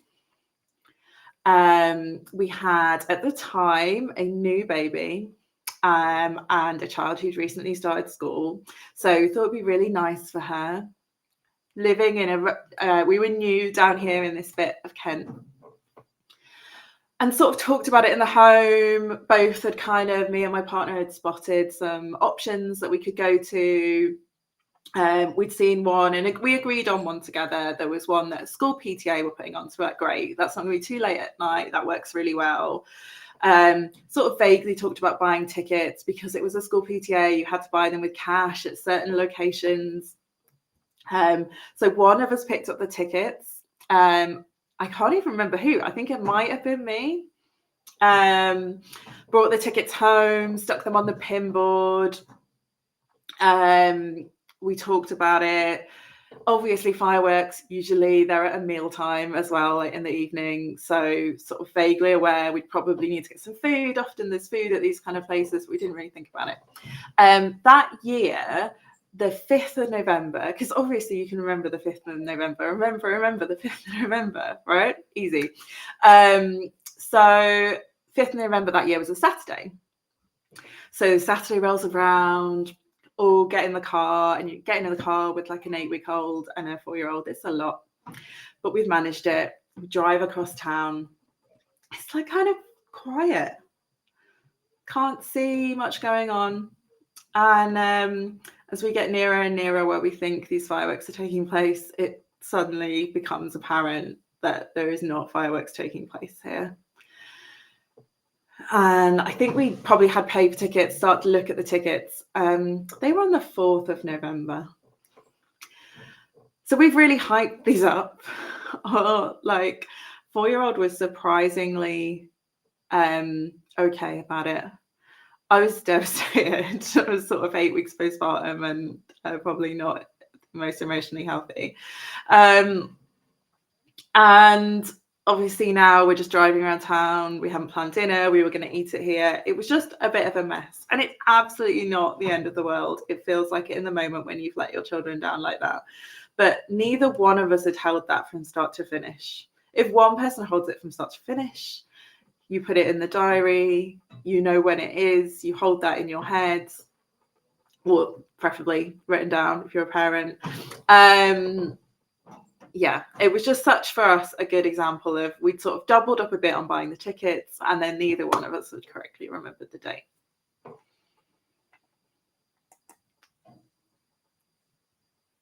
On a related point for each card is the minimum standard of care.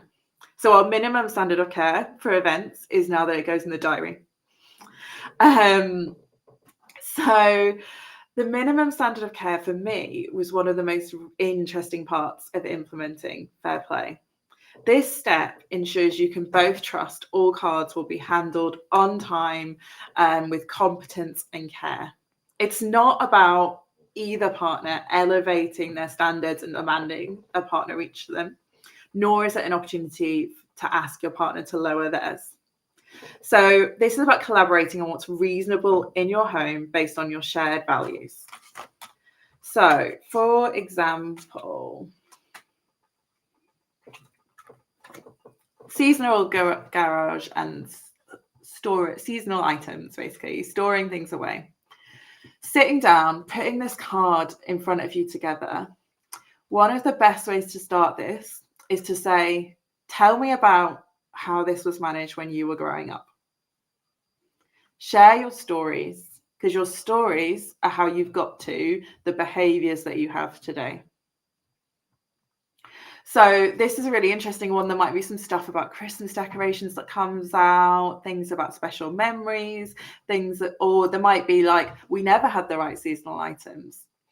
Get those stories out to understand where you're both coming from.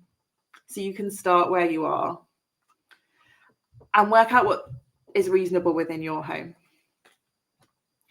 There's a few questions you can work through, like if you're not sure, would another reasonable person do this way? Or what's the community standard? What do other people do? What's the harm for doing it this way or that way? Can be really useful around things like meals, for example. We obviously, with a new baby, there'd been a lot of takeout, and so when we were like, what's the standard for meals, it's like there's at least one vegetable became a new standard. And then sometimes when we're holding wild cards, we're going to have more takeout for a bit, we're going to have more freezer meals, or we're going to have HelloFresh a bit more. So working out your shared standards means you can trust the other person to just take on the full load. And that's because it's a communication tool at its heart. So this is a couple that I worked with, and after the workshop, they went away and said, we had a conversation we should have had a while ago. This isn't about taking a system and doing it perfectly. It's about using the tools to create conversation. What does this actually look like in practice, though? So here's a few examples of people who have used the cards in their home. So depending on what device you're looking at, this might be quite tiny, but what's in the picture is we've got some magnets on a fridge. We've got a spreadsheet. We've got people who've done the printable cards and then stuck them up on, I think some of them are magnets, some of them are blue tacked, so you can move them around as you're dealing the cards of who holds which card. And then there's a sheet that's just marked up with a list of all the cards, and they've gone through, okay, this is this person, this is this person.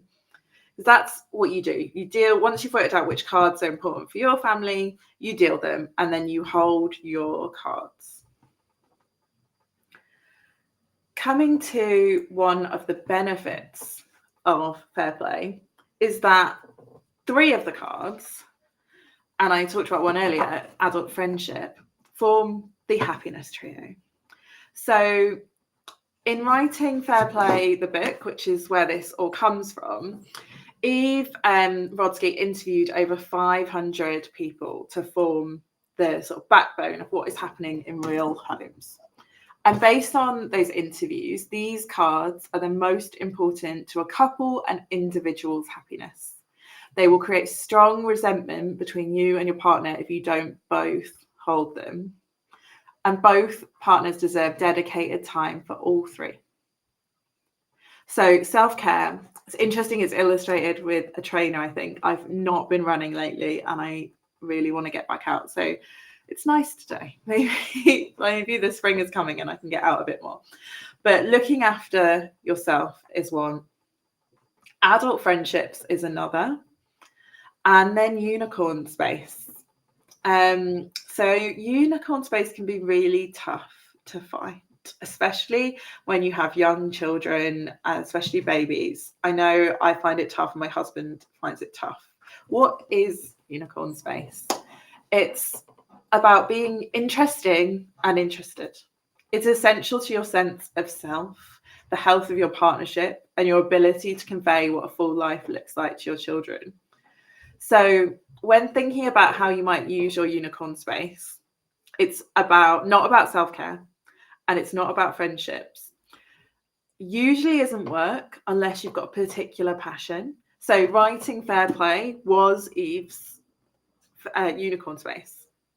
When it was writing and researching and passion, then it became more of a job when you're doing sort of book promotion. So curiosity, connection, and completion. So it might be, you might love cooking. Getting the evening meal on the table for your family isn't unicorn space, but trying a new recipe and perfecting it, that might be your unicorn space. And holding the card is about you and your partner saying, okay, right, I'm going to dedicate 30 minutes a week to this thing that is about curiosity, connection, and completion.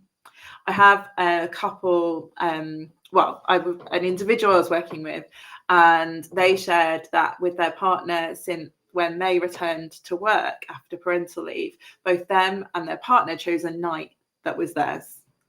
So they could do whatever they wanted with that time, whether that was an exercise class, a bit of self-care, adult friendship, seeing a friend, or going to a class of some sort, like Unicorn Space.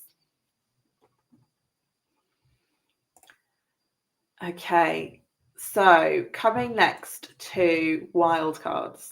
So when you're holding one of these life-changing cards, these are things like job change, an unwell parent, taking the lead on major home renovations, losing a job or starting a job. You may even be holding more than one of these. It's about recognizing the additional mental load that these bring, which means you can ask your partner for some guilt-free support until the circumstances alleviate or change. A lot of these cards, in practice, I find it's where you hold them alone. So first year of an infant's life, you don't hold that alone. You and your partner are both in the throes of the first year of an infant's life. So the other thing you do when you recognize you hold one of these is you go back to dealing the cards and try and put some more down. Is it that when you've got a really, like, there's things in here, I guess it's personal to all of you. You might be able to make a preemptive one of like, first year of a parent's life, we're not going to pick up the pet card and get a new pet. Or it might be around, there are some around more social things that you might put down, or Christmas cards, you might be like, actually, we can put that down for a bit. I keep saying that one because that one's important to my partner, so we do it. The other thing you can do when you hold a wild card is go back to your minimum standard. How do you change this? Do you mix this up? Because it's so, for example, meals, your ordinary kind of evening meal standards might involve cooking a lot more, might involve them being a lot fresher. When you're holding one of these, you might be like, actually, we're going to have more freezer meals, more takeaways, more easy, low-key meals. Or actually, I was really lucky in terms of leaning on others. When my second baby was born, I was really lucky to receive a meal train where a group of other local families provided some meals. So accepting that kind of help. So I can see that I have a few questions coming in. So this is just my prompt here to say, start sending your questions. I'm going to address them.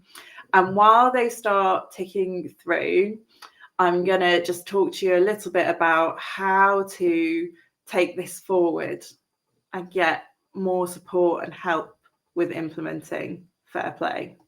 So you can obviously go and get a hold of a copy of the book. So good libraries will have a copy, or you can obviously buy it. And if you are if you're a woman feeling the mental load, I would really recommend reading part 1. It's brilliant. You'll feel seen.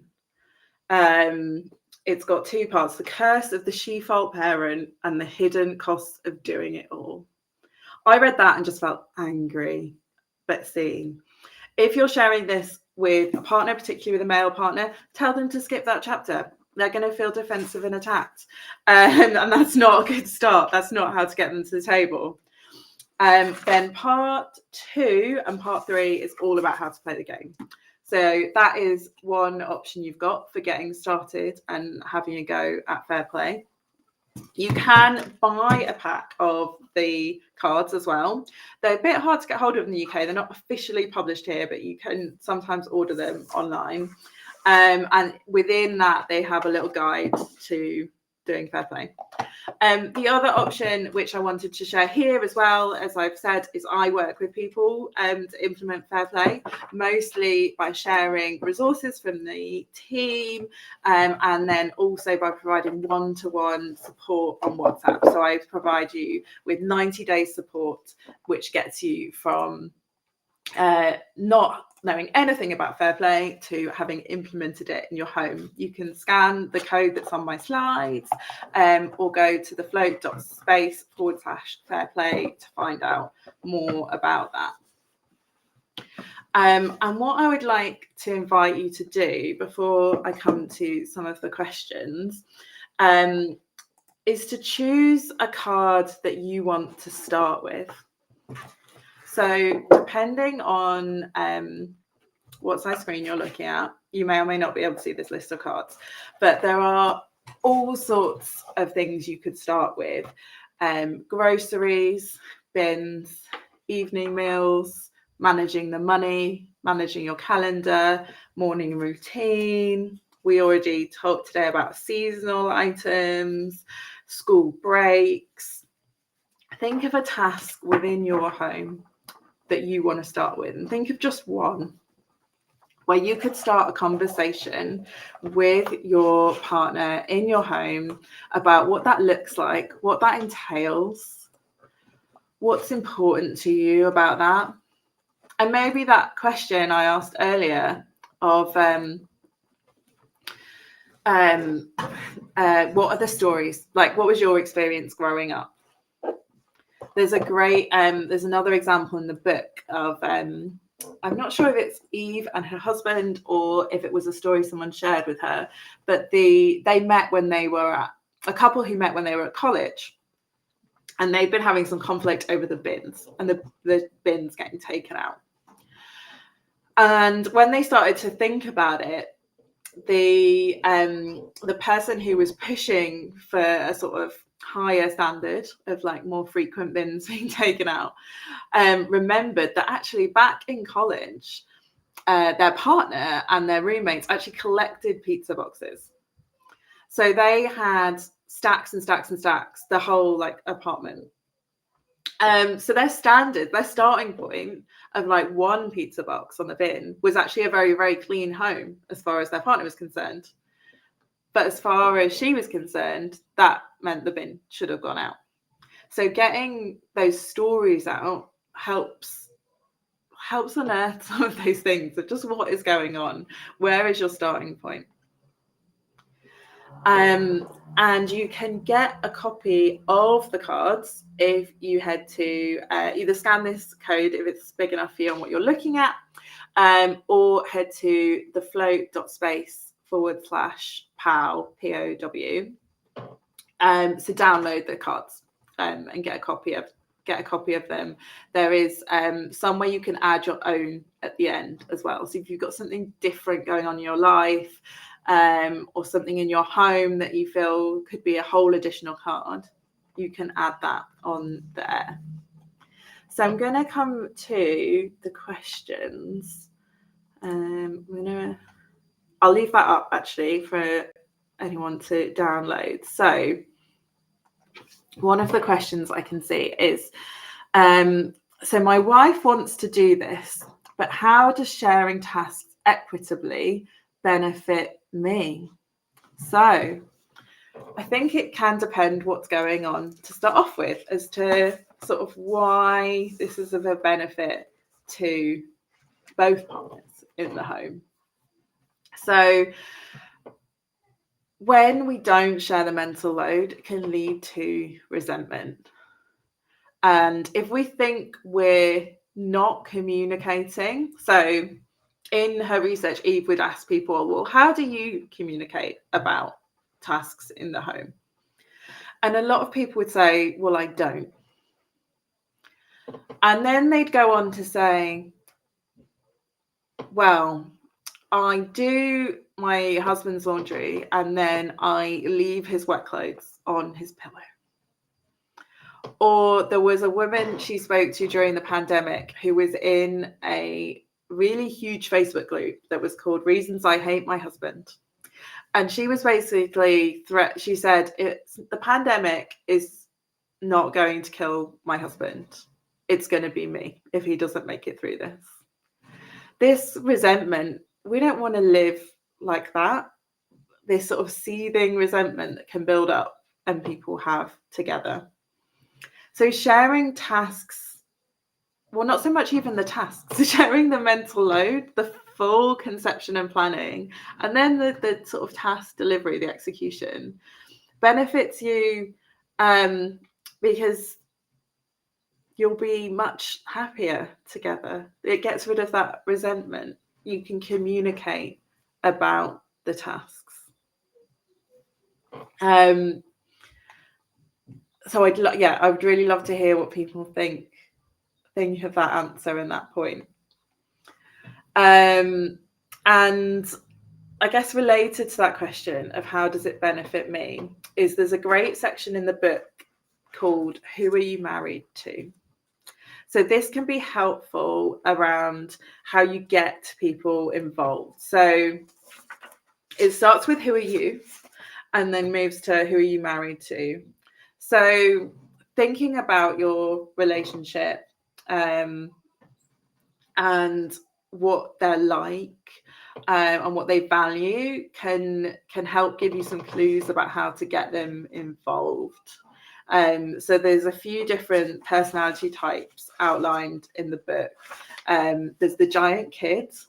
They like fun, and they think you're not fun when you're saying, I want to talk to you about household tasks. I want you to sit down with me and talk about this. There's the traditionalist. Often maybe they become the primary breadwinner at home. They're supportive of the position that kind of culturally you can end up in if you're in a heterosexual partnership. And as women, we often flex our hours more. We go part-time to look after children. We're paid less anyway because of the pay gap.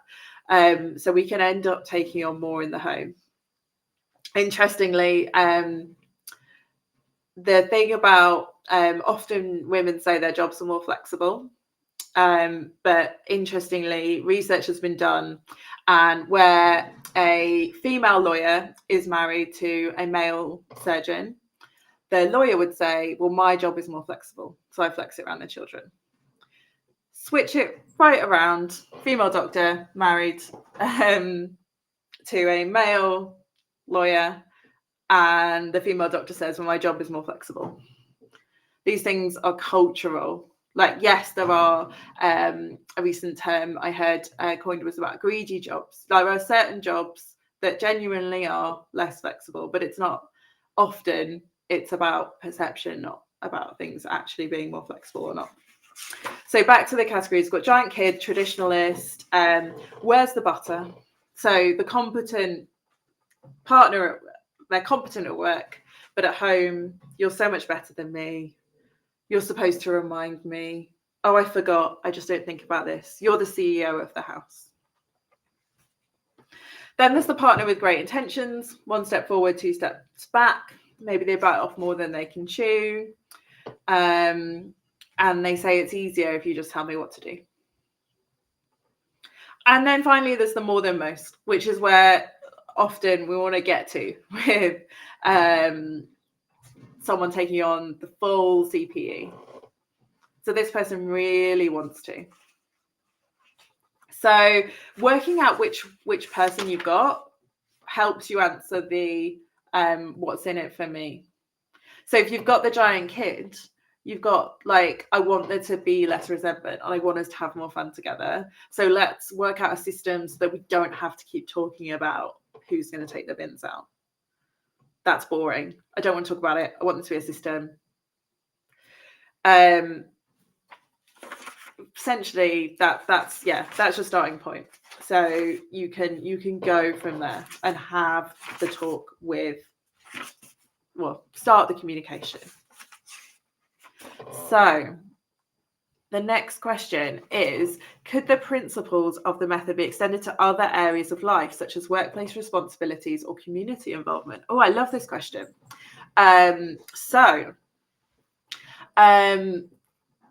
Interestingly, this is something we've been talking about within the community of Fair Play facilitators. So we've got facilitators all over the world who work with families to implement Fair Play, and we work with the Fair Play Policy Institute, which is trying to shift how shift the culture around home equity.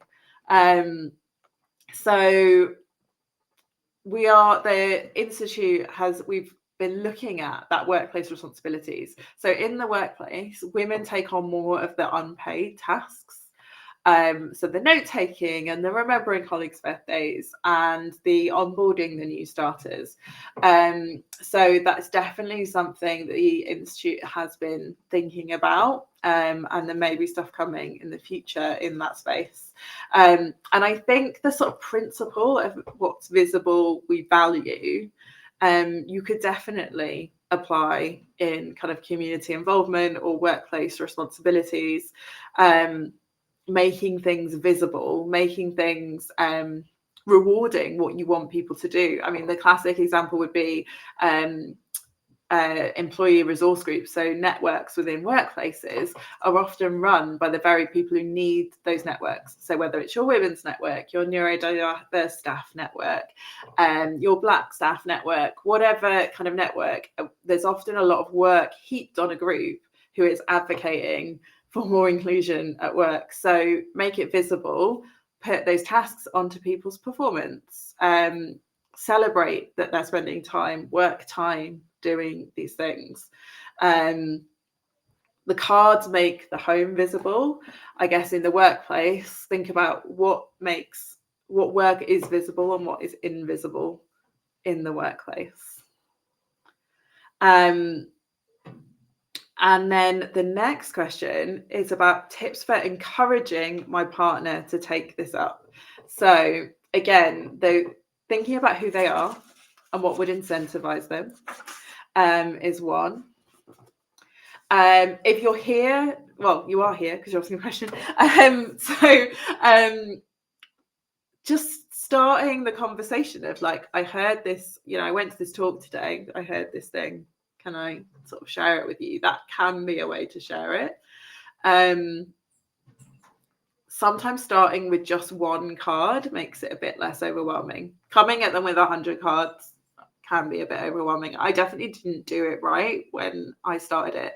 I explained the mental load, and I think all I did was make my partner feel guilty that they weren't sharing that with me. So this is a system. If they're a big kid, it's a bit of a game. If they are sort of trying a bit,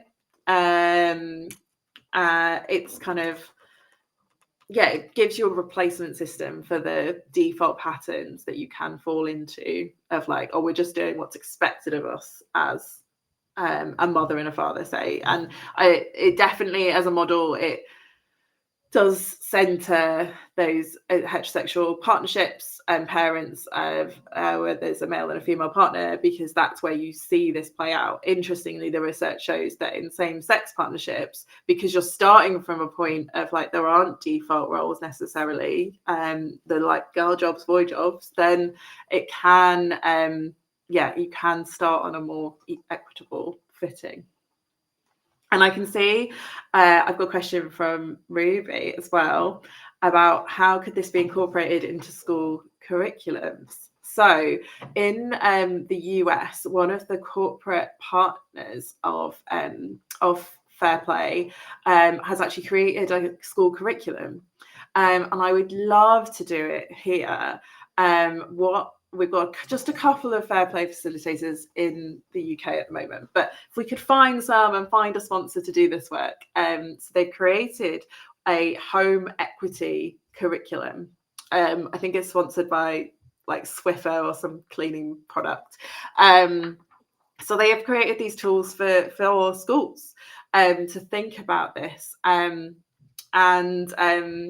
It's just brilliant. The younger we can get talking about this and not pushing people into certain roles is great. You can definitely use Fair Play with your children as you start having conversations with your children about roles around the home, but also in how take a look at how you talk to your children about jobs around the home.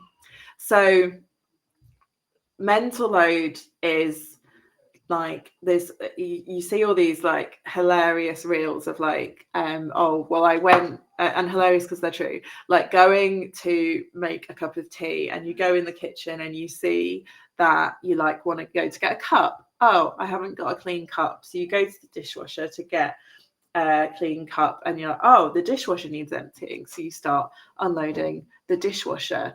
As you're unloading the dishwasher, you see something in there of like, you take a plate to the cupboard and then you see a note that was reminding you of like, oh, I need to RSVP to that child's birthday party. So you take that down, you pick up your phone to RSVP and you see an alert for something else. And this chain goes on and on and on. So when, as women, we're often sort of socialized to do that, to spot all the things. To spot all the things that need doing. And whereas typically the men aren't. So when you think about your children and how you talk to them about needs doing, one of the things I've seen suggested recently is instead of saying, yeah, can you do A, B, and C? Because this is the giving the list.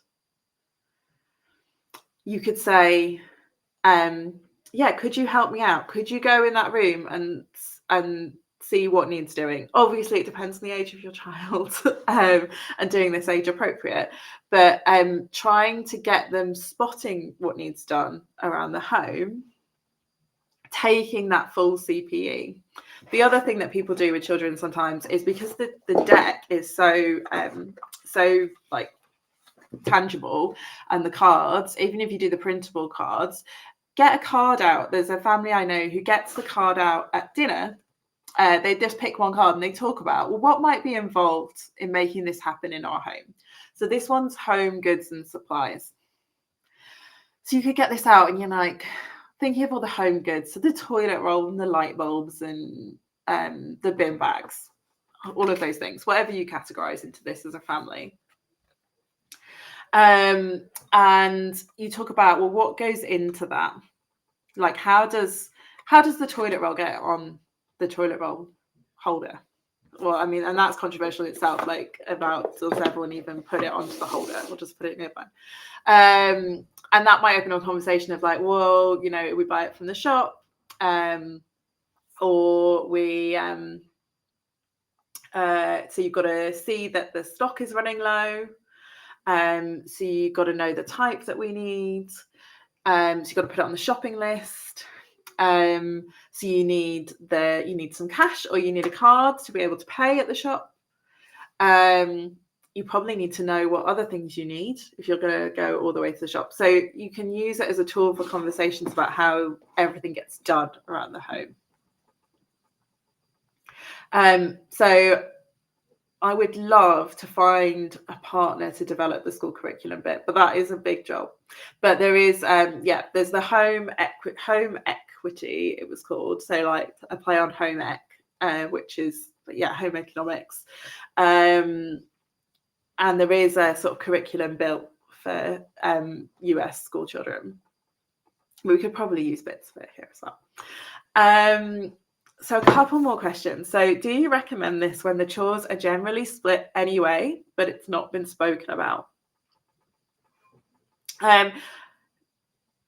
Interesting question. So I guess if everything is just working, like if it ain't broke, don't fix it, I guess, a little bit. But if personally, our chores were split pretty equitably pre-children, and I sort of wish we'd had it then, and it maybe would have been easier then. And then when things are harder, you've already done it. So I guess it would be still interesting to maybe use it as a conversation tool. And then you might discover, well, we're all happy with everything. But you also might uncover some things about standards and values, and the bit beyond chores, the bit about the happiness trio and some unicorn space. But then if everything's fine, it's kind of working, you could jump straight into, right, well, how do we use our unicorn space better? How do we get more interesting and interested? What are we curious about? So I guess I'd probably ask a few more questions of you of like how kind of like happy you are and what life stage are you at. Is there any like things, wild cards come in that might throw things off if you don't have a different system? And then another question, is this something you would share with your parents, and how might you introduce the subject, or is that a lost cause? So I'm taking this to mean sort of generationally, those a bit older than us. So, well, interestingly, this has literally just been returned to me by my mum, but I know she is, I think, watching. So, so my mum had their partner move in, and I said, oh, would you like to borrow these cards to talk about it, because you both lived independently and now you're going to be living together, and it's a communication tool for like how you bring your two sets of standards together. So that's quite interesting. And the other area where it can be quite interesting is on the children's side of things. If you've got, say, grandparents quite involved in their lives, they might be holding some of the cards some of the time. So there was an example, I think, again, I was listening to Eve Rodsky speak about this, and she shared that her dad and his partner, he said, oh, like, you'll like this, I'm doing it, I'm taking the dog to doggy, I think it was the dog, to doggy daycare on Wednesdays so that she doesn't have to do it, I'm helping. And she said, oh, Dad, like, you obviously actually haven't read the book, because you're not helping, you have to take full responsibility.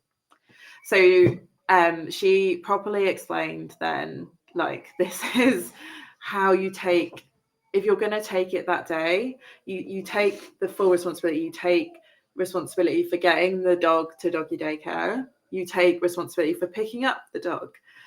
If doggy daycare ring in the middle of the day and say, you need to come get this dog, something's wrong, you're the one that's responsible. You're taking the full load that day and the full responsibility, so that the other person doesn't have to think about it. And actually, this worked. And her dad's partner said to her, like, this is just brilliant. And this was just one day a week. And his initial response had been, wow, that sounds like a lot. But yeah, that's how you actually like help, is taking full responsibility, that full CPE. And it is hard, and it is a system, and it's easy to push back against systems and be like, we want fun and spontaneity. Fun and spontaneity can come when you feel good, because you know things are taken care of. Although literally earlier today, my mum did say to me, well, you like a system, you like to know what's coming. But systems free up mental space. As another example, recently, so my daughter has a swimming lesson. It's after school one day, and every single week we were making the decision about who was taking her to the swimming lesson in the moment. And I was trying to make the best decision. Did I want to go? Did I want to watch the swimming? And you sort of get out of the house, it's nice. The other parent has to look after the baby. And actually one week we just went, let's just put a system on this. Let's alternate. Then we don't have to think about it. Then we know who's going. It's easy. So this is along the same kind of theme. Having systems means you don't have to think about that. So you've got time and headspace to think about the more important things. You don't need to be thinking about who's taking the bins out every single week on bin day. You don't both need to be holding that schedule in your mind. And you don't need to be holding that schedule in your mind. There was someone that Eve interviewed, and they were deciding who was taking the dog out every time the dog needed to go out. You don't want to be making that decision when the dog's about to pee on your carpet. This is about systems that makes it, frees the time up for the happiness trio and for creativity and connection. So I can see for now that has brought us to the end of our questions. So as I guess a reminder, download the free printable cards, pick one, and then I would love to know which one you pick as well. So when you download these cards, you'll get an email from me with the cards, and just hit reply, tell me which one you're picking. All of there isn't like a super, I'm sort of trying to think, is there like a super easy one to start with? There isn't. Like even ones that seem really obvious, like groceries, they then can get, once you start thinking through the full conception, planning, execution, you get into meal planning, what's the best supermarket to go to, you've got to liaise with the money manager, like what's the budget.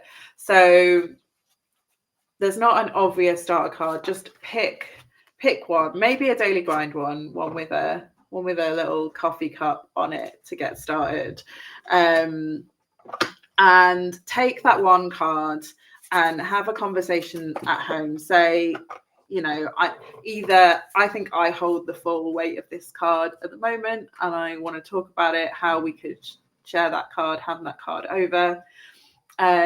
Or I think it's not clear who takes responsibility for this right now. Let's have a conversation about that. So say you take the car card, or the auto, because it's American. Take that one card, say what's, you know, get all the things out that are important to you. What's like our car, the MOT is due imminently.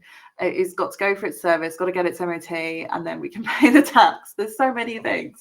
So pick a card, let me know which one, download your free set of cards, and print them, or, you know, annotate them on your phone, or whatever works, and get started. So are there any final questions? Or like Ruby, do you have more questions if you want to jump in as well?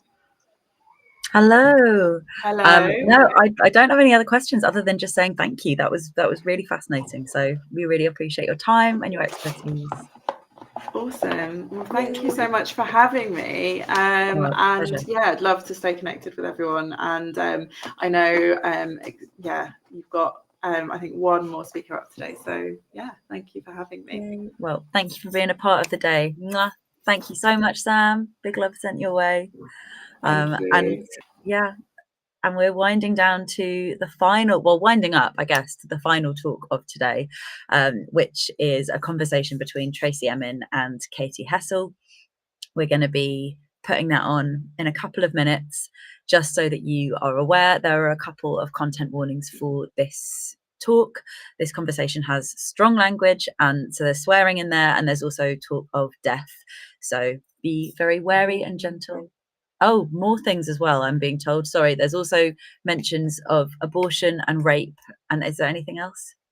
Violence against women. And violence against women. So please be aware as you go into this conversation, and also take any time that you need out to be gentle and nurturing and kind to yourself. And this is it from me and Darren down in the World War II bunker. So before I hand you over to Tracey and Katie, I just want to say a huge thank you to everyone who has made today happen and also made it so special. So all the creatives and the experts who have kind of been a part of this in their workshops, in their conversations. It's been a real joy listening and learning to all of you. Thank you so much, Nathan, who runs Bunker Margate, the bunker that we are in right now. It's so fab. I kind of love it. I'm really, I feel like now I'm sad that I'm leaving, because I've just made this my home for the day.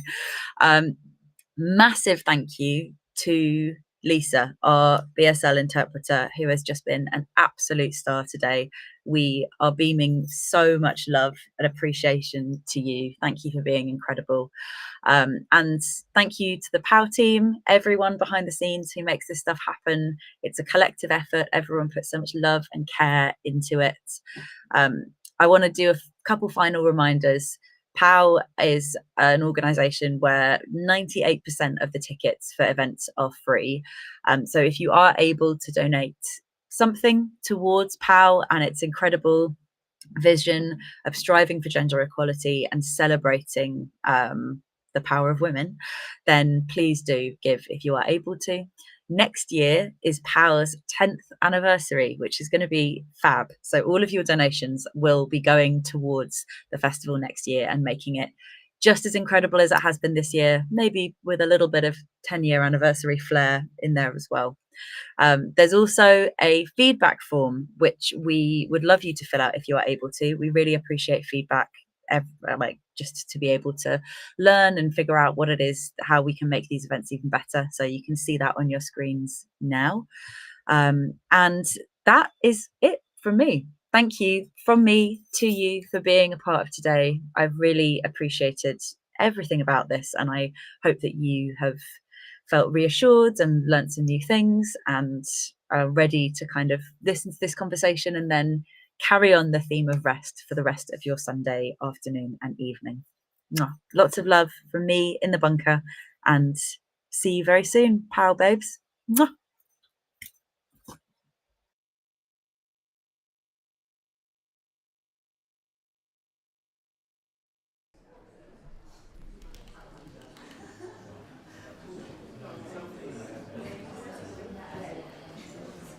Thank you all so much for being here. Thank you so much, Tracy, for being here for a very special talk to celebrate International Women's Day. We're currently sitting inside We Do Not Sleep, which is an exhibition that brings together female identifying artists in the TK studios, and of course Tracy as well.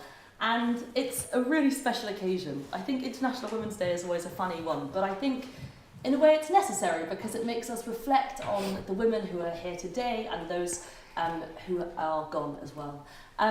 Tracy, it's so special to be here, 1 year on, after TKE historically opened a year ago. I'm hoping that many of you came to that amazing occasion where the sun came out just as you cut the ribbon, and we had the local choir sing Just Like a Prayer by Madonna.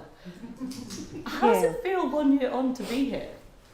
Well, I don't know, at the moment I'm just trying to calm down from getting here so late. And I know all the trains are fucked up from London, so I was hoping that Alyssa was going to call and say, don't hurry, because lots of people aren't here yet because of the trains. But I think a lot of people here are from Margate, which is absolutely brilliant. Because to answer Katie's question, I would say 1 year on from now on, how many people from Margate thought this event could happen on this level, of this calibre, with someone like Katie interviewing me? I'm telling you, if we were doing this talk in London, there would be like 500 people for Katie and 500 people for me. And as it is, we're doing it in this really special moment. It's like history being made. Because for anyone who lives in Margate, you'll know how much things have changed in the last few years and how much things have changed in the last year since I've done this. And I think it's not just for me, these studios, the tier programme, everything. I think it's actually really pretty beneficial to Margate. And I always say this thing, I say a lot of women have ships and boats named after them, but not many women own them. And I feel pretty proud to own this ship, so it's good. When was it the moment that you decided to do TKE? It's a really, really good story. So, I've been friends with Carl Friedman for 33 years. Carl is the person that persuaded me to go halves with what we call the 60s building on Union Crescent. And then Carl got that, and then Carl decided that he wanted to expand with his print works and everything. And he saw this building and he decided that he was going to buy it. He did all the searches, he did everything, and he was going to do it. And then right at the last minute, he decided that he didn't want to do it, and he was quite happy with everything that he had. And we were at my place, and it was like November, and it was really cold and windy, and you know, on those really bad Margate nights. And there was me, Carl, and Rob, and we were just being really stupid, giggling, mucking around, and everything. And then Carl told us that he wasn't going to get this building, and we were going, but it's such a brilliant building. What's going to happen to it? It's such a brilliant building. Now, this building has a charge on it of 50%, and a charge means that any profit that's made on this building, 50% of that profit goes back to the council. So it's not a good investment if you maybe have children, someone wants to inherit it or whatever, and it's not a good investment if you're a property developer and you wanted to build 10 houses here. It's not a good investment if you wanted to open shops. It's not anything you plan to do. Thanet Council would get 50% of the profit, because it was a protected building, because it was this old bathhouse, because it was always a community building, because it was an educational building. And we're sitting there going, God, it's just too good to just let it slip away. And then Carl and Rob said, you should have it, open an art school. And I went, yeah, that's a really good idea. And within a week, I'd bought it. And it was good because the charity that owned it, because of lockdown and everything, they were going to go into liquidation if they didn't sell it. And it looked like no one was going to buy it because of the charge thing. It was really difficult. But of course, for me, because I wanted it for educational purposes, and it's not for me, you know, it's not for profit, it's not for anything. It was absolutely ideal. And the council was, everybody was happy, Carl was happy, we're all happy, look, we're all so it was just a win. It was a Thursday night, and by the following Friday, I'd bought it. So, and my God, my lawyers had to work fast on that one. But we did it, and it's fantastic because, first of all, I wasn't going to be over ambitious. I just thought, get some artists in, leave them to it. And then I thought, no, maybe I'll paint it white. Maybe I'll get rid of it. And I said to Lindsay, oh, I'm going to leave the carpet. She goes, you can't leave the carpet. And it took us weeks taking the carpet up, and then I put the lino down, and it went on and on and on. And you know, from this sort of like, oh, I'll just buy it and let artists use it, it's become really, really proper, and it's becoming established.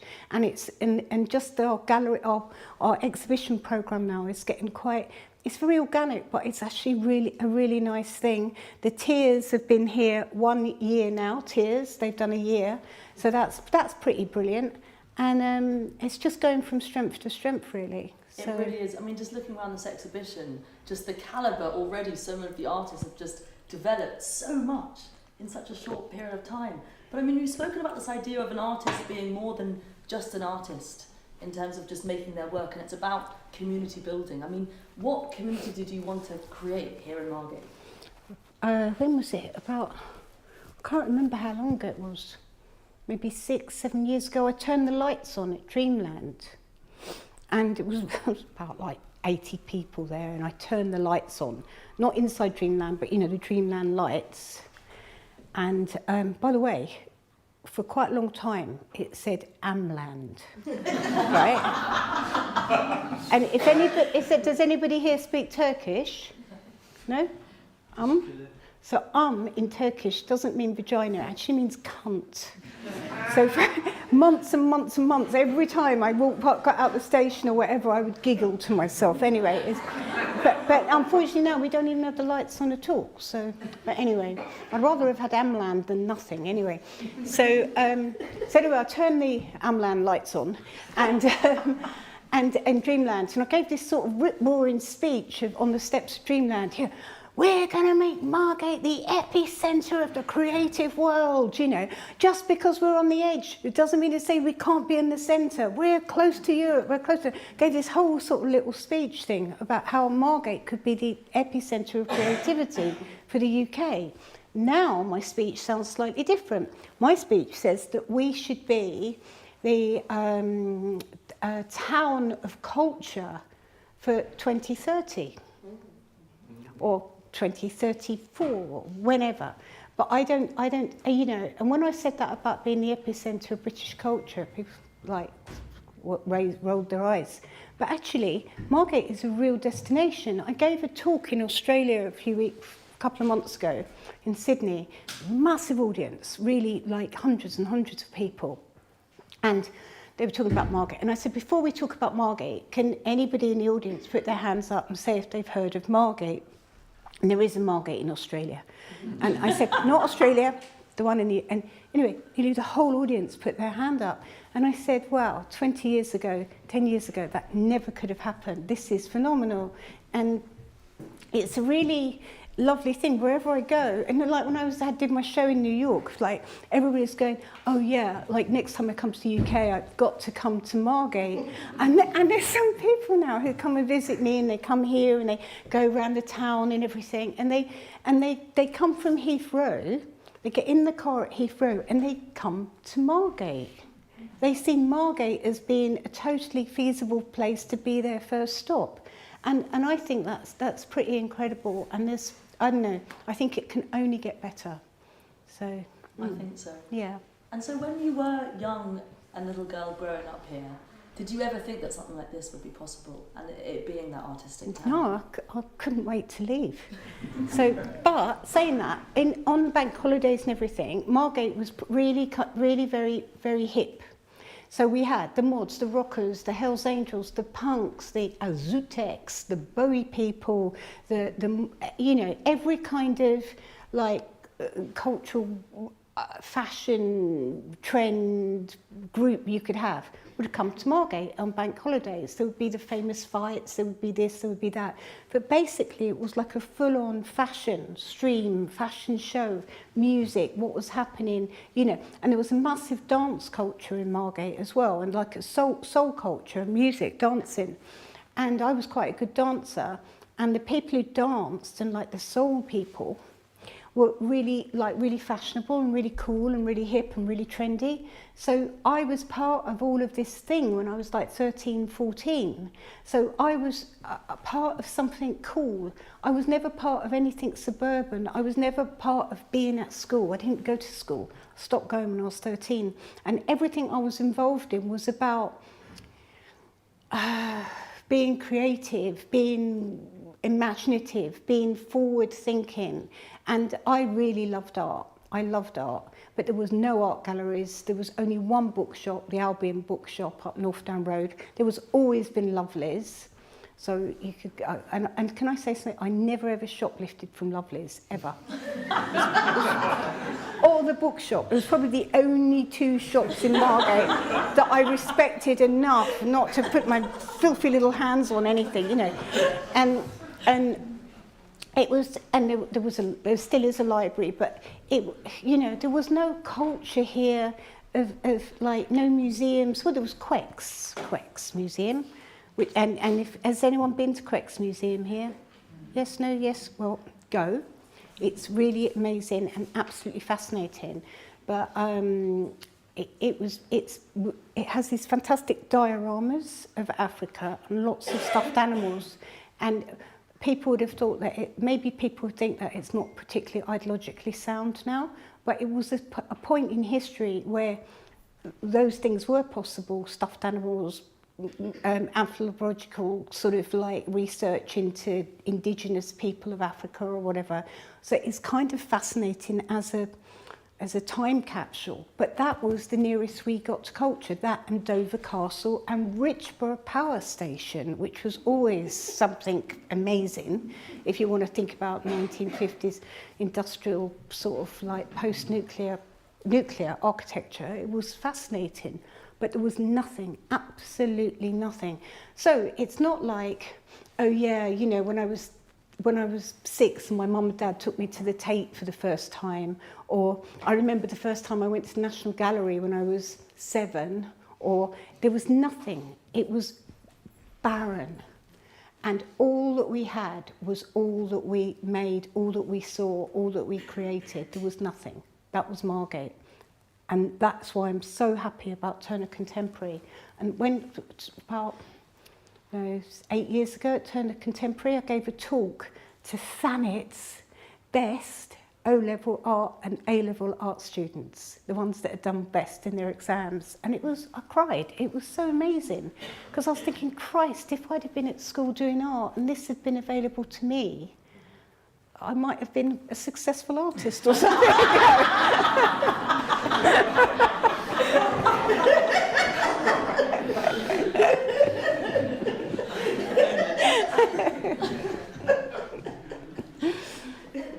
But I want to take you back to that childhood as well, because the overall arching theme of Thanet's festival is the power of women.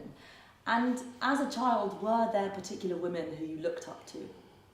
or who helped you get to the next stage in life? Yeah, well, there was, obviously my mum and my nan, but in my nan, definitely. My mum, in a round, strange way, my mum wasn't always around, so my mum enforced a really great level of independence in me, you know. So I had this brilliant, my mum's dead, and I had this brilliant dream. This sums up my mum completely, right? So I was in France, in my house in France, and I woke up. And I had this dream, but I was like really, really, really hot, and sort of like really, and everything. And I woke up, and my mum was next to me, and then I was really cold, and I said to my mum, "I'm so cold now. I'm so cold."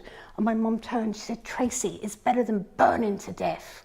Like this, and I was like, it was in this dream. I was like. Hot, cold. Anyway, so and then I woke up and I thought, oh, what a weird dream, hot, cold, hot, cold. And I went downstairs, and when I went downstairs, I just got these new really old fabric curtains put up, and I'd forgotten there was a heater, and I turned the light on and the heater on at the same time, and I was in bed, and I could just see when I got up and looked. All the curtains were smouldering with smoke coming, and there was no way I smelt it, no way I knew about it, and what a weird dream that I had about my mum. But that's kind of what my mum would be like. So I think, oh, don't talk to me like that, Mum, when actually she's really saying to me, get your act together, the house is burning down, you know?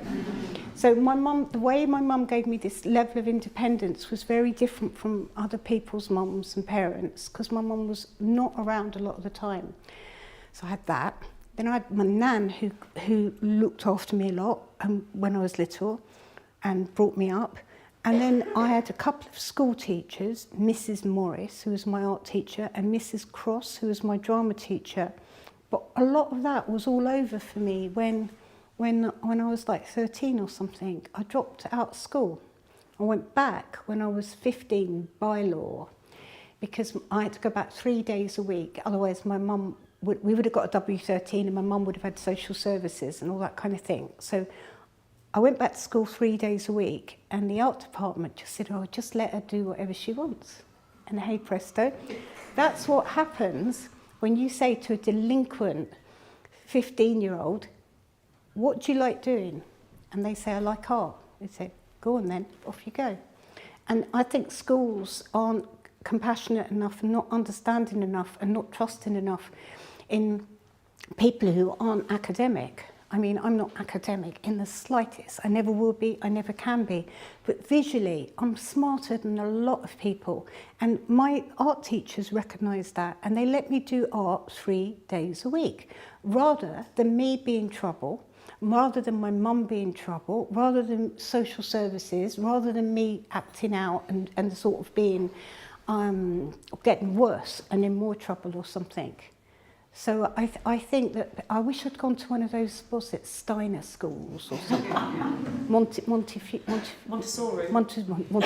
was going to say. Montessori, yeah. I would have excelled, I reckon, yeah. Could have been a successful artist. I could have been a successful artist, yeah. No, but seriously, I think if you go back to what inspired me, what helped me, I would definitely say to doing the 3 days a week at art school and a bit of drama. So, definitely. And were there any women artists as well? I mean, I know that you were great friends with Louise Bourgeois, and I'd love to know a bit about how maybe she taught you about being a woman, or help you shape, maybe not. Louise, the first time I met Louise, she shouted at me in French for about 10 minutes, and I was going, oh God, like this, what? And Jerry Gorovoy, who's Louise's 30-year assistant, said, Louise, Tracy doesn't speak French. Louise, she was going really crazy. And what she said to me, how long have you been coming to New York? And I said, oh, about 11 years. And that was it. She went mad. And what she was saying, you've been coming here for 11 years and you never come to see me. And she was really angry with me, so for not coming to see her earlier. But she was formidable. She was like incredible. And if Louise influenced me about anything, it was about scale. I was always impressed at how Louise could work really, really big and then do these beautiful tiny little etchings that are really myopic kind of thing. And my work isn't anything like Louise's. It never has been, because where I'm coming from is a very different place from Louise. Louise is coming from the most intelligent academic sources, and the way she thought and the way she worked. You know, Louise could have been a scientist. She could have been a professor in anything, whereas I couldn't do that. And Louise was incredibly knowledgeable as well. So all of her personal thoughts and how she did her work was also having a conversation with, say, it could be a conversation with Freud, or it could be a conversation with Jung, or it could be, she was in a different dialogue from me. I was in a dialogue only with one person, that's myself. And Louise was in a dialogue with this sort of incredibly vast world that surrounded her, that orbited her. And yeah, and her work, when I first heard about Louise, I thought she was the same age as me. And even though her work was like dated, sort of like things like 1949 or 1952 or 1964, I thought she was like me. She just put down the date she felt like. Right? And I thought, oh yeah, that's kind of cool. And then I went and saw a show of her etchings, and I thought, it's so weird, because if I didn't know better, I'd say that was the real thing. They really look like surrealist work from the time. They don't look like they've been, it doesn't, you know, for all I know, it could look like someone of 80 could have made them, you know, and she was 80 when she was making them. And it was brilliant when I found out how old she was. I don't know, I didn't research, I just looked at her work, just looked at it. And I thought she was the same age as me. So it was amazing when I met her and we got on so well. So. Yeah. Were there any other women artists or women in your life who helped guide you at all? Paula Rega or... Well, Paula Rega was actually quite a rollist when I start thinking about it. Paula Rega was my external tutor at the Royal College of Art. So I'd see Paula about once every 6 weeks. And so that was pretty cool. And she was like, she'd always had a couple of drinks, and I'd see her after lunchtime. And I have the feeling that she smoked, but it might not have been her, it was definitely me. It was definitely me. And I got on well with her, and she was so cool, Paula. And also the other thing about her is that for a long time, her work wasn't fashionable at all, not one single bit. But I always loved her work because I made figurative work, which wasn't fashionable. It wasn't fashionable in the 80s, certainly wasn't fashionable in the 90s, but someone like Paula didn't give a fuck. She just carried on and carried on. And now, well, she's like, you know, she's one of the greatest female artists that we've had. So, yes, that's Paula. Who else? Go on. Can you think of any more? She knows more about my life than I do.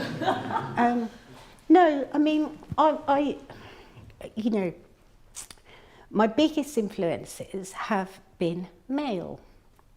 So in terms of art, so that, you know, Edvard Munch and Egon Schiele, and you know, most of my big influences are dead people. So, and art history and movements of artists, for example. But because I've always made work about one thing, and that's my experience of life and what I witness and what I feel, I haven't had to actually, as an adult, I haven't really had to look at anybody else. I just look inward. And I think in the 90s, that's why people thought I was narcissistic, and because I was myopic and I looked inward. But they didn't understand that I was a woman just talking about lots of things that no one else spoke about at the time. Now, more and more people are talking about it. Like, there's loads of women in America now, artists, making work about abortion because, you know, they're on the line. If they don't start talking about it and making work about it and standing up for themselves, no, you know, well, most of America now, you can't have an abortion. You don't have a right to your own body or freedom of choice, or, you know. And I've been making work about abortion for so long. And I remember people going, oh, she's not droning on about abortion again, rolling their eyes. Well, let me go on and drone on about abortion in Texas and see how long it takes before I get a bullet in my head. Do you know what I mean? It really does matter how a woman is and how a woman's life is and what affects her, whether it's me, whether it's you, whether it's you. It matters to all of us.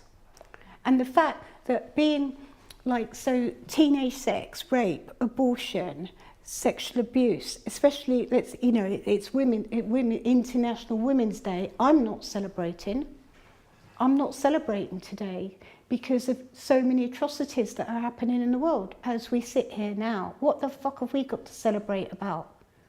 Women still being burnt to death, women still being raped, women still being stoned. All of us that are women sitting here, we could be in other countries and we'd be arrested before we left this room. We'd be arrested for being in this room. So it's not over yet. Equality has got so far to go between men, between the sexes. It's almost like I sound old-fashioned. I sound like an old-fashioned feminist. Well, I'm not. I'm a woman who's completely aware of what's happening in the 21st century, and I don't like it. And I also know 400 years ago, I would have been burnt as a witch. Definitely, without a doubt. Because any woman that took any power, that did anything, all right, you've got great people like Bess of Hardwick. You've got great examples in history, Lady Hamilton, but they soon, pushed her out the way. You've got these women that actually made a stand for themselves, but very few people either know them as being good. No one knows those women as being good. Most people don't even know a lot of the women who changed history because they got written out of history. And it's not me, I'm not droning on about it, and I'm not on some feminist rant, but I'm just saying, as a woman, it is extremely difficult to do things, especially if you're on your own. So, But then I think what's remarkable about what you've done and, being so influential to so many people is we see someone make it possible to create a space that is about community and about artistic conversation and building artistic careers. And, we look around at this show and we see a community of people through artworks that you've built. And so what I love about this show, We Do Not Sleep, as well, it concentrates on a subject that perhaps also doesn't always get the limelight it does. This idea of rest, this idea of sleep for a woman. I mean, why did you want to put this particular exhibition together? Well, I wanted to put the exhibition together for PAL and be supportive to them and do an event for them in Thanet. And I also thought it's really cool now we've got so many women artists at the studio. I thought, I wonder if we could get a show together. And we have. I'm really, really pleased at the level of the work and everything. But We Do Not Sleep, the title came out because Alyssa said to me, we've got to get a title for the show, we've got to get a title for the show. And at the same time, I was trying to get a title for my show in Italy, in Florence, a title for my show in at White Cube, a title for, honestly, a title for my book, it was like crazy title time. I then also had to title all my paintings for my show in Belgium. And I was thinking, I can't think of a title. And I just thought, oh God, I'm so tired. And then that's when I said it, We Do Not Sleep. And Alyssa went, that's brilliant. That's so good. And I thought, yeah, it is. It's really good for women. How many women don't sleep? Well, how many men don't sleep? But I think a lot of women don't sleep. And even my mum fell asleep holding a broom once because she was so tired. She fell asleep holding a broom. And have you heard this, the expression, on the ropes? Well, on the ropes, everybody thinks it's got something to do with being nautical, but it hasn't. On the ropes were for people who were down and out, and you'd have ropes that went from one side of the room to the other, 1 foot away from each other. And what you do is you pay like a halfpenny, and you'd hang on the rope like that, and you'd sleep on the rope, standing up like this, in rows and rows and rows. And in my old studio, in, what's that place? Oh, London, the East End.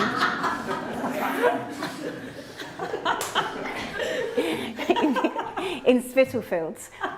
It was used as a safe house for women at the same time that Jack the Ripper was around. And it was, and that's where women slept, on the ropes. And that's where Annie Chapman was last seen before she died. And I always think about this thing about, imagine these women so scared and then having to go in there, and I was thinking about all the fleas and all the lice and everything, and them all hanging on these ropes. And that was in my studio. It was a bit freaky when I used to think about it. But the idea of women never being able to sleep, women destitute, women out in the street, and what it must have been like, and what it's like now even. And so you've got that kind of, you know, non-sleeping woman. Then you've got the women who are really fearful, who never sleep, they're too afraid to sleep. And then you've got women like me, who come in the spoilt category, you know, insomnia, can't sleep, and suffer from it. But still, if you're happy and you have insomnia, God has given you 24 hours a day. It's an amazing thing. If you're unhappy, then you're being tortured continuously. So, and I think there's a lot of women that, I would never do this, right? But childbirth, for example, women who have children, they don't sleep. They're awake the whole time.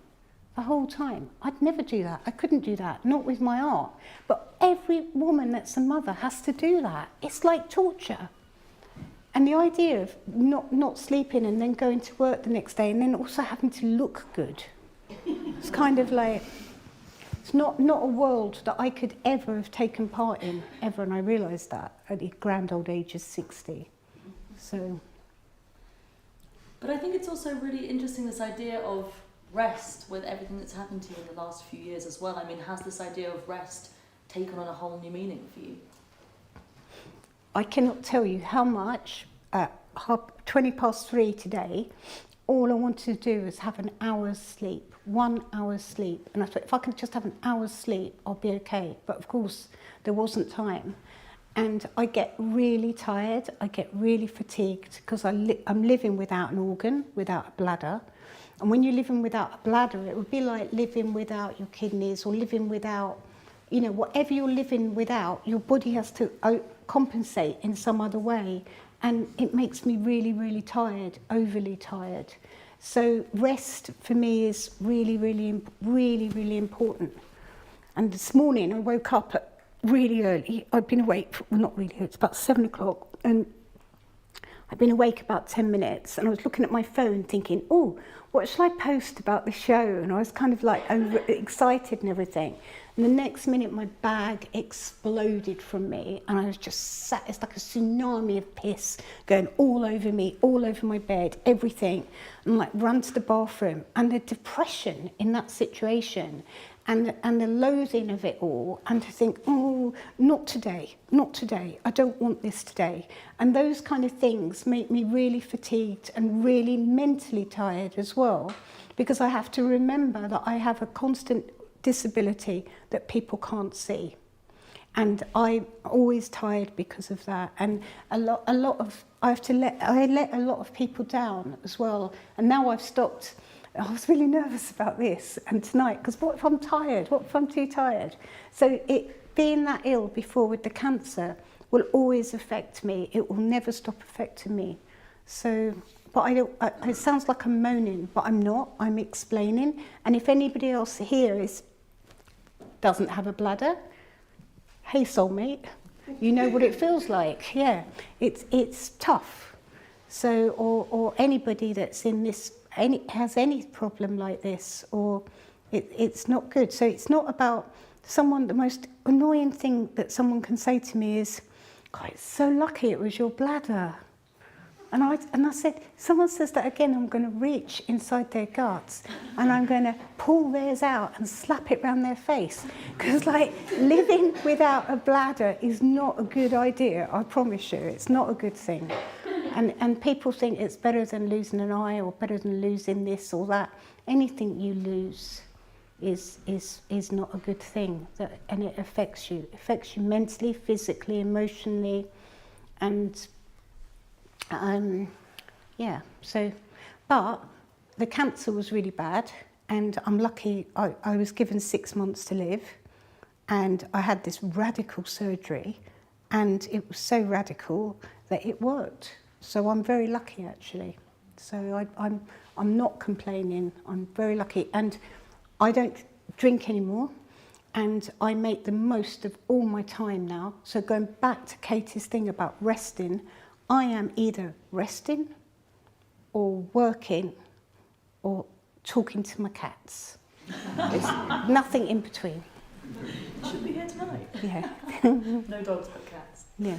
But I think what's extraordinary is you went through this, these 6 months to live, and although you live with a disability, you have not slowed down in the sense that you have just, Tracey Emin's taken over the world. I would witness what was happening in America, and it was just like this burst of energy in New York. Everyone knew about your show. I think something like 2,000 people came to the opening night. No one could even get in.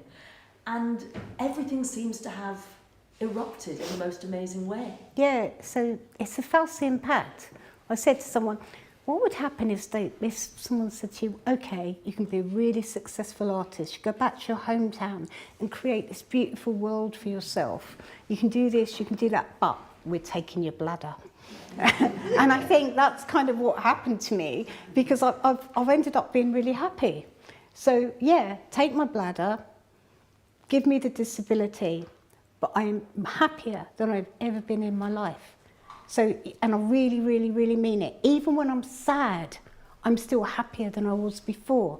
Because before I didn't appreciate, didn't understand my talent, didn't understand my strength, didn't understand my beautiful friendships with people, didn't understand how lucky I was surrounded by nature continuously with Margate. There's all these really amazing positive things. And like my art, my painting, I love it. I love what I do. I enjoy it so much. I'm not saying the end result. I'm saying the action of it.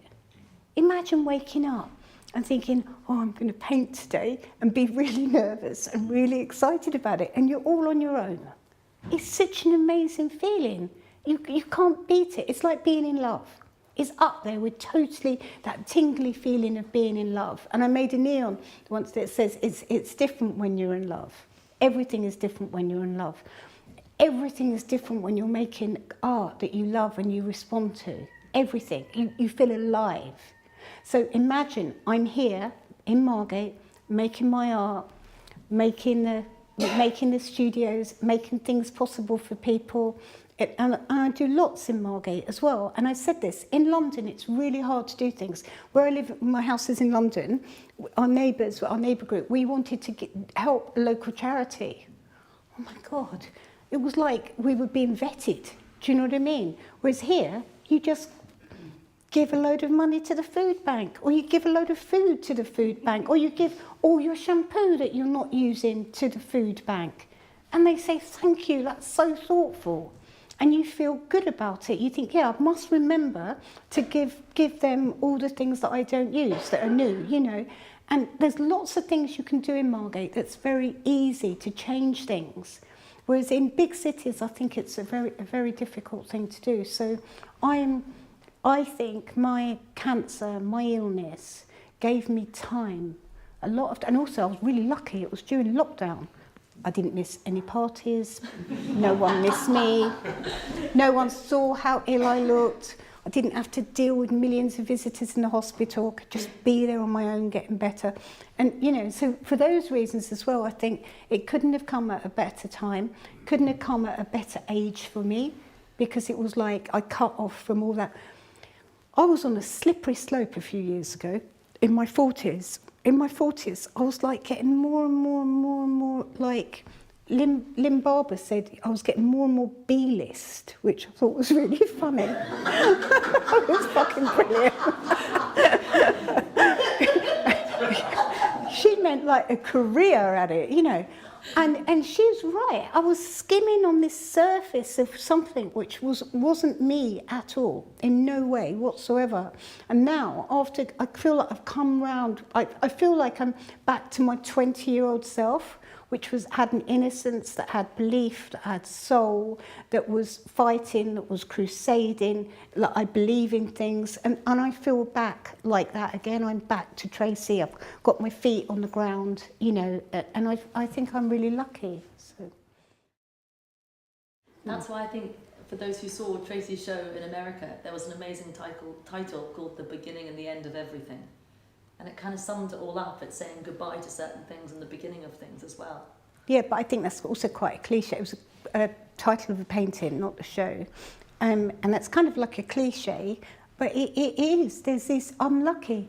I've been given another chance to live, and I sort of think that I was supposed to die, and I sort of think they, whoever they are, up there, over there, whatever, they said, look, we don't think that she's that bad. She fucked up, bit on the B-list thing, the drinking thing. The smoking 50 cigarettes a day was not good, right? But she hasn't actually done anything bad, but she hasn't actually done anything good. Let's give her a little bit, another chance, and let's see what she can come up with. Let's see what she can do. And I showed him. So now my thing is, I said to someone, like, you know, like, this is not because I'm 17% Nubian Nile person, according to my DNA test the other day, right? But I'm building the things in Margate like a great Egyptian. I'm building my pyramids, my mausoleum, I'm building my temple, I'm building my last place where I'm going to be, I'm building my Karnak, I'm building my Hatshepsut temple, I'm building everything I can. And when I die, we'll have this running without me, self-perpetuating, don't need me to run this, I'm organised, all that. My studio will be a museum where my ashes will be there, the cat's ashes will be there, everyone's ashes will be there, and my house will be like a little museum which people come to and things.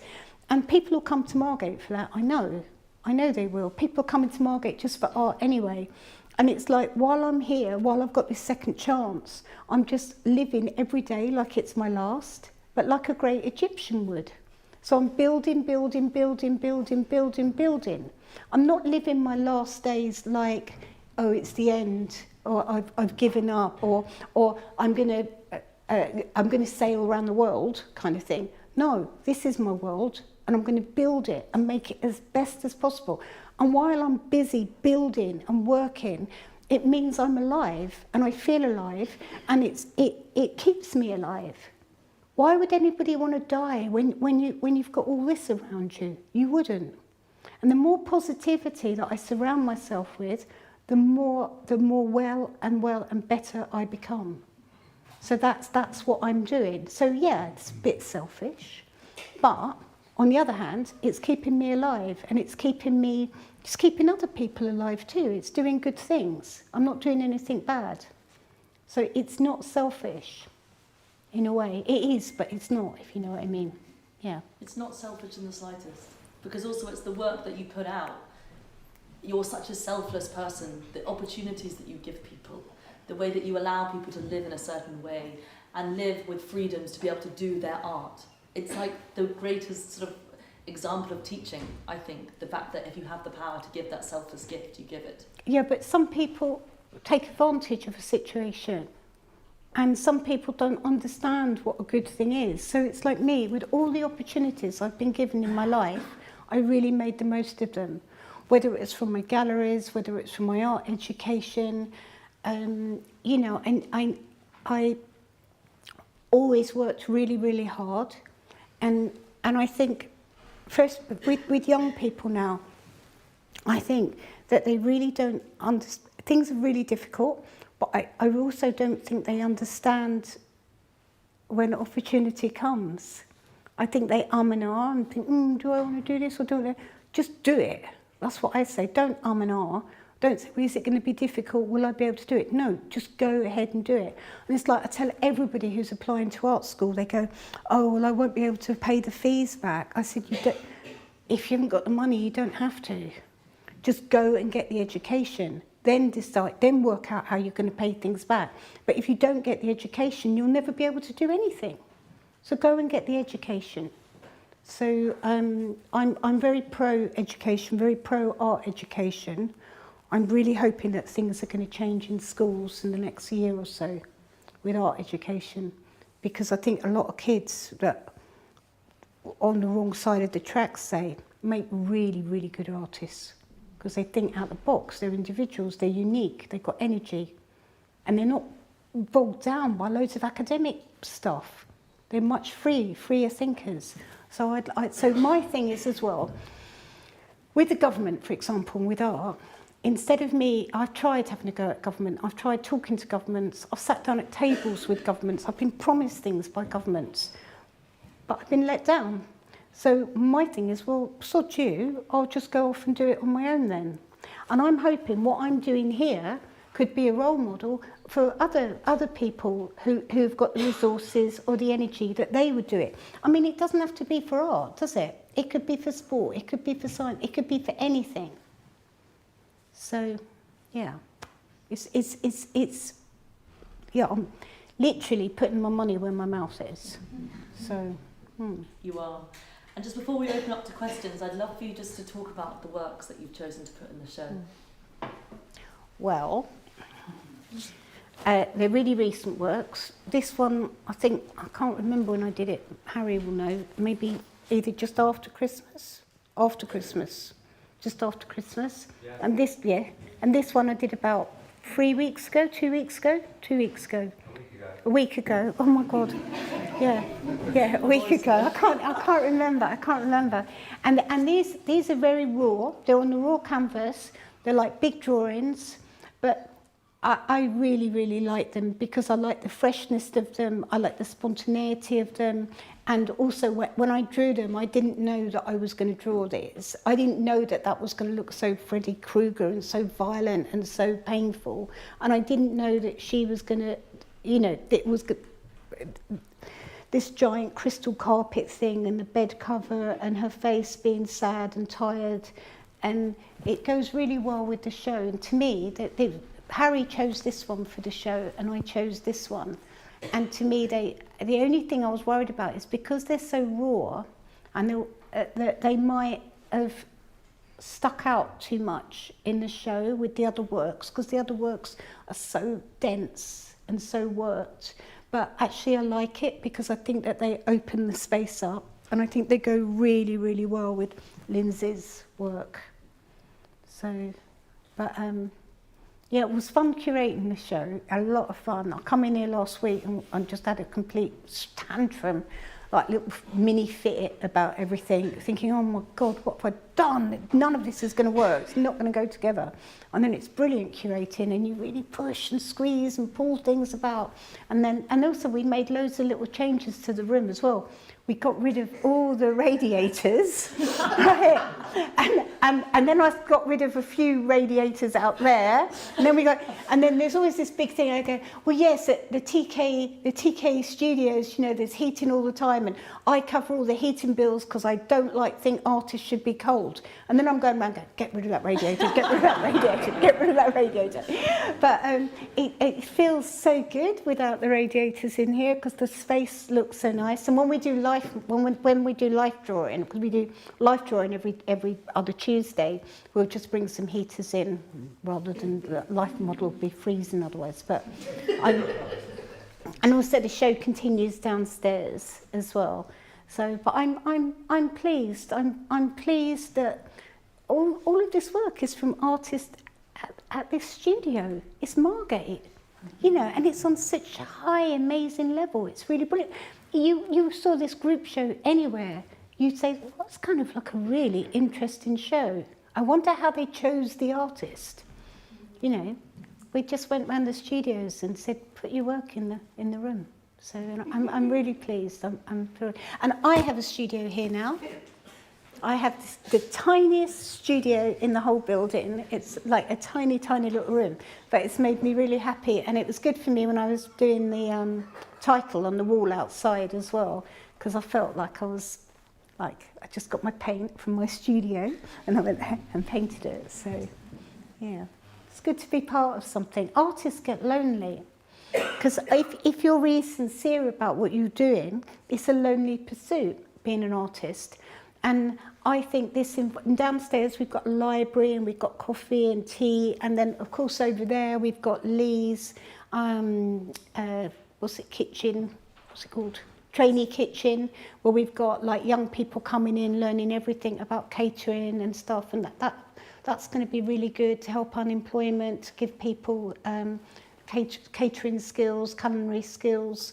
And we've got the life drawing here. We've got all kinds of things happening. And if anybody came to the Summer Fete, did anyone here come to the Summer?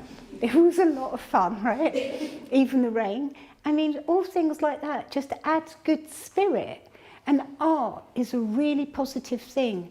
Art isn't a bad thing. Art is a really good thing. So if we make art in this building, those good feelings and that good energy just pushes its way through Margate. People feel it. This is really good. Across the road over there, all the doors on the houses were really horrible, old grey, fucked up paint doors and everything. And I'd sit here and I think, one day I'm just going to go over there and paint those doors, right? I'm just going to get the paint, I'm going to paint the doors for the people because those doors are so rough, kind of thing. And then I'm sitting there one day and I go, oh my God, look, they're changing all the doors. And they've got all new doors on the houses. And it looks much, much nicer over there. And people are much happier with their new doors. And then the people saying, oh yeah, you've made the street look so nice, Tracy. We thought we'd have to smarten up the houses a bit. Good. Good. Smarten up the houses, smarten up the whole town. But I still got to get rid of that nappy that's up the road if anyone's walked past it. You know, the state of the rubbish and everything. I want to have a cleaning day in Margate where everybody cleans the streets, you know, something like that. You can't wait around waiting for people to do it for you. If you can do it, do it. If you can't do it, you can't do it. But if you can, do it. And I also say another thing. If it's because of money, and so if something needs to be done and it's because of money it isn't being done, if you've got the money, just do it. So that's the same for governments, that's the same for councils, that's the same for people like me, it's the same for everybody. Don't wait to be given permission. Don't wait to be told you can. If you can do it, just go and do it. Change things for people. Like me, I would have just gone and painted those doors. I would have done it to make that street look nicer. And that's a metaphor for everything that I do. I'm not going to sit around waiting for permission. I'm going to go and do something and I'm going to change something. So, yeah. And it's like next thing changing is the pavilion. The pavilion down in Westbrook. It's going to be a swimming club for people in Margate or Thanet, and and it's going to be for winter swimming, and we're going to have like really good showers and a steam room and everything, and a cafe and a coffee bar, and it's going to be like a club, like a winter swimmers club, and it's going to be amazing. And all the people that swim at Walpole, you've got the Walpole people, and then you'll have the Westbrook people, and people can take long walks from one to the other, and people will be coming to Margate for the weekends for winter swimming. It will change everything. It will heighten everything. It's just an idea, but I can do it, so I make it work. Yeah. It's not all about art. It's other things that happen. Other things need to be done too. Totally. Yeah. Tracy Emin, thank you so much today.